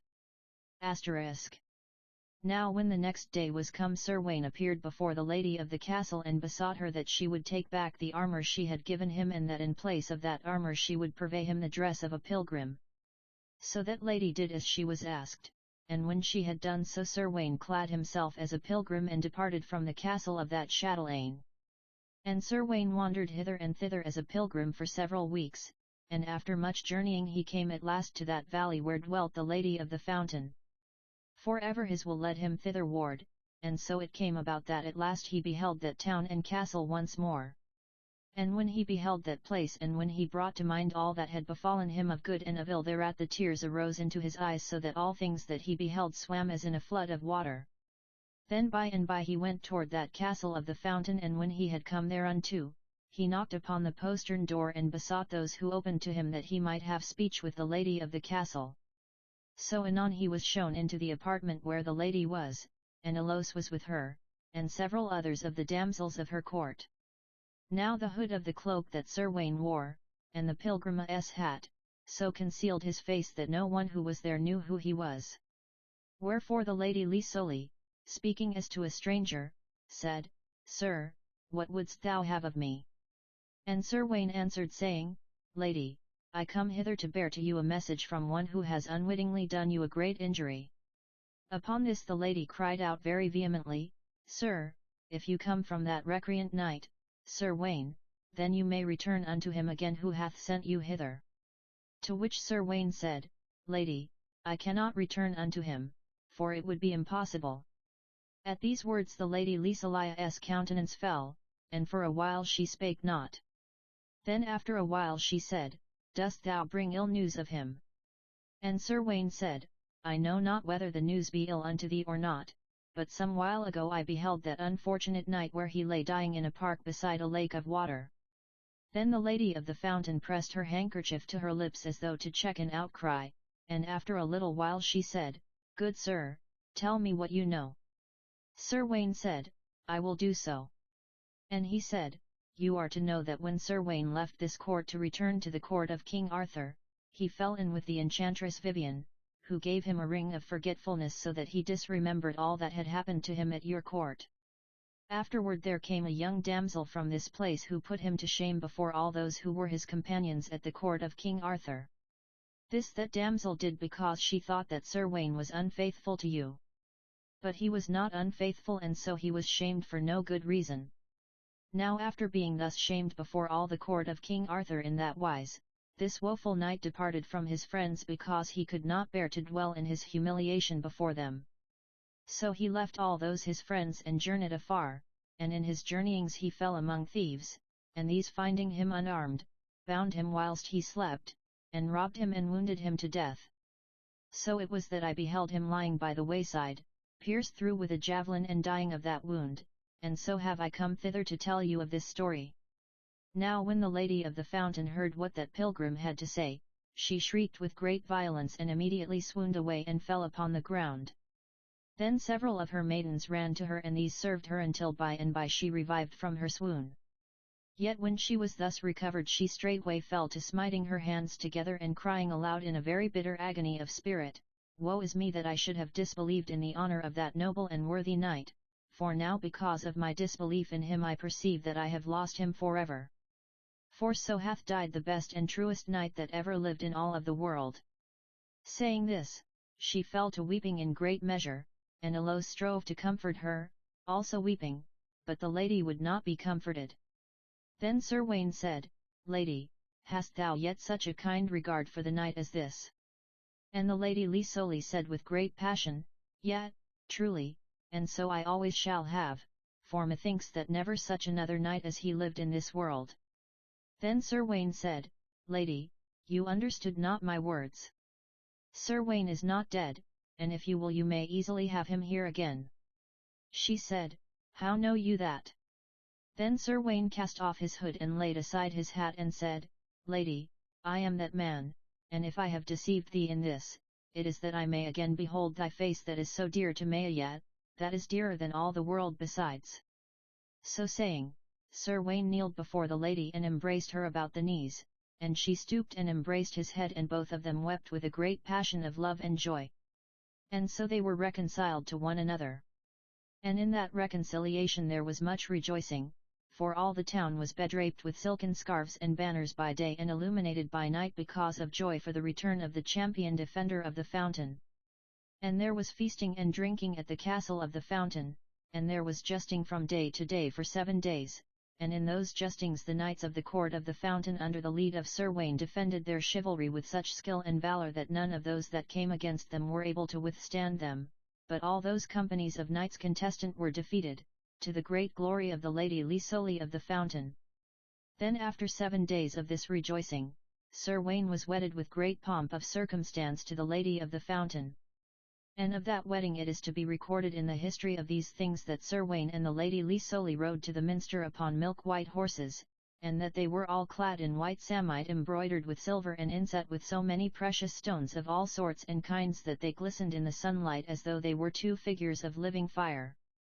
And it is recorded that 10 score damsels of wonderful beauty, clad all in white, preceded them upon the way, and spread the way with flowers, chaunting the while in voices of great rejoicing. Thus Sir Gawain was wedded at the castle of the fountain, and after that he dwelt in the land of the fountain with great peace and good content. And Sir Gawain ever defended the fountain as he had aforetime, so that the fame of the Knight of the Fountain was known throughout the length and breadth of the land and in every court of chivalry. And many knights undertook the adventure of the fountain, but in every case such errant knights were overthrown by the valour and the skill of the Knight of the Fountain. And in every case where that knight adventurer was thus overthrown, the Knight of the Fountain would take from him his horse and his shield and would send him away upon foot, disarmed and ashamed. So, because of the valour of the Knight of the Fountain, it came about in course of time that a very noble and worthy court of chivalry became established at the castle of the city of the Fountain, insomuch that the renown of that court of the Fountain hath been handed down in the histories of chivalry even to this day, when knighthood no longer dwelleth upon the earth. Asterisk. Such is the history of Sir Gawain when he undertook the adventure of the fountain whilst upon the quest of Sir Launcelot. And now if you choose to read further you shall hear how Sir Percival and Sir Sagramore found Sir Launcelot in the Island of Joy, and of how Sir Launcelot returned to his friends once more. Part 6, The Return of Sir Launcelot. Here followeth the further history of Sir Launcelot of the Lake, of how Sir Percival and Sir Ector de Maris found Sir Launcelot where he was dwelling very peacefully and happily, albeit not with perfect content, in the Island of Joy, of which you have heard mention in that which hath gone before, of the notable affair at arms betwixt Sir Launcelot and Sir Percival, and of how Sir Launcelot, with Elaine the Fair, returned with Sir Percival and Sir Ector de Maris to the court of King Arthur. Likewise you shall there read of what befell that noble company in the valley of the fountain aforetold of. All this history is of such a sort that it hath given me great pleasure to write it, wherefore if so be it may give you a like sort of pleasure to read it, then shall I be very well content with that which I have done in my endeavour to set forth these several events aforesaid. Chapter 1. How Sir Percival met his brother, and how they two journeyed to the priory where their mother dwelt, and what befell them thereafter. Now return we to Sir Percival and Sir Sagramore, whom Sir Gawain left, as aforetold of, still sleeping in that castle whence we departed so early in the morning, even before the break of day, to undertake the adventure of the fountain. When those two good knights awoke and found that Sir Gawain had departed, they communed together in the bedchamber of Sir Percival. And they agreed that thereafter they two should join company, and that in their further search for Sir Launcelot they should travel together as companions. So when they had broken their fast, they bade farewell to the lord of the castle, and departed upon their way, travelling very cheerfully together, side by side, and taking great joy in the gay and jocund weather, and in all the sweet freshness and the warmth of the springtide that embalmed them around about. So they travelled as companions in arms for more than a year, and in that time they met with several bell adventures, some of which are told of in books of chivalry and some of which are not told of. And I would that I could recount those adventures that befell them, but I cannot, for it would take another book as great as this to tell all of the things that happened to them in their journeyings. Yet it shall here be said that in those adventurings they fell in with a great many sorts of folk of different condition, both gentle and simple, and that several times they met certain knights companion of the Round Table. And it shall here be said that they met in that wise with Sir Gawain and Sir Bors de Ganis, concerning which meeting there shall be more said anon. And if you would ask how they lodged them during their travels, I would say that they lodged them in divers sorts and ways. For if it happened that at one time they would lodge them in such a noble castle as that where Sir Gawain and Sir Percival met Sir Sagramore, then it would happen at another time that they would find shelter in the hut of some lonely shepherd upon the moorlands, and then it would happen at still another time that they would even have no shelter at all, but would maybe wrap themselves each in his cloak with nothing beneath him for a bed but the cold honest earth, and nothing above him for a coverlet but the silent company of God's own sky, all sprinkled over with a countless multitude of brightly shining stars. For so those good knights of old travelled errant in those days, taking whatever befell them in good part, and accepting all that came to them with a cheerful spirit.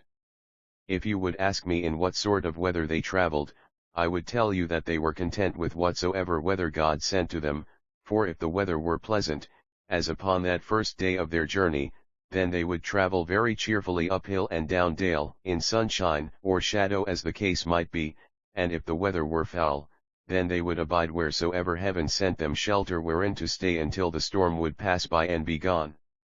For this is true, that even wintry weather cannot chill a cheerful heart, wherefore, when the north wind would bluster loud and boisterously, and when the falling snow would be covering all the earth with frozen white, then those two worthy champions would be well content to lodge them at some wayside inn.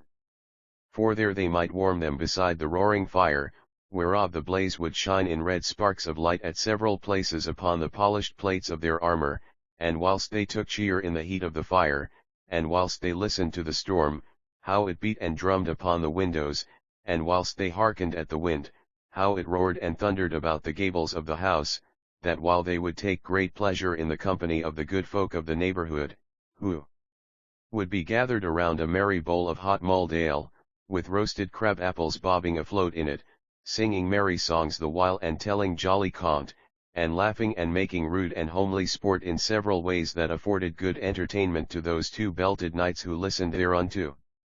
Thus you may know how in several ways it was that those two good worthy knights travelled during that considerable time when they were journeying together as companions in arms, for in this wise I have taken great pleasure in telling you thereof. Now after those two had thus been companions in amity together for the space of a year or a little more than a year, it chanced upon a certain day that they found themselves at a place where a woodland ceased and where there began a very fair valley with a smooth shining river winding like a ribbon down the length thereof. And they sat at the head of that valley and they gazed down for some while thereinto, and they beheld that valley with great joy because it was so fair and fruitful. For in it were several meadowlands, all smiling with verdure, and there were many fields of growing corn, and these fields and meadows rose ever upward until they cut against the sky, as smooth with fertility as though carved out with the edge of a sharp keen knife. And beside the river were banks of reeds and rushes and pollard willows and thickets of alder and aspen. And the broad highroad followed the course of the stream, and there were several mills in the valley and broad ponds of water with bosky trees and with houses clustered upon the banks thereof. And ever the breeze blew mild and steady, and very balmy and warm, and great round white clouds moved slowly across the high arch of the bright blue sky. All this Sir Percival and Sir Sagramore beheld, and they took such joy in it that so I cannot forbear to tell you of it as I have done, because of the joy that I also take in what they beheld. Wherefore I pray you to forgive me if I have recounted more of those things than need be, who am writing a history of chivalry and of knightly daring. So those two worthies sat there where were the highlands at the edge of the forest, and gazed their fill down upon that valley, all spread out, as it were, upon a table beneath them, and when they had thus gazed their fill they aroused themselves from their pleasant contemplations and descended down into that valley, riding along beside the shining river. So they followed the highway, and by came to where the road crossed the river by a high arched bridge of stone. At that place were several houses of stone with white walls that stood sheltered with great, umbrageous trees, and the walls of the houses touched the edge of the smooth and gently flowing river.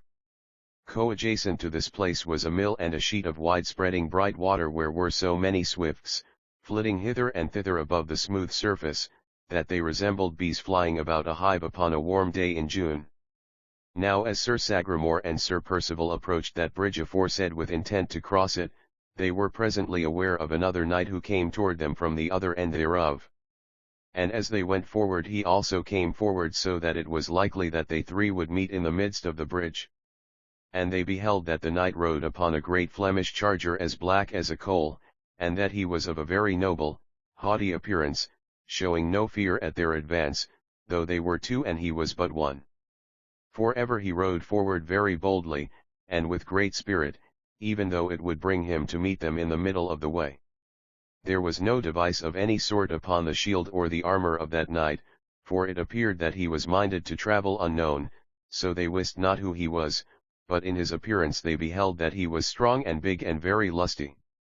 Then as they approached one another Sir Sagramore bespake that knight, saying, Sir, what mean you, coming so boldly thus against us? Would you who are one against two dispute the passage of this bridge with us? To this the other said, Messire, I have no mind to assume any dispute with you, yet you must be aware that it would ill beseem any one of true knightly courage to draw aside and to give you way. For, as you say, you are two and I am but one, wherefore, if I should withdraw me from this meeting it might be that you would impute a lack of courage to me. So, meseems, it would be better for you to give way for me, for you could do so without any impeachment of fear, whilst I would do an injury to the pure nobility of my knighthood if I should give way to you. Then Sir Sagramore said, Sir Knight, it need not be that there should be two of us against one. Let my companion withdraw to the farther side of the bridge and let us two try a fall together. So it shall be decided which of us shall of a verity have the right first to cross this bridge. Well, said the stranger knight, that falleth in with my will in the matter, therefore let it be as you say. So, it being thus decided, Sir Percival drew away from the bridge upon his side, and those two knights contestant made each himself ready for combat. Each chose his station, and when they were in all wise prepared, each set spur to horse and shouted to the assault, and so dashed together across the space of bridge, each in a cloud of dust and with a noise like to thunder of horse hoof-beats upon the roadway of the bridge. So they met in the very centre of the bridge with a crash one might have heard a furlong or more away. In that encounter the spear of Sir Sagramore broke into many pieces, but the spear of the other knight held, so that Sir Sagramore was hurtled with great violence over the crupper of his horse, and, striking the ground with a roar of falling armour, he lay there like one who had been struck dead. Now Sir Percival was greatly astonished to see so potent a knight as Sir Sagramore thus overthrown, wherefore he hurried forward with all speed to where his companion lay upon the ground. And Sir Percival leaped from his horse and went to his friend and found that he was not dead but only stunned by the violence of the fall he had suffered. For anon Sir Sagramore began to move and to bestir himself, and so, after another while, Sir Percival was able to raise him up and set him upon his feet again, albeit Sir Sagramore's head was as light as a feather and swam like to running water. Now all this while that other knight had been sitting very steadfastly observing Sir Percival what he was about. So when he beheld that no great harm had befallen that knight whom he had overthrown, he spake to Sir Percival, saying, Sir Knight, are you satisfied upon your part, or will you also have to do with me in disputing the pass of this bridge? Sir, quoth Sir Percival, I would fain have had you go in peace, but since you have thus offered me the chance of battle or no battle, lo, I have no such choice, but must needs take this knight's quarrel upon myself. So make you ready that I may avenge his fall upon you. Therewith Sir Percival gat Sir Sagramore to horse and cleared the bridge of him. Then he mounted upon his own horse and made him ready for that assault which he had undertaken. So when he was in all wise prepared and perceiving that his enemy was also ready, he shouted to the charge and therewith drave forward in the assault. Then again those two knights contestant met in the centre of the bridge with such a violence of meeting that the spear of each was broken into splinters to the very truncheon thereof. And each would have fallen before the assault of the other except that, with spur and bridle rein, each uplifted his charger to foot again. Thereupon, having no spear wherewith to do further battle, each knight voided his saddle and each drew his sword and made him ready for further battle. So they came together to assault afoot, and presently each fell to lashing at the other such violent buffets that the sound thereof could be heard in echo both far and near. So they fought for a long time and in that while neither gained any advantage whatsoever over the other. But ever Sir Percival was more and more astonished at the valor and the prowess of his enemy, for, unless it were Sir Launcelot of the Lake, he knew not of any one in that land who might withstand his assault unless it were his own brother, Sir Lamorak. So by and by Sir Percival stinted his battle, and he cried out, Hold, Sir Knight, and therewith upon that demand the other also stayed his assault, and stood leaning upon his sword, panting from the violence of the battle he had done. Then Sir Percival said, Sir, you assuredly fight a very wonderful battle, for I knew not there was any knight in this realm could withstand my assault, unless it were Sir Launcelot of the Lake or mine own brother who is Sir Lamorak of Gales. Wherefore I much marvel who you can be. Now I pray you tell me, are you Sir Launcelot, or are you my brother, Sir Lamorak? So spake Sir Percival, and at those words that other knight cried out in a loud voice, What say you? What say you? Who are you who layeth claim to be brother to Sir Lamorak of Gales? No, I myself am Sir Lamorak of Gales, so that if you are my brother, then you can be none other than that good worthy knight Sir Percival. Then Sir Percival cried out in a loud voice, I am indeed Sir Percival, and with that he uplifted the umbril of his helmet and showed his face. So also Sir Lamorak, for that other knight was indeed he, uplifted the umbril of his helmet and showed his face. Then when Sir Percival beheld his brother's face and wist that it was indeed he against whom he had been doing battle, he cried out aloud, My brother! My brother! Is it indeed thou with whom I have fought? And Sir Lamorak also cried out, My brother! My brother! And thereupon each ran to the other and embraced him in his arms. And each kissed the other upon his cheek in great affection of spirit. Then Sir Lamorak said, My brother, I prithee tell me who was that knight whom I chanced to overthrow but now, and Sir Percival said, That was Sir Sagramore. Sir Lamorak said, That is a great pity that I should have assaulted him and done him a hurt. Let us now go see how he doeth. So they two went together to where Sir Sagramore was, and they found that he was now altogether recovered from his fall. And when Sir Sagramore heard that it was Sir Lamorak against whom he had run a tilt, he made great exclamation of astonishment and he said, Ha! I am not at all surprised that I should have met with such a mishap as that fall which I suffered, seeing that it was thou, Sir Lamorak, against whom I ran a tilt. After that there was much amicable talk betwixt the three. And after they had so talked for a considerable while, Sir Percival said to Sir Lamorak, My brother, whither goest thou? To this Sir Lamorak said, I go to visit our mother at the priory of St. Brigida's. For wit you it hath now been 3 years since either of us hath seen her. Quoth Sir Percival, Brother, what thou sayest is true, and I am greatly ashamed that it should be so long a time since I have beheld our mother. Now I am of a mind to go with thee upon this errand, and I will do so if my companion, Sir Sagramore, is willing to part company with me. And Sir Lamorak said, I pray you do so. Then Sir Sagramore said to Sir Percival, Sir, I would not stay you from your duty. Go you with your brother in God's name and think naught of me. And Sir Percival said, I will do so. So after a little while longer of friendly talk, Sir Percival and Sir Lamorak bade adieu to Sir Sagramore, and after that the two brothers betook their way toward the priory of St. Brigida's as aforesaid, and Sir Sagramore went his way alone. So Sir Percival and Sir Lamorak travelled upon their way for all that day, and upon the afternoon of the second day they came to that place where was the priory of St. Brigid. Then you may suppose what joy that noble lady prioress, their mother, had in beholding her two knightly sons side by side before her once more.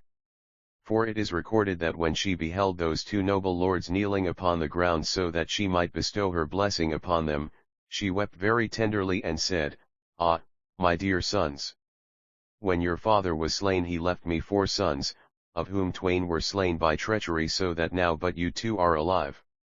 And she said, I pray God he may take you into his keeping and cherish you in all ways that be for your good, so that you may be spared your lives and not perish by violence as did your father and your 2 brothers. After that they 3 sat together talking very tenderly to one another, and they sat together far into the night, so that it was past midnight when they parted company to seek their repose. And as they said good night to their mother, Sir Percival said, Before the dawn of day cometh, dear mother, I must depart upon my journey once more. And Sir Lamorak said, Is it so? Then I must depart with thee, my brother, for to keep thee company. At that the lady prioress fell to weeping, and still weeping she kissed them both and prayed that God might shield them both from sin and sorrow, and so they parted for the night. So it befell that upon the first breaking of the morn, they two took horse and departed from that place. And when the lady prioress awoke, they were far upon their way. Then when the lady, their mother, found them gone, she cried out, Alas!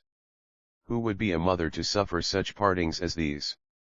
Now after Sir Lamorak and Sir Percival had left the priory of St. Brigida's in that wise, they rode side by side through the dawning of the day, what time a thin, cool mist like to a veil of silver lay all about the meadowlands, what time everywhere the birds were singing their pretty matins with great joy, what time the leaves of the trees rustled with the first breath of the coming day.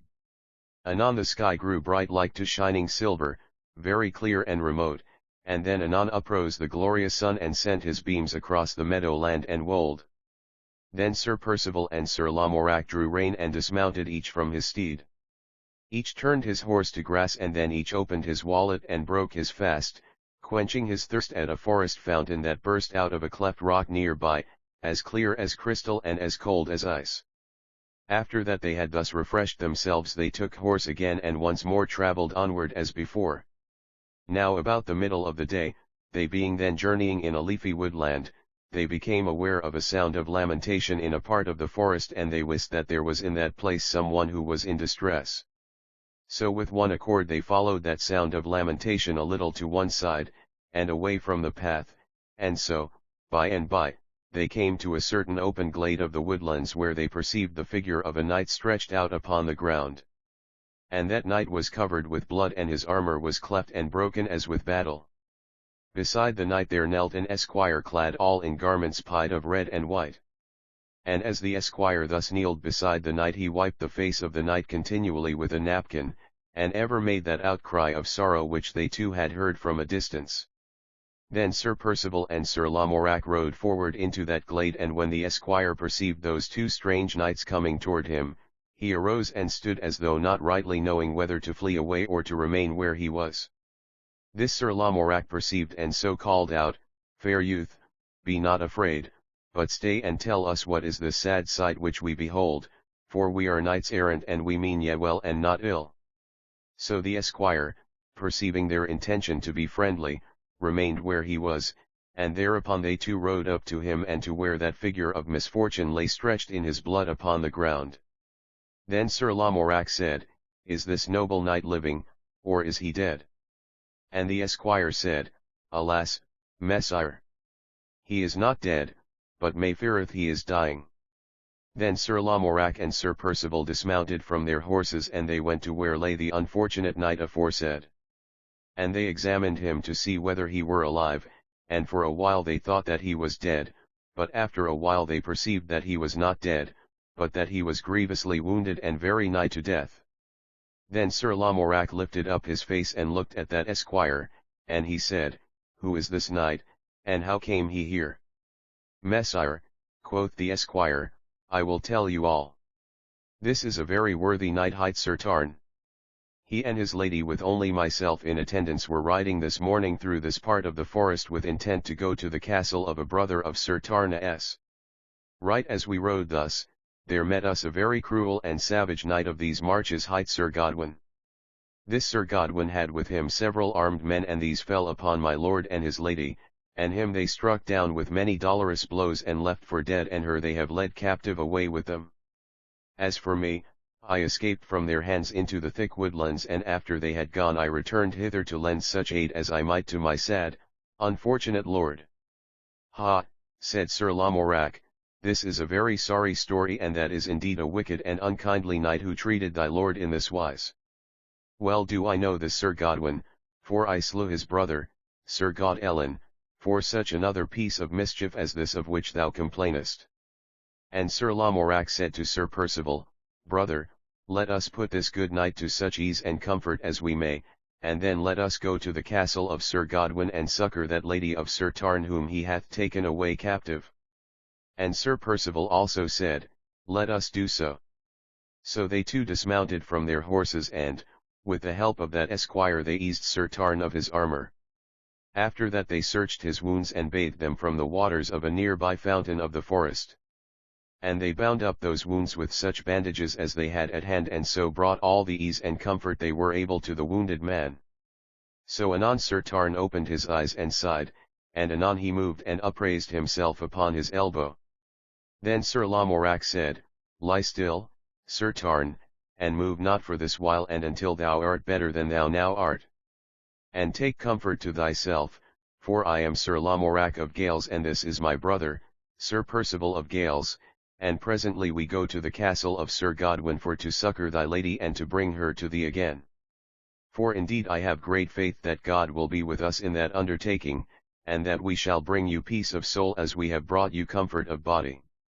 So Sir Lamorak comforted Sir Tarn, and after that they bade the wounded man adieu for the time and so left him and departed thence, betaking their way to the castle of Sir Godwin.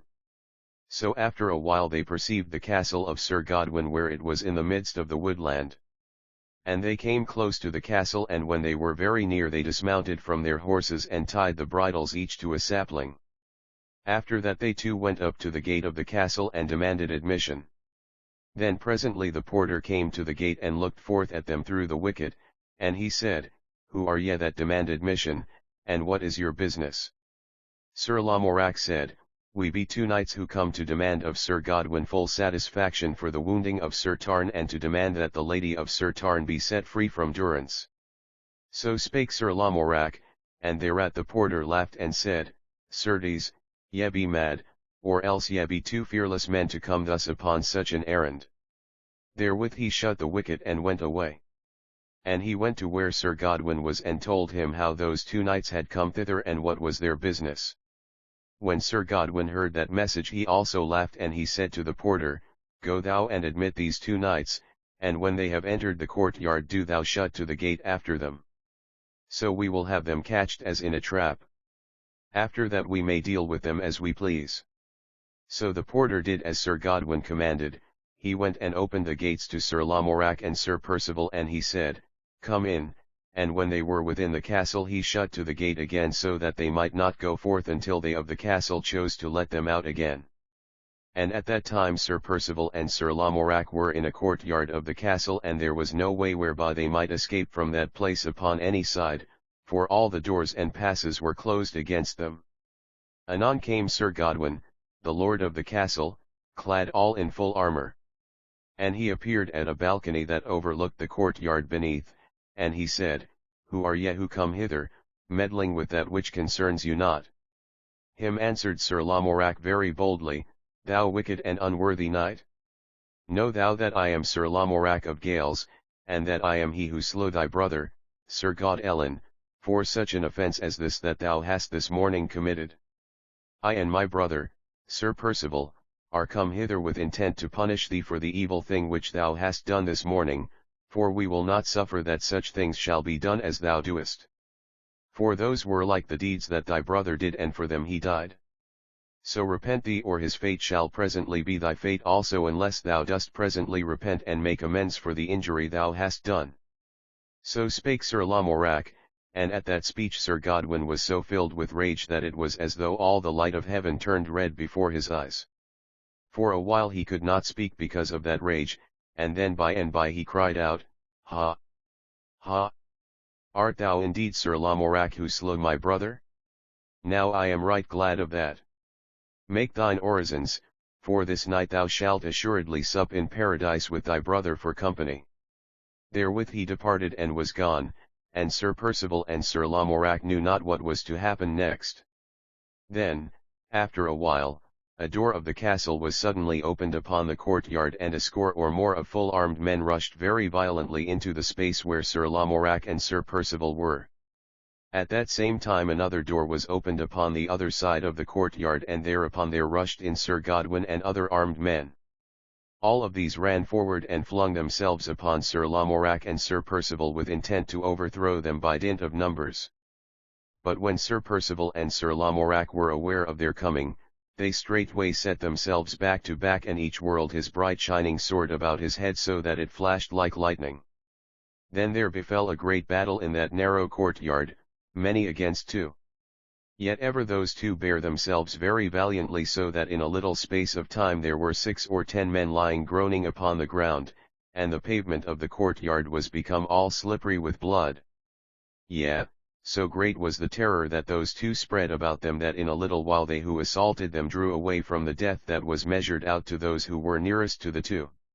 So, for a while, there came a pause in that battle, and in that pause Sir Lamorak perceived where Sir Gaudwin stood in the midst of the castle folk, urging them to the attack.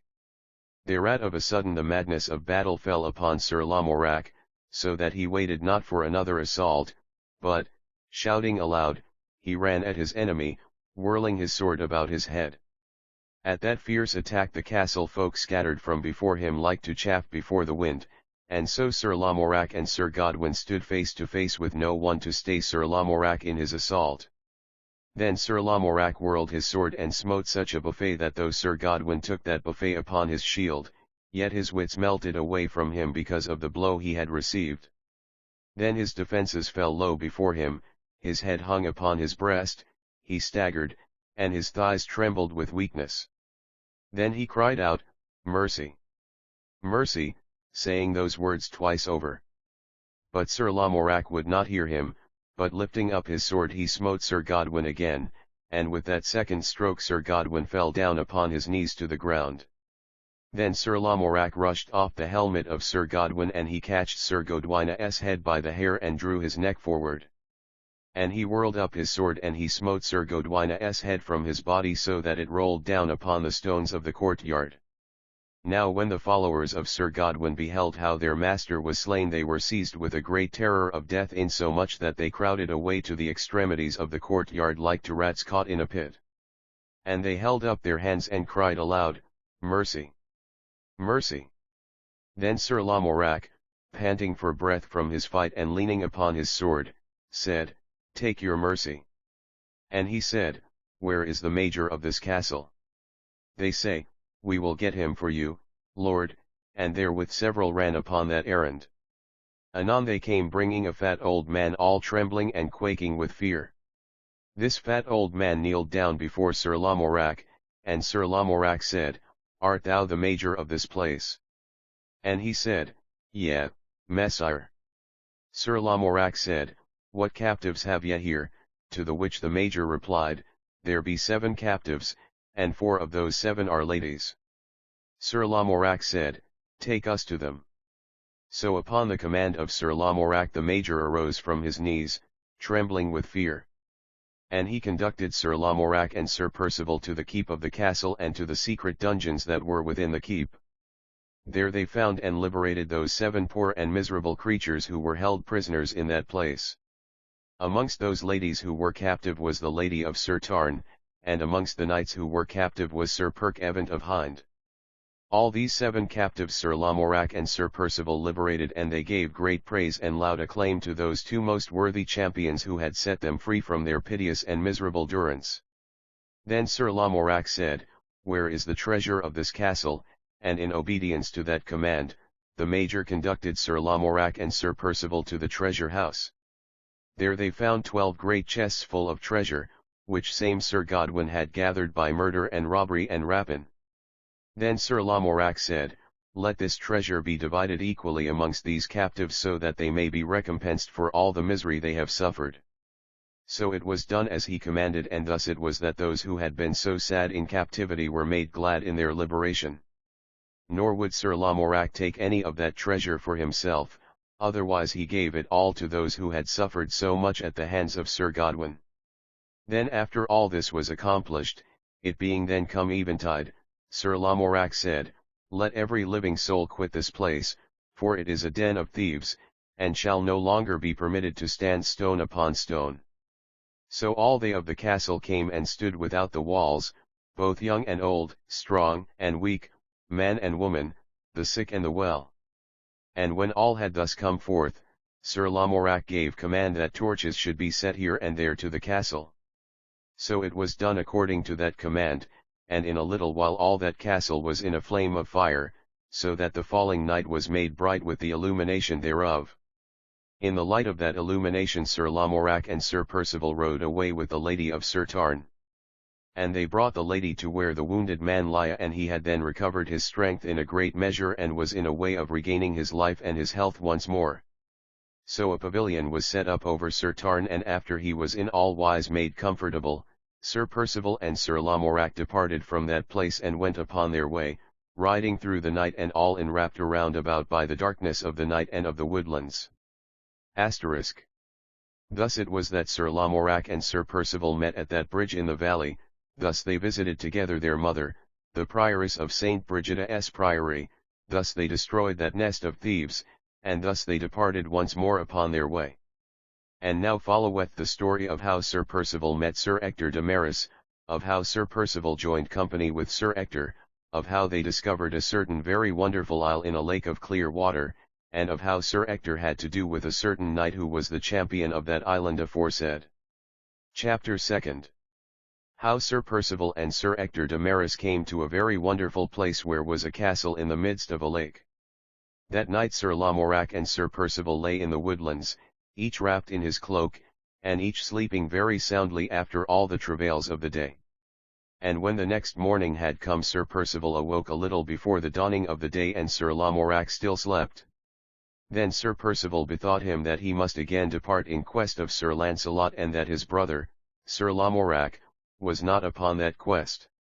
So he rose very softly, and he went aside and donned his armor so quietly that he did not disturb his brother's slumbers.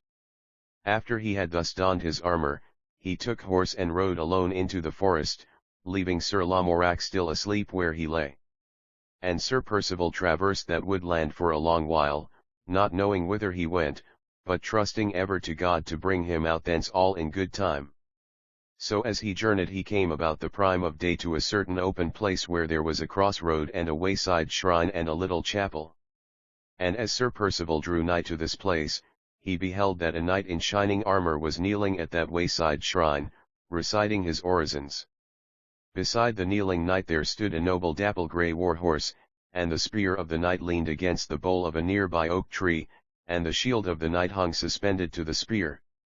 And the knight wore neither helm nor bascinet, wherefore Sir Percival could see his face and so could know who he was. And Sir Percival knew that the knight who kneeled there was Sir Ector de Maris, the brother of Sir Launcelot of the Lake. Now though Sir Ector heard the sound of the footsteps of the horse as Sir Percival drew nigh, yet he neither ceased his orisons nor turned his head, but ever continued very steadfastly to recite his prayers. And so Sir Percival drew rein at a little distance and waited until Sir Ector was done his prayers, nor did he disturb the kneeling knight in any wise until he had crossed himself and arisen to his feet. Then Sir Percival said, "This is well met, Sir Ector," and because the umbril of Sir Percival's helmet was uplifted, Sir Ector knew him, and so he said, giving him greeting, "Well met indeed, Sir Percival." Therewith Sir Percival dismounted from his horse, and he came to Sir Ector and clasped Sir Ector in his arms, and each kissed the other upon the cheek as though they had been brothers. After that they went a little to one side and sat them down in the soft long grass of the wayside and beneath the shadow of a wide-spreading tree. Then Sir Percival said to Sir Ector, "Sir, hast thou any news of thy brother, Sir Launcelot?" And Sir Ector said, "Nay, I have no news of him, but I had hoped that you might have news." Sir Percival said, "I have no news," and he said, "Do you still go in quest of that noble and gentle knight your brother?" And Sir Ector said, "Yea." Sir Percival said, "So do I go upon that quest, and I would fain that we might travel some while together for the sake of companionship." And Sir Ector said, "So also would I wish it to be." Now as they thus talked there came the hermit of that chapel to them where they sat, and he said to them, "Messires, will ye not break bread with me ere ye depart from this place?" Whereunto they said, "Yea, gladly will we do so." So they all went together to the hermit's cell, and therewith he prepared for them such food as he had at his dwelling place, to wit, sweet brown bread, with honey of the forest and berries freshly gathered from the thickets. So those two noble knights ate with great appetite and were fully refreshed, and their hunger stayed. Then, after they had thus eaten their fill, they gave many thanks to the good man for their refreshment, and so departed from that pleasant place, riding side by side together, talking in pleasant discourse, and now and then chanting a bit of song, either one alone or both together. Meantime the warm sun shone very brightly, flickering ever and anon through the leaves, and blazing of a sudden with a quick and wonderful glory as it catched upon the polished plates of their armor. In this wise Sir Percival and Sir Ector travelled, and by they came out of that forest. And they travelled for several days, until at last they one day came to a certain place whence they overlooked a valley. Here they drew rein upon the heights and looked down into that valley, and they beheld that it was a very fair place. And in the midst thereof they beheld that there was a lake of water, wonderfully clear and very blue and tranquil, as it were a part of the bright shining sky that lay within the cup of that valley. And they beheld that in the midst of the lake there was an island, and that upon the island there stood a castle, very tall and stately, and with many tall roofs of tile that shone all red like to several separate flames of fire against the mild blue sky behind. And they beheld that there was a little town of houses of stone and brick not far away from that castle, and they beheld that the rest of the island was very fertile and green, like to a pure emerald of bright fertility. And they beheld that there were several groves and plantations of trees and of fruit trees at several places upon the island, so that, what with this and what with that, it was like a fragment of paradise planted in that place. All these they beheld, as it were, upon the palm of the hand. And after they had gazed for a while, Sir Ector said, "Methinks that yonder is as fair a place as ever I saw in all of my life. Now let us descend thitherward, and let us seek to discover to what noble lord yonder island castle belongeth." To the which Sir Percival said, "That meeteth altogether my wishes." So thereupon those two rode down into that valley, and so came to the margin of the lake. And they beheld that the waters of the lake were as clear as crystal, and that all around the lake was a strand of yellow pebbles that appeared like pebbles of gold in the sunlight, wherefore it was as though that lake was altogether surrounded with the ring of gold. And beyond this strand of pebbles were meadows of long grass and of flowers, and chiefly these flowers were daffodils. So those two knights proceeded along that golden strand, all in the shining sunlight, until, by and by, they came to a certain part of the lake that was nighest to the castle. And the island at that point sloped very gently down to the water, and as these two knights gazed across the waters they saw how that a wide, smooth meadow lay betwixt the castle and the waters of the lake, and that the meadow was besprinkled with an incredible number of bright daffodil flowers like to the meadows upon the other side of that strand of pebbles. And they perceived that there was a lady standing deep in the long grass of the meadow and in the midst of the flowers, and they saw that she wore many ornaments of gold set with jewels and that she carried a sparrow hawk upon her wrist. Then Sir Percival called to that lady across the water, saying, "Lady, what is this castle and who is the lord thereof?" To this the lady also called out in reply, speaking in a voice that was wonderfully high and clear, saying, "This is hight the Joyous Isle, and yonder is the castle of Joyous Isle, and the lord of the castle is a very noble knight hight, le Chevalier Malfait. We of this castle are exceedingly proud of that knight, holding him to be the most noble champion in all of the world. For there have been several tournaments and justs held in these marches, and in none of them hath any one been able to stand against our knight. And many knights have come hither at different times to try an adventure against our knight, but all these hath he overthrown with wonderful skill and strength." Thus spake that lady, and to her Sir Percival said, "Certes, lady, this must be a very noble knight according to your accounting.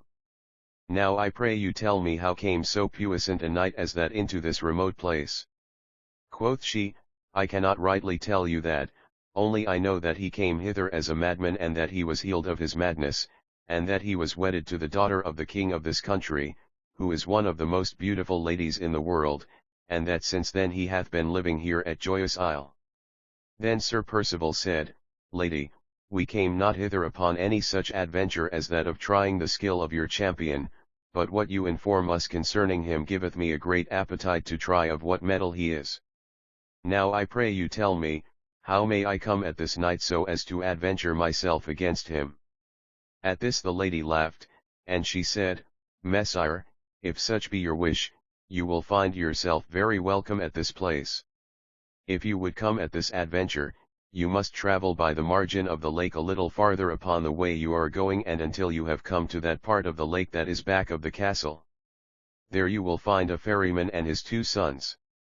Make your want known to this ferryman and he will take you into his boat and will ferry both you and your 2 horses across the water of the lake so that you may come to the other side." So spake the lady, and after that Sir Percival gave her gramercy and therewith he and Sir Ector took their departure. And so they travelled some little while by the margin of the lake as the lady with the sparrow hawk had directed, and by they came to that part of the lake that was back of the castle. Here they beheld a vessel such as the lady had described, and they beheld a hut beside the margin of the lake, and when they called there came forth out of the hut the ferryman and 2 others who were his sons. Of these Sir Percival made demand that they should transport him across the lake to the island, and thereupon the ferryman immediately prepared to do so. Then Sir Percival said to Sir Ector, "Sir, I pray you of your courtesy for one thing," and Sir Ector said, "What is that?" Sir Percival said, "I pray you that you will abide here and let me undertake this adventure alone. For I would not have it that 2 of us together should go forth against this one knight. And indeed I have great hope that I may be successful in this, even though I go thus alone, wherefore it is that I pray you of your courtesy that you will abide here, and patiently await my return." So spake Sir Percival, and Sir Ector said, "Messire, let it be as you say, and I will even abide here at this place and await your return. And if you should fail in that which you undertake, then will I also essay this adventure to discover if I may meet with better success." So therewith Sir Percival entered the boat, and the ferryman and his 2 sons also entered it, and they bent to their oars, and in a little while they had rowed Sir Percival across the water to the island that lay upon the farther side. Then when Sir Percival had safely come to the island in that wise, he rode up toward the castle through that very pleasant meadow aforetold of, and so came to the castle gateway. Here he beheld a bugle horn hanging by a chain. Then he took that bugle horn into his hands and blew upon it until the walls of the castle rang with the sound thereof. Anon, in answer to that blast, there came the porter of that castle and looked at Sir Percival through the wicket of the gate. And the porter said, "Messire, what would you have of us of this castle?" Quoth Sir Percival, "Good man, I have heard news of the great prowess of the knight champion of this castle, and so I have come hither to make a better acquaintance of that prowess. Now I pray you to go to him and to tell him that there hath come an errant knight who would fain do battle with him in a friendly tilt, if so be he will come forth hither without the castle and meet me in the meadow that lieth beneath the walls. For that meadow is a pleasant place, smooth and level, where two knights may have great joy in running a tilt in friendly contest. Messire, quoth the porter, it needs not that the knight of this castle should come forth out of the castle to meet you. For inside of this castle is a very pleasant tilt yard, and there is a gallery around about the tilt yard whence the lords and ladies of this place may view the contest between you and our knight. Wherefore, I pray you enter and take no fear, for you will be very well received at this place. I give you gramercy, said Sir Percival, and I find that this is indeed a very gentle and kindly place whereunto I have come. So I pray you give me way and I will enter as you desire me to do. So anon the portcullis of the castle was raised and the drawbridge was let fall, and thereupon Sir Percival rode forward across the drawbridge and entered the castle and the courtyard thereof, the iron hoofs of his horse sounding very loud and noisy upon the stones of the pavement. Then immediately there came several esquires running to him and asked of him what was his will and why he had come to that place. Sir Percival told them what he would have, and that he would have a friendly contest of arms with the knight of that place, whereunto the esquires said, It shall be as you desire. So two of those esquires ran to find the knight of the castle to tell him how that a challenger was come to run a tilt against him, and meantime several other esquires led Sir Percival's horse to the tilt yard of the castle, and others still again brought him a cup of fair spiced wine for his refreshment. Anon the folk of the castle began to gather in the balcony that overlooked the tilt yard, and Sir Percival, casting upward his eyes toward those who gathered there, beheld that was as fair a court of chivalry as ever had looked down upon any battle that he had fought in all of his life.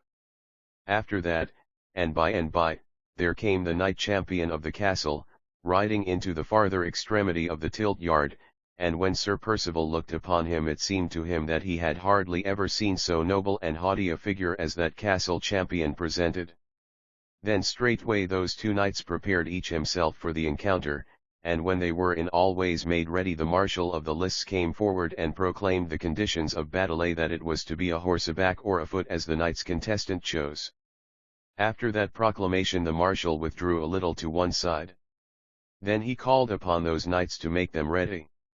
Then in another little while, and beholding that they were both ready in all wise, he blew a loud blast upon his trumpet, whereupon in an instant they quitted each his post and launched the one against the other like to two bulls rushing together in a charge. So they two met in the midst of the course with such an uproar of encounter that the ears of those who stood near by were stunned with the noise thereof. In that encounter each knight splintered his lance to the very butt thereof, and at the violence of the blow that each gave the other, the horse of each tottered back upon his haunches and would have fallen but for the address of the knight rider, who quickly recovered him with spur and voice and rein. Then each knight voided his saddle and leaped to the ground, and each drew his sword from its sheath for an encounter afoot. Then flashed their swords like lightning in the sunlight, and blow followed blow with such great spirit and goodwill that the sound thereof deafened the ears of those who looked down upon that encounter from the balcony. And ever these two champions lashed at the other such buffets that it was a wonder that any skill and address at arms could have turned aside such strokes as fell in that friendly battle. So they two fought for so long a time that those who onlooked were astonished at the strength and the courage and the endurance of those two champions, and in all that while neither knight had suffered aught of harm and neither had had aught of advantage over the other. Then at last the champion of the castle cried out, Sir Knight, hold thy hand, and thereupon Sir Percival ceased his battle and stood leaning upon the pommel of his sword, panting because of the great endeavour which he had put forth during that conflict. Then the knight champion of the castle said, Messire, I have met many knights in my day, and amongst them I have encountered those who were regarded to be the best knights in the world, yet I make my vow that never until this time have ever I met any knight who hath proved himself to be so strong and so powerful as you have shown yourself to be in this battle. Now I pray you, Messire, that you of your courtesy will declare your name and degree, for I doubt me not that you are one whom we shall find to have conferred great honour upon us by coming to this place. To this Sir Percival said, Messire, your civility of words is equal to your address at arms. Gladly will I declare my name and degree, and happy will I be if it hath aught of significance to you, for I do not think that even Sir Launcelot of the Lake himself was ever a better knight than you have shown yourself to be. Know you that I am Sir Percival of Gales, and that I am son to King Pellinore and brother unto Sir Lamorak of Gales. And now I beseech you upon your part to declare your name and title to me. But to this speech the champion of the castle made no reply. Otherwise, when he heard what Sir Percival said, and when he heard the name and degree of Sir Percival, he gave forth a great cry, either of joy or of something different from joy. Therewith, and thus crying out, he flung away his sword and he flung away his shield, and he ran to Sir Percival and threw himself down upon his knees before Sir Percival and embraced him about the thighs. And he cried out, What have I done? What have I done to do battle with thee in this wise? At this Sir Percival was very greatly astonished, and he said, Sir, what is this thou doest to kneel to me? Who art thou who sayest such words as these I hear? Now I pray thee that thou wilt immediately declare thyself to me who thou art. Then that knight, still kneeling, said, Sir Percival, I am he whom men one time called Sir Launcelot of the Lake. Therewith saying, that knight of the castle lifted up the umbril of his helmet, and Sir Percival beheld that it was indeed Sir Launcelot. Then Sir Percival cried out even as Sir Launcelot had done, and thus crying out he said, At last I have found thee.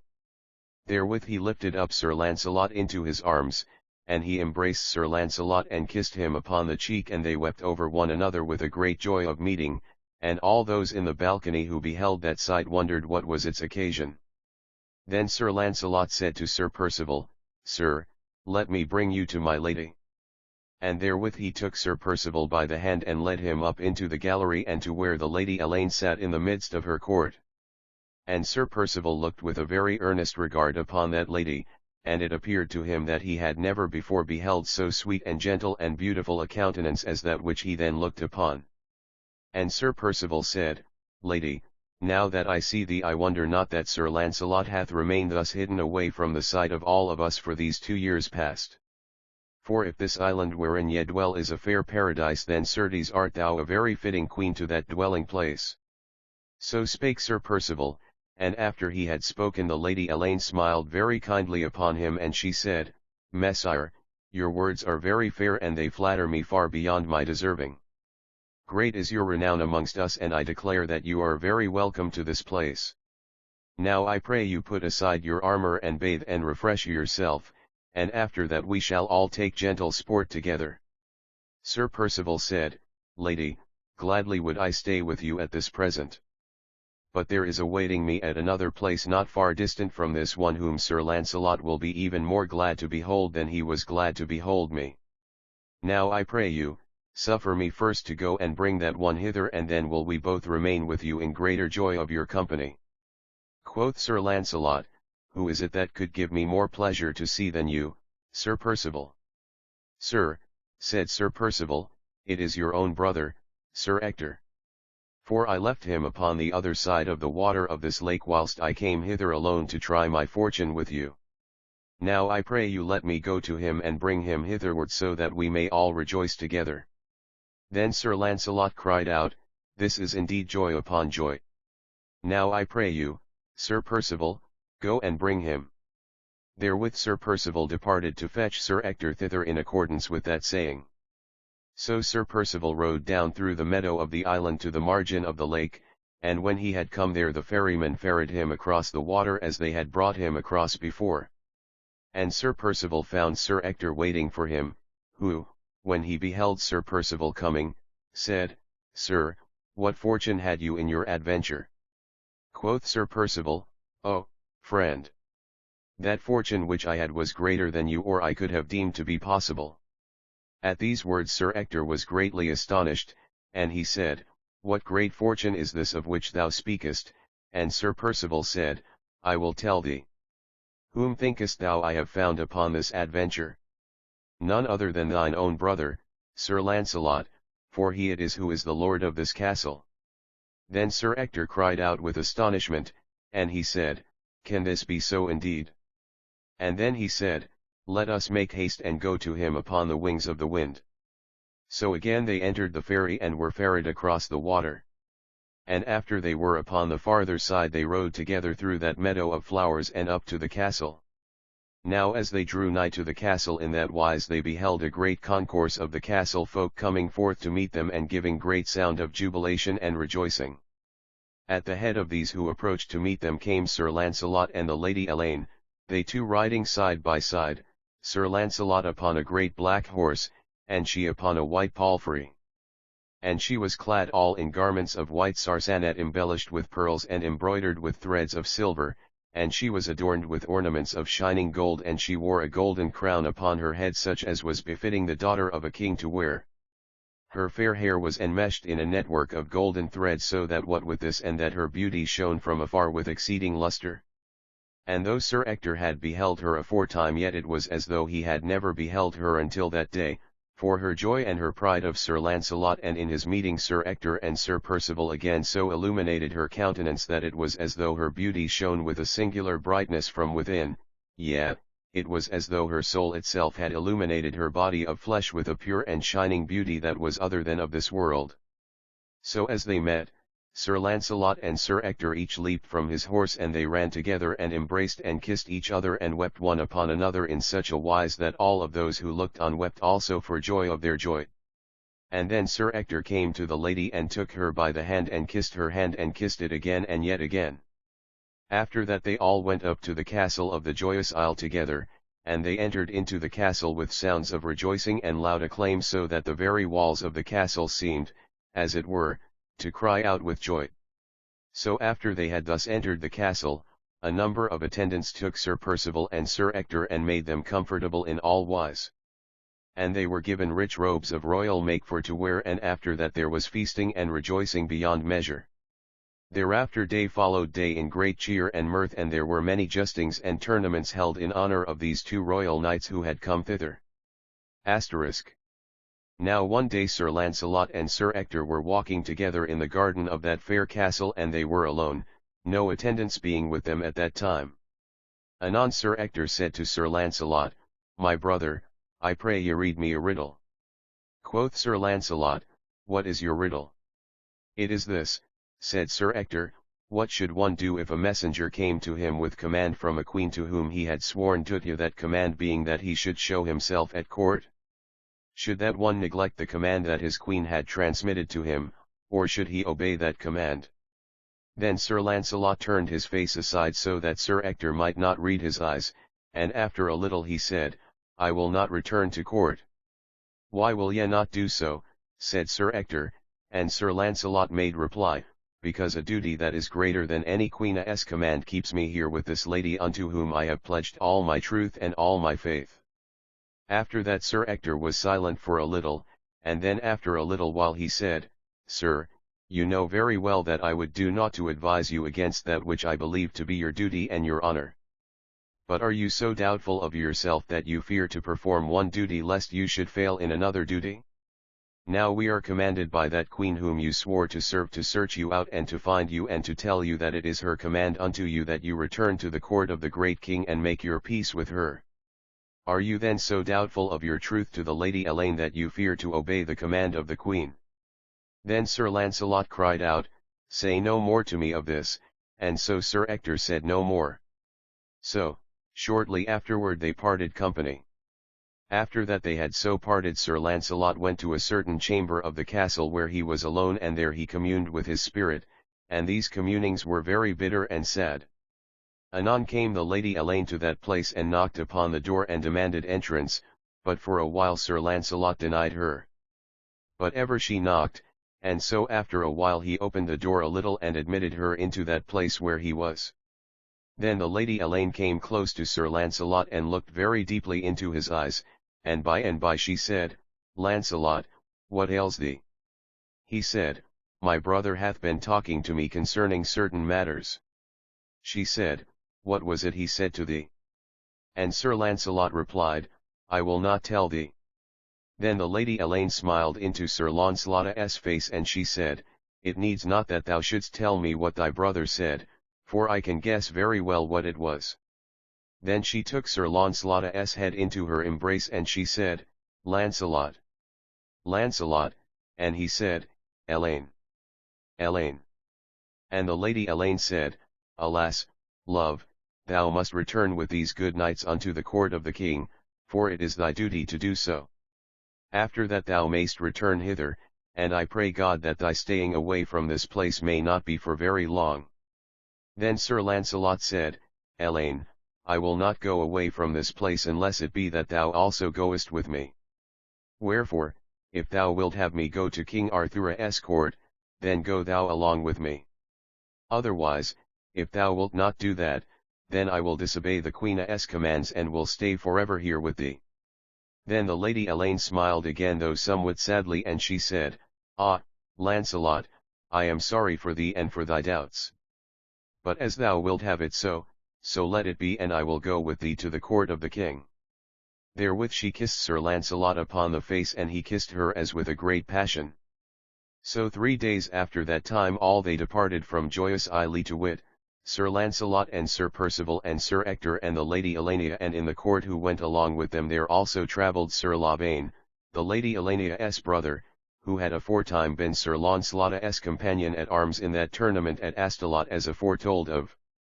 These with their courts of esquires and ladies and demoiselles wended their way from that place with great state of departure and with all the pomp and circumstance that befitted the high estate of those who travelled. So it was that Sir Launcelot was found, and now if you will read this history further you shall hear of a very pleasant adventure that befell them upon their way to the castle of King Arthur, and of how Sir Wayne and the Lady of the Fountain joined them and went with them to the court of the king. Chapter 3.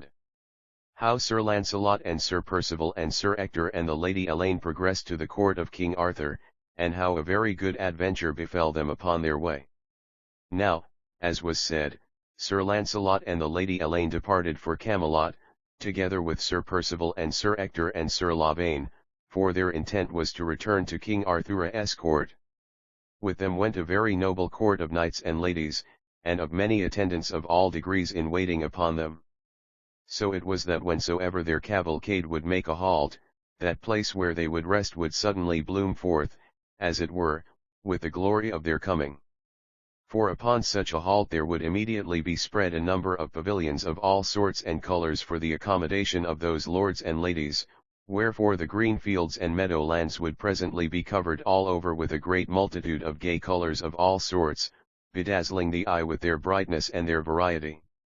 Then all the air would be aflutter with silken pennants and banners, and all would be bright with the shining of armour and the movement of gaily clad figures, and all would be merry with the chatter and music of many voices talking together, and all would be alive with movement and bustle, some running hither and some running thither, and everywhere pages and esquires would be busy polishing pieces of armour, and damsels would be busy in gentle attendance upon the lady. So it was that they made progression in that wise, all gay and debonair, and so one day they made halt toward the sloping of the afternoon in a certain very pleasant woodland, where a fair fountain of water, as clear as crystal and as cold as ice, came gushing forth from a mossy rock of the woodland. Here was a very pleasant meadow of lush green grass all besprinkled with pretty flowers, and around about stood the trees of the forest, ever rustling and murmuring their leaves in the soft and balmy breezes that caused their ancient heads to move, very slowly this way and that, as though they were whispering to one another concerning the doings of those gay travellers aforesaid. Now as those knights and ladies who had been travelling all that day were an hungered with journeying, a repast had been spread in the open air, and all they sat at table with only the blue sky and the bright floating clouds above their heads for a canopy, and only the soft green grass and the pretty flowers beneath their feet for a carpet. And so as they sat, pages and attendants ran hither and thither with plates and dishes and pattens of silver and of gold full of meats of all kinds, and with beakers and pitchers and goblets of silver and of gold full of wines of various sorts, and with these foods the attendants served that noble company as they sat at table. And all the stillness of the forest was filled full of the noise of the chanting of many voices, and of laughter and of snatches of song. What time there stood near by several minstrels who played upon harps for the entertainment of those who ate at the table. So, as they sat, all enjoying themselves with feasting and good cheer, there came forth of a sudden from the forest a very beautiful damsel riding upon a milk-white horse with 2 esquires in attendance upon her, the one walking upon the one side of her horse, and the other upon the other. This damsel and the esquires were all clad in flame-colored satin, and all these were adorned with many ornaments of gold. And the damsel wore about her neck several shining necklaces of gold inset with jewels of divers sorts, and she wore armlets of gold also inset with jewels upon her arms, and her hair was gathered into a net of gold.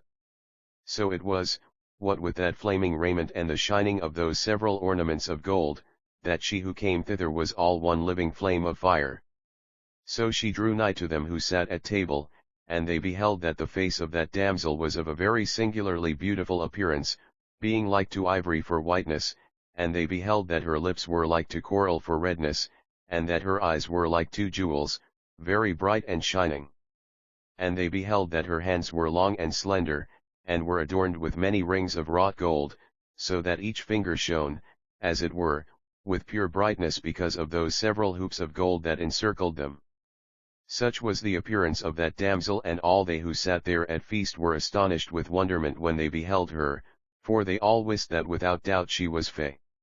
Now when that damsel had come pretty close to where they sat at their feast, she drew rein and cried out, God save you, gentles. Now I pray you tell me if there is any knight here who hath a mind for an adventure that would doubtless be very pleasant for him to undertake. To this Sir Launcelot made reply, I dare say, fair maiden, that there are several knights here who would take pleasure in assuming any adventure that one so beautiful as you are might call upon him to perform. Speaking for myself, I shall be very glad to assume such an adventure, wherefore, I pray thee, tell me what that adventure is. I will tell you, said the damsel. The adventure which I would have you undertake is hight the adventure of the fountain, and if you would assume it, you have only to take yonder path that leads through the woodlands in that direction, and you shall come to it anon. For if you go in that way you will come, by and by, to a high mound, where you will find a huge black man sitting, watching a herd of cattle. Tell him that you are come to assume the adventure of the fountain, and he will direct you farther upon your way. Then Sir Launcelot said, This is a very strange thing that thou hast set me to undertake. Now I prithee tell me further concerning this adventure, and what will befall after I have bespoken that black herdsman of whom thou tellest. But at this the maiden only laughed and said, The black man who sits upon the mound, he will tell you all that is necessary for you to know. Thereupon she turned her horse about and immediately departed with those two esquires who attended her. And so presently she reached the edge of the woodland and disappeared into the forest whence she had emerged not a very long while before. And all that court of knights and ladies were equally amazed at her coming and at her going.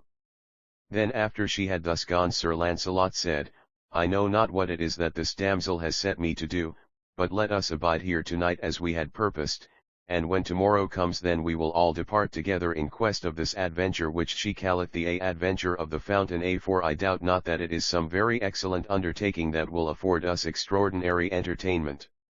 Accordingly, that night they abided where they were, and when the early breaking of the day had come they departed thence upon the way that the damsel had pointed out.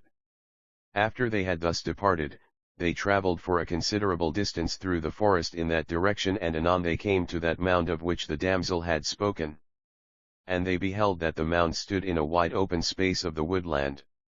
And they beheld that there were many cattle grazing around about this mound and upon the mound, and they beheld that upon the mound there sat a gigantic being of such a hideous aspect that they were astonished at his appearance.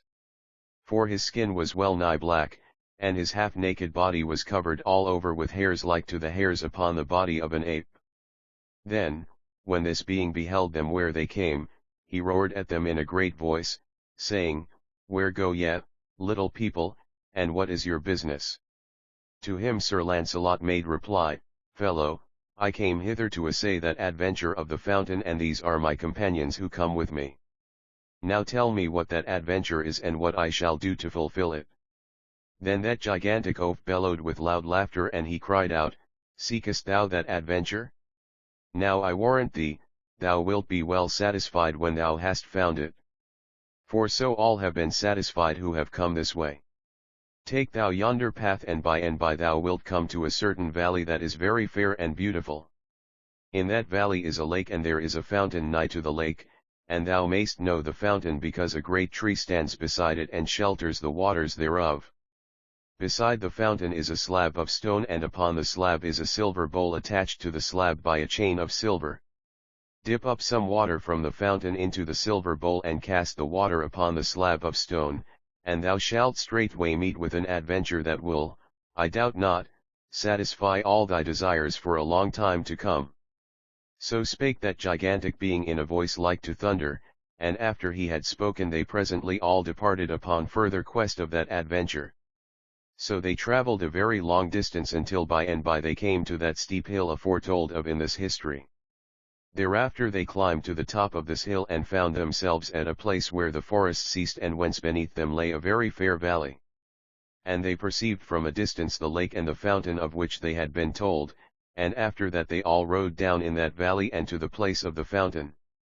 Here, finding a fair level meadow, they pitched their pavilions around about the place of the fountain, and Sir Launcelot and Sir Percival and Sir Ector and their knights armed themselves in all wise so as to be ready for any sort of adventure that might befall. Thus being in all ways prepared, Sir Launcelot approached the fountain, and when he had come to it he found the silver cup chained to the slab of stone as the gigantic herdsman had said that he would find it. So he took the silver cup into his hand, and he dipped up the water of the fountain therein, and he cast that water upon the slab of stone. Then it befell just as it had aforetime befallen with Sir Sagramore and Sir Gawain. For the earth trembled and shook so that all those who were there were filled with a great terror at the earthquake. Then there arose a mighty wind, so violent that all the pavilions that had been erected were overthrown and blown away before the blast. Then the skies thundered and thick dark clouds gathered over the heavens so that the light was presently altogether obscured, although it was hardly yet come to the prime of the day.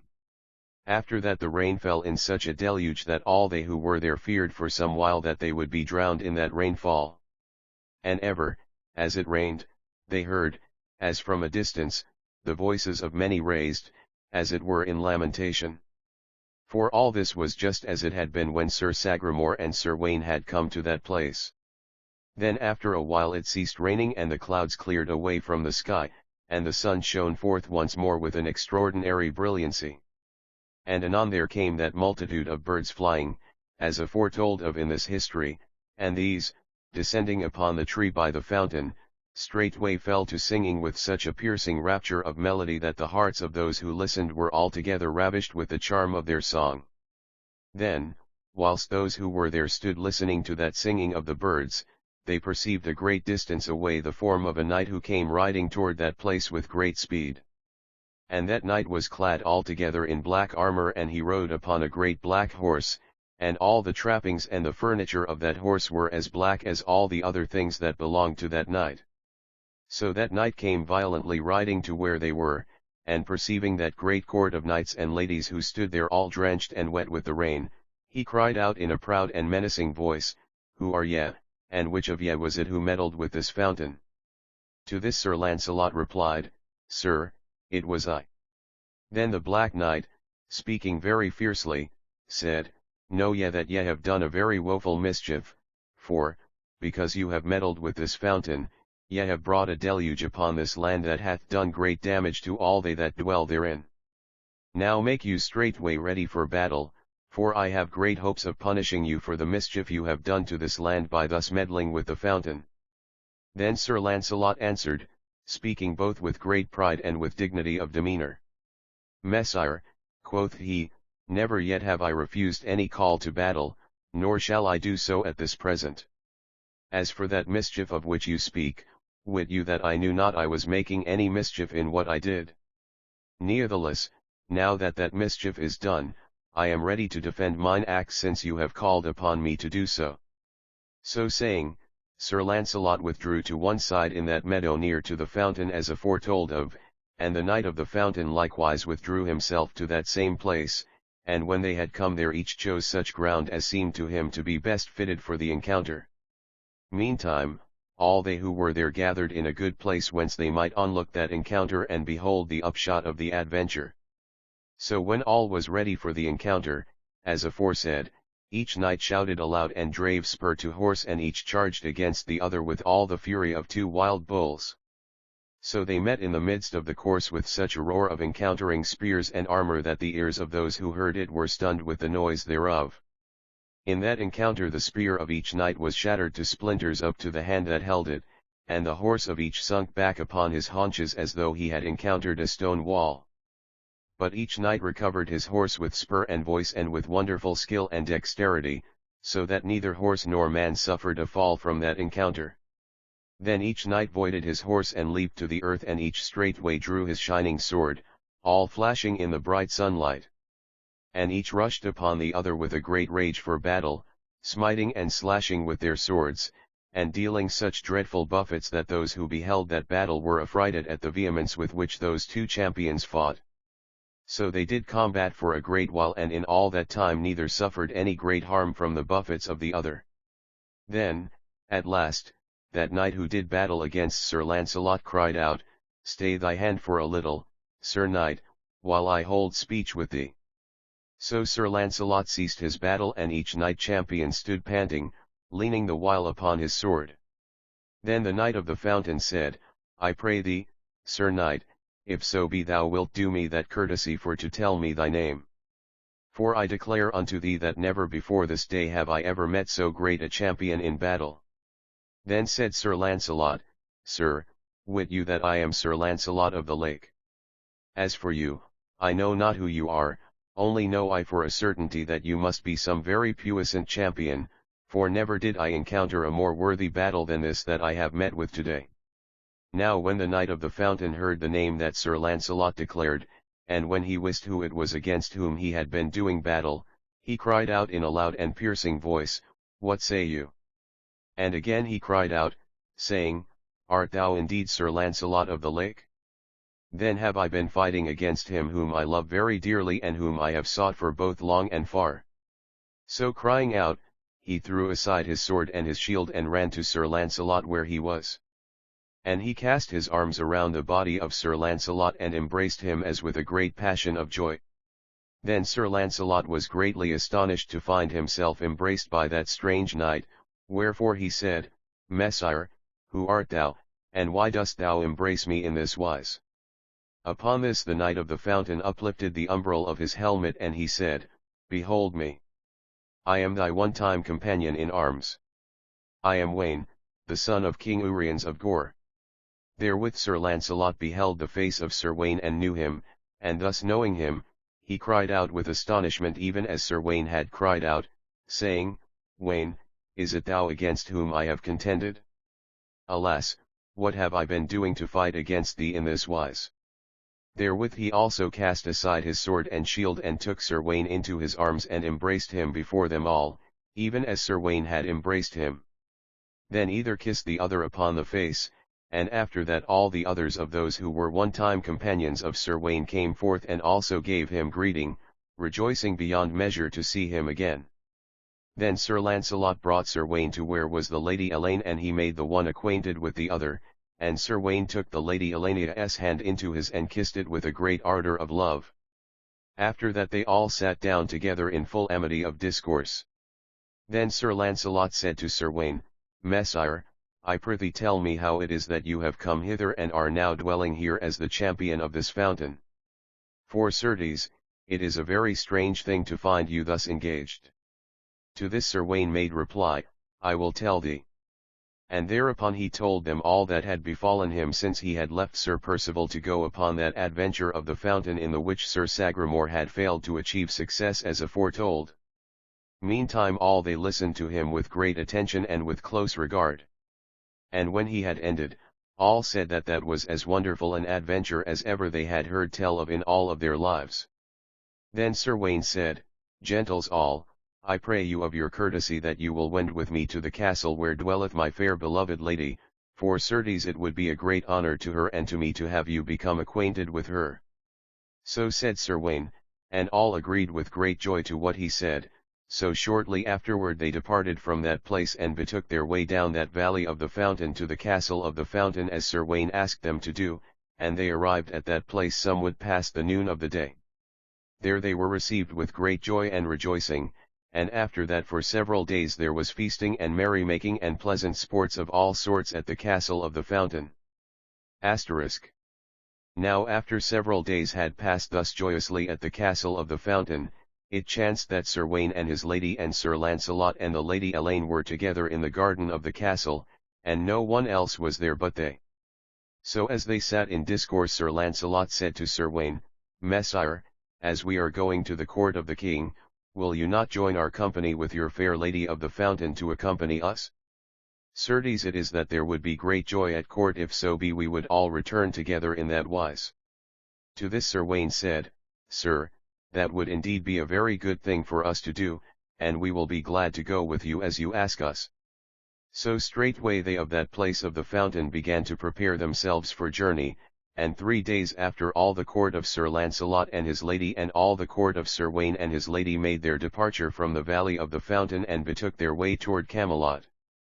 Now the way they took led them toward that mound whereon sat that gigantic black man herding his cattle. And when this being perceived all those people passing that way, he sat there and laughed like to the pealing of thunder, though why he laughed not one of them wist, for there was naught of mirth to be seen in their progression. Yet ever that great black creature laughed and laughed until they had passed by and gone, still leaving him laughing in that wise. And as they went still farther along that way they came by and by to where was the valley of the Lady Vivian. And they looked for that castle of the Lady Vivian whereunto Sir Gawain had twice come as aforetold, and, lo! It had entirely disappeared. Yea, there was not to be seen nor stick nor stone nor sign of it anywhere, and at that they all greatly marvelled, much wondering what had become of that enchanted place. Nor was it ever known what had become of it, nor was it ever known whether the enchantress had wearied of her mischiefs, or whether she feared the anger of so many who had now been raised up against her. Only this was known to be true, that she had betaken herself and her court and her castle altogether away from that place, nor was she seen there any more again. Moreover, it is to be said at this place that from that time forth the enchantment of the fountain was removed and the cup and the slab of stone disappeared from where they lay, and thenceforward they of the valley were at peace. So endeth that part of the story of the fountain. Now when that noble concourse of knights and ladies who were in attendance upon Sir Launcelot and Sir Gawain and their ladies drew nigh to the neighbourhood of Camelot, which same was upon the 4th day after they had left the valley of the Lady Vivian, Sir Launcelot sent an herald messenger before them to announce their coming. So it befell that when they came within sight of the town, they beheld a great concourse of knights and esquires of the court who had come forth to meet them. These gave loud acclaim to Sir Launcelot and his companions, crying, Welcome, ye glorious champions who are returning to us again. This welcome they gave on behalf of King Arthur, by whom they had been sent, for the king was glad beyond measure to have those champions who were so dear to his heart return to him once more. So it was that those who came to meet them cried out, Welcome, welcome, ye glorious champions, in that wise. So rejoicing and giving welcome all they progressed toward the king's town as Sir Launcelot and his lady and Sir Gawain and his lady, and their companions and all their courts, surrounded with great pomp of circumstance by those knights and esquires of the court of King Arthur, who had been sent to meet them. And all they who had thus come forth from the town looked with great curiosity upon the Lady Elaine and the Lady Lisoli, and all were astonished at the beauty and the grace of these two high dames. But more especially were they astonished at the beauty of the Lady Elaine, for her loveliness shone like to a star in the midst of her court, wherefore they who looked upon her said to one another, Certes, even Queen Guinevere herself is not more beautiful than yonder lady. So they came to the king's town, and they entered the town, and they entered the castle of the king, and there they found King Arthur and Queen Guinevere sitting in state to receive them. Both the king and the queen were crowned with golden crowns, and each sat upon a throne to receive those who came in fitting pomp and with sufficient ceremony. So Sir Launcelot and the Lady Elaine and all those who were with them came before the king and queen and kneeled down before them as they sat high aloft in royal state. Then as they kneeled there the king arose and descended from his throne and came forward and gave great welcome to them all, for his heart was filled with gladness and joy to behold them kneeling before him in that wise. And all that while the queen's face was smiling like to a beautiful mask. And ever she gazed very steadily at the Lady Elaine, beholding how that the countenance of that lady was exceedingly beautiful and very noble and gentle. And as the queen gazed thus upon the Lady Elaine, she hated her with great bitterness, yet ever she hid that hatred beneath a smiling countenance. That day there was great feasting and rejoicing at the court of the king because of the return of Sir Launcelot and Sir Wayne and Sir Percival and Sir Ector. And ever the Lady Guinevere took part in that rejoicing, albeit her heart was full of great bitterness and of a sort of despair. Asterisk. Now the next day after that day, the Lady Guinevere sent for the Lady Elaine to come to her, and when she was come the queen said to her, Lady, I have it in mind to do thee a singular honour that I would bestow upon thee, and this is that thou shouldst be in personal attendance upon me. To this end I have purveyed thee a room next to mine own chamber in mine own part of this castle, and there thou and thy attendants may lodge, so that ye shall ever be near to my person. And ever thou shalt be in close attendance upon me, and never shalt thou be parted from me for all the time that thou remainest at this place. Thus spake the Lady Guinevere, for so, under the mask of friendliness and pretence of doing honour to the Lady Elaine, she purposed to separate Sir Launcelot from his lady, and after that to keep them separate from one another. This she did, though why she should do it she could not rightly tell even to her own heart. Asterisk. So it was that Sir Launcelot returned to the court of the king, so it was that they were received at Camelot, and so it was that the Lady Elaine the Fair was separated from Sir Launcelot, as I have recounted above. Conclusion. Now at this time the Lady Elaine was in very tender health, wherefore, after a day or 2 or 3, she began to repine at being thus separated from Sir Launcelot as aforesaid, wherefore it befell that she grew lonely in that strange place, and wept a great deal, and ate little and slept little. Now there was at this time with the Lady Elaine that lady hight Dame Brisson before spoken of, she who went with the Lady Elaine to Sir Launcelot when he lay so nigh to death in the castle of Corbin. This lady saw how it was with the Lady Elaine, and how that she pined in that wise for Sir Launcelot, and she wist that the Lady Elaine was like to fall sick unless she had sight of her lord. So Dame Brisson went to Sir Launcelot one day, and she said to him, Sir, if you find not some opportunity to see your lady, she will fall ill and maybe wane away to death because of her longing for you. Sir Launcelot said, How may I see her? Dame Brisson said, Come to me this night in a certain passage of the castle during the mid-watch of the night, and I will bring you to her. So you may cherish and comfort her for that while, and so she will take good cheer once more. So that night Sir Launcelot came to the place where Dame Brisson had appointed, and Dame Brisson took him to where was the Lady Elaine. And when the Lady Elaine beheld Sir Launcelot, she could scarce control the transports of her joy in having him with her once more, for she catched him in her arms and held to him like as one sinking in deep waters holds to another who comes to save him. And ever she cried in her transport, Thou art here! Thou art here! And ever Sir Launcelot soothed her and spake words of comfort to her. So at last she took good cheer and smiled and laughed as she was wont to do aforetime.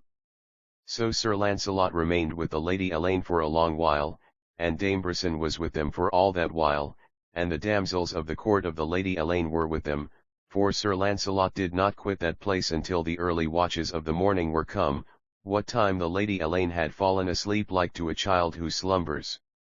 Then ere it was come the dawning of the day, Sir Launcelot took his departure, and Dame Brisson conducted him thence as she had brought him thither. Now there was a fair young damsel of the court of the queen who acted as a spy upon Sir Launcelot.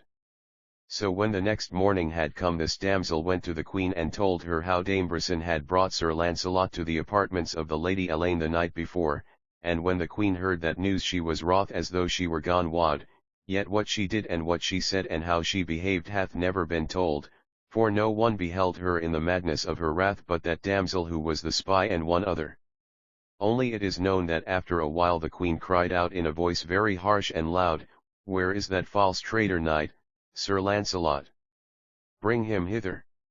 And then she said, Let no one else come in to me but him, and when he comes let us be alone together.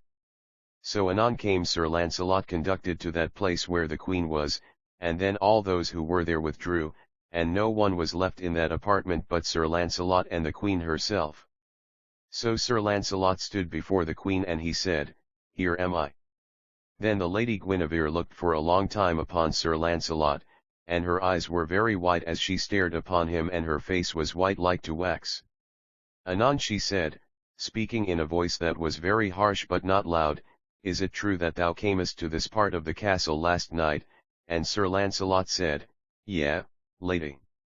Then the queen ground her white teeth together, and she said, still speaking in that same voice that was not loud, "Traitor! Traitor! How didst thou dare to come hither without my permission?"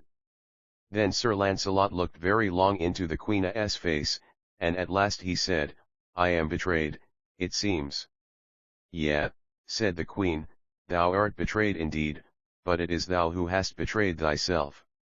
Sir Launcelot said, "In what way have I betrayed myself, and in what way am I a traitor to thee or to anyone? Is not my duty first of all toward that lady to whom I have sworn my duty? What treason did I then do in cherishing her who is sick and weak and sad and helpless in this place where thou keepest her prisoner?" So said Sir Launcelot, and after that those two, to wit, the queen and the knight champion, stared very fiercely at one another for a while. Then by and by the queen's eyes fell before his eyes, and anon she fell to trembling. Then, of a sudden, she cried out in a very bitter voice, "Ah, Launcelot, Launcelot! May God have pity upon me, for I am most unhappy." Therewith she lifted her handkerchief to her eyes and so covered her face with it. And that while her face was altogether hidden excepting her lips, which were all writhed and twisted with her passion. And yet she wept not, but ever her bosom rose and fell very violently as with a convulsion. Then Sir Launcelot wist not what to do, albeit his heart was rent with love and pity. Then by and by he came close to her and he said, "Lady, lady, what is this you do? May God have pity on us both, for you tear my heartstrings with your grief." Therewith, they two being alone, he sank down upon his knees before her, and he took her hands into his and strove to draw them away from her face. And for a while she would not let him withdraw her hands, and then after a while she did let him, and so he held them imprisoned very tight in his own. Yet ever she kept her face turned away from him so that he could see but little of it. So with her face turned away she said after a while, "Launcelot! Launcelot! Art thou not sorry for me?" He said, "Yea, lady, I am sorry for thee and I am sorry for myself, and for which of the two I am more sorry I cannot tell. For God knoweth I would abide by my duty and my faith, and may feareth thou wouldst have me do otherwise." Then the queen said, "Launcelot, what is duty and what is faith when we measure these things with the measurement of happiness and unhappiness?" And Sir Launcelot said, "Lady, for God's sake, forbear." Now as Sir Launcelot said those words he became of a sudden aware that some one was in that room. So he looked up and behold, not far away from them there stood the Lady Elaine, and she was regarding them both, and her face was as white as death, for she had entered that place without their knowing, and she had heard much of that which had passed. Then Sir Launcelot was aware that she had overheard his words to the queen, and with that he was overwhelmed with confusion and with pity. So he arose from his knees, though not quickly, and stood there before the Lady Elaine with folded arms and with his gaze downcast upon the floor. Then the queen also looked up and likewise beheld the Lady Elaine where she stood, and there with her face flamed all red like to fire. Then the queen arose very haughtily, and she said, "Lady, this is well met, for I was about to send for you. Now tell me, was it by your will that this knight came last night to this part of the castle?" And the Lady Elaine said, "Yea, lady, it was by my will he came, for I was sad, and no one but he could comfort me." Then the queen's eyes sparkled with anger, and she said, "Then you have broken an ordinance of the king's court, for well you know that such a thing as that is not permitted. For this I might punish you even unto death, and I chose to do so. Yet I will not so punish you, but will have mercy upon you and will spare you. Nevertheless I command you that you quit this place with all expedition that is possible." So spake the angry queen. But ever the Lady Elaine looked very proudly upon her. And when the queen had ended that speech she said, "Lady, it shall be as you ordain, and tomorrow I shall be glad to depart from this place, for it is a place of great unhappiness to me. But tell me this, lady, ere I go, what would you say of one who took from another who harmed her not, all the happiness and joy that that other had in her life. And what would you say if that one who would so rob the other had for herself a lord who was the most noble and the most worthy knight of any in all of the world?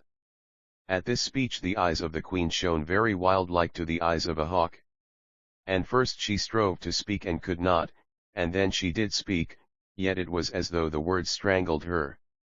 And she said, "Go. Leave me. You know not what you say," and other than that she could not say, but only strove to speak without any sound issuing out from her throat. Then the Lady Elaine turned with great dignity and went away, leaving those two alone together, and she neither turned her head nor paused at any time in her going.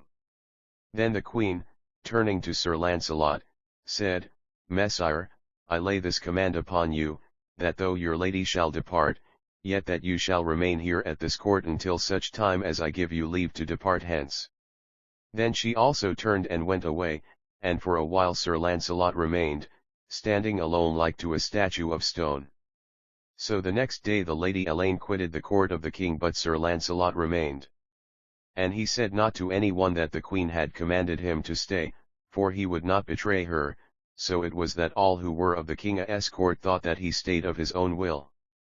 But ere the court of the Lady Elaine departed from that place, Sir Lavaine, the brother of the Lady Elaine, came to Sir Launcelot, and no one was present but they two.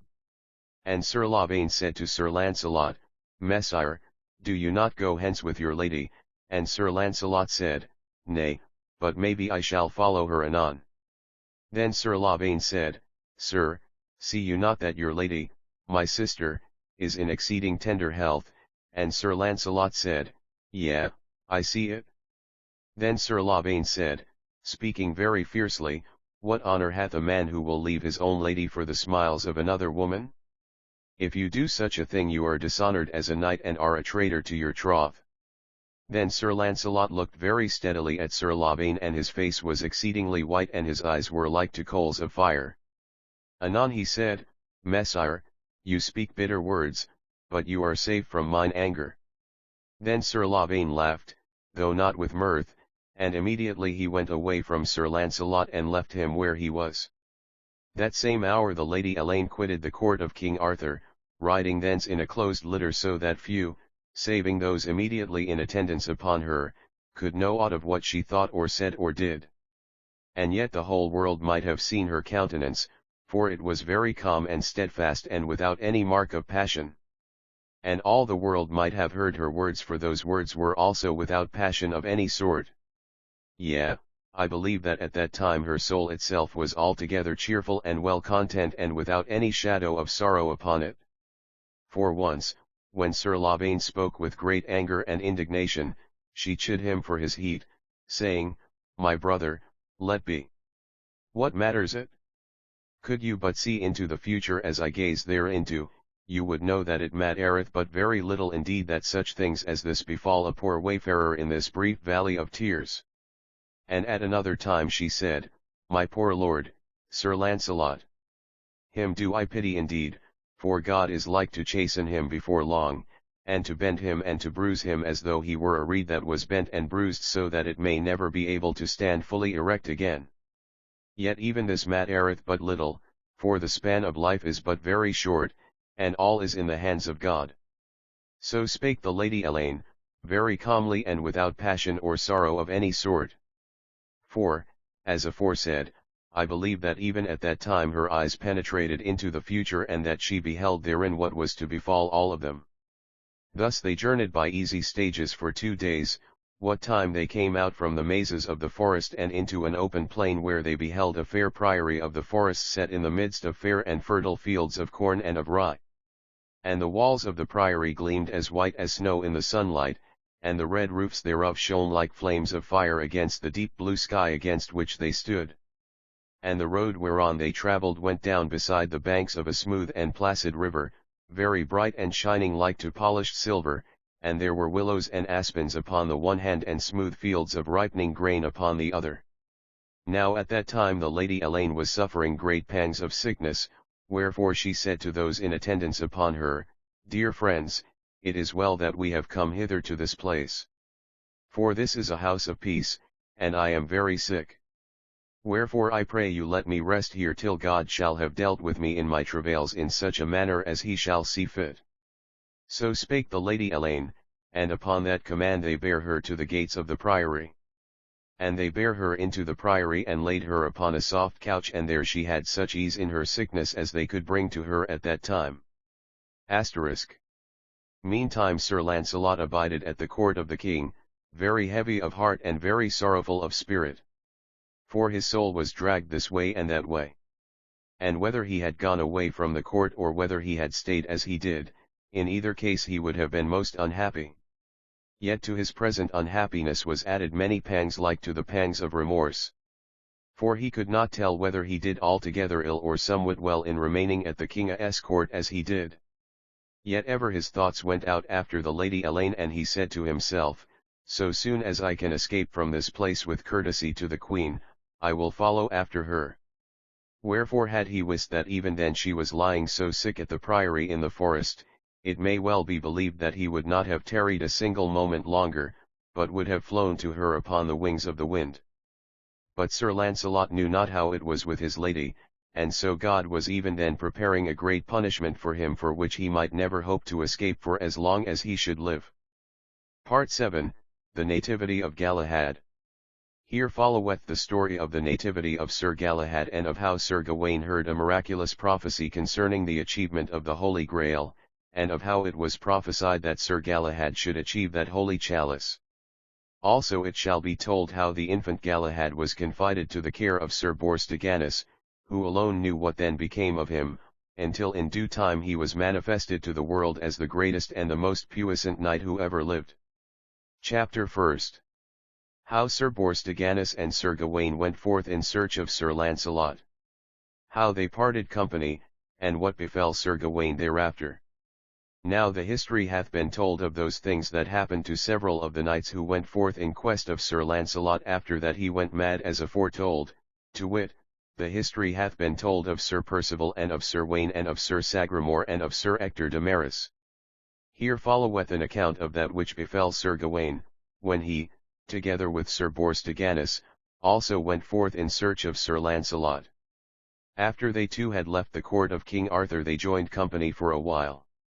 Thus travelling together as companions in arms, they met with several adventures, some of which are told in histories of chivalry and some of which are not. In such companionship there passed the spring and the summer, and by it was the fall of the year. Now some there be who love the summer time the best, and some there be that love the spring, yet others still there be who love the autumn the best of all. And certes each season hath its beauties, so that one cannot wonder that there are some who love the beauties of the fall above the beauties of all other seasons. For in that time of the year there comes the nutting season, when country folk take joy in being abroad in the hazel thickets, gathering the bright brown fruits of the hazel bushes. Then are days so clear and frosty, all early in the morning, that it is as though the whole vault of heaven were made of clear crystal. Then, when you look into the cold blue shadows of the wayside bank, there you behold everywhere the sparkling of many myriads of bright points of light where the thin frosts catch the shining of the early and yet slanting sun. Then do the birds cry with a wilder note as though heralding the approach of dreary winter. Then do the squirrels gambol in the dry, dead foliage in search of their winter store of food. Then is all the world clad very gloriously in russet and gold, and when the bright and jolly sun shines down through the thin yellow leaves of the woodland, all the earth appears to be illuminated with a wonderful splendor of golden light, so that it may be that even the glory of paradise is not more wonderful than that unusual radiance. Such was the world of autumn, in which in the latter part of their journeyings in company those two noble knights made progress together. For anon they would ride along the smooth and dusty highways, where were hedgerows, growing thin of leaves but all bright with red and purple berries, and anon they would be riding through some thin woodland where the dry and fallen leaves rustled underfoot with a sound like to a faint thunder of multitudinous rustlings, and anon they would be journeying along the wolds where the wind blew strong and free and the great white clouds sailed very smoothly and solemnly across the sky above their heads. So travelling ever in that wise, as sometimes here, sometimes there, they came one day in the early morning to where there was a smooth and shining lake, the chill waters whereof were all as smoke in the gentle warmth of the newly risen sun. And here were sedge and reeds, all fading brown and yellow, and at many places, wildfowl, disturbed at their coming, would spring up with loud and noisy splashings from the entangled water. So as they went beside that lake they beheld two knights coming toward them, riding side by side in the sunlight. And when they four had met together and had saluted one another and had bespoken one another, they found that those two knights were Sir Percival and Sir Sagramore, and that they also were journeying as armed companions, as aforetold of in this history. So they four went a little farther to where there was a pleasant thatched farmhouse not far distant from the roadside, and there they broke their fast with bread and milk and fresh laid eggs and honey, which the farmer's wife served to them. Then Sir Gawain and Sir Bors besought Sir Percival and Sir Sagramore for news, and therewith they too told Sir Gawain and Sir Bors how they had parted with Sir Wain and how that he had gone upon that adventure of the fountain. Then Sir Sagramore told them how it had befallen with him upon that same adventure, and to all this Sir Gawain and Sir Bors listened very intently. And after Sir Sagramore had ended his story, Sir Bors and Sir Gawain asked him many questions concerning those happenings, and he answered all that they asked him. Then Sir Gawain said, Well, Messire, I wot that all this mischief of which thou tellest us was brewed by that sorceress the Lady Vivian. Well I know her, and often have I had reason to chide her in times gone by for the mischiefs she was continually plotting against innocent folk. Now I have a mind to turn aside from my present quest and to find that lady and to bring her to repentance. And if I may not bring her to repentance, then I shall compel her to undo all these mischiefs she hath done in this matter of the fountain. Then Sir Sagramore said, Sir, hearken to me and let be, or else thou wilt entangle thyself in those mischiefs also.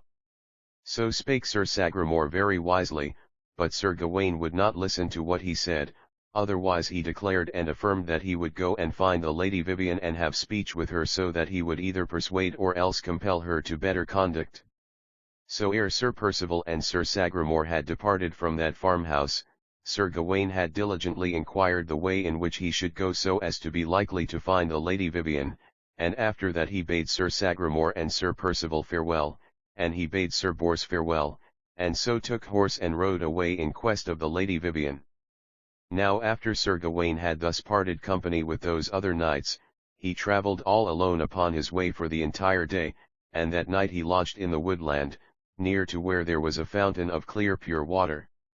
And as he had no other shelter he wrapped himself in his cloak and laid his head upon his helmet and so fell asleep with great comfort and peace of mind. So also he awoke very cheerfully in the dawning of the day, and laying aside his armor he went to the fountain of water near to which he had reposed and bathed himself therein and so was refreshed. Now after that and while Sir Gawain was still unarmed, he was suddenly aware that several people were coming thitherward toward him through the yellow woodlands, and when they had come pretty near he beheld that those who approached were a company in attendance upon a lady. And he beheld that the company and the lady who rode in the midst of that company were clad all in flame-colored satin, so that the entire woodland was illuminated, as it were, by a great shining, flaming fire. And when that lady had come pretty nigh to Sir Gawain, he knew who she was and wist that she was the Lady Vivian. Then Sir Gawain went to meet that lady, and he laid his hand upon the bridle rein of her palfrey and he said, Lady, if I mistake not, thou art the Lady Vivian. Quoth she, Yea, I am that one, and thou, I perceive, art Sir Gawain. To the which Sir Gawain said, Yea, I am he, and he said, I have come hither with the especial purpose of having speech with thee. Upon this the Lady Vivian looked at Sir Gawain very strangely, and by she said, What is it thou wouldst have of me, Messire? Sir Gawain said, Lady, I am informed that thou hast done much mischief to a certain valley called the Valley of the Fountain, and I know that through this mischief thou hast brought mischance upon many good worthy knights. Now what I would have to say to thee is this, I would beseech thee to remove all of those mischievous enchantments from that Valley of the Fountain and so set that valley free from the ills that happen to it. This I beseech thee of thy gentleness to do, but if thou wilt not do it because I so beseech thee, then I will compel thee here and now to remove those enchantments. Then the Lady Viviana's brows drew together into a frown and her cheeks grew very red and her eyes shone like sparks of fire, and she said, Ha, Messire, methinks thou art very saucy in thy speech. What is it to thee what mischiefs I may do to others? Lo! I do no mischiefs to thee, wherefore this is none of thy affairs. Now I bid thee straightway to take thy hand from off my bridle rein, or else a greater ill than thou hast any thought of will speedily befall thee. Sir Gawain said, I will not take away my hand until thou hast promised me to do that thing which I have demanded of thee, and to remove the enchantments of the Valley of the Fountain. The Lady Vivien said, Take away thy hand, Messire. Sir Gawain said, I will not. Then the Lady Vivien cried out, Thou fool! Then thank thyself for what thou shalt suffer. Now the Lady Vivien had in her hand a long white wand, and as she spake she lifted this wand and smote Sir Gawain with it upon the shoulder. And as she smote him she cried out, Quit the shape that thou now hast, and take instead the shape of a misshapen dwarf. Then as she cried in that shrill and piercing voice, there befell a very wonderful thing, for, upon the instant, it happened in that wise as she commanded. For Sir Gawain immediately began to shrink and to shrivel, so that in the space one might count 5 he had ceased to be what he was, and became instead a misshapen and diminutive dwarf. Then all they of the Lady Vivienne's party laughed and laughed until all the woods echoed with their mirth. And thus laughing, they took their departure, and rode away from that place, leaving Sir Gawain standing there all bewildered and astonished with terror at what had befallen him. So he stood for a little, like one in a maze, but after those others had entirely gone, he suddenly awoke, as it were, to his woeful case. Then straightway he began running hither and thither, as though he had gone mad. And he ran in this direction and in that direction, seeking for the Lady Vivien, but nowhere could he discover any sign of her or her court. And ever as he ran he cried aloud in a voice of exceeding agony, Have mercy! Have mercy! But, as aforesaid, the lady and those who were with her had disappeared, and only the lonely woodlands surrounded him.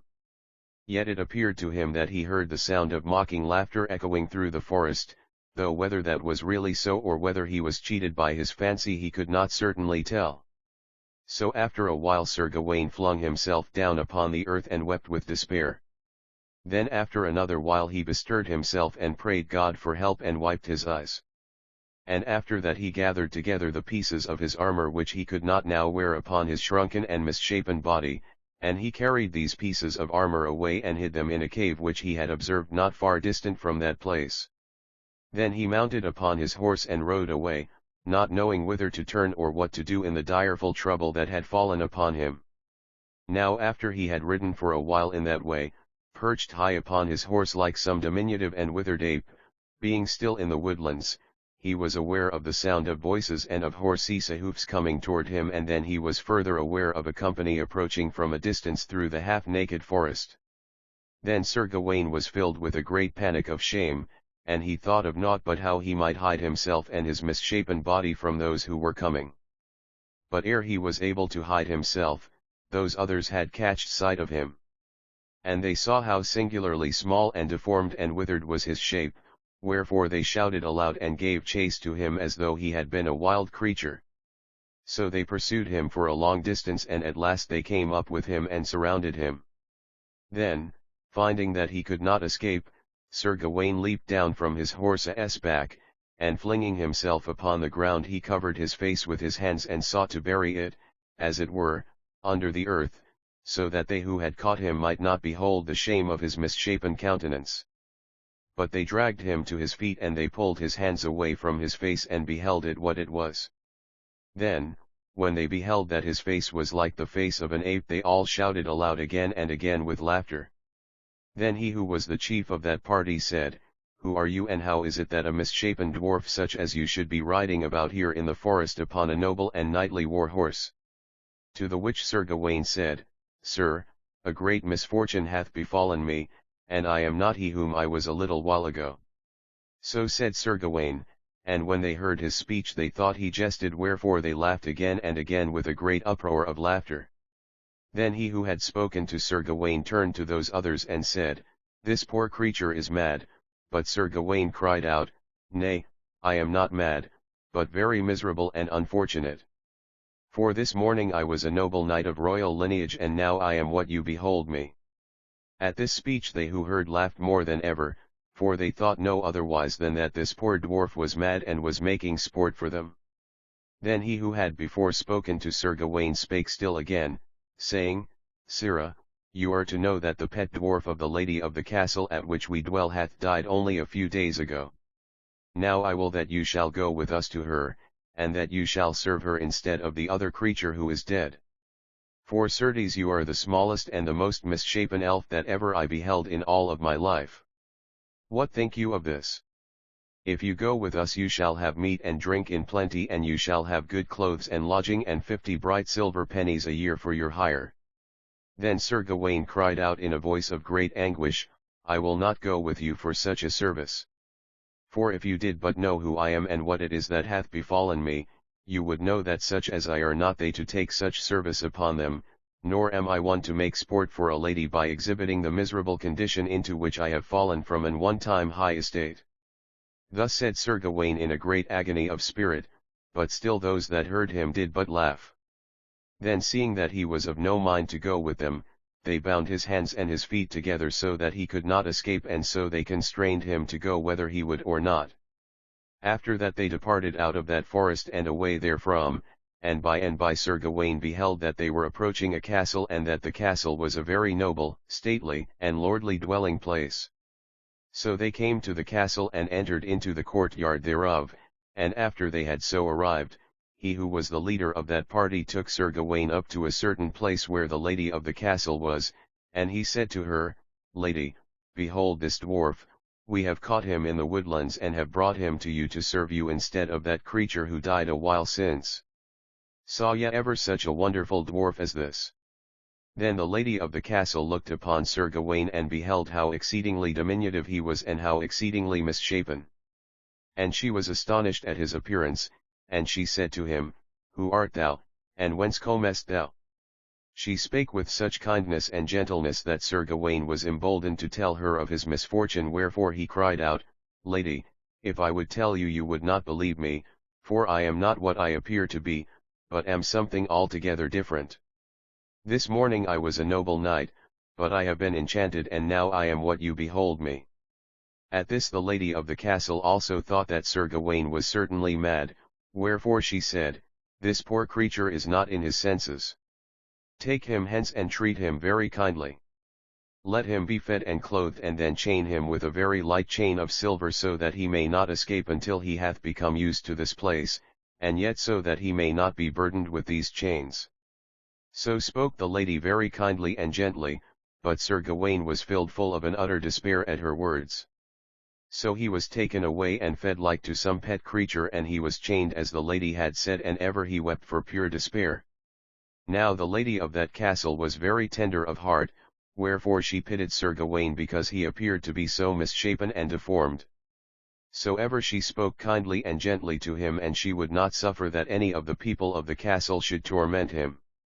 Thus it was that though at first Sir Gawain was minded to escape from the castle, yet afterward he would not escape, for he said to himself, Why should I leave this place, and where can I, poor wretch that I be, find a better and kinder shelter in my misfortunes than I have at this castle?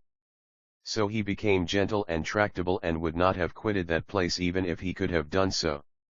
And Sir Gawain abode in that castle for more than a year, and ever the lady treated him with kindness and with gentle tenderness, and ever he treated her with such courtliness as a knight royal might bestow upon a lady. So great was his courtliness of demeanor that the lady marvelled much thereat, yea, insomuch that she said to herself, Certes this poor creature must have been reared in a noble court, or else he must have dwelt a long time in such a place, for to have learned such courtliness of manner as he showeth. And sometimes it befell that the lady would question Sir Gawain as to what had happened to him in times gone by, but Sir Gawain had taught himself wisdom upon that point, and now he would tell her nothing, for he was aware that whenever he had been moved to speak about himself and what had befallen him, then they who heard him would think him to be mad, and would laugh at him and mock him, wherefore he would no longer give any one the chance to declare that he was mad. So ever he held his peace, and ever the lady of the castle wondered how it was that he had come to have so much of gentleness and dignity of demeanor. So that winter and another winter passed, and during all that time Sir Gawain abode at the castle of the gentle lady as aforesaid. Then came the springtime and the summertime again, and the season when all the trees were green and bosky, and when the days were warm and balmy once more. Now it befell about the middle of that summer that the lord and the lady of the castle whereof Sir Gawain was now the dwarf went forth a-hawking, and a very gay court of the castle folk went with them. With these the lady took her dwarf, for it was now come that she could hardly ever bear to be parted from him.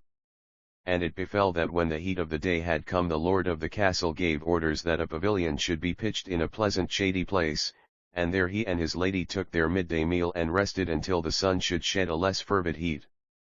That time Sir Gawain was wandering very sadly about the skirts of the forest, making great moan of that enchantment that lay upon him. So as he wandered he was suddenly aware of a bird with plumage of gold that sat upon the ground at a little distance, regarding him with eyes that were very bright and shining.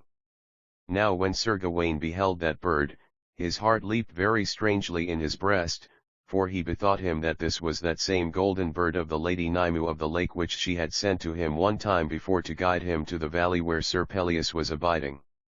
For it hath been aforetime told in that book of King Arthur, which hath been written before this book, how that same golden bird had conducted Sir Gawain and Sir Wayne and Sir Marhaus of Ireland through the forest to where Sir Pelleas was at that time in great trouble and anxiety of soul. So Sir Gawain, beholding that bird there in the forest, wist that it was the Lady Nymue's bird, and he thought that if he should follow it now, maybe it might bring him to the Lady of the Lake, and that she would release him from his deformity. So Sir Gawain went back to that pavilion whence he had come, and he took a palfrey that he found there, and no one stayed him, for the dwarf was now permitted to go whithersoever he pleased. So Sir Gawain mounted the palfrey and departed without saying a single word to any one, and no one stayed him in his going. So Sir Gawain came again to where he had seen the bird, and the bird was still sitting upon the ground where he had first beheld it. Then as Sir Gawain approached the bird, it took wing and flew with shrill chirping to a little distance, and then settled again upon the ground. And when Sir Gawain approached it again it took wing and flew chirping to a little distance. So ever it flew, and so ever Sir Gawain followed, and thus it conducted him into the forest and away from that place where was the pavilion of the lord and lady. Thus ever the golden bird led the way, and ever Sir Gawain followed, until, at last, the bird brought Sir Gawain out of the forest and to a strange place which he had never beheld before. For beyond the edge of the woodland he beheld a dreary valley, naked and bare, and covered all over with a great multitude of stones and rocks. And in that valley could be seen no sign of vegetation or of herbage of any sort, but only those naked and desolate rocks and stones, all shining bright in the heat of the sun as though they were ribs of stones shining in a furnace of fire.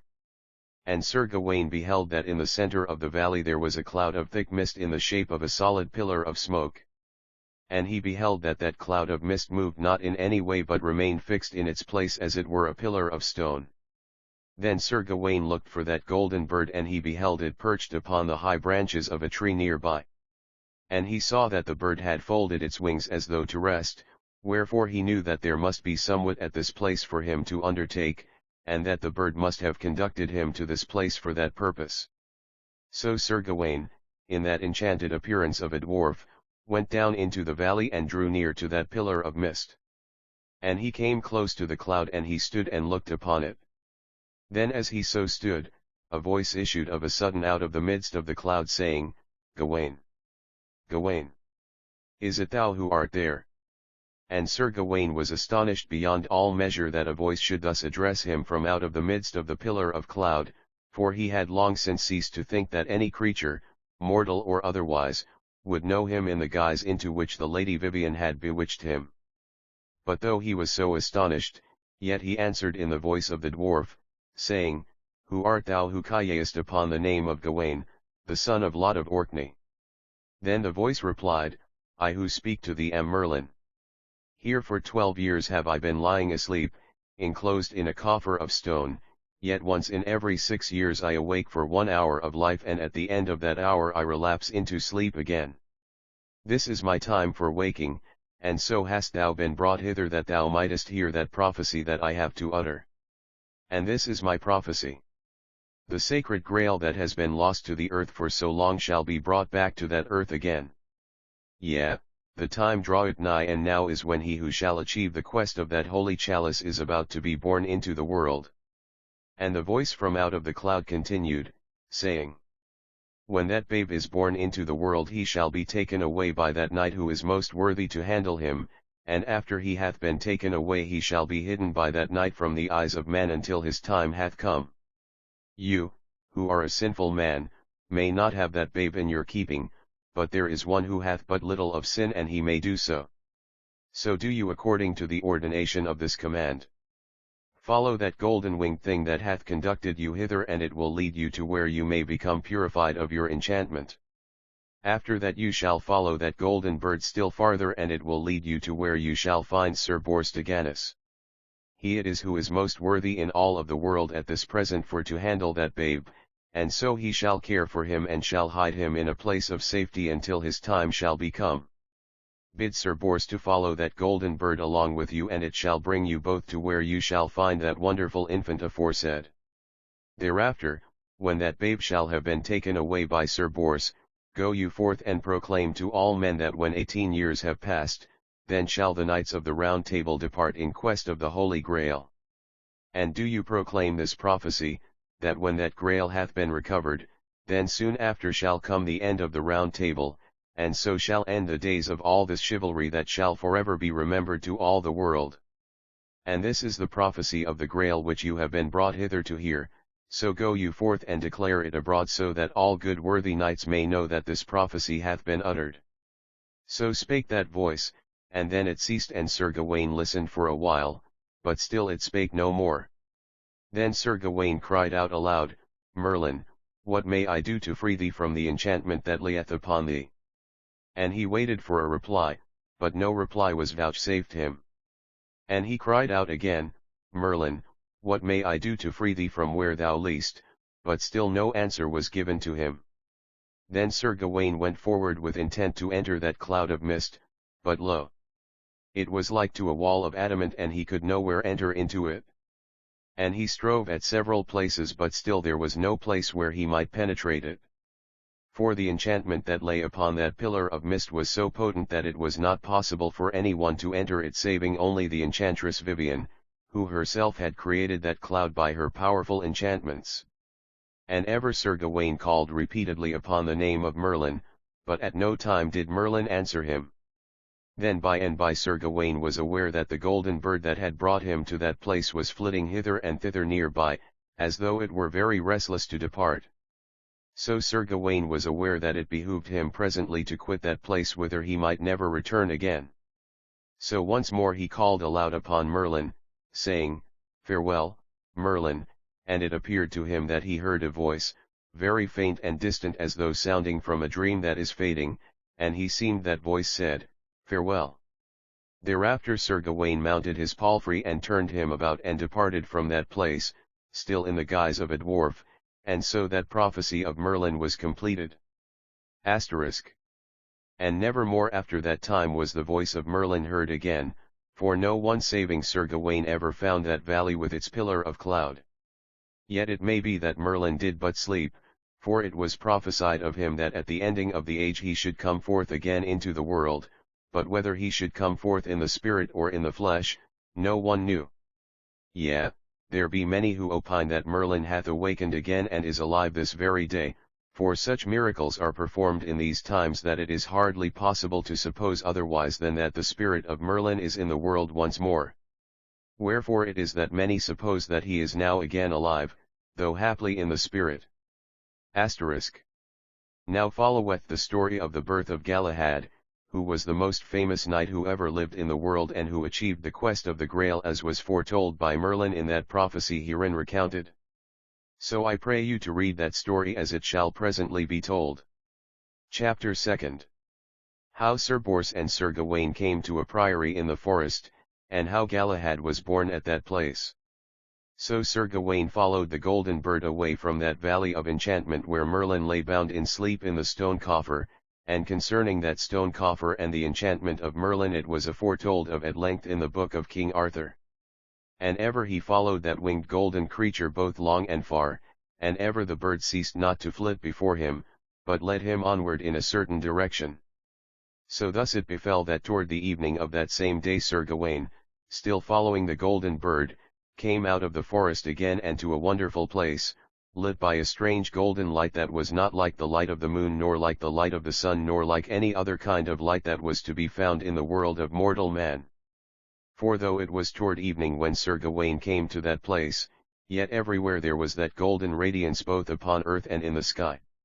And in this light Sir Gawain beheld a wide and circular lake, very still and shining, and without any ripple upon the face thereof, so that it was rather like to a lake of crystal than to a lake of water.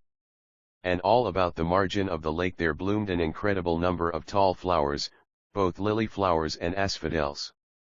Then, as Sir Gawain drave his horse forward through those flowers, he became aware that this was that magic lake where dwelt the Lady Nymu of the lake and where dwelt Sir Peleus who was her lord and the knight champion of the Lakia, for he had beheld that lake aforetime by moonlight when he had followed Sir Peleus to that place. Now as Sir Gawain thus advanced amidst the flowers, he was aware that a little distance away there stood a pavilion of green satin adorned with golden figures of cherubim, and so he went forward toward that pavilion, for ever the golden bird led him thitherward. So as he came toward that pavilion there issued forth therefrom a lady who came to meet him. And that lady was clad all in a garment of shining green, and she wore about her neck many bright and glistening ornaments of gold inset with stones about her wrists and arms. And her hair was perfectly black and her face was white like to ivory for whiteness, and her eyes were black and shining like to two jewels set in ivory. And Sir Gawain immediately knew that lady who she was, and that she was the Lady of the Lake herself, for so she appeared to King Arthur and so she appeared to several others, as you may read of if it should please you in those volumes of this history that were written before this volume. So the Lady of the Lake came forward to meet Sir Gawain, and she beheld Sir Gawain how that he was bewitched into the guise of a dwarf as aforetold. And the lady said, Certes, Messire, this is a great misfortune that hath befallen thee. Now I prithee come with me until I make an end of thy enchantment. So the Lady of the Lake took the horse of Sir Gawain by the bridle, and she led the horse through those flowers for some little distance, and so brought him to the margin of the waters of the lake. And when they had come there the Lady of the Lake stooped and dipped up some of the water of the lake into her hand, and she flung the water upon Sir Gawain, crying out in a high and piercing voice, Cease from thy present shape, and assume that shape that is thine own. Therewith, upon an instant, the enchantment that had rested upon Sir Gawain was released from him and he became himself again, resuming his own knightly appearance instead of that semblance of a misshapen dwarf into which the enchantment of the Lady Vivian had cast him. Then Sir Gawain leaped down from off the back of that poor palfrey upon which he had been riding, and he kneeled down before that fair and gentle Lady of the Lake, and he set the palms of his hands together and gave her words of pure gratitude beyond stint that she had removed that enchantment from him. And ever the Lady of the Lake looked down upon Sir Gawain and smiled very kindly upon him. And she said, Messire, abide this night in yonder pavilion, for it hath been prepared for thee to rest in.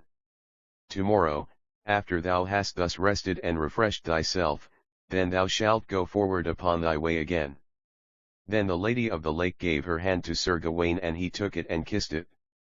And after that she turned and approached the lake, and at that time the sky was all golden both with the glory of the fading day and with that other glory, the strange magic light that embalmed that wonderful lake as aforetold. And Sir Gawain, still kneeling upon the strand of the lake, beheld that the Lady of the Lake reached the water, and stretched forth her foot and set it upon the surface of the lake as though the water had been a sheet of clear glass. And as soon as that lady thus touched the water of the lake, she immediately disappeared from sight, and thenceforth was seen no more at that time. After that Sir Gawain arose from where he kneeled, and he went toward the pavilion, and as he approached it there came forth two esquires to meet him.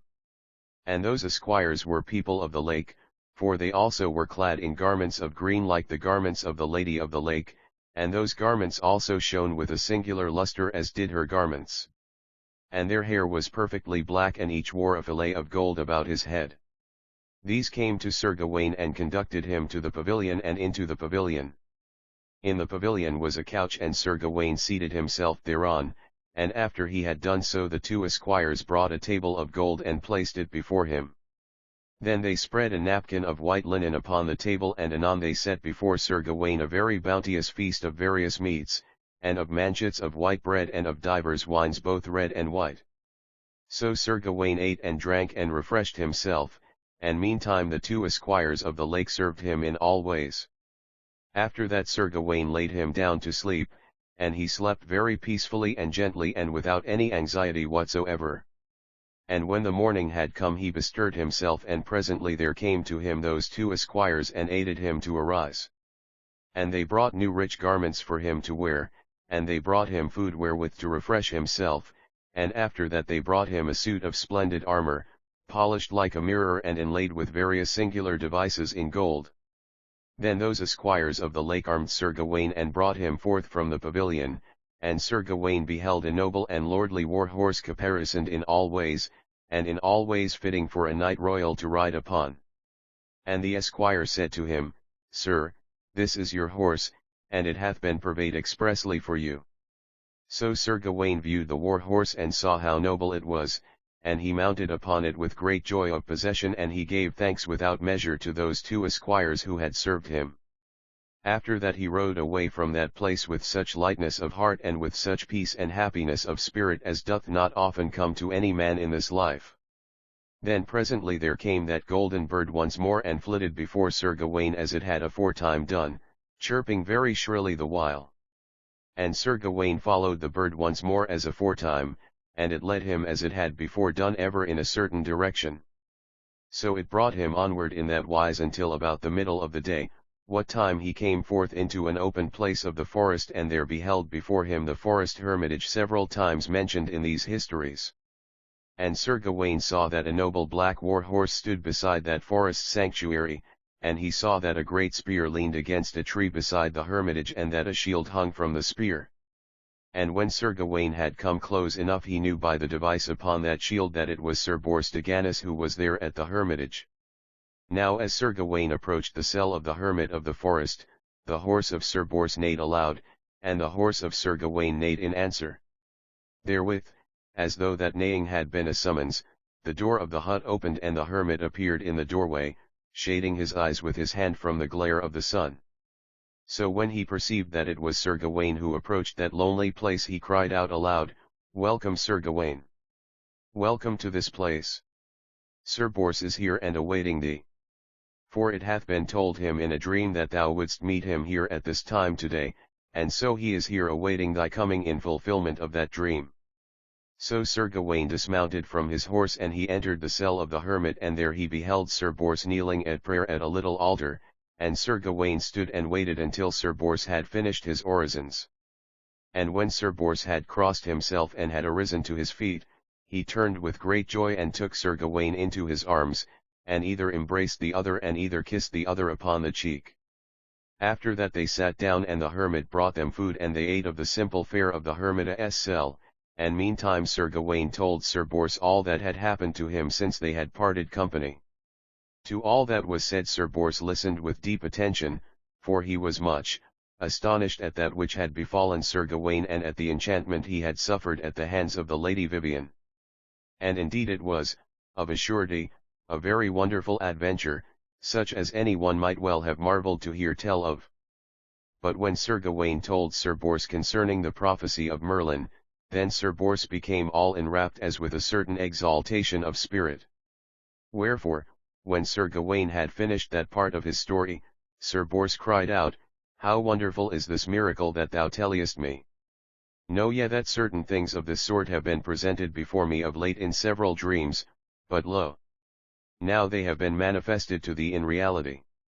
And he said, Let us straightway arise and go forth hence, for methinks that even now we have tarried too long in performing the bidding of this prophecy. Accordingly they arose and they gave thanks in full measure to that good old hermit and they bade him farewell. Thereafter they went forth and mounted their horses and took shield and spear in hand and departed thence, and after they had so departed, straightway the golden bird appeared once more and flew chirping before them. Then Sir Bors, beholding the bird, said, Lo! Is not yonder the bird that has been sent to lead us upon our way? And Sir Gawain said, Yea, that is it. And then Sir Bors said, Let us follow it apace. So they followed the bird, and ever it flew before them, leading them upon the way. Thus they travelled for a long while, until at last, toward the sloping of the afternoon, they became aware that the forest wherein they rode was becoming thinner. And anon they were aware of the ringing of a bell somewhere not a great distance away. And the bird led them toward where that bell was ringing, and so in a little pass they came forth out of the forest and into a very fertile valley. And there was a smooth river, not very broad, that flowed down through the valley, and beside the river there was a fair priory, not large in size but very comely, with white walls and red roofs and many shining windows, very bright in the sun. And all about the priory were fair fields and orchards and gardens, all illuminated very bright and warm, in the full light of the slanting sun that was now turning all the world to gold by its bright, yellow, and very glorious shining. So when Sir Bors and Sir Gawain entered this pleasant plain, the golden bird that had led them thitherward suddenly chirped very loud and shrill, and straightway flew high aloft into the air and immediately disappeared over the tree tops.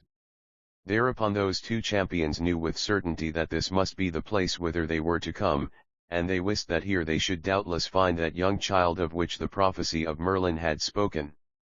So they went forward toward the priory with a certain awe, as not knowing what next of mystery was to happen to them.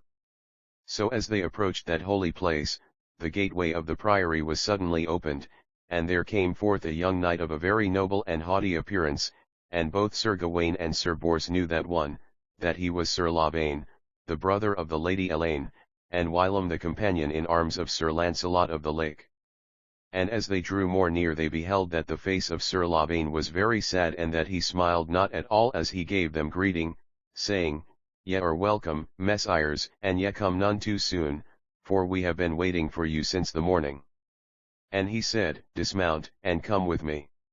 So Sir Bors and Sir Gawain dismounted from their horses and straightway there came several attendants and took the steeds and led them away to stable. Then Sir Lavaine turned, and he beckoned with his hand, and Sir Bors and Sir Gawain followed after as he had commanded them to do. So Sir Lavaine brought them through several passageways and from place to place until at last he brought them to a small cell of the priory, very cold and bare and white as snow. In the center of the cell there lay a couch and upon the couch there lay a figure as still as death and Sir Bors and Sir Gawain beheld that it was the Lady Elaine who lay there. Her hair lay spread out all over the pillow of the couch, shining like to pure gold, and in the midst of the hair her face shone very white, like to pure clear wax for whiteness.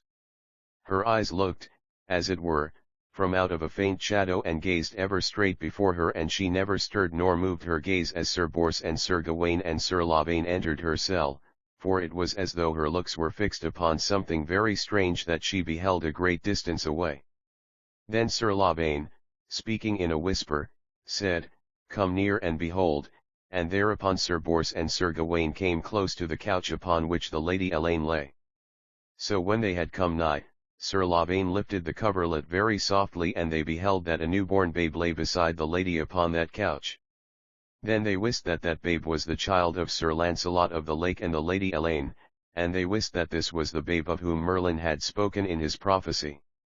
For the child was very wonderfully beautiful, and it was as though a certain clear radiance of light shone forth from its face, and it lay so perfectly still that it was like as though it did not live. So Sir Bors and Sir Gawain knew because of these and several other things that this must indeed be that very child whom they had come to find. Yea, it was as though a voice from a distance said, Behold! This is that one who shall achieve the quest of the Holy Grail according to the prophecy of Merlin. So Sir Bors and Sir Gawain kneeled down beside the bed and set their palms together, and Sir Lavaine stood near them, and for a while all was very silent in that place. Then suddenly the Lady Elaine spake in that silence in a voice very faint and remote but very clear, and as she spake she turned not her eyes toward any one of them, but gazed ever straight before her. And she said, Sir Bors, art thou there? And Sir Bors said, Yea, lady. Then she said, Behold this child and look you upon him, for this is he who shall achieve the quest of the Holy Grail and shall bring it back to the earth again. So he shall become the greatest knight that ever the world beheld. But though he shall be the greatest champion at arms that ever lived, yet also he shall be gentle and meek and without sin, innocent like to a little child. And because he is to be so high in chivalry and so pure of life, therefore his name shall be called Galahad. And she said again, Sir Bors, art thou there? And he said, Yea, lady.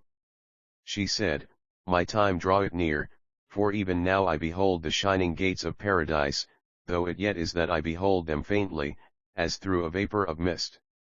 Yet anon that mist shall pass, and I shall behold those gates very near by and shining in glory, for soon I shall quit this troubled world for that bright and beautiful country. Nevertheless, I shall leave behind me this child who lieth beside me, and his life shall enlighten that world from which I am withdrawing. Then she said for the third time, Sir Bors, art thou there? And Sir Bors wept, and he said, Yea, lady, I am here. Then the Lady Elaine said, Take thou this child and bear him hence unto a certain place that thou shalt find. Thou shalt know that place because there shall go before thee a bird with golden plumage, and it shall show thee where thou art to take this child. Leave the child at that place whither the bird shall lead thee, and tell no man where that place is.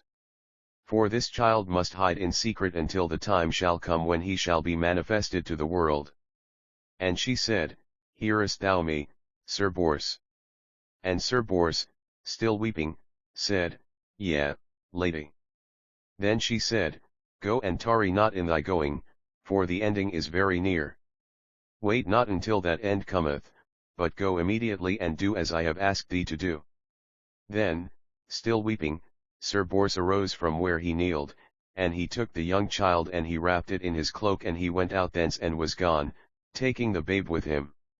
And this while Sir Gawain and Sir Lavaine also wept, and ever Sir Gawain still kneeled and Sir Lavaine stood beside him. Such is the story of the nativity of Sir Galahad, who afterward achieved the quest of the Holy Grail as was prophesied in the prophecy of Merlin. That same day the Lady Elaine died about the middle watch of the night, departing from this world in great peace and good content, and Sir Gawain and Sir Lavaine were with her at the time of her passing. Then Sir Gawain said, weeping, Let me go and fetch Sir Launcelot of the lake hither. But Sir Lavaine, speaking very sternly, said, Let be and bring him not, for he is not worthy to be brought hither.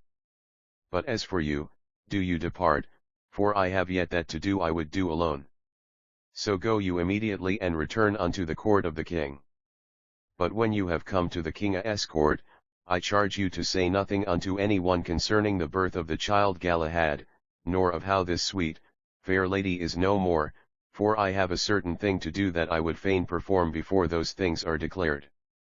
So when you have come to court say nothing of these matters of which I have spoken. To the which Sir Gawain said, Messire, it shall be as you desire in all things. So immediately Sir Gawain went forth and called for his horse, and they brought his horse to him and he mounted and departed from that place, leaving Sir Lavaine alone with his dead. And it remaineth here to be said that Sir Gawain went directly from that place to the court of the king, and when he had come there he told only of those adventures that had happened to him when the Lady Vivian had bewitched him. But of those other matters, to wit, of the nativity of Galahad and of the death of the Lady Elaine, he said naught to any one but concealed those things for the time being in his own heart. Yet ever he pondered those things and meditated upon them in the silent watches of the night. For the thought of those things filled him at once with joy and with a sort of terror, with hope and with a manner of despair, wherefore his spirit was troubled because of those things which he had beheld, for he knew not what their portent might be. Conclusion. Now after Sir Bors had departed and after Sir Gawain had departed as aforesaid, the one at the one time and the other at the other, there came several of those of the priory to that cell of death. And they lifted up that still and peaceful figure and bare it away to the chapel of the priory. And they laid it upon a bier in the chapel and lit candles around about the bier, and they chanted all night in the chapel a requiem to the repose of the gentle soul that was gone. And when the morning light had dawned, Sir Lavaine came to that chapel when the candles were still alight in the dull grey of the early day, and he kneeled for a long time in prayer beside the bier. Thereafter, and when he had ended his prayers, he arose and departed from that place, and he went to the people of the priory, and he said to them, Whither is it that this river floweth? They say, It floweth down from this place past the king's town of Camelot, and thence it floweth onward until it floweth into the sea to the southward. Sir Lavaine said, Is there e'er a boat at this place that may float upon the river? And they say to him, Yea, Messire, there is a barge, and there is a man that saileth that barge, and that man is deaf and dumb from birth. At that Sir Lavaine said, I pray you to bring me to where that deaf and dumb bargeman is. So one of those to whom he spake took him to a certain place where was that barge, and the deaf and dumb bargeman. And the bargeman was a very old man with a long beard as white as snow, and he gazed very steadfastly upon Sir Lavaine as he drew near thitherward. So Sir Lavaine came close to the bargeman, and he made signs to him, asking him if he would ferry him down the stream to the king's town, and the dumb bargeman understood what Sir Lavaine would have, and he made signs in answer that it should be as Sir Lavaine desired. After that Sir Lavaine gave command that the barge should be hung and draped all with white samite embroidered with silver, and he gave command that a couch of white samite should be established upon the barge, and the covering of the couch was also embroidered with silver. So when all was in readiness, there came forth a procession from the chapel, bearing that still and silent figure, and they brought it to the barge and laid it upon the couch of white samite that had been prepared for it. Thereafter Sir Lavaine entered the barge and took his station in the bow of the boat, and the deaf and dumb man took his station in the stern thereof. Then the bargeman trimmed the sail, and so the barge drew slowly away from that place, many standing upon the landing stage and watching its departure. And after that the barge floated gently down the smooth stream of the river, and ever the deaf and dumb man guided it upon its way. And anon they floated down betwixt banks of rushes, with here and there a row of pollard willow trees and thickets of alder. And all about them was the pleasant weather of the summer time, with everything abloom with grace and beauty. Then anon, departing from those marshy stretches with their rushes and their willows and their alders, they drifted past some open meadowlands, with fields and uplands all trembling in the still hot sunlight. And after that they came to a more populous country where were several small towns and villages, with here and there a stone bridge crossing the river. And at those places of habitation many came and stood upon a bridge beneath which they passed, and others stood upon the smooth and grassy banks of the stream and gazed in awe at that wonderful barge as it drifted by adown the flood. And they who thus gazed would whisper and marvel at what they beheld, and would cross themselves for awe and terror. So ever they floated onward until at last they came to within sight of the town of Camelot. After that, in a little they came to the town, and as they passed by the town walls, lo! A great multitude of people came and stood upon the walls and gazed down upon that white bed-draped barge and those who were within. And all the people whispered to one another in awe, saying, What is this, and what doth it portend? Is this real, or is it a vision that we behold? But ever that barge drifted onward past the walls and past those who stood thereon, and so, at last, it came to a landing place of stone steps not far distant from the castle of the king. There the dumb bargeman made fast the barge to the iron rings of the landing stage, and so that strange voyage was ended. Now at that time King Arthur and many of the lords and some of the ladies of his court sat at feast in the royal hall of the castle, and amongst those was Sir Launcelot and Queen Guinevere. So as they sat thus, there came one of a sudden running into the hall as in a fright, and thereat all looked upon him and wondered wherefore he came into the hall in that way. Then King Arthur said, What ails thee that thou comest hither to us thus? Then he who came kneeled before King Arthur, and he said, Lord, here is a wonderful thing. For down by the river there hath come a barge to the landing stairs of the castle, and that barge is hung all with white samite embroidered with silver. And in the barge and upon a couch of white samite there lieth a dead lady so beautiful that I do not think her like is to be found in all of the earth. And a dumb man sits in the stern of the boat, and a noble young knight sits in the bow of the boat with his face shrouded in his mantle as though for grief. And that knight sits there as silent and as motionless as the dead lady, and the dumb man sits there also, like to an image of a man rather than a man of flesh and blood. Wherefore it is that I have come hither to bring you word of this wonderful thing. Then King Arthur said, This is indeed a most singular story that thou tellest us. Now let us all straightway go and see what this portendeth. So the king arose from where he sat, and he descended therefrom, and he went forth out of the hall, and all who were there went with him. Now first of all there went King Arthur, and among those who were last there went Sir Launcelot of the Lake.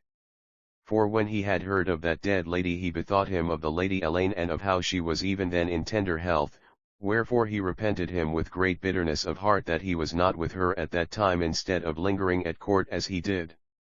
And he said to himself, Suppose that she should die like to this dead lady in the Bargia, what would I do if that should have happened unto me?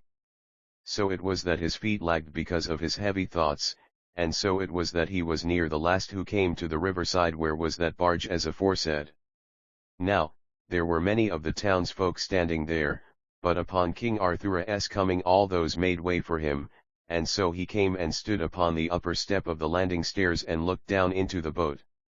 And he beheld that figure that was lying there and knew it that it was the Lady Elaine who lay there dead. Then the king looked for a little upon that dead figure as it were in a sort of terror, and then he said, Where is Sir Launcelot? Now when the king so spake, they who stood there made way, and Sir Launcelot came through the press and stood also at the head of the stairs and looked down into the barge. Then of a sudden as it were in an instant of Timea he beheld with his very eyes that thing which he had been thinking of anon, for there before him and beneath him lay in very truth the dead image of that dear lady of whom he had been thinking only a moment before. Then it was as though Sir Launcelot had suddenly been struck with a shaft of death, for he neither moved nor stirred. Nay, it was not to be perceived that he even so much as breathed.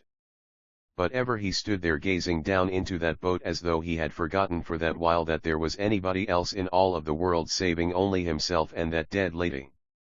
And many of those who were there looked upon the face of Sir Launcelot, and they beheld that his countenance was altogether as white as the face of that dead figure who lay in the barge beneath them.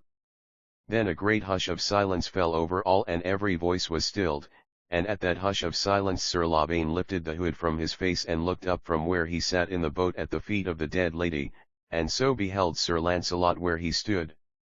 Then upon the instant Sir Lavaine stood up in the barge and he cried out in a great loud harsh voice, Ha! Art thou there, thou traitor knight? Behold the work that thou hast done, for this that thou beholdest is thy handiwork. Thou hast betrayed this Lydia's love for the love of another, and so thou hast brought her to her death. So said Sir Lavaine before all those who were there, but it was as though Sir Launcelot heard him not, for ever he stood as though he were a dead man and not a living man of flesh and blood. Then of a sudden he awoke, as it were, to life, and he clasped the back of his hands across his eyes, and cried out in a voice as though that voice tore his heart asunder, Remorse! Remorse! Remorse! Saying those words 3 times over in that wise. Then he shut his lips tight as though to say no more, and thereupon turned and went away from that place. And he turned neither to the side nor to that, but went straight to the castle of the king, and there ordered that his horse should be brought forth to him upon the instant. So when his horse was brought he mounted it and rode away, and he bade farewell to no one, and no one was there when he thus departed.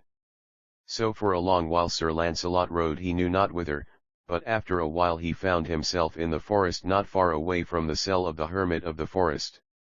And he beheld the hermit of the forest, that he stood in an open plat of grass in front of his cell and that he was feeding the wild birds of the woodland, for the little feathered creatures were gathered in great multitudes about him, some resting upon his head and some upon his shoulders and some upon his hands. And a wild doe and a fawn of the forest browsed nearby and all was full of peace and good content. But at the coming of Sir Launcelot, all those wild creatures took alarm, the birds they flew chirping away, and the doe and the fawn they fled away into the thickets of the forest. For they wist, by some instinct, that a man of sin and sorrow was coming thitherward, wherefore they were afeard and fled away in that wise. But Sir Launcelot thought nothing of this, but leaped from his horse, and ran to the hermit and flung himself down upon the ground before him and embraced him about the feet. And the hermit was greatly astonished and said, What ails thee, Sir Launcelot. Whereunto Sir Launcelot cried out, Woe is me! Woe is me! I have sinned very grievously and have been grievously punished, and now my heart is broken. Then the hermit perceived that some great misfortune had befallen Sir Launcelot, wherefore he lifted Sir Launcelot to his feet, and after that he brought him into his cell. And after they were in the cell together, he said, Now tell me what ails thee, Sir Launcelot. For I believe that in telling me thou shalt find a great deal of ease. So Sir Launcelot confessed everything to the hermit, yea, everything to the very bottom of his soul, and the good, holy man hearkened to him. Then after Sir Launcelot had said all that lay upon his heart, the hermit sat for a while in silence, communing with his spirit. And after a while he said, Messire, God telleth me that if thy sin hath been grievous, so also hath thy punishment been full sore. Wherefore meseemeth I speak what God would have me say when I tell thee that though neither thou nor any man may undo that which is done, nor recommit that which is committed, yet there is this which thou or any man mayest do. Thou mayst bathe thy soul in repentance as in a bath of clear water, for repentance is not remorse but something very different from remorse, and that having so bathed thyself thou mayst clothe thyself as in a fresh raiment of new resolve. So bathed and so clad, thou mayst stand once more upon thy feet and mayst look up to God and say, Alo, God! I am thy handiwork. I have sinned and have done great evil, yet I am still thy handiwork, who hath made me what I am. So, though I may not undo that which I have done, yet I may, with thy aid, do better hereafter than I have done heretofore. For every man may sin, and yet again may sin, yet still is he God's handiwork, and still God is near by his handiwork to aid him ever to a fresh endeavor to righteousness. So, though thou hast sinned, thou art still the creation of God and may yet do his will in the world who hath sent thee hither. Then Sir Launcelot wept, and he said, There is much comfort in thy words. After that he abode for 3 days in the cell of the hermit, and at the end of that time he went forth again into the world, a broken yet a contrite man, and one full of a strong resolve to make good the life that God thenceforth intended him to live. So by and by you shall hear of further adventures that befell him, yet not at this place. So it was with Sir Launcelot, and now it only remaineth to be said that, after his departure from the king's court as aforesaid, they brought the dead figure of the Lady Elaine to the minster at Camelot, and there high mass was said for the peace of her pure and gentle soul. So for 2 days, what time Sir Launcelot was bathing himself in the waters of repentance as aforetold, that figure lay in state in the minster and with many candles burning about it, and then it was buried in the minster, and a monument of marble was erected to the memory of that kind and loving spirit that had gone. So endeth the history of the nativity of Galahad, and so therewith this book also cometh to an end. Yet after a while, if God giveth me life to finish that work which I have undertaken in writing these histories, and I pray he may give me to finish that and several other things, then I shall tell you many things more than these. For I shall tell you how Sir Launcelot came back again into the world, and I shall tell you of the history of the quest of the Grail, and I shall tell you of other knights who came in later days to make the court of King Arthur even more glorious than it was before. Already 2 histories have been written concerning these things, and this makes the 3rd, and another, I believe, will complete that work which I have assigned myself to do, wherefore, as was said, I pray that God may grant that I shall be able to finish that 4th book and so end my work that I have here undertaken. Amen.